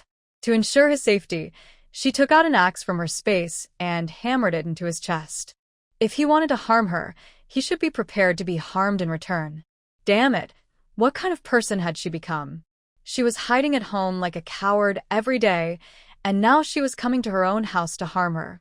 If he was so perverted, why didn't he go kill people at the enemy's camp? With that courage, the Gaoyang River would have already been reclaimed. Bah, he's nothing, just a waste who can only bully the weak, the old, the sick, and the disabled. Big Mao also discovered her biggest secret. To eliminate the threat, she had to root it out completely and not give him any chance to reveal it. After finishing all this, Zhou Qingling suddenly collapsed to the ground. She couldn't even call out for help now. She was trembling all over. Not even 10 years of a stroke could have the same effect as her trembling. I don't know how much time passed, and I don't know how the 3 children managed to come out of the wardrobe. The eldest, Shen Ping, saw his mother trembling all over and saw the person lying on the ground. He turned and ran into the government office. Shen Yi's mind was struck like a thunderclap when he learned that Mao was at his house. His heart pounded loudly, as if it was about to jump out of his chest. He hadn't felt this way in many years. Shen Yi immediately picked up his son and called others to rush home. When they arrived home, Shen Yi saw his trembling wife right away. He quickly went to check on her. When Zhou Qingling saw Shen Yi, tears couldn't stop flowing, and she held him while crying loudly. Seeing his wife crying so sadly, Shen Yi's eyes also turned red. Once he was sure she was okay, he relaxed. He patted her back gently and comforted her. The other officers saw Mao lying on the ground and thought it was a tough fight. They had bows, arrows, and swords ready, but none of them were used. Now they had to take the suspect to the doctor. However, everyone noticed that Mao's lower body was red all over. They couldn't help but shift their legs nervously. His wife or sister-in-law, who usually looked gentle and weak, had apparently been very harsh. Later, the brothers discussed this matter and gave Zhou Qingling a nickname, the Ruthless Woman. Of course, Zhou Qingling didn't know about this. The rest of the story, of course, didn't concern Zhou Qingling. That night, she developed a fever. Shen Yi, despite not having rested well for several days, didn't dare sleep deeply. He stayed up to prepare medicine and give water to his wife. The doctor said they should monitor her temperature carefully. If it rises, they must lower it quickly. When Zhou Qingling woke up, it was already the next afternoon. Seeing Shen Yi's bloodshot eyes, Zhou Qingling felt distressed and gently touched his face. Shen Yi leaned his head against her hand. What is happiness? Maybe this is it, being cared for when cold, having someone fan you when hot, being looked after when sick. Simple and beautiful. Shen Yi touched Zhou Qingling's forehead and said, "The fever is gone, but you still need to take the medicine." After saying this, he poured a bowl of dark liquid from a clay jar and handed it to Zhou Qingling. Zhou Qingling looked at the bowl handed to her and suddenly remembered a scene from a TV drama. "Dalong, it's time to take your medicine." She stared at the medicine in the bowl but couldn't bring herself to open her mouth.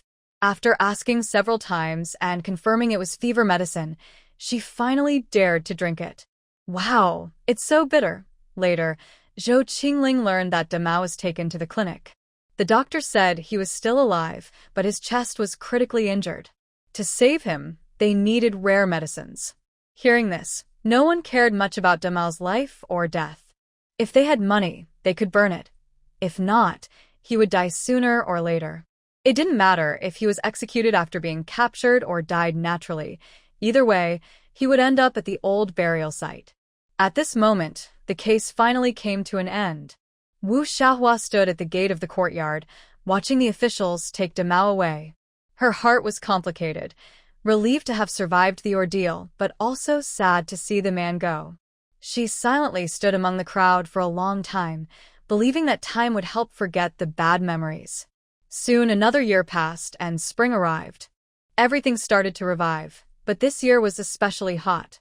In previous years, they had plenty of rain, and Zhou Qingling hoped for less rain. Washed clothes were always damp, sticky, and started to smell bad, never drying properly. This year, there had been no rain at all. People hoped for rain to ease the heat and to water the land, as spring plowing was about to begin. The family was busy with daily life. Besides the children growing up day by day, nothing much changed. Zhou Qingling felt very happy with her current life. Shen Yi taught their 2 sons to practice martial arts every morning. After half an hour of training, they would go to work or school. Sometimes, little Chingching would join in. Shen Yi was used to spoiled children from wealthy families, and although he felt sorry for the kids, he never spoiled them. The old saying by Hanyu goes, 100 years of life begins with early learning. He realized that if a father doesn't guide his son properly, the son will take advantage of the father. Honestly, most people in this era were still struggling to meet basic needs. Few parents had clear plans for their children. Some knowledgeable parents sent their children to study at academies, hoping they would succeed and earn fame. But they didn't know how to do it, they just paid money to teachers. Most parents just hoped life would be better and that their children would be safe and sound. In their home, Chingling didn't know whether to feel happy or ashamed. Their eldest son, Ping, seemed to have a sudden change, acting very mature for his young age. Looking at Ping, Chingling thought that perhaps she had sent him to school too early, which made him behave like a little adult, more old-fashioned than the teachers at the academy. Under the supervision of the eldest, Chingling didn't need to worry about the second child. The older brother managed everything. Watching the eldest teach the younger, Chingling sometimes wondered if she was a good mother. The spring exam, held once every 3 years, was happening again as scheduled. Guanghai was listed among the examinees. The day before the exam, Chingling planned to invite Guanghai home, but he politely declined, saying he would study at night because of the exam the next day. Chingling thought that was fine, so she made a bowl of the top scholar's porridge and sent it to him. The next day, Guanghai went to the exam hall with his teacher and classmates. He felt very nervous, and his palms were sweaty, without realizing it. As they approached the exam hall, more and more people gathered. Many students' families came to see them off. The open space in front of the hall was filled with carriages, horses, and donkeys. Most students' families lived nearby. As the exam time drew near, the students lined up at the front, and their families reluctantly moved to the outskirts. Officials came out one after another, all serious and focused. Guanghai recognized his brother-in-law, who was standing at the front. He didn't say anything. Any sign of friendliness at this moment could be dangerous. Before entering the exam hall, the first step was to check the student's ID to verify their identity. Then, they were searched. Only their undergarments remained. There was no shame in this, as everyone went through the same process. Their clothes were carefully examined to ensure no cheating devices or writing on the fabric. Only then could they enter. After passing the inspection, all examinees lined up in the courtyard, waiting for the chief examiner to arrive. After a cup of tea, the chief examiner appeared. He was the county magistrate. He explained the rules of the exam and warned the students to follow the rules and not cheat. Next was the famous singing of the pledge. The county exam had a mutual guarantee system, groups of 5, where if one cheated, all 4 others would be punished. Guanghai was not worried about this because his group consisted of students from the academy, all trustworthy. Guarantee involves a local resident acting as a guarantor. During this process, the resident confirms the candidate's identity again to prevent cheating. Not everyone can be a guarantor. Only the top 5 scholars in the county exam are eligible to serve as guarantors for candidates. The market price for a guarantee is 1 tael of silver, which is quite expensive, almost as much as the exam fee. This is also a benefit for those who have already passed the scholar exam. After some fuss, the candidates finally entered the exam hall. The hall is arranged in rows, with each room facing the same direction. Inside, you can't see the people in front or behind, which helps prevent cheating through gestures. The exam lasts 3 days and 2 nights. During this time, candidates eat, drink, and rest inside. Their seats are assigned randomly, so no one knows their seat in advance. When Guanghai saw his seat, he felt like a flock of crows was flying overhead, cawing loudly. His seat was next to the toilet, which people politely call the toilet seat. The most feared part of the imperial exam is the toilet seat. Imagine hundreds of candidates in the hall, with waste inside. Sitting near the toilet, smelling that stench while taking the exam, it's almost unbearable. He wondered what he had done wrong to be so unlucky. With a sad face, Guanghai silently comforted himself. Heaven assigns great tasks to this person, but first, they must endure hardships and labor. Shin-yi saw his little brother-in-law sitting sadly next to the toilet and quietly lit a candle for him. The young man was brave. Just after noon, Zhou Guanghe's stomach started to protest loudly, but the foul smell in the air was overwhelming and intoxicating. He almost cried. This smell made it impossible to eat. Still, he forced himself to open his bag, remembering how he came to the county to study and how much silver he spent on this exam. He had no idea how much money he had invested. It didn't matter, just a bit of smell. Compared to his future brightness, it was nothing. After 3 days, Zhou Guanghe, soaked in the smell, was finally released. All he wanted now was to wash himself quickly. Nothing else mattered.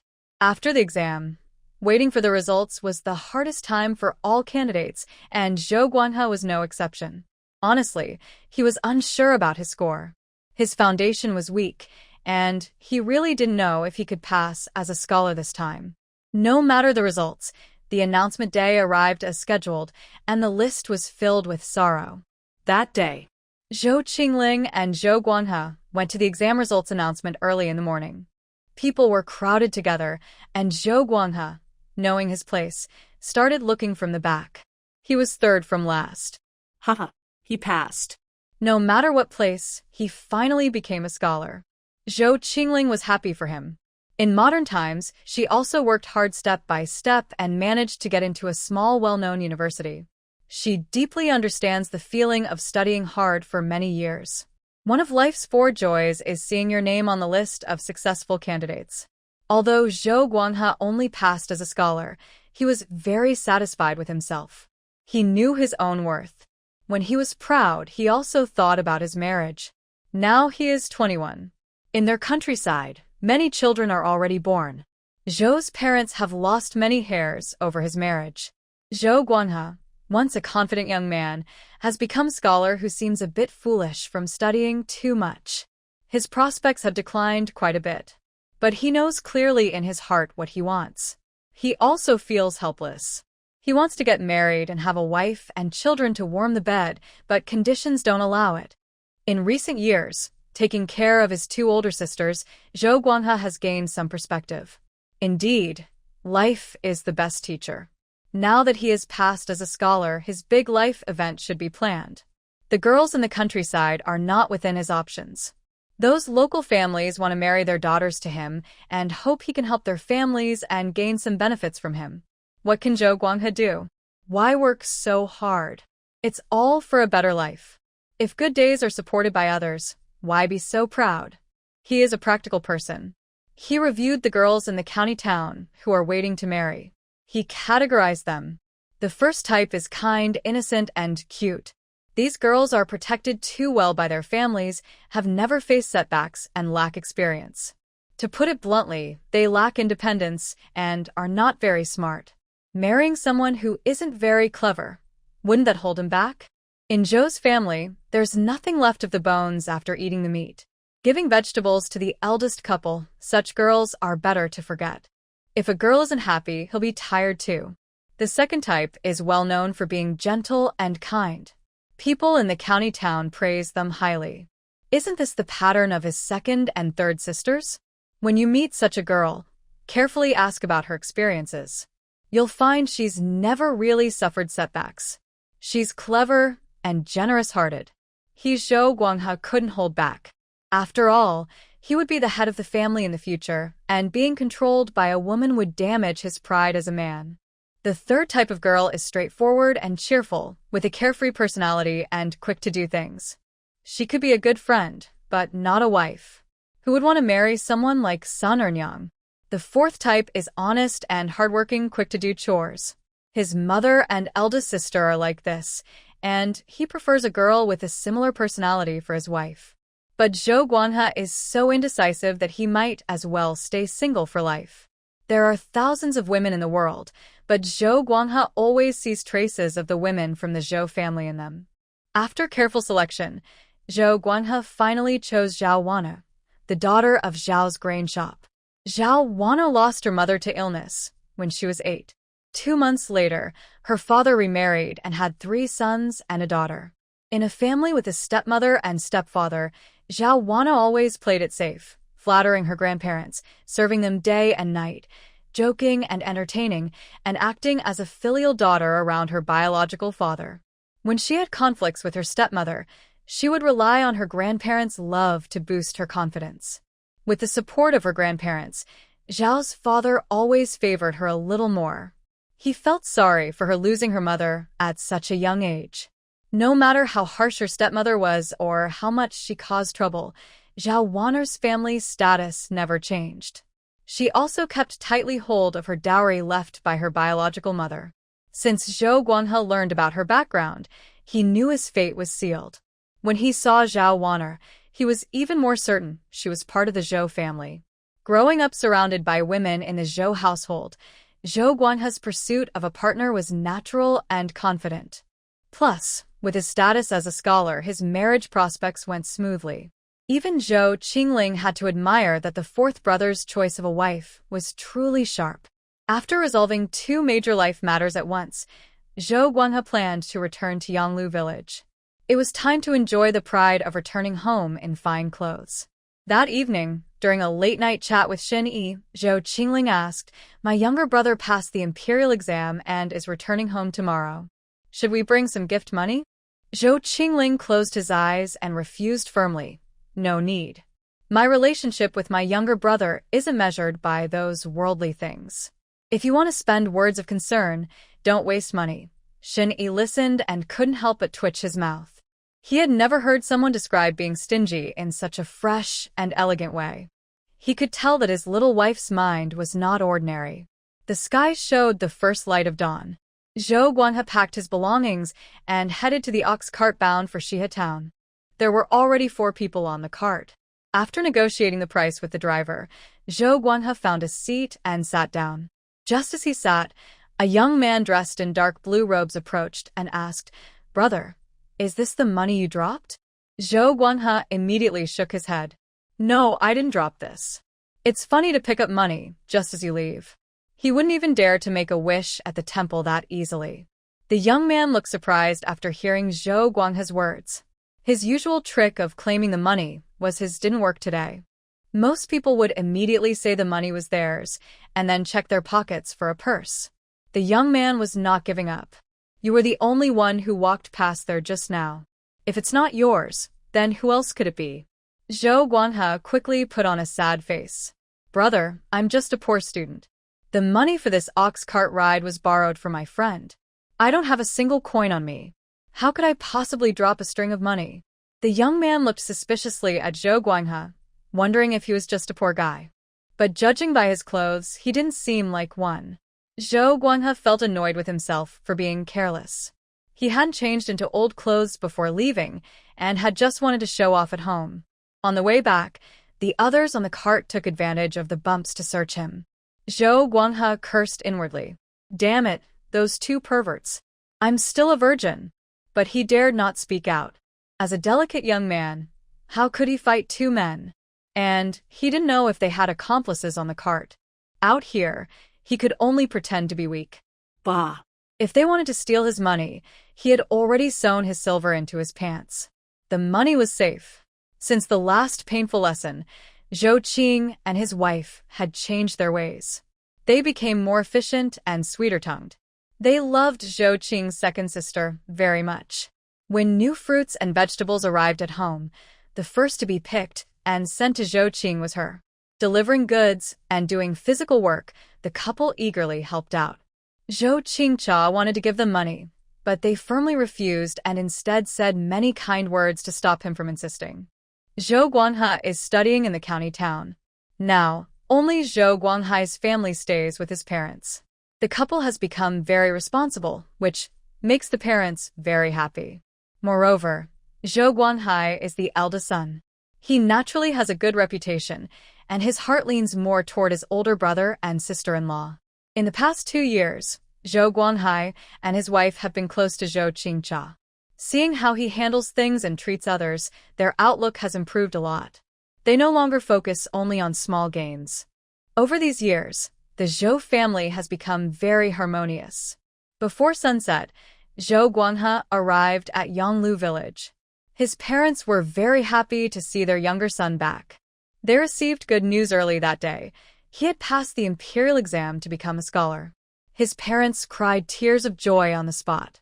After many years of effort, they finally saw some reward. They quickly prepared a celebration with osmanthus flowers and a chicken to honor their son. In the past few days, Zhou Guanghai had come home feeling like the world was falling apart. Is this still his familiar home? Everyone seemed to have changed completely. Brothers and sisters were respectful, and the mother was kind and caring. Life's journey is long, and Zhou Guanghai still has much to learn. All of this is knowledge. It's said that books hold gold and beauty, but to Zhou Guanghai, it's all nonsense. In the Big Zhou family, understanding social relationships cannot be learned from books. Knowledge comes from life experience. When Zhou Guanghai arrived home, Zhou Guanghai and his wife not only greeted him warmly, but also apologized to him. Zhou Guanghai's eyes filled with tears as he tightly held Zhou Guanghai's hands. Brother, sister-in-law, what are you saying? We are brothers who are connected by bones and tendons. I also know I was wrong sometimes. Big brother, sister-in-law, I want to apologize to you too. Just as Zhou Guanghai was about to bow, the older couple stopped him. That night, lying in bed, Zhou Guanghai felt very upset. He hadn't fought a few rounds with his older brother and sister-in-law, and he felt empty inside. Were his 2 years of preparation wasted? This family made Zhou Guanghai even more afraid. He became very careful in everything he said and did. Arguing is something only young, brave people do. Smart people always see conflicts as about interests. If it's about fighting over inheritance, he and the eldest brother should be prepared to fight fiercely. But if they go through a lot of trouble just for a quick temper, that's foolish. Wouldn't that just be losing money for nothing? More importantly, the eldest couple has clearly made progress. If Zhou Guanghai makes a move, it could start another conflict. At that time, neither side would be sure who would win or lose. Zhou Guanghai isn't confident about the outcome, and his family still relies on the older brother and sister-in-law. He can only sadly give up. He always believes that a person's true nature can't be changed. Since the eldest couple has changed their strategy, he also needs to keep up with the times and adapt. Zhou Guanghai is becoming more respectful to his older brother and his wife. Now, his approach is, if the enemy doesn't move, I won't move either. We all pretend nothing's wrong. Life is really a lesson. To live well, besides being strong himself, he also needs others to know his limits. Otherwise, many people, even those closest to him, will never understand how to get along with him. Only when he shows his boundaries will others realize he's not someone to be easily bullied. Knowing the proper respect allows him to follow the rules honestly. At night, the eldest couple covers themselves with blankets and whispers inside. Wife, do you think what the fourth brother has been doing these days is real? Does he still hold grudges against us? He's now a scholar. Will we be able to use him in the future? Lin Guihua thinks for a moment. The fourth brother isn't someone who easily suffers losses. We've tried to scheme against him before, but he fought back. Our eldest son still hasn't gone to school. Now that the fourth brother has become a scholar, he's smarter and has better connections than us. The key depends on our parents. As the eldest son, once our parents live with us, can we just watch him be useless? As long as we keep our parents happy, if there's anything we can't say, let the parents do the talking. If there's anything we can't do, let the parent handle it. 1 word from them is worth 100 from us. If our parents ask the fourth brother to do something, he won't dare refuse. So, we just need to keep things as they are. Everything else isn't a problem. After hearing his wife's analysis, Zhou Guanghai suddenly understood everything clearly and slept very soundly. Meanwhile, Zhou Dabo, sleeping in the outer room on his wooden bed, reflected on his years living at old Zhou's house. He realized that among the family, the parents are the weakest. He admired his parents deeply, but he thought that if it were him, he might not be as capable as they are. Luckily, his parents only had him as their child. Otherwise, he might have been overwhelmed with worry. He had seen his second aunt's cleverness and skills 2 years ago. When she made a move, the eldest grandson of the family had no chance to resist, and she quickly took control of the poor family's fate. He had never met his third aunt, but he had heard about her. Since he was young, Every holiday, the family would receive gifts from her. Grandmother often felt irritable and restless for a few days. As she said, she would go to the mountain to pick mushrooms for half a day, which was more tiring than the gifts from the third aunt. The key was that the third aunt always brought a big bag of gifts. To outsiders, it made their family look enviable. After receiving her gifts, he would deeply understand and reflect on her kindness. If he could learn her way of showing care, he wouldn't have to worry about his future. Whether her actions were genuine or not, everyone in the village praised the Zhou family for having two good daughters. As for Uncle Fourth, he was a greedy and selfish man, always looking out for himself. But Uncle Fourth was also a role model for him to learn from. If he didn't go to school, how could he improve? His parents were already planning for his future. Uncle Fourth had also studied at the village school for many years. As long as he was willing to work hard, he could make up for lost time. He didn't need to plan everything himself. He just needed to follow the example of the elders in the Zhou family. Mother Zhou was anxious for half a month before finally relaxing. Father Zhou patted her shoulder and said, "Don't worry. We're not fools.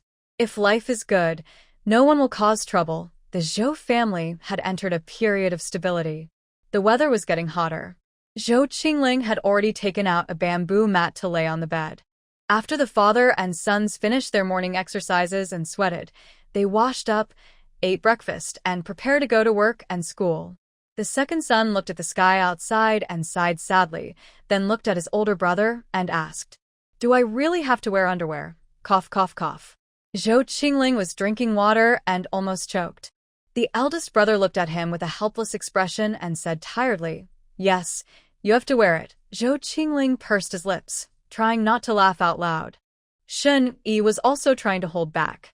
Because of the hot weather, Zhou Qingling paid extra attention to hygiene, knowing that the food prepared in the morning might spoil by noon. Despite the annoyance of mosquitoes, she always burned some mugwort in her room and yard in the evening. The hot weather increases water usage, which is twice as much as usual. In the morning, Shen Yi used a bucket of water to wash a few clothes, and it was gone. Zhou Qingling took a pole to fetch water from the old well at the alley entrance. She wondered if it was just her feeling, but she noticed the water level in the old well had dropped a bit. That was not a good sign. Back home, she thought about it. Unlike modern times, where people can buy water at the supermarket during a drought, in ancient times, a drought could be deadly. People can survive a few days without food, but not more than 3 days without water. After understanding this, Zhou Qingling immediately decided to buy some large buckets for bathing. These buckets hold more water than the usual water jars. She is always careful and cautious, afraid of unexpected problems. She wants to prepare in advance for any unknown situations. She also has a space system as a special feature. Over the years, she stored many vegetables, dried foods, mushrooms, snacks, and meats in her space. She is prepared for emergencies. She went to the West Street shop and ordered 2 large buckets. Then she changed into men's clothes in a quiet alley to avoid attracting attention. If she used her real appearance to buy so many buckets, others might notice. People usually don't buy so many buckets for daily life. Changing into men's clothes helps her buy them unnoticed. She kept changing outfits occasionally and bought a total of 8 large buckets, storing them in her space. Every day, she secretly filled them with water, just like a little hamster storing food. She also bought many snacks, dried fruits, and other treats from the snack shop. Anything edible, she secretly stored inside her space, enjoying the fun of stockpiling. She used every corner of her space efficiently, filling it with food, vegetables, water, and meat. After placing the buckets, only enough room remained for her to stand. In previous years, she collected grains, which she hadn't used yet, fearing natural disasters or other calamities in this era. Seeing her space filled with food, vegetables, water, and meat, Zhou Qingling felt satisfied and left the space. Zhou Guanghai got married, and Zhou Qingling gave him a generous gift money, especially since her younger brother had passed the imperial exam and become a scholar. There is a saying, "No matter how kind you are, if you have no value, People will dislike you even if you're gentle like a cat. No one will love you just because you are better than them. They will only love you because you are good. When you have value, people around you will naturally respect you. This is a kind of exchange of value. Zhou Chingling did not go back to her parents' home. The reasons are that the weather was too hot and that her child was still young and not convenient to travel. It's not that she is heartless. Her family no longer has a place for her. Her parents, besides wanting to get some benefits from her as a married-out daughter, she feels no warmth from her home. If that's the case, it's better to cherish the memories rather than meet in person. The day before the wedding, Zhou Guanghai left the village early in the morning. He rented a carriage, wanting to have the dignity of a scholar, and didn't want his wife to feel wronged. He and his wife had planned that after marriage, they would live in the county town. Their home was small, the environment was rough, the water shallow, and there were many troublemakers.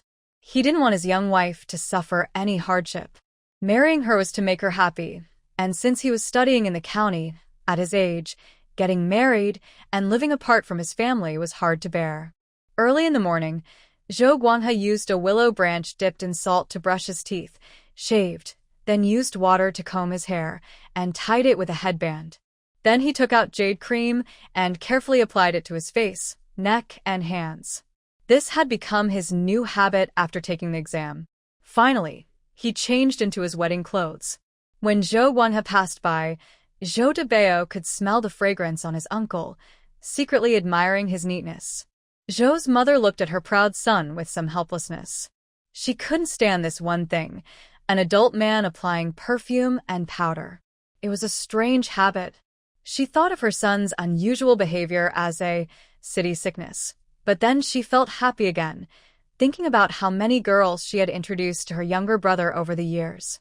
None of them suited him. In those years, she even suspected her son had some problem. Now that worry was finally gone. Although the weather was a bit hot, Zhou Guanghai's wedding was very successful.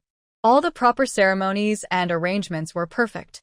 Most villagers came, all wanting to build good relations with the scholar. They hoped that in the future, their children could be guided by him. Moreover, they also wanted to have land registered under his name. The scholar enjoys 50 acres of land tax-free. Land is very important to rural people, so Zhou Guanghai's wedding was very lively. The sky scorched the earth, and heat waves floated in the air. It had not rained properly for more than half a year. Yesterday, there was a light drizzle, but the ground was not dry yet, and then it stopped.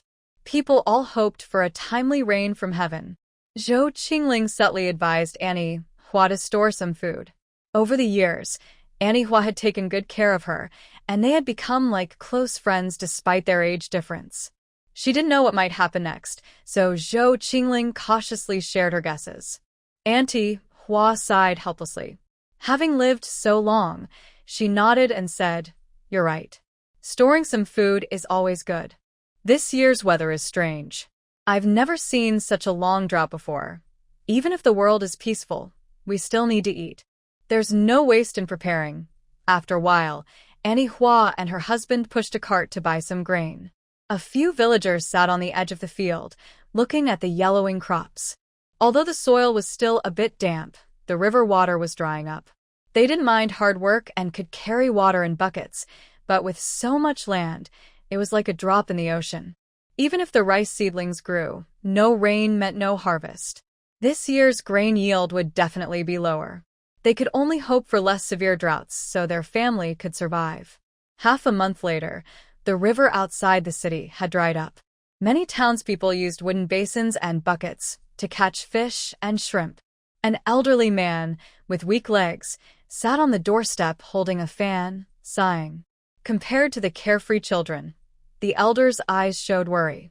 Since he was a child, the river outside Shiko County had never dried up. The area usually had plenty of rain, and they never thought drought would happen here. He sighed, hoping heaven would pity the suffering of the people. The biggest sign of drought was the decrease in food production. The prices of fresh vegetables and grains rose sharply, from 3 to 5 coins for millet, rice, and coarse grains. This was after government intervention, as grain shops dared not raise prices too much. Rising grain prices would surely cause unrest among the people. When Zhou Chingling went to buy vegetables in the market, she saw a long line in front of the grain shop. Her heart sank because she knew life would get harder in the future. It is truly, the happiness of the people brings suffering, and their suffering brings hardship. Even more hopeless was that the water level in the well was dropping. At this time, the people were experiencing a drought, so everyone was very sensitive about water. People started buying water jars or bathtubs from the general store. Within a few days, all containers that could hold water in the store were sold out. Carpenters and potters were busier than ever, working overtime to make more. People in the city went to different water wells in their neighborhoods to fetch water. "Mrs. Wang, don't you have water at home? Why are you fighting with us for water?" Mrs. Wang looked a bit embarrassed. Seeing the teasing comments from others, her face turned red. She said, "The water in our well is gone." Another old woman spoke to a boy drawing water. "Yang's boy, can you carry so much water?" The boy was about 12 or 13 years old, holding a large wooden bucket almost as tall as himself. He was waiting in line to fetch water. After he finished, no one knew how long he would have to wait. "Wu's family, you really have no shame. I saw your eldest son in line at the back street well just now, and you're still here trying to get water. Hey, why are you going to the back street? Isn't it the same to fight for water? Your face is so big, and you still have the nerve to criticize us. Our family has many people. Our family also has many people." As they argued, they started to fight. The people behind them exchanged glances and quietly pushed the two apart, then continued to wait in line for water. The official's office had to deal with many such incidents every day. The weather kept getting hotter day by day. Wild grass along the roads turned yellow and seemed ready to burn the earth. Walking on the road with thin-soled shoes felt like walking on hot charcoal, almost burning the skin. People mostly stayed indoors to avoid the heat. The government began controlling the water wells in the county. Each household was given a certain amount of water based on their registered family size. The field started cracking, with cracks as wide as a fist. Shani accompanied the county magistrate to inspect the drought-affected farmland outside the city. He would not return home for dinner tonight. Zhou Chingling rolled out some noodles, rinsed them with water, and served them with chicken egg sauce. The mother and daughters ate happily. In recent days, the county magistrate has been visiting various towns. The situation is much worse than expected. This year's disasters are not limited to Shiko County. The entire Yujing Prefecture city has been affected. Many refugees have appeared in the city. The reports submitted by the magistrate have gone unanswered, like stones sinking into the sea. This year is a year of famine. There are floods in the north and a severe drought in the south. The court receives one report after another about disasters across the land, and they are overwhelmed. Taking a deep breath of the hot air, it feels like my throat is burning. Since it hasn't rained, the common people have no choice but to use the oldest method, offering sacrifices to pray for rain. The magistrate of Shiko County fasted and bathed for 7 days at the temple. Then, he asked Master Su Quan to choose an auspicious day outside the city to set up an altar and pray for rain. They slaughtered pigs and sheep, bowed 3 times and knelt 9 times. All the people in the city and nearby villages came to watch. Everyone prayed sincerely, hoping the disaster would end soon. Master Su Quan sat high in the middle of the altar, surrounded by 18 monks. The magistrate led the ceremony, lighting 3 incense sticks. They prayed to the spirits of the land, saying, "Alas, heaven and earth are the foundation of all things. They nurture us and protect us with boundless kindness. May they listen to our prayers and bless us with peace." They continued, "Heavenly Rain God, with boundless virtue, your great deeds are hard to describe. Now, Shiko County faces this great hardship. We pray that all the gods and Buddhas in the sky will grant us divine rain to nourish all living things, so that this memory will be forever remembered." The magistrate's sweat beads the size of beans dripped as he spoke. Zhou Chingling and Aunt Hua knelt among the crowd, watching the faces around them covered in sweat, occasionally wiping with handkerchiefs. She took a bamboo tube from her bosom and took a sip. She couldn't help but drink. It's so hot. Even officials kneel and pray for rain. As a member of Shiko County, how could she not join? After a long time, the ceremony finally ended. People looked up at the sky with despair. Zhou Chingling also looked at the blazing sun above.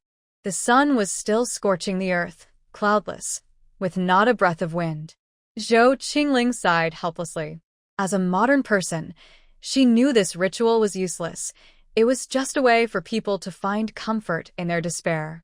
After a long while, everyone looked disappointed and reluctantly headed home. Due to the recent hot weather, the academy has paused classes, so Sun Yazu stays home to review his studies. The weather is very hot, and he only eats plain porridge every day, which isn't enough to fill him. Hungry and unable to focus on his books, Sun Yazu becomes restless and walks out of the study.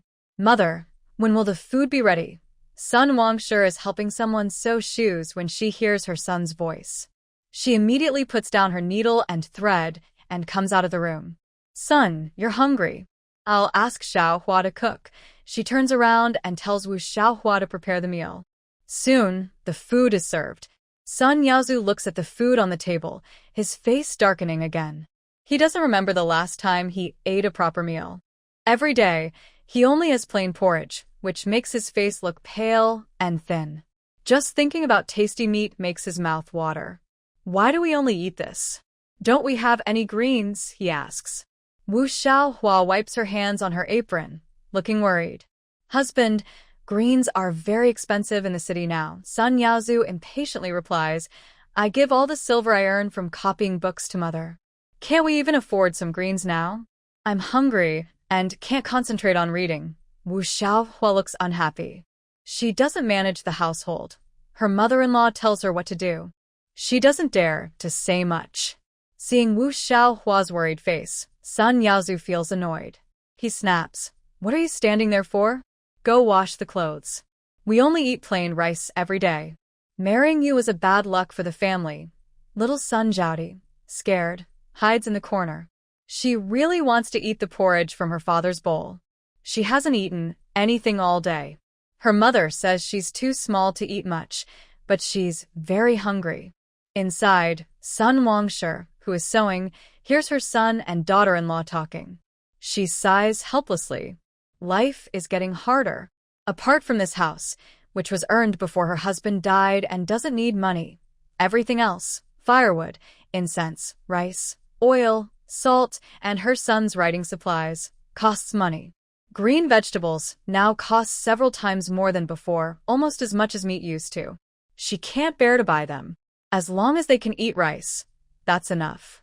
But Sun Wangshe doesn't blame her son for asking too much. She blames Wu Xiaohua for everything. You're so dull. Can't you think of a way? Your husband wants greens, but you can't even provide that. You're a useless hen that can't lay eggs, she mutters. Ever since her family married this woman, things haven't gone well. My son has not yet passed the imperial exam to become a scholar. It's all because of this woman's bad influence. If it weren't for household chores, she wouldn't need to stay here. She would have already gone back to her family. Next time my son passes the exam, I will definitely make her leave. The grain shop still has long lines every day. Besides the food stored in my space, Shen Yi bought 500 jin of grain when prices first rose and quietly brought it home. Maybe that's the benefit of being a detective. Now, I don't dare to cook anything fancy because the neighbors are very observant. Every family is tightening their belts, yet your family still cooks delicious food. Isn't that making others jealous? To live peacefully, people must learn to judge the situation carefully. Yuzheng Prefecture has suffered a big disaster. Grain can't be brought in from outside, and after a while, the grain supply at the shop is running low. The shop has to limit purchases to 2 dough per person per day. Grain prices keep rising, and many people regret not buying more when prices first went up. Now, even with money, they can't buy grain. No one is waiting for prices to drop anymore. On the left side of my house, the neighbor has not moved in for years. Sometimes someone comes to clean. I've seen this family twice. They are butchers, surnamed Foam, and have lived in the countryside for years to easily collect pigs. The couple has 2 sons. In these times, any business related to meat makes money. The couple is hardworking and has saved a lot of silver over the years, enough to buy this house. Recently, there's been a drought. People are almost out of food, and there's nothing left to feed the pigs. Without pigs, the business can't continue. The village is also troubled by wandering refugees. The family decided to move to the city because the city's security is better than the countryside. As for their business, they will decide later. They still have some savings and grain at home. Today, the family moved in. Feng's wife, Sister Zhang, gave me 2 eggs. Every household is having a hard time this year. I don't want to take advantage of them, so I gave her 2 pieces of rice cake instead. Getting along with neighbors makes relationships closer. The 2 families are now familiar. I often go to her house to buy meat. When Sister Zhang came to tidy up her house, we happened to meet. After learning we are neighbors, Sister Zhang often gives me discounts. From her words and actions, I can see she is a straightforward person. Girl, the neighbor is Captain Shin. Can I go visit their house? Sister Chingling looks so pretty, like a doll. Feng Li, the youngest son of the butcher Feng, said. Okay, but be polite and gentle. Don't scare the young girl. When it's time for dinner, remember to come back and don't cause trouble. Big Sister Zhang replied, then turned to Feng the butcher and said, the girl next door is very beautiful and kind. Captain Shun is lucky. Today we moved here, and I brought 2 eggs to the neighbor. The girl was very generous and gave us some rice cakes. She pointed at the rice cakes on the table with her chopsticks. Feng the butcher took a bite of his mixed grain bun, swallowed, and then nodded. He was usually busy outside and left household matters to his wife. He never interfered because his wife was good at managing the home. She had stored food in advance, or else they wouldn't be able to eat so well now. More and more refugees gathered in the town. They were ragged and thin, begging along the streets, making people feel sad to see. Zhou Chingling saw this and felt like a heavy stone was pressing on her heart. But she didn't dare give food directly to the refugees on the street. Although she felt sorry for them, now was not the time for charity. If she took out food, the hungry refugees would swarm around her. When people are starving and desperate, they lose their sense of morality. Helping others must also protect oneself. During hard times, the most sold thing is people. And people are also the least valuable. At the pawn shop, long lines formed. Some sold children, others sold themselves. In the past, a strong man could be sold for 17 to 20 taels of silver. Now they could be bought for just 4 or 5 taels. Even at such low prices, not everyone was accepted by the pawn shop. Some lowered their worth voluntarily just to get a meal. There was also a long line outside the brothel, filled with young girls. The madam checked each one. Those with good looks could be sold for 1 or 2 taels of silver, while those less attractive could be bought for a sack of coarse rice, enough to support a girl for a lifetime. Scenes like this, heartbreaking as they are, happen every day in the town. Heaven is unkind, treating all creatures as mere tools. Refugees keep increasing, and every day some die of hunger. The county magistrate ordered the granaries to open and distribute porridge. During the county official's distribution of porridge, he issued a strict rule. Men may come once a day to receive their share, while women and children may come every other day, and each time they can receive enough for 2 days. At first, many people didn't understand why the official made this rule, but over time, they began to realize the reason. In times of disaster, women and children are weaker and more vulnerable. To survive in such harsh conditions, they must depend on men. Because survival is difficult, women and children are the first to suffer. Some are abandoned, sold, or even eaten.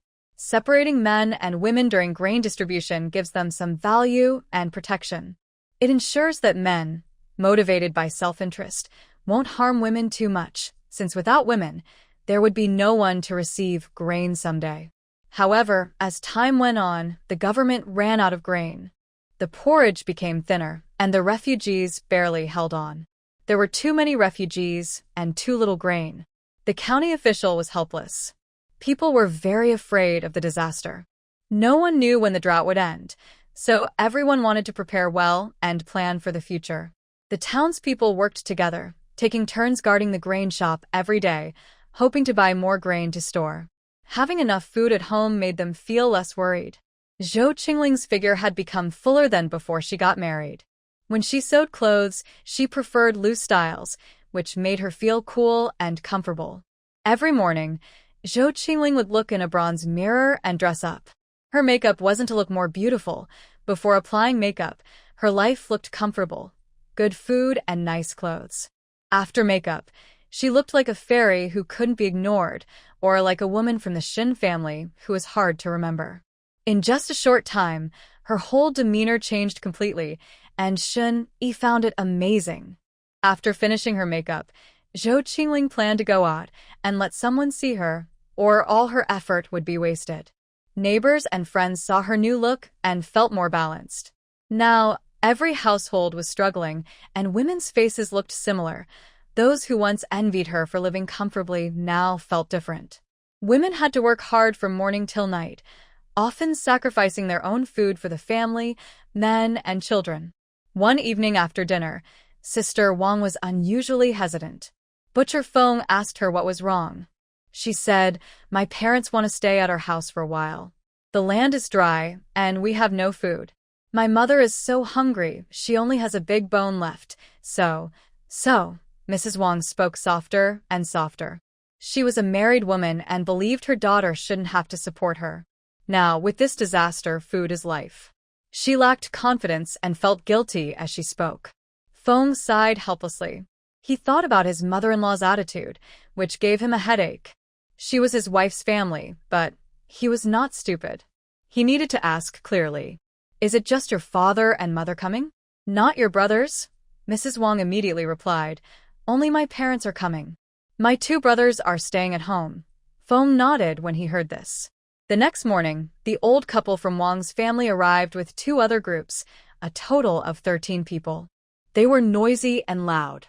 When Mrs. Wang opened the door and saw her family had all come, her face suddenly looked very unhappy. She clearly said she only agreed for her parents to come, but now the whole family was here. How could she explain this to her husband? Feng saw so many people and looked serious. He felt that her family was taking advantage of him. With so many people, they would need a lot of food. In just a few days, their rice jar would be empty. Feng told them to leave immediately. Mrs. Wang, the old lady, was wise and quick to see the situation. She immediately smiled and said, I have many children, but my daughter is the best. She married a good man. Everyone in the village envies me for having such a capable son-in-law. I think my son-in-law treats me better than my own sons. I feel blessed. Soon, her face turned sad again. This year, because of the drought, the little grain we harvested isn't enough for the family. If we weren't here, my husband and I would have starved to death. Son-in-law, you are kind and pitiful to our family. But don't worry, we won't trouble you. Just take care of our meals for my husband and me. The others brought food. Every day, they give us a bowl of rice porridge to survive. As long as we don't starve, it's fine. Son-in-law, you saved our lives. They say saving a life is like building a 7-story pagoda. You're a good person, and good things will come to you. Thank you so much. After speaking, she was about to kneel before Feng Butcher. Feng Butcher couldn't resist this kind of singing and acting. Seeing his wife's face, he had no choice but to give up 2 rooms to shelter the family. But he made it clear from the start. They could stay, but he wouldn't pay for their food. Old Lady Wang agreed happily, constantly thanking him. In the past few days, she held Wang Dajia's hand, saying she and her father hadn't eaten well in a long time. She also carried her grandson, complaining that he was hungry. The little ones immediately called Wang's wife Annie and whined about being hungry. Seeing how thin and pale her nephews were, Wang's wife felt sorry and made some mixed grain pancakes for them. But by the 2nd and 3rd days, the children kept begging her for food every day. Wang's wife had her own husband and children. That day, she had saved her food from her own meals to give to her nephews. She was always close to her own family, and her own life was hard enough. At first, old Lady Wang pretended to scold the children. You little ones are like hungry ghosts, always crying for food. Now, every family has to plan their food carefully. If you're really that hungry, your aunt isn't so heartless. She eats her fill and still cares about you. She wouldn't just watch you starve. Wang's wife felt frustrated inside. She thought her mother was secretly asking her for food. If she didn't care about her parents, she wouldn't be hosting her relatives at such a time. Her husband was kind, but now she felt criticized.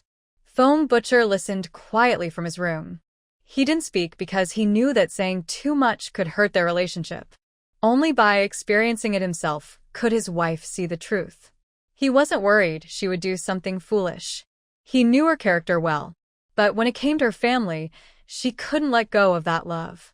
It was a pity that her heart was so kind, because her mother might not always think of her daughter's best interests. Later, Old Lady Wang saw that Wang's wife wasn't giving her children enough food and started complaining every day that her daughter's supplies were too little. Wang's wife ignored her mother's nagging. She kept giving the children a set amount of food each day. She didn't care whether her own parents ate or not. She just closed her ears and eyes and went on with her life. Old Lady Wang cried, and she cried loudly. The family was soon in chaos, with chickens and dogs making noise everywhere. That night, Zhou Chingling was suddenly awakened by a loud shout. Today, Shen Yi was on night shift. Zhou Qingling didn't have time to put on shoes and ran to the children's room. Seeing the children safe and sound, she finally relaxed. The 3 children were also awakened by the noise outside and looked at her with fear. Zhou Qingling quickly hugged the children to comfort them. Loud noises and crying voices clearly reached her ears. This is the last of my family savings, please let me go. I beg you. Everywhere, there are good people, but also bad people. These villains took advantage of the disaster to rob wealthy families along the way. In the face of natural disasters, human-caused harm is the most frightening. Disasters test fate, but human evil is a shame for civilization. These refugees, feeling strong and healthy, have been lurking in the county town for days, specifically targeting households with few men or wealth, breaking in and robbing. They kill anyone who blocks their way, then leave after stealing. At this moment, the voice of Sun Wang's family from next door came through. Don't take my grain, please. This is our last food. We're about to starve. Seeing this, Zhou Qingling quickly ran to the gate, placing tables and chairs against it. When in danger, she could hide in her space, but her space could only hold herself, not other living beings. The 3 children couldn't enter the space, and she couldn't leave them alone to hide. Soon, she heard the sound of axes chopping at the door, at least 3 or 4 people. Zhou Qingling immediately picked up the children, hiding them in the wardrobe, and comforted them. Be good, don't be afraid. Mom is here. Mom will protect you. Chingching grabbed Zhou Qingling's sleeve, tears in her voice. Mom, I'm scared. Don't go. Be good. Chingching isn't afraid. Mom won't leave. I'll protect you outside. Zhou Qingling gently touched her eldest and second children's heads. Although they didn't cry out loud like Chingching, their faces were full of fear. Eldest second, you are little men. Don't be afraid. Protect your sister. Mom is outside watching over you. It's okay. After hearing this, the eldest nodded heavily and stepped forward, shielding his younger siblings behind him. Seeing her eldest like this, Zhou Qingling's eyes reddened. Her eldest is still just a child, clearly scared but knowing how to use his small body to protect his siblings. She, Zhou Qingling, has such a sensible son, and heaven has been kind to her. She closed the wardrobe, turned around with a fierce look, and vowed to kill anyone who harmed her family. She warned herself not to test a mother's strength. Zhou Qingling analyzed the current situation. Shen Yi wouldn't be back for a while, and the people outside were no match for her, so she had to use clever tricks. She held a big bag of lime powder, which she had stored after seeing the tragic events at the Jiang family's house. She kept it for emergencies, and today it finally came in handy. At this moment, she was surprisingly calm. Under the moonlight outside, she stared tightly at the gate, ready to fight. Zhou Qingling never felt time pass so slowly. Hearing the heartbreaking sounds outside, she felt helpless. She just wanted to protect her family. With her small frame, going out would only mean death. Suddenly, the gate was broken. At that moment, Zhou Chingling threw the lime powder out. The attackers weren't prepared and got a face full of it. She quickly ran to the room, grabbing everything from her space. She didn't care if it revealed her secret, as lives were at stake. She just wanted to delay. She pressed the items against the door and windows to buy more time. The attackers, covered in lime, hurriedly wiped their faces, some unable to open their eyes clearly. They only saw a figure running toward the main house. "Damn it, that little girl. When I catch her, I'll skin her alive," one shouted angrily, chasing after Zhou Qingling. They kept smashing the door with knives or axes, the sound of chopping echoing repeatedly. Meanwhile, next door, the Feng family was also experiencing danger.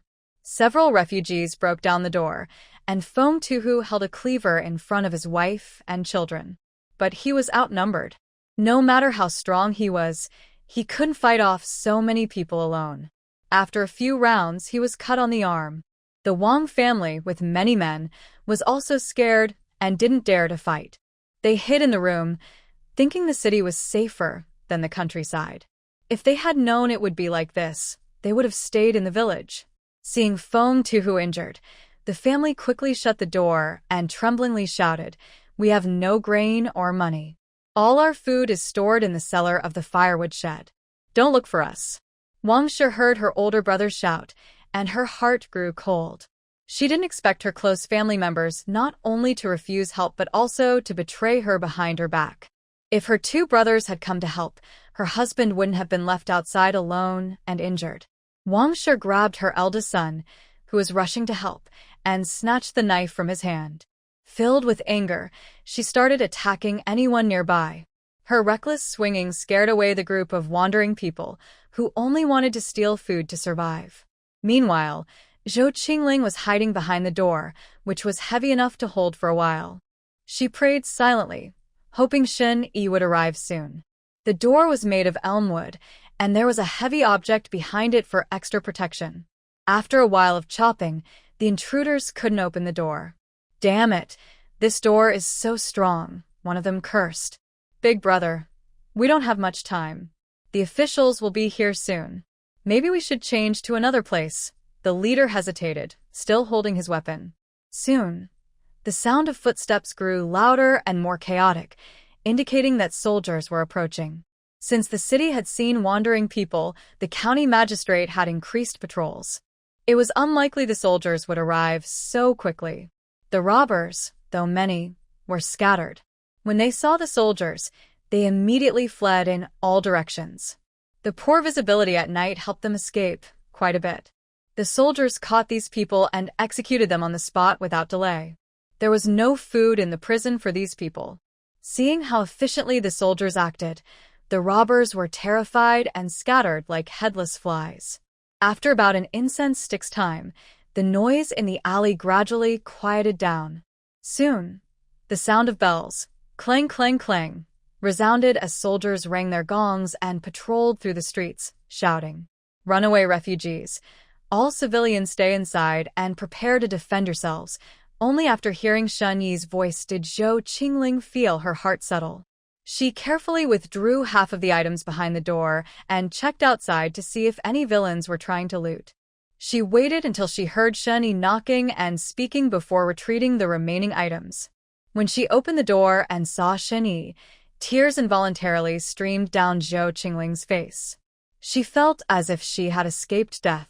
She wasn't sure if she was overwhelmed by fear or if, over the past few years, she had unknowingly become dependent on Shen Yi.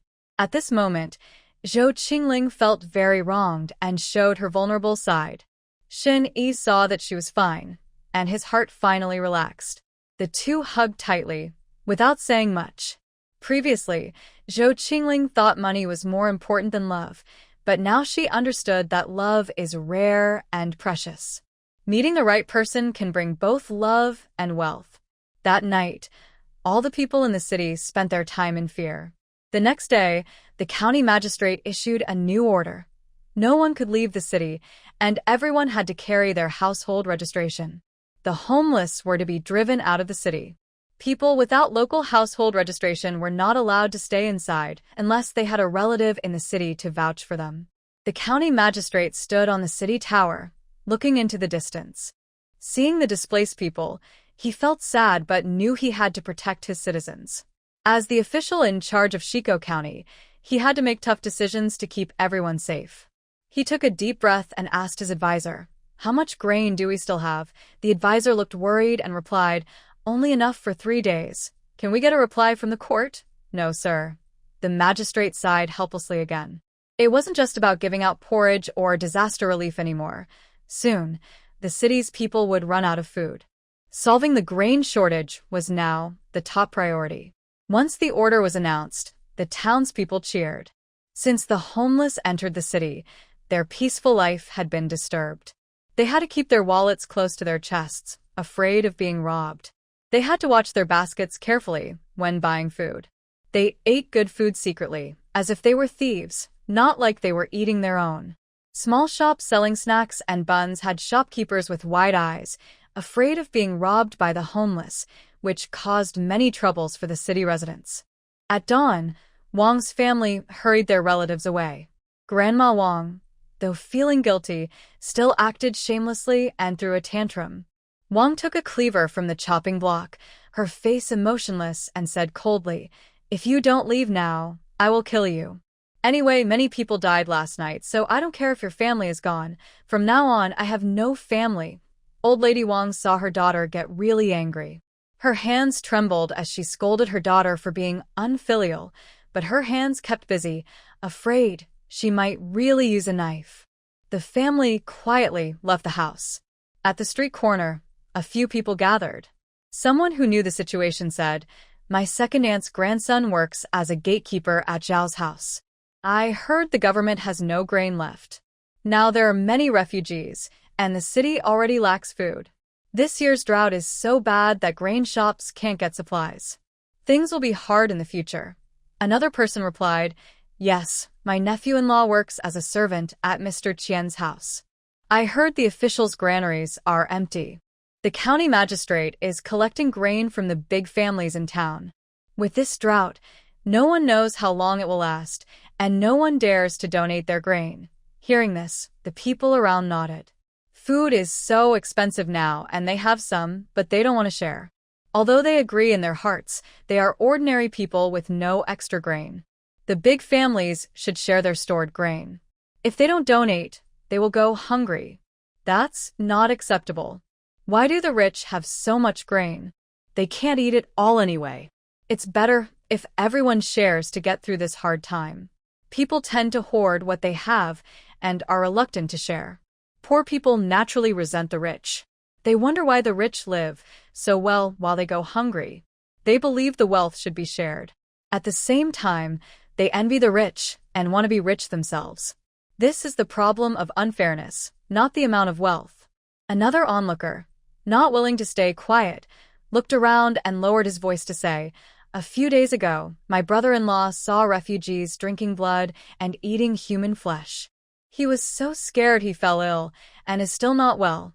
Everyone took a deep breath, feeling how terrible the world has become. Sigh. When the lips are in danger, the teeth suffer. We are also tightening our belts, eating expensive grain. If there's no food in the city, we might have to eat our own children. When people are about to starve, they don't care what kind of meat it is. The county magistrate stood on the city tower, looking into the distance with a serious face. Finally, he sighed and, helpless, turned to walk toward the government office. 5 days later, grain shops in the city posted notices. They would sell grain every 3 days. As soon as the notices went out, the people's panic spread. People used to line up every day at the grain shops, but they still couldn't buy any grain. This time, the grain shop only opened every 3 days, making the chance of getting food even smaller. A large number of people gathered at the government office, begging the county magistrate to open the granary and release grain, giving the city residents a way to survive. At this moment, the county magistrate was pacing nervously in his study, looking anxious. He had not received any reply from the court, and it seemed they no longer cared. Soon, not only would the city residents run out of food, but even he, the county magistrate, might have to beg for food. During this time, the magistrate's hair had turned quite gray. The little grain left in the government warehouse was not enough for the city's people for more than a few days. Since the notice was posted at the grain shop, theft, robbery, and even murder had become daily occurrences in the city. The situation was getting worse and harder to control. In the past, the officials' presence kept the people in check, but now everyone was fighting for survival and no one paid attention to rules anymore. Sun the clerk, Wang the steward, and Shun Yi were called into the study by the magistrate to discuss solutions. For several days, they had no ideas. It was a natural disaster. Since it hadn't rained, there was nothing anyone could do. After Lu Lumin stole Sun's family's grain, Sun Wang's wife had to buy food at high prices. She queued at the grain shop every day, buying only 3 jin of coarse rice for 120 coins. Sun Wang's wife was heartbroken, clutching her chest. She ate only 1 meal a day. This small amount of grain wouldn't last many days. She sighed helplessly and carefully locked the grain in a cabinet. At this moment, she didn't see Wu Xiaohua's figure. Sun Wang's wife went to the east room and saw Wu Xiaohua sleeping soundly. Anger suddenly surged inside her. Lazy good-for-nothing, who in the family sleeps in the daytime like you? You're a useless jinx. I married you with 8 generations of bad luck. Get up and start shoeing shoes. All day long you do nothing but eat. Now that grain is so precious, you're still fit to eat? Bah, you little slut. Wu Xiaohua had just laid down.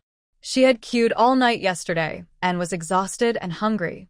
Now she felt weak all over, her bones almost sticking out. Hearing her mother-in-law's curses, she paid no attention. Wu Xiaohua was used to being scolded like this. Her face was numb, with no other emotion. If her chest still moved, she would seem like a lifeless corpse. No vitality, not like a woman under 30, but more like a decayed old person. Over the years, Wu Xiaohua had no children. Sun Wang's wife grew more and more dismissive of her, glaring without blinking. Sun Jiaodi was twisting hemp rope when she heard her grandmother scolding her. She shivered in fear. In the Sun family, she was at the bottom and could be hit or scolded by anyone. Hearing the shouting, Zhou Chingling sighed helplessly. Over the years, Sun Wang's many actions had become too much, almost as if she didn't see Wu Xiaohua as a person. A few days ago, the little girl from the Sun family fainted in the alley and was almost taken away by some malicious people. Zhou Qingling saw this and quickly snatched Sun Jiaodi from their arms. Zhou Qingling held the little girl gently. She was thin, with hardly any flesh on her body. After thinking for a moment, she decided to bring the girl inside. Sun Jiaodi had fainted from hunger.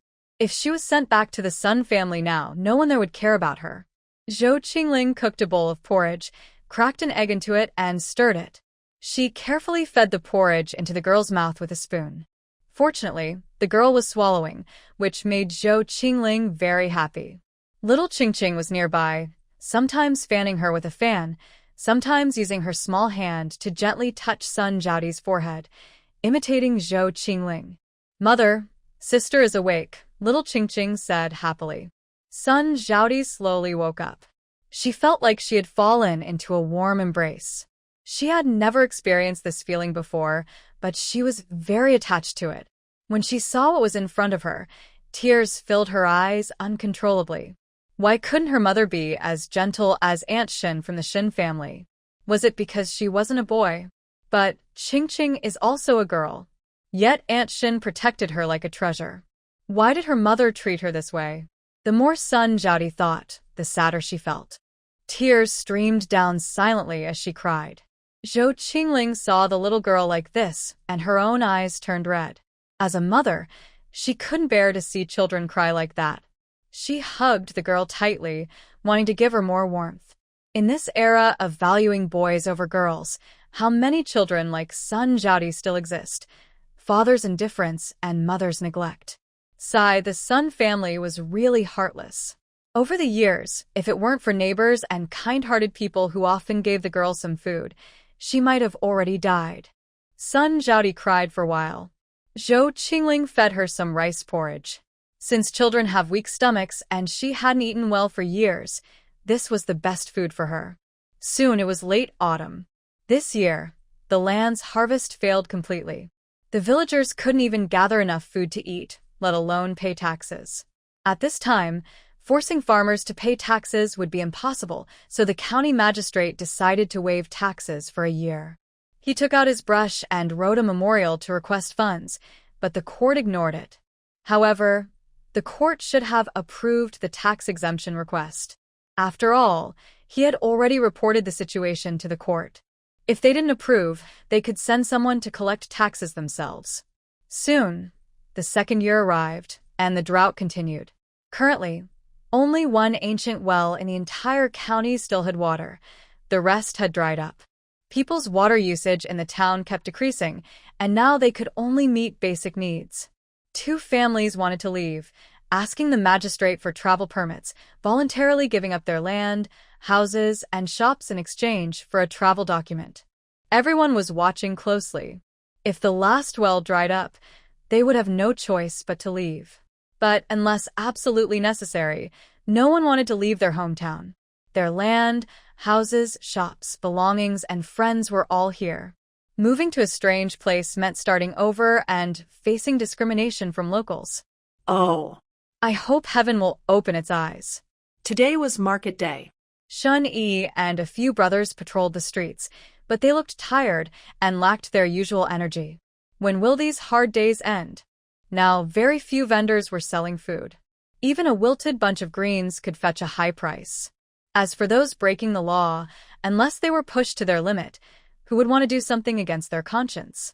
Yesterday, Huzi ran 2 streets and caught a thief. When caught, Huzi was shocked. This person was Zhang Er, once a kind-hearted man. Zhang Er didn't resist, but calmly took out 5 jin of stolen millet, looking sad as he begged, "You can kill me, but please take these 5 jin of millet to his family. His mother is starving." Seeing this, Huzi was stuck. He didn't want to arrest him, but he also couldn't ignore it. They had been neighbors for years, and everyone knew each other well. Huzi knew Zhang Er's character. He wouldn't even kill a chicken. Yet he was forced to steal. This world is truly inhumane. Annoyed, Huzi took the bag of grain, returned it to the family it was stolen from, who relied on that food to survive. Huzi then took 2 handfuls of rice from his own home and handed them to Zhang Er. Zhang Er, upon seeing this, tremblingly took the rice with both hands, hugged it to his chest, and tears uncontrollably flowed down his face as he squatted on the ground, sobbing loudly. He thought his life was in danger, but unexpectedly, Brother Huzi did not punish him. Instead, he gave him life-saving food. Since the county magistrate expelled the refugees from the city, he issued a law. Anyone caught stealing or robbing would be executed on the spot. This was a strict and urgent order. Only by using harsh methods like this could they suppress the restless people and keep the city stable. Seeing Zhang Er crying so hard, with tears and snot running down, Huzi didn't say anything comforting. He stepped forward and kicked him, shouting, "Why are you crying, man? A real man shouldn't cry. Get back home and stop bothering me." Hearing Huzi's words, Zhang Er felt a warm feeling inside. He wiped his face with his sleeve, stood up seriously, and said, "Brother, thank you. Thank you for saving my life." Shin Yi listened to his brother's complaints, took a deep breath, and made a decision. He turned and headed toward the county office. The autumn wind was chilly, and the landscape was full of falling yellow leaves. But this winter, no leaves turned yellow because they had already been picked and eaten. By midday, someone knocked on the courtyard door. Zhou Chingling peeked through the crack and saw an old man. He was thin, as if a gust of wind could blow him away. His patched clothes showed he was not doing well. He looked so thin that he almost looked unrecognizable.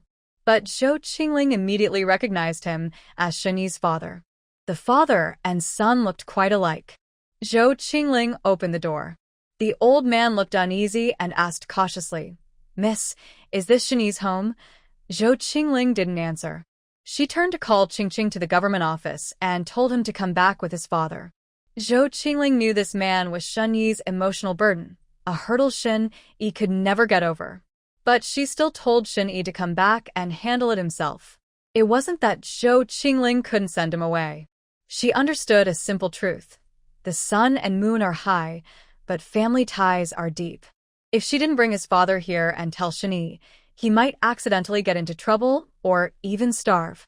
One day, if Xin found out she had hidden this and didn't help, it would leave a scar in his heart. Over time, such emotional wounds could lead to resentment between husband and wife. Just like when someone wants to do something, you watch from the side and think they probably won't succeed. You try to persuade them, but if they fail, they don't think your advice was wrong. Instead, they might blame you for their failure. It's similar to how people dislike the crow that spreads bad news. Zhou Qingling's attitude toward her husband's family is that she handles her relatives' matters herself. She doesn't want to cause trouble or be blamed if things go wrong. But she always supports Xin. No matter what decision he makes, she stands behind him as a partner. Husband and wife should work together to face difficulties, not close the door and make things hard for each other. Soon, Xin returned home carrying Chingching. When Xin saw his father, his face immediately darkened. "What are you here for?" His father hesitated when he saw Xin's expression but didn't say anything. After a while, he spoke nervously. "Xiao, I'm sorry. But can you give me some food? Your younger brother is almost starving." Xin sneered. "I didn't know you were such a kind father. You caused my mother to die sad, and my sister to die suddenly. Why would I help you, you heartless animals? Get out. Just leave now. I told you I never want to see you again." "Xiao, get out." Xin shouted angrily before his father could finish. "If you don't leave now, I will break your legs." The old man wiped his tears, sighed deeply, and hunched his back as he left. People say that those who are pitiful often have faults, but who would think that such a simple-looking old man in his youth did such cold-blooded things? If parents do wrong, don't blame their children for being unfilial. That night, Shani stood under the eaves for a long time. Who doesn't want to be loved by their parents? But some people truly don't deserve to be parents. Recently, the county magistrate suddenly asked the clerk to gather detailed information about the wealthy families in town. Over the past year, the magistrate used threats and bribes to force these rich families to give grain. Otherwise, the town would run out of food. At first, these merchants, worried about the government, donated grain. But over time, no one wanted to give any more. That's natural. No one knows when the natural disaster will end, and no one will openly share their wealth without reason. In recent days, the county magistrate's actions have stunned everyone. He ranked the wealthy merchants in the city based on their family wealth and directly demanded 2/3 of their assets. He no longer used gentle methods with these rich merchants. Instead, he took a tough approach, listing their past crimes one by one. In the world of officials and merchants, who has a completely clean record when they manage their family businesses? He also encouraged the big families to accuse each other of wrongdoings, allowing common people to seek justice for their grievances and revenge for their enemies. Those who relied on their wealth and often caused trouble never expected that their old, buried scandals would someday be brought to light. Now, the wealthy merchants in Shiko County are complaining bitterly, but the common people are cheering. The county magistrate's reputation is rising quickly, and people now call him the great judge of justice. To save their lives, the rich families had no choice but to bribe officials and obediently hand over their assets. Otherwise, their families would be seized, and they would lose everything. Holding on to more money is useless if your life is at risk. There is an old saying, people should not fight with officials and the poor should not compete with the rich. The magistrate's move not only filled his own pockets, but also prevented chaos. The food shortage was eased, and he gained the trust of the people, 3 benefits with one move. Of course, he also gave some sweet treats to the rich merchants, offering them convenience. After all, he still needs their support to do his job well in Shiko Town. Right now, helping the poor by taking from the rich is just a temporary measure. He doesn't plan to wipe out all the wealthy completely. After all, even a cornered rabbit will bite. If these people are pushed too hard, they might unite and become very difficult to handle. The magistrate happily looked at the detailed reports from his subordinates and then at the words hanging on the wall. Reflect on myself 3 times a day, he muttered, stroking his goat beard. I am indeed too polite. I have given them too much face before. I should have acted sooner. Every day, seeing these words, he gains new insights. Shen Yi has been very busy these days, working non-stop. The wealthy merchants are rushing to bring gifts to the government office. No one knows what he said to the magistrate that day. He is just a small-town constable. He clearly knows what the common people need, what the county magistrate wants, and what they hope to achieve. The magistrate is a good official, although he is a little greedy for money, but no one is perfect. When it comes to major issues, he has never been vague. People's hearts are soft. Everyone wants to survive this disaster, and which official doesn't want to be remembered positively and be loved by the people? After gathering the donations from the wealthy merchants over the past few days and storing them in the county office warehouse, Shen Yi went to the study to report to the magistrate. When the magistrate saw Shen Yi, he smiled and patted his shoulder. Brave and clever, I knew I didn't choose the wrong person. Shen Yi clenched his fists and bowed. Thank you, sir, for your praise. You are the backbone of our county. With you in charge of Shiko County, there's nothing we can't get through. You are very knowledgeable, and just a word from you is enough to help me. The magistrate's smile grew gentler. Who doesn't like a humble and eloquent subordinate? Now, Shiko County maintained a fragile balance. Although the wealthy merchants had taken big losses, the foundation was still there. As long as they survived this disaster, it wouldn't be long before the county returned to its former prosperity. After all, the benefits the magistrate provided were real. The grain shop had enough supplies and was no longer selling every 3 days. Although each household was still limited in purchase, they could buy food, which was now managed by the government. The price of grain was also kept low, only slightly higher than usual. The townspeople no longer lived in fear. People showed their long-lost smiles again. The restrictions in the city were relaxed, and residents registered in the county could come and go freely. Non-residents had to pay 10 coins to enter the city and had to leave before dark. The deserted streets, once quiet, now had some life. Although not as bustling as before, there was a hint of vitality. Everything was starting to improve. Yesterday, there was a light rain. Although it was not heavy, it brought hope to the people. Wu Xiaohua's mother, Wu Laotai, had been watching near Xiaohua's house these days. She dared not go inside to find Wu Xiaohua because she had fought with Sun Wangshi several times over the years. If Sun Wangshi saw her, she would definitely cause trouble again. To avoid this, Wu Laotai had been staying in the county for the past few days. Wu Xiaohua had not gone out recently. The city lacked water, and her family had already stopped sending laundry workers to wash clothes with Ginger. Recently, she had been making shoe soles. Today, Wu Xiaohua finally went out to deliver them to the embroidery workshop. Old Lady Wu saw her daughter and quickly stepped forward. Little flower, you finally went out. Mom has been watching over you for days, and I've been waiting to see you. Mom, why are you here? Old Lady Wu pulled her daughter into a quiet alley and immediately looked teary-eyed. Little flower, our family has high hopes for you. You married into the city, and now I rely on you. Your cousin is already 17, and kids around his age in the village are running everywhere. You can't just watch your cousin remain single forever. Little Flower Wu looked at her mother, who was crying as she spoke. She felt sad too. Before she married, she took care of her cousin. She didn't want to see him remain single and unable to find a wife.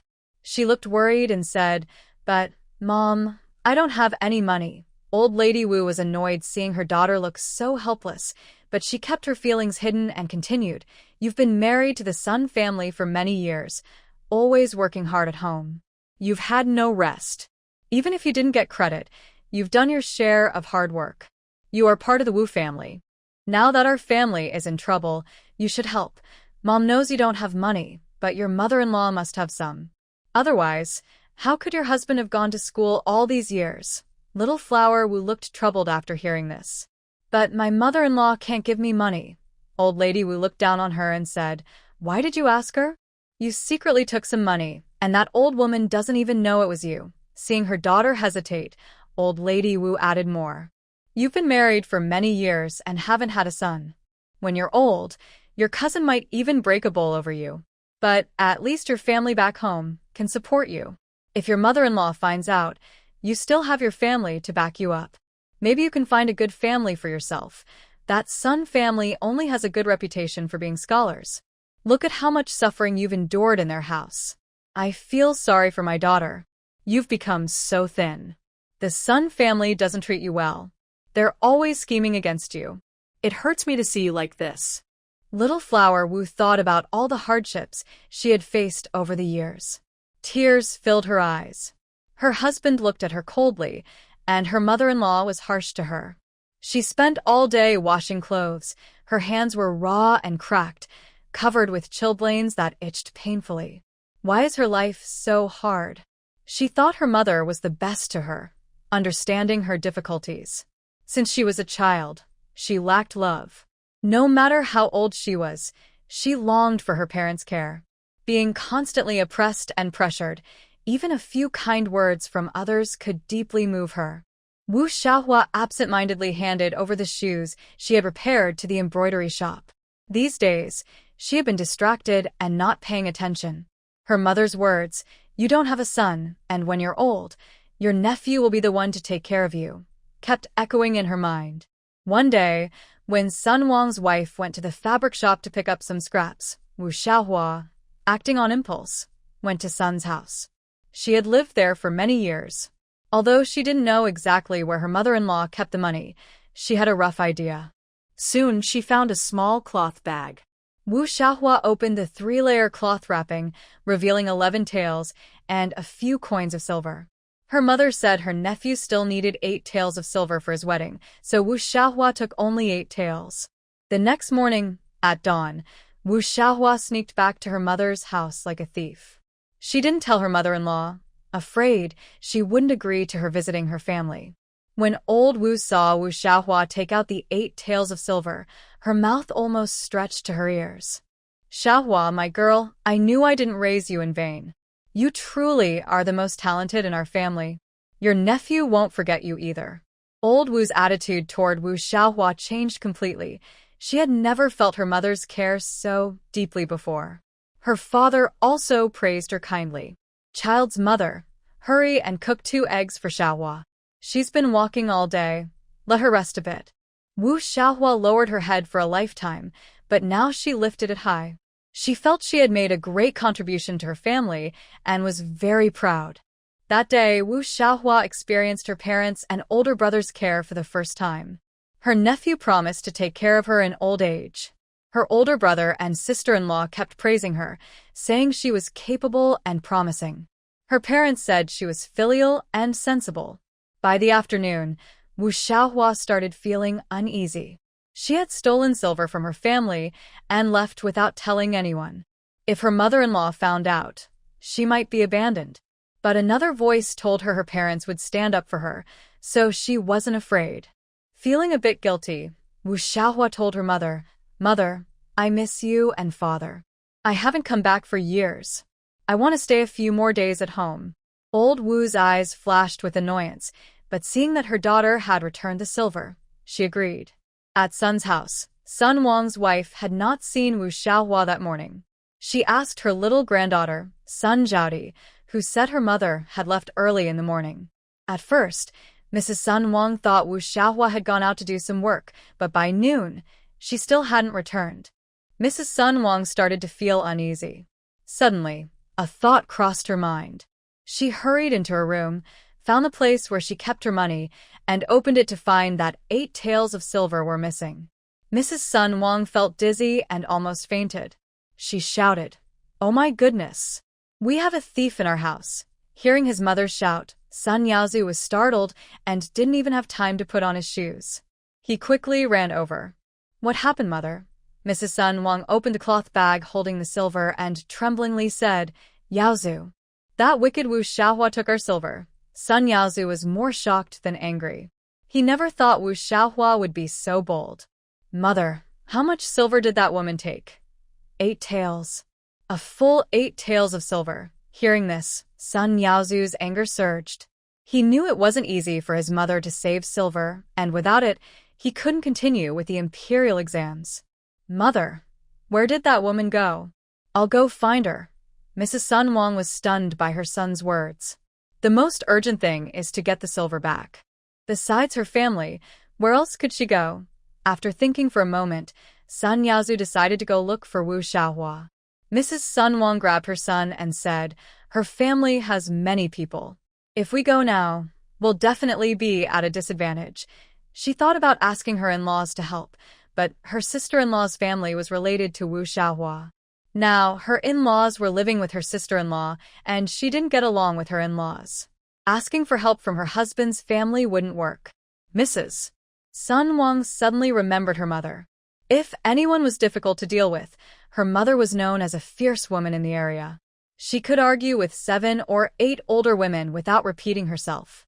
Deciding quickly, the next day, Mrs. Sun Wang and Sun Yaozu set out early to visit her mother's house. Her mother's village was nearby, about an hour away. They arrived quickly. Grandma Wang opened the door and saw her eldest daughter, who hadn't visited in many years. Her face immediately sank. She didn't like to visit the family temple unless something important was happening. Her eldest daughter hadn't come back in years, so she suspected trouble. She looked down and saw the grain bag her daughter was holding. She roughly estimated it was about 2 jin of grain. She frowned but thought, when something is offered, you don't refuse. If there's a benefit, you take it. Sun Wang first exchanged greetings with her mother-in-law, explaining that over the years she hadn't come back to visit her parents because life had been very hard for her. One wanted her mother's help, another wanted to take advantage of a cheap deal.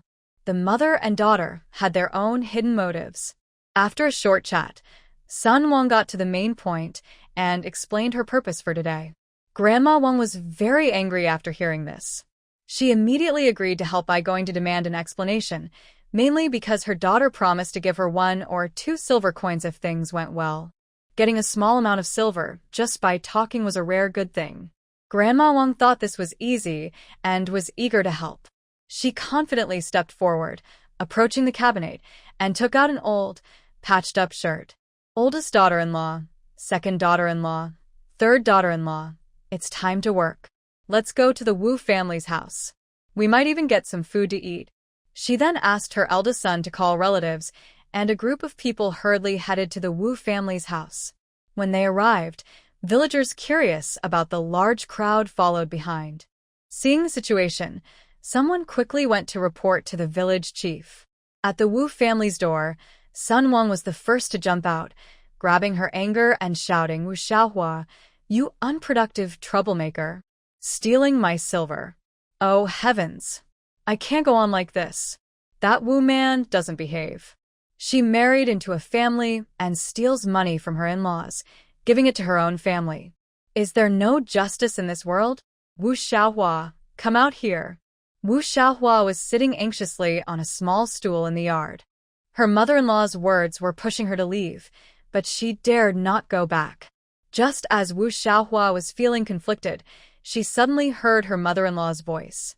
She thought she was hearing things. When she looked up, the person at the door, arms akimbo and cursing loudly, was her mother-in-law. Who else could it be? Behind her, a group of people followed. Wu Xiaohua's legs trembled with fear, and she shivered all over. Grandma Wang was not willing to show weakness either. Like a quick rabbit, she suddenly darted to the front, then sat down heavily on the ground and started crying loudly. "Everyone come out and see. This family is so shameless." Wu Er was young and used to sneak onto the roof to watch widows bathe. Only such a shameless dog could raise a little troublemaker who eats inside and out. They've caused my daughter so much harm. Initially, it was this wicked woman who climbed into bed, causing trouble for my granddaughter and using shameless methods to marry into the family. My granddaughter is a scholar, still a young student, and has the potential to become a top scholar in the future. How did she end up with such a confused woman? The Wu family is not a good family. Everyone, come and judge fairly. Old Lady Wang's loud shout drew most of the village people. Now, with the drought, Villagers don't need to work in the fields and are bored, so they came to watch the fun. When they heard the noise, everyone's legs moved quickly to see what was happening. Soon, the rooftops, walls, and tree branches were full of people watching. Old Lady Wu and Old Man Wu heard the shouting and knew it was the Sun family's people. They had no choice but to come out bravely. They immediately saw Old Lady Wang sitting on the ground, throwing a tantrum. Oh, Isn't this the bride's mother? Why are you sitting on the ground? Get up quickly. Let's go inside and talk. Old Lady Wu hurriedly grabbed her arm with all her strength and helped her up. Old Lady Wang also stood up with her help, pulling her eldest daughter-in-law to go inside. Fine, I'm tired of calling. I'm an old woman, so I'll rest a bit. I'll go inside and lie down. Old Lady Wu didn't expect this situation. She quickly stepped forward to try to hold back Old Lady Wang. Sun Wang's wife quickly grabbed Old Lady Wu's sleeve. My mother is tired. She needs to rest. If you have something to say, let's talk. Why are you chasing after my mother? Old Lady Wu was anxious and sweating. Mother-in-law, what's going on? Why did you bring so many people here? bah. Stop pretending. You encouraged your daughter to steal silver. You have the nerve to do such shameless things and then deny it? Sun Wang's wife spat saliva on Old Lady Wu's face. Old Lady Wu quickly wiped her face with her sleeve. Why are you spitting? I didn't take your silver. Your silver is lost, and now you're coming here to cause trouble. Old Lady Wu refused to admit it. Sun Wang's wife was so angry, she looked like a pig not afraid of boiling water. She turned and saw Wu Xiaohua near the gate. She stepped forward, pulled Wu Xiaohua out, and slapped her hard. With force, Sun Wang's wife used all her strength, and the slap knocked out 2 of Wu Xiaohua's teeth. You dare to steal from the family? I'll beat you to death. Wu Xiaohua was hit and dared not argue. She just kept crying loudly. Did you steal the silver? Tell the truth. Otherwise, I will beat you to death. Sun Wangsher had known how to control Wu Xiaohua for many years, so she knew how to make Wu Xiaohua speak. She took 2 embroidered needles from her chest and jabbed them at Wu Xiaohua's face. Wu Xiaohua felt pain. After a few needles, she couldn't take it anymore and quickly begged for mercy. Old Lady Wu secretly resented Wu Xiaohua for being useless. Seeing that things might be exposed, she immediately distanced herself and explained, Mother-in-law, this was all Xiaohua's doing. She is your daughter-in-law. Once a girl is married, she's like water spilled on the ground. If you want to hit or scold her, take her back home. Even if you beat her to death, it's her own fault. Why are you causing trouble here? Old Lady Wu looked at the villagers watching and felt embarrassed. She said stiffly, It's so hot today, everyone please disperse. There's been a misunderstanding. Let's clear it up and move on. Wu Xiaohua looked at her parents in shock. Her mother didn't care about her anymore. Why was she acting differently from before? Didn't she say she would stand up for her? Wu Xiaohua stood there blankly, wanting to ask her mother something. Her mouth moved, but she couldn't say a word. Sun Wangsher saw Wu Xiaohua was furious and slapped her twice more. You thief of a family, your father's cheating and getting beaten to death. You need a funeral. Or you, mother, stealing men and getting caught, wanting to buy a coffin. You're so eager to steal silver from your in-laws to fill your own family's pockets. Hearing this, Old Lady Wu couldn't take it anymore. She screamed and suddenly lunged at Sun Wangsher like crazy. Go, eat dirt. I respect you as my mother-in-law, but you, old hag, how can your mouth be so mean? You're the one cheating and stealing men. After all these years, you finally couldn't stand the loneliness and came to cause trouble at my house. Bah, I think you're just pretending to be innocent. Both women, used to hard physical work, fought fiercely. They grabbed hair, scratched, and punched each other, refusing to back down. Later, some villagers didn't understand what was happening. They looked at Wu Xiaohua's battered face, eyes full of gossip. Wow, what's going on here? Why are they hitting so hard? Everyone says Wu Lauer's daughter married well, going from the countryside to the city to enjoy life. But it doesn't seem like she's doing so great now.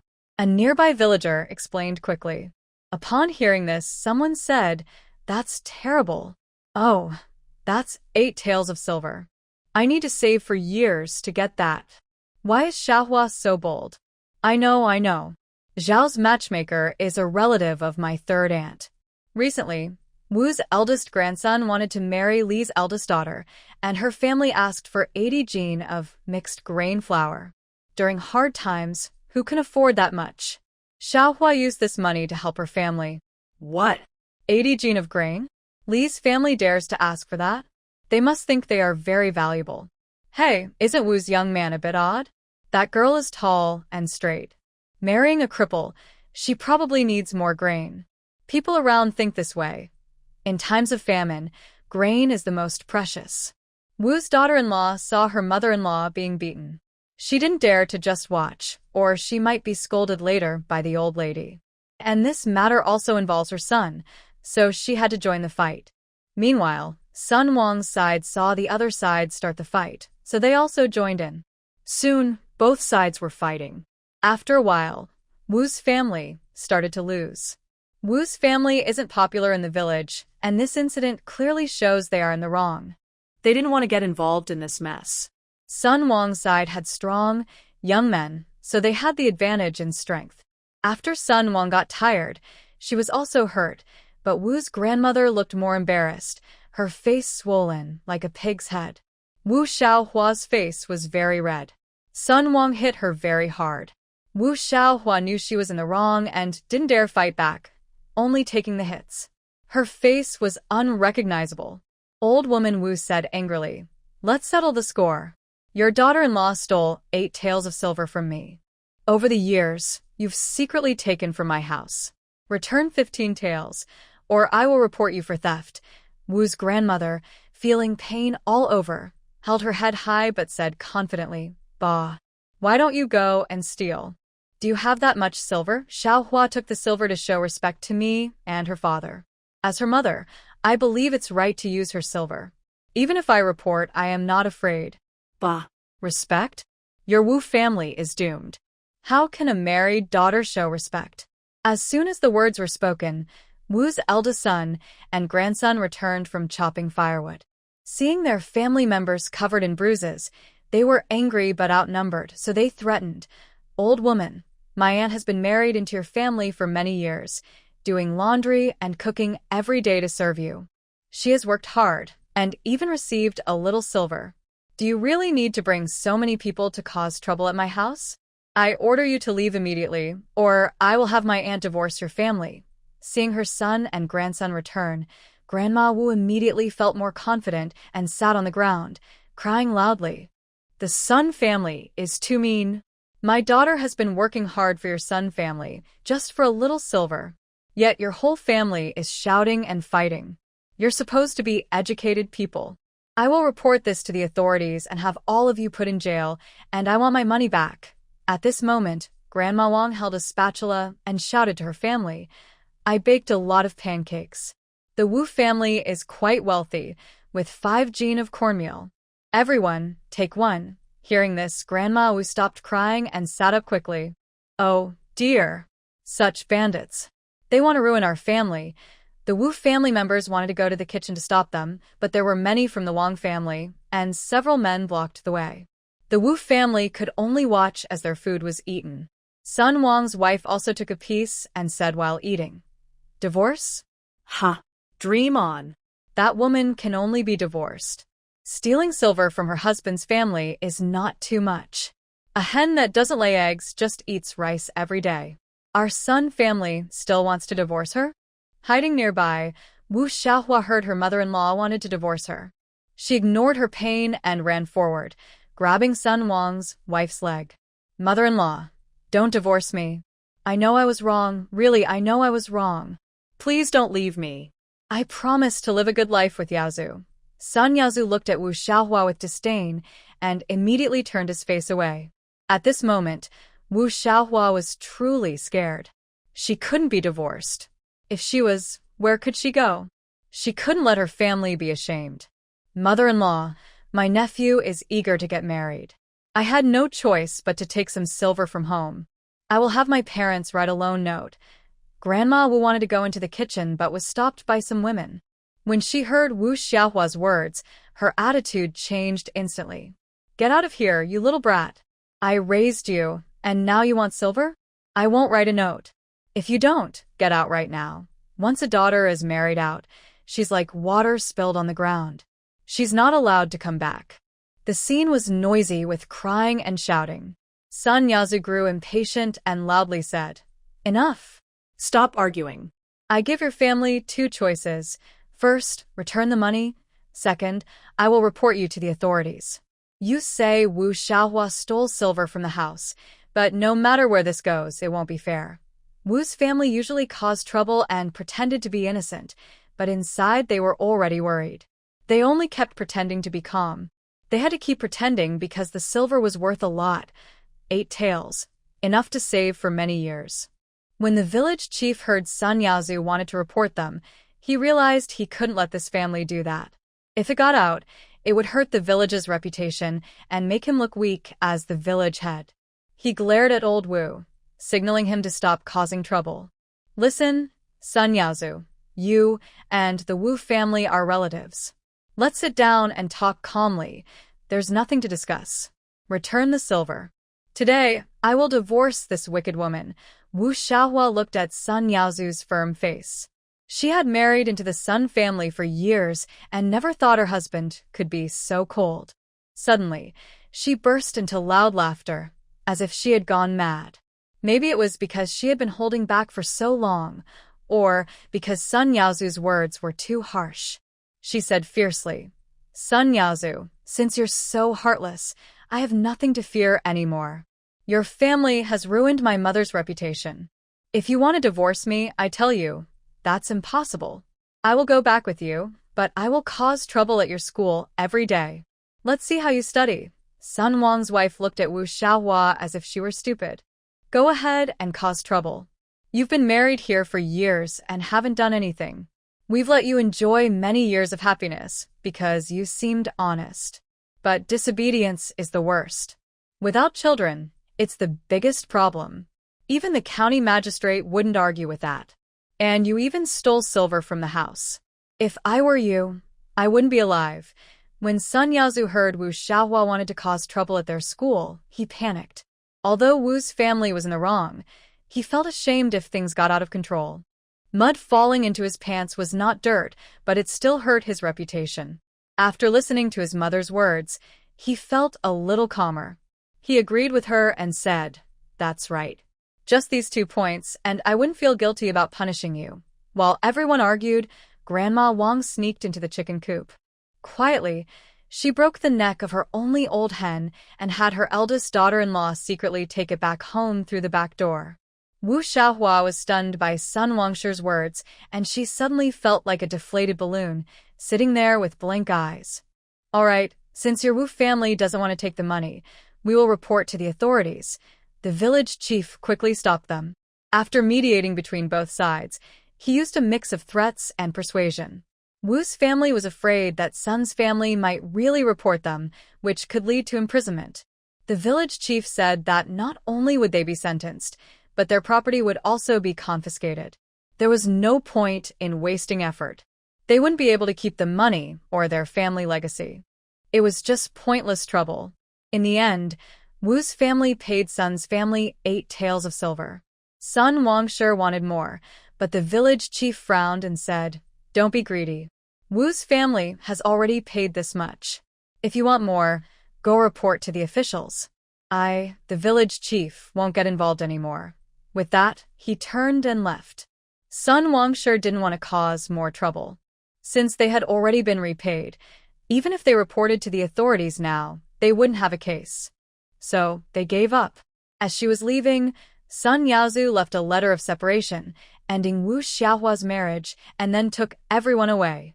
At this moment, Granny Wang wanted to go into the cellar to check, but since everything was resolved so quickly, she had to leave disappointed. Early in the morning, Zhou Chingling woke up and made hand-pulled noodles. She didn't make the sauce yet because it requires boiling and has a strong flavor. She decided to keep a low profile for now. Good things should be enjoyed quietly. She took a small bunch of green vegetables from her space and put them into the pot. Children need to eat vegetables, often to stay healthy. Because she had a space, Zhou Qingling did her best to provide her family with better food.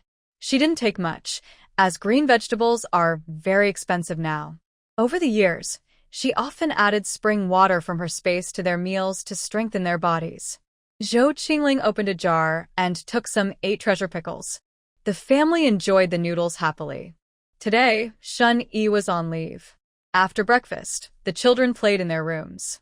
The 2 adults sat together, and Shun Yi talked about recent events in the city. Zhou Qingling fanned herself with a hand fan, occasionally waving it to create a breeze. She listened quietly. After many years of marriage, they still had endless things to talk about. While working, Zhou Qingling's glance or movement was always understood immediately by Shun Yi. Maybe this was what happiness looked like. Next door, since Sun Yazu divorced Wu Xiaohua, Sun Wangshe kept telling people she wanted to find a new wife for her son. This time, she wanted to be more careful. She aimed to find someone beautiful and from a good family to help her son's future career. His son is truly a promising young man, worthy of the best girl in the world. One day, while mother and son were preparing to eat, they suddenly heard someone outside ask, "Is Sun Yazu at home?" They looked toward the voice and saw a young woman. She was a bit overweight, but even in these hard times, she kept a good figure, showing she came from a well-off family. The mother and son looked at each other, both unsure who this girl was. Sun Wangshe reached out and took a piece of rice cake. It had been a long time since she last ate such fine food. It was very tasty. Sun Yazu was still confused. Sun Wangshe took another piece and handed it to her son. Since someone else gave it to them, they decided to eat it. There were 4 pieces in total. Sun Wangshe ate one and kept the rest for her son. Sun Yazu looked at the rice cake in his hand, feeling a bit uneasy, as if something was about to happen. Who was this Lu Danny? She was the younger sister of Detective Huzi, 19 years old. She was known in the West Street for being tough and not easy to mess with. She had a striking appearance that could quickly make men forget their worries, and her style was unique. She also knew a little boxing. Last year, she finally got married, and her family was involved in grain and silver trade. They found her a good husband. But 3 months later, she returned with her dowry, which made her parents very worried. They quickly asked why she came back. She said her husband was not good in bed.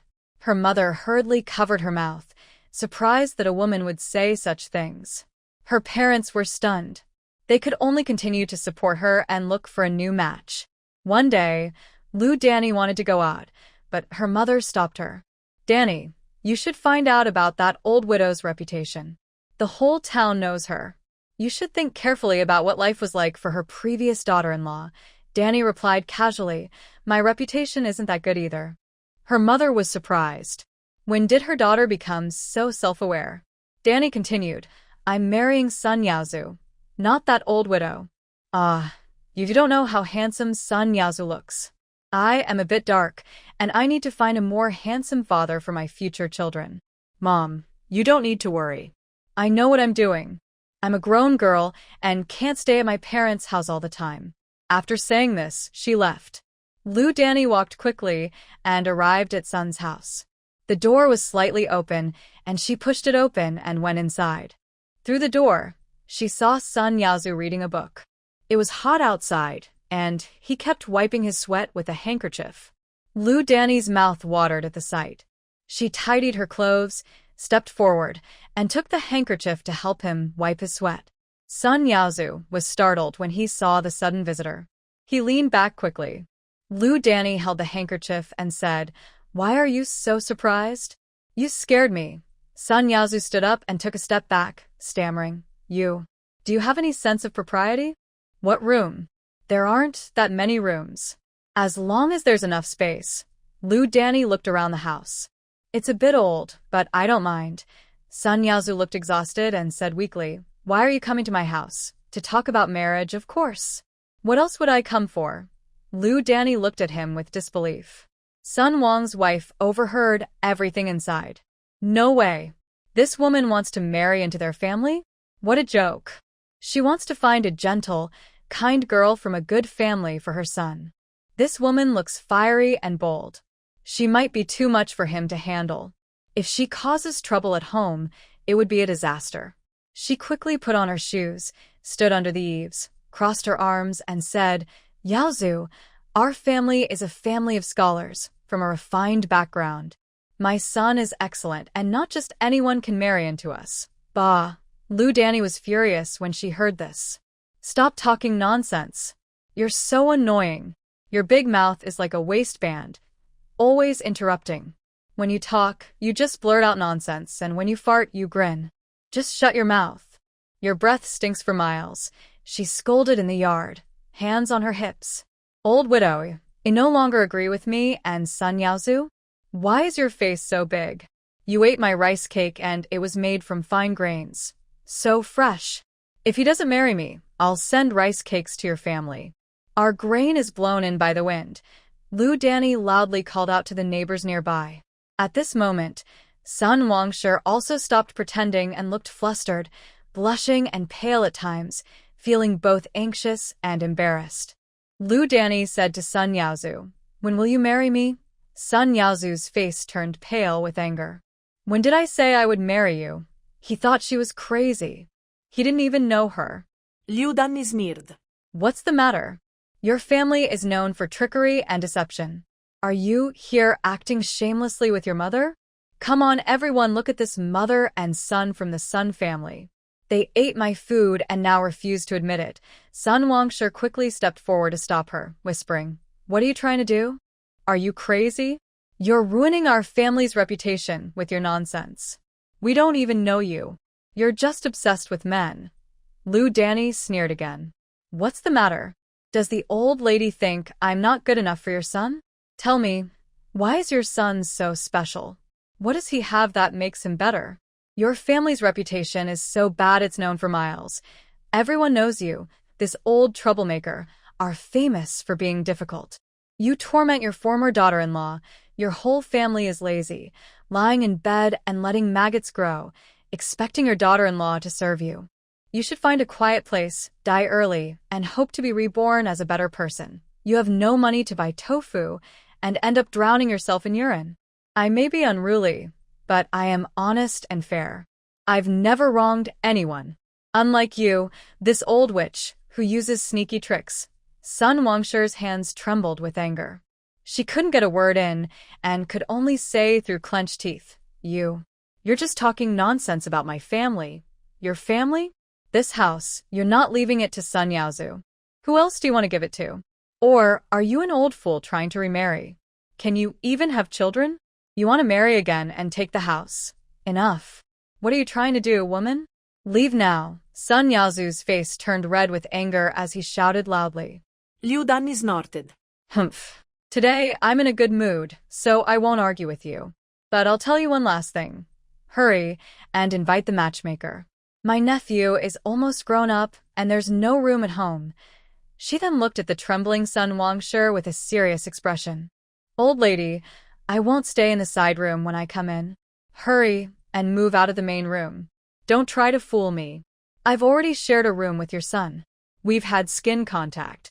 If you don't come to marry me, I'll have my brother put you all in jail for being hooligans." Sun family mother and son were so angry at the shameless words that they trembled. However, faced with such a troublemaker, they didn't know what to say for a moment. Sun Yaozu could only say, "Shut up, get out." Before he finished speaking, Lu Danny had already walked away quickly. Lu Danny walked cheerfully straight to the government office to find her brother. Huzi saw his sister come to the office to find him. He thought something had happened and hurriedly asked, "Sister, why are you here? Did someone bully you? I'll teach him a lesson." Lu Danny waved her hand and explained everything clearly. To sum it up, she said, "I like a man, and we're going to get married." Moreover, Lu Danny wanted her brother to scare the Sun family mother and son. She was confident that no matter who the man was, he couldn't escape her grasp. Huzi listened and smiled. Isn't this forcing someone into a corner? He felt a bit sorry for the young man from the Sun family. But since his sister was finally interested in a man at her age, he had to help. Sorry to that young man. Meanwhile, Zhou Qingling listened clearly from inside her house to the nearby commotion. She had heard about this girl before. In this era, women could remarry, so among the four great beauties of ancient times, none of them kept the same husband forever. Zhou Qingling thought of a modern saying, ugly but self-sufficient, beautiful and capable of helping the world. She also thought of Wu Zetian, the famous first empress of China, who had many lovers in her lifetime. But this girl's way of doing things was something she would never dare to do. Zhou Qingling could only say, she's a real woman. At the same time, she silently wished the Sun family mother and son well. After noon, clouds began to drift in the sky, and the air still carried some moisture. Zhou Qingling stepped outside and looked up. Was it going to rain? After 2 years of drought, was it finally ending? Soon, the clouds thickened and covered the sky completely. Not long after, dense raindrops started falling from the sky. Zhou Qingling sat under the eaves, listening to the rain, watching the raindrops hit the ground and splash into circles. Now she understood why a long-awaited rain after a drought was one of the four great joys. Those who hadn't experienced drought or understood the feeling of despair wouldn't know this sense of salvation. It turned out that gentle rain was not just water, it was hope born from despair, the simplest expectation of workers for life. Many people suffering from drought finally saw the long-awaited rain. Many rushed into the rain, letting the drops hit their faces and clothes, and they laughed out loud. A thin young man knelt in the rain, bowing his head deeply to the sky. This was a sign of respect for heaven. His kneeling represented hope for survival, the hope of having enough food, and also a way to remember those who had passed away. His grandfather and mother sacrificed everything to keep him alive. They refused to eat, saving their food, and in the end, they starved themselves to death. This pain would stay with him forever. Why didn't it rain earlier? Just half a month sooner, and his mother might not have died. The heavy rain lasted until the next evening. The cracked land heard the sound of rushing streams. The water came, nourishing every dry patch of earth, healing the cracks and bringing new life to the broken world. At that moment, a feeling of salvation touched everyone's hearts. The rain was what the people had hoped for a long time. It was their hope to survive. After the rain, people's spirits changed. Although the fields couldn't grow crops immediately, the rain made water plentiful. Growing food was just around the corner. Everything was moving in a good direction, and no one wanted to talk about the dark times anymore. The drought had taken many lives and separated families forever. The living could only find comfort in living well, which was the greatest comfort after death. To see if people in an era are living well, you only need to look at how they dress on the street. Gradually, the streets regained their lively look. The market mainly sold mushrooms, green vegetables, and wild herbs. The fresh, green vegetables looked so tempting that they made people hungry. The simple joys of life comfort everyone's heart. A month later, Lu Danny slept until late morning before waking up. Her mother looked at her with a worried expression, wanting to say something but hesitating. Lu Danny washed her face slowly and confidently told her mother, "Don't worry, mother. In less than 5 days, the Sun family will come to ask for my hand in marriage." Her words didn't seem to comfort her mother. She wondered why her daughter was so stubborn. What if the other family didn't want her? Wouldn't that make her reputation worse? Sigh. Children are a debt parents must pay.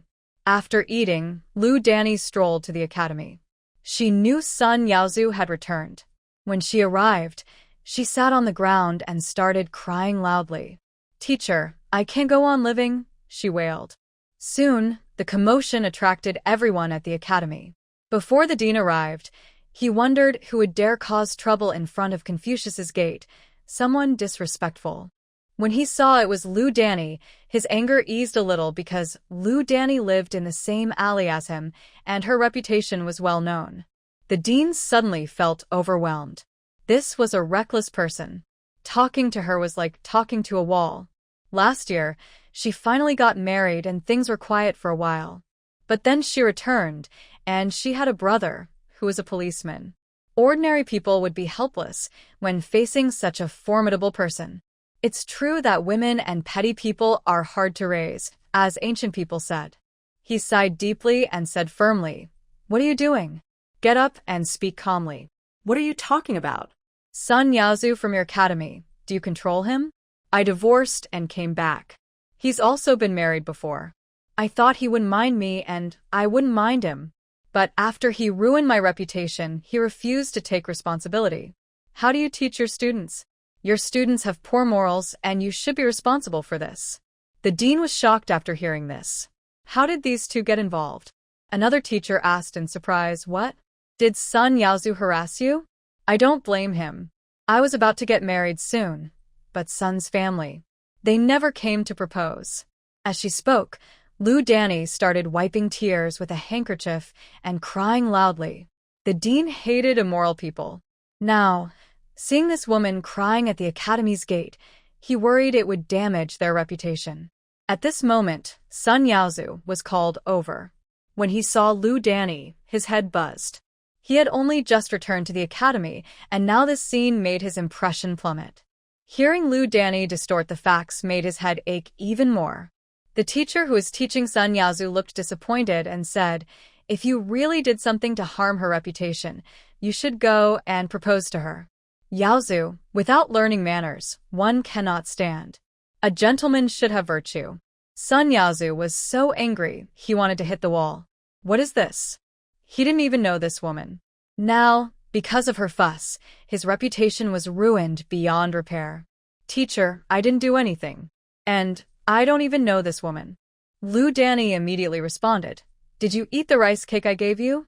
And have we shared a room together?" Sun Yaozu was momentarily at a loss for how to explain. He did eat the rice cake, and indeed, we shared a room. But that wasn't his original intention. How did things develop like this? The dean saw Sun Yaozu's expression and seemed to realize Lu Danny wasn't lying. He finally said, "A scholar's character is the most important. Don't come here for the next few days. Handle your family matters first. The academy is a place for studying wise teachings, not for handling personal affairs." After speaking, he turned and left with a flick of his sleeve. Seeing this, Lu Danny also got up from the ground, wiped her face, and said to Sun Yaozu, "Call the matchmaker to come over in the next couple of days. Oh, and don't forget to bring 5 taels of silver as a gift." After saying that, she patted her bottom and left. Well, if you give her face and she refuses to accept it, don't blame her. And so, the farce came to an end.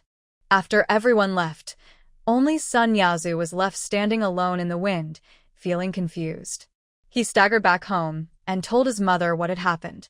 At first, Sun Wangshe was so angry she jumped up and scolded Lu Danny fiercely, even insulting her ancestors 18 generations back. She had never looked down on rural folks before, and she was also crude and rude. Thinking of Lu Danny's proud appearance, her head was buzzing. After calming down, Sun Wangshe had to accept this fact. Given her fiery temper, why didn't she go find Lu Danny herself?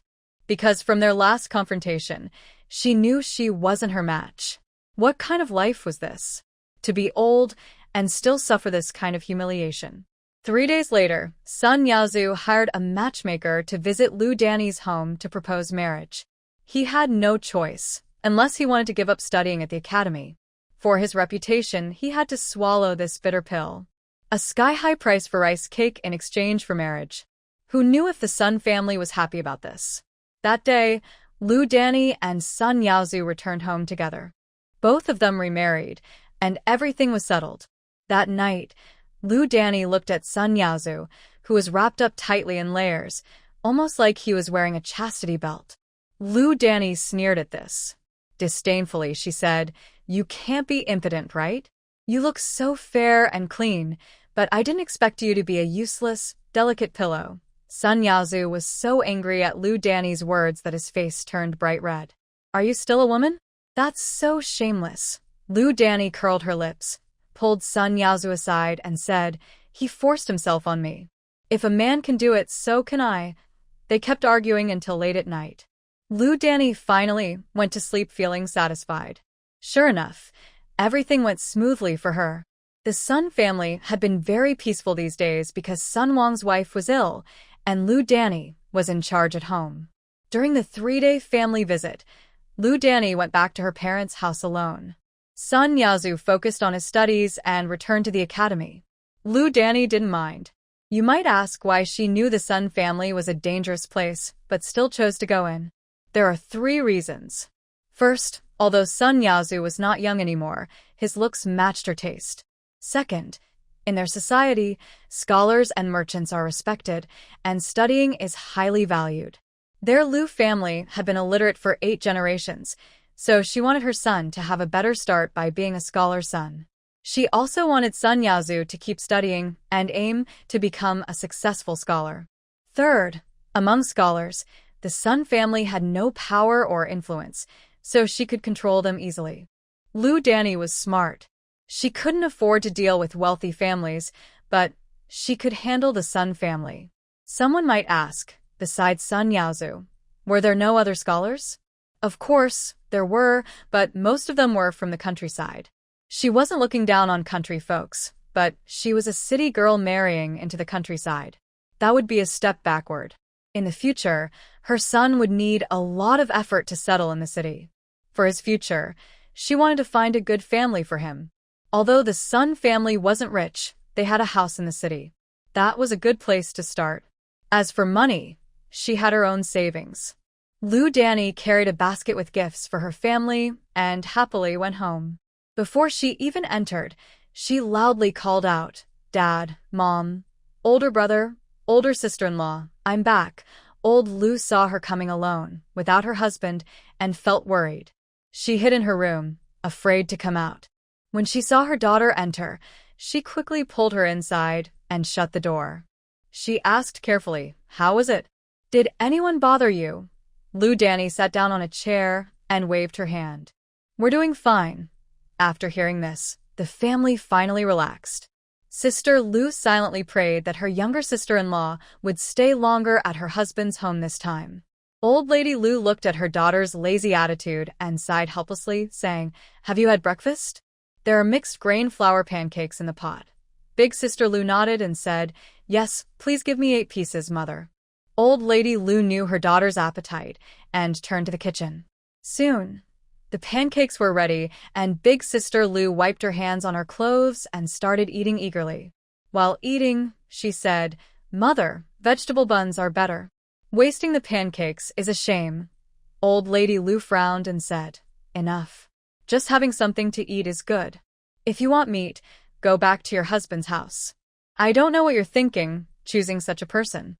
You're not worried about the trouble." Big Sister Lu grinned and said, "Mother, you're short-sighted. You need to think long-term. Why did I choose Sun Yaozu? It's for the sake of our children and grandchildren. I'm dark-skinned, so I wanted someone fair and pretty. When we get together, my son will look good, right?" Old Lady Lu sighed and said, "Where did you hear these silly ideas? Looks don't matter. Can they buy 2 pounds of white flour with beauty?" Big Sister Lu kept arguing while eating. "That's not nonsense. The storytellers at the tea house talk about noble people, how grand they look, handsome and talented." Sister Lu corrected her helplessly. "It's talented and handsome." Big Sister Lu nodded in agreement. Yes, both talented and handsome." It was already impressive that she remembered these 3 words. If she were to describe these things, she'd say, "They look really good, stylish, with a nose and eyes that match." Scholars are good at describing people. She continued, "These words show they're not ordinary folks." Why? Because good-looking people are often married by officials, and their children tend to be handsome too. When those children marry, their babies will be good-looking too. Our family doesn't look good. My brother looks like a black bear from the mountain, full of beard. Hearing this, Old Lady Lu was upset. She patted Lu Big Sister's neck and said, "Do you talk about your brother like that?" Big Sister Lu was hit but still smiled happily and said, "Mother, I'm telling the truth. Good-looking people don't want me. I've just gotten a lucky deal." Old Lady Lu was speechless after hearing her daughter's words. Lu Danny quickly finished eating and said to her mother, "Mother, please give me 2 more pieces. I want to give some to the little girl at home. She's so thin she looks like a skeleton." Although I am her stepmother, I can't bring myself to treat a child badly. Hearing her daughter's words, old lady Lu nodded happily and advised her, we should be kind and honest. That little girl doesn't have her real mother with her. Since you've married into the family, you should take good care of her. Lu Danny nodded and replied, don't worry, mother. I understand. Lu Danny took 2 pieces of cake home. She saw Sun Zhaodi sweeping the yard and handed her the cake, saying simply, eat quickly, then went back to her room. The little girl looked shy. She didn't know how to comfort children or say sweet words. Sun Zhaodi looked at the warm cake in her hand and couldn't help but cry. Carefully, she held the cake and hid in the corner of the firewood shed. She chewed it slowly, feeling it was the best cake she had ever tasted. Sun Zhaodi rarely ate a full meal. When she learned that Lu Danny was going to be her stepmother, she was very scared inside. Her grandmother wasn't even a match for Lu Danny. She thought her future days would be even harder. But surprisingly, these past few days had been the happiest she could remember.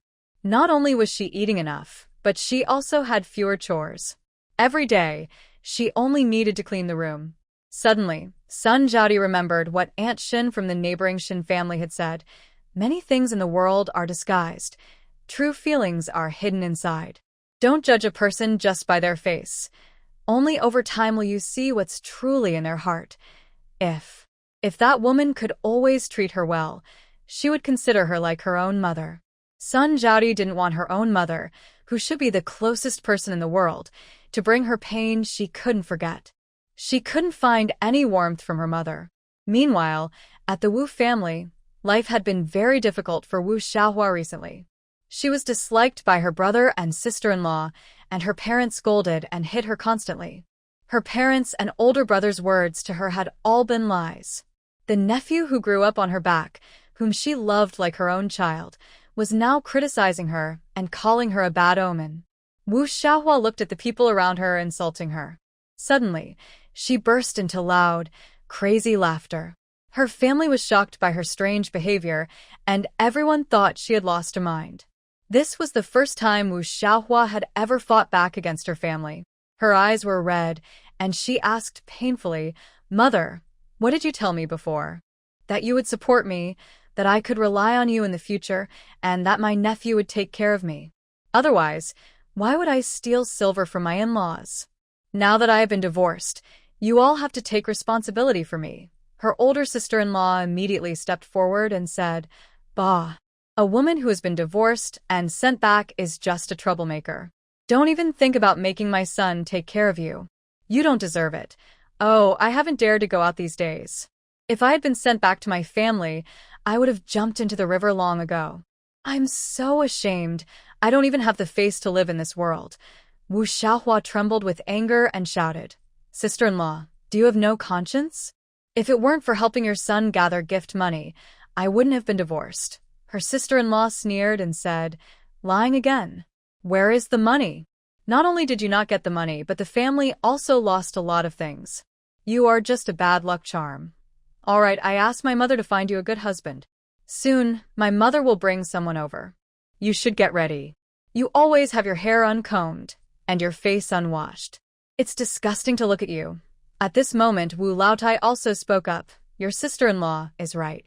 You can't stay at your parents' house after being divorced. It's bad for our family's reputation. We've taken care of you for so many days, fed you for several days. Your family has been good enough. Why are you still crying here? Wu Xiaohua lowered her head and said nothing. These were her relatives, but her heart was completely dead. Suddenly, a loud, sharp voice came from outside the yard. In-laws, Sanya, I've brought the dog. Wu Laotai immediately went to greet her, muttering, Oh, the mother-in-law is here. Come in quickly. Taking the chance, Wu Laotai looked at the man beside her. He was short, hunched over, with a face like old bark and small, green bean-shaped eyes.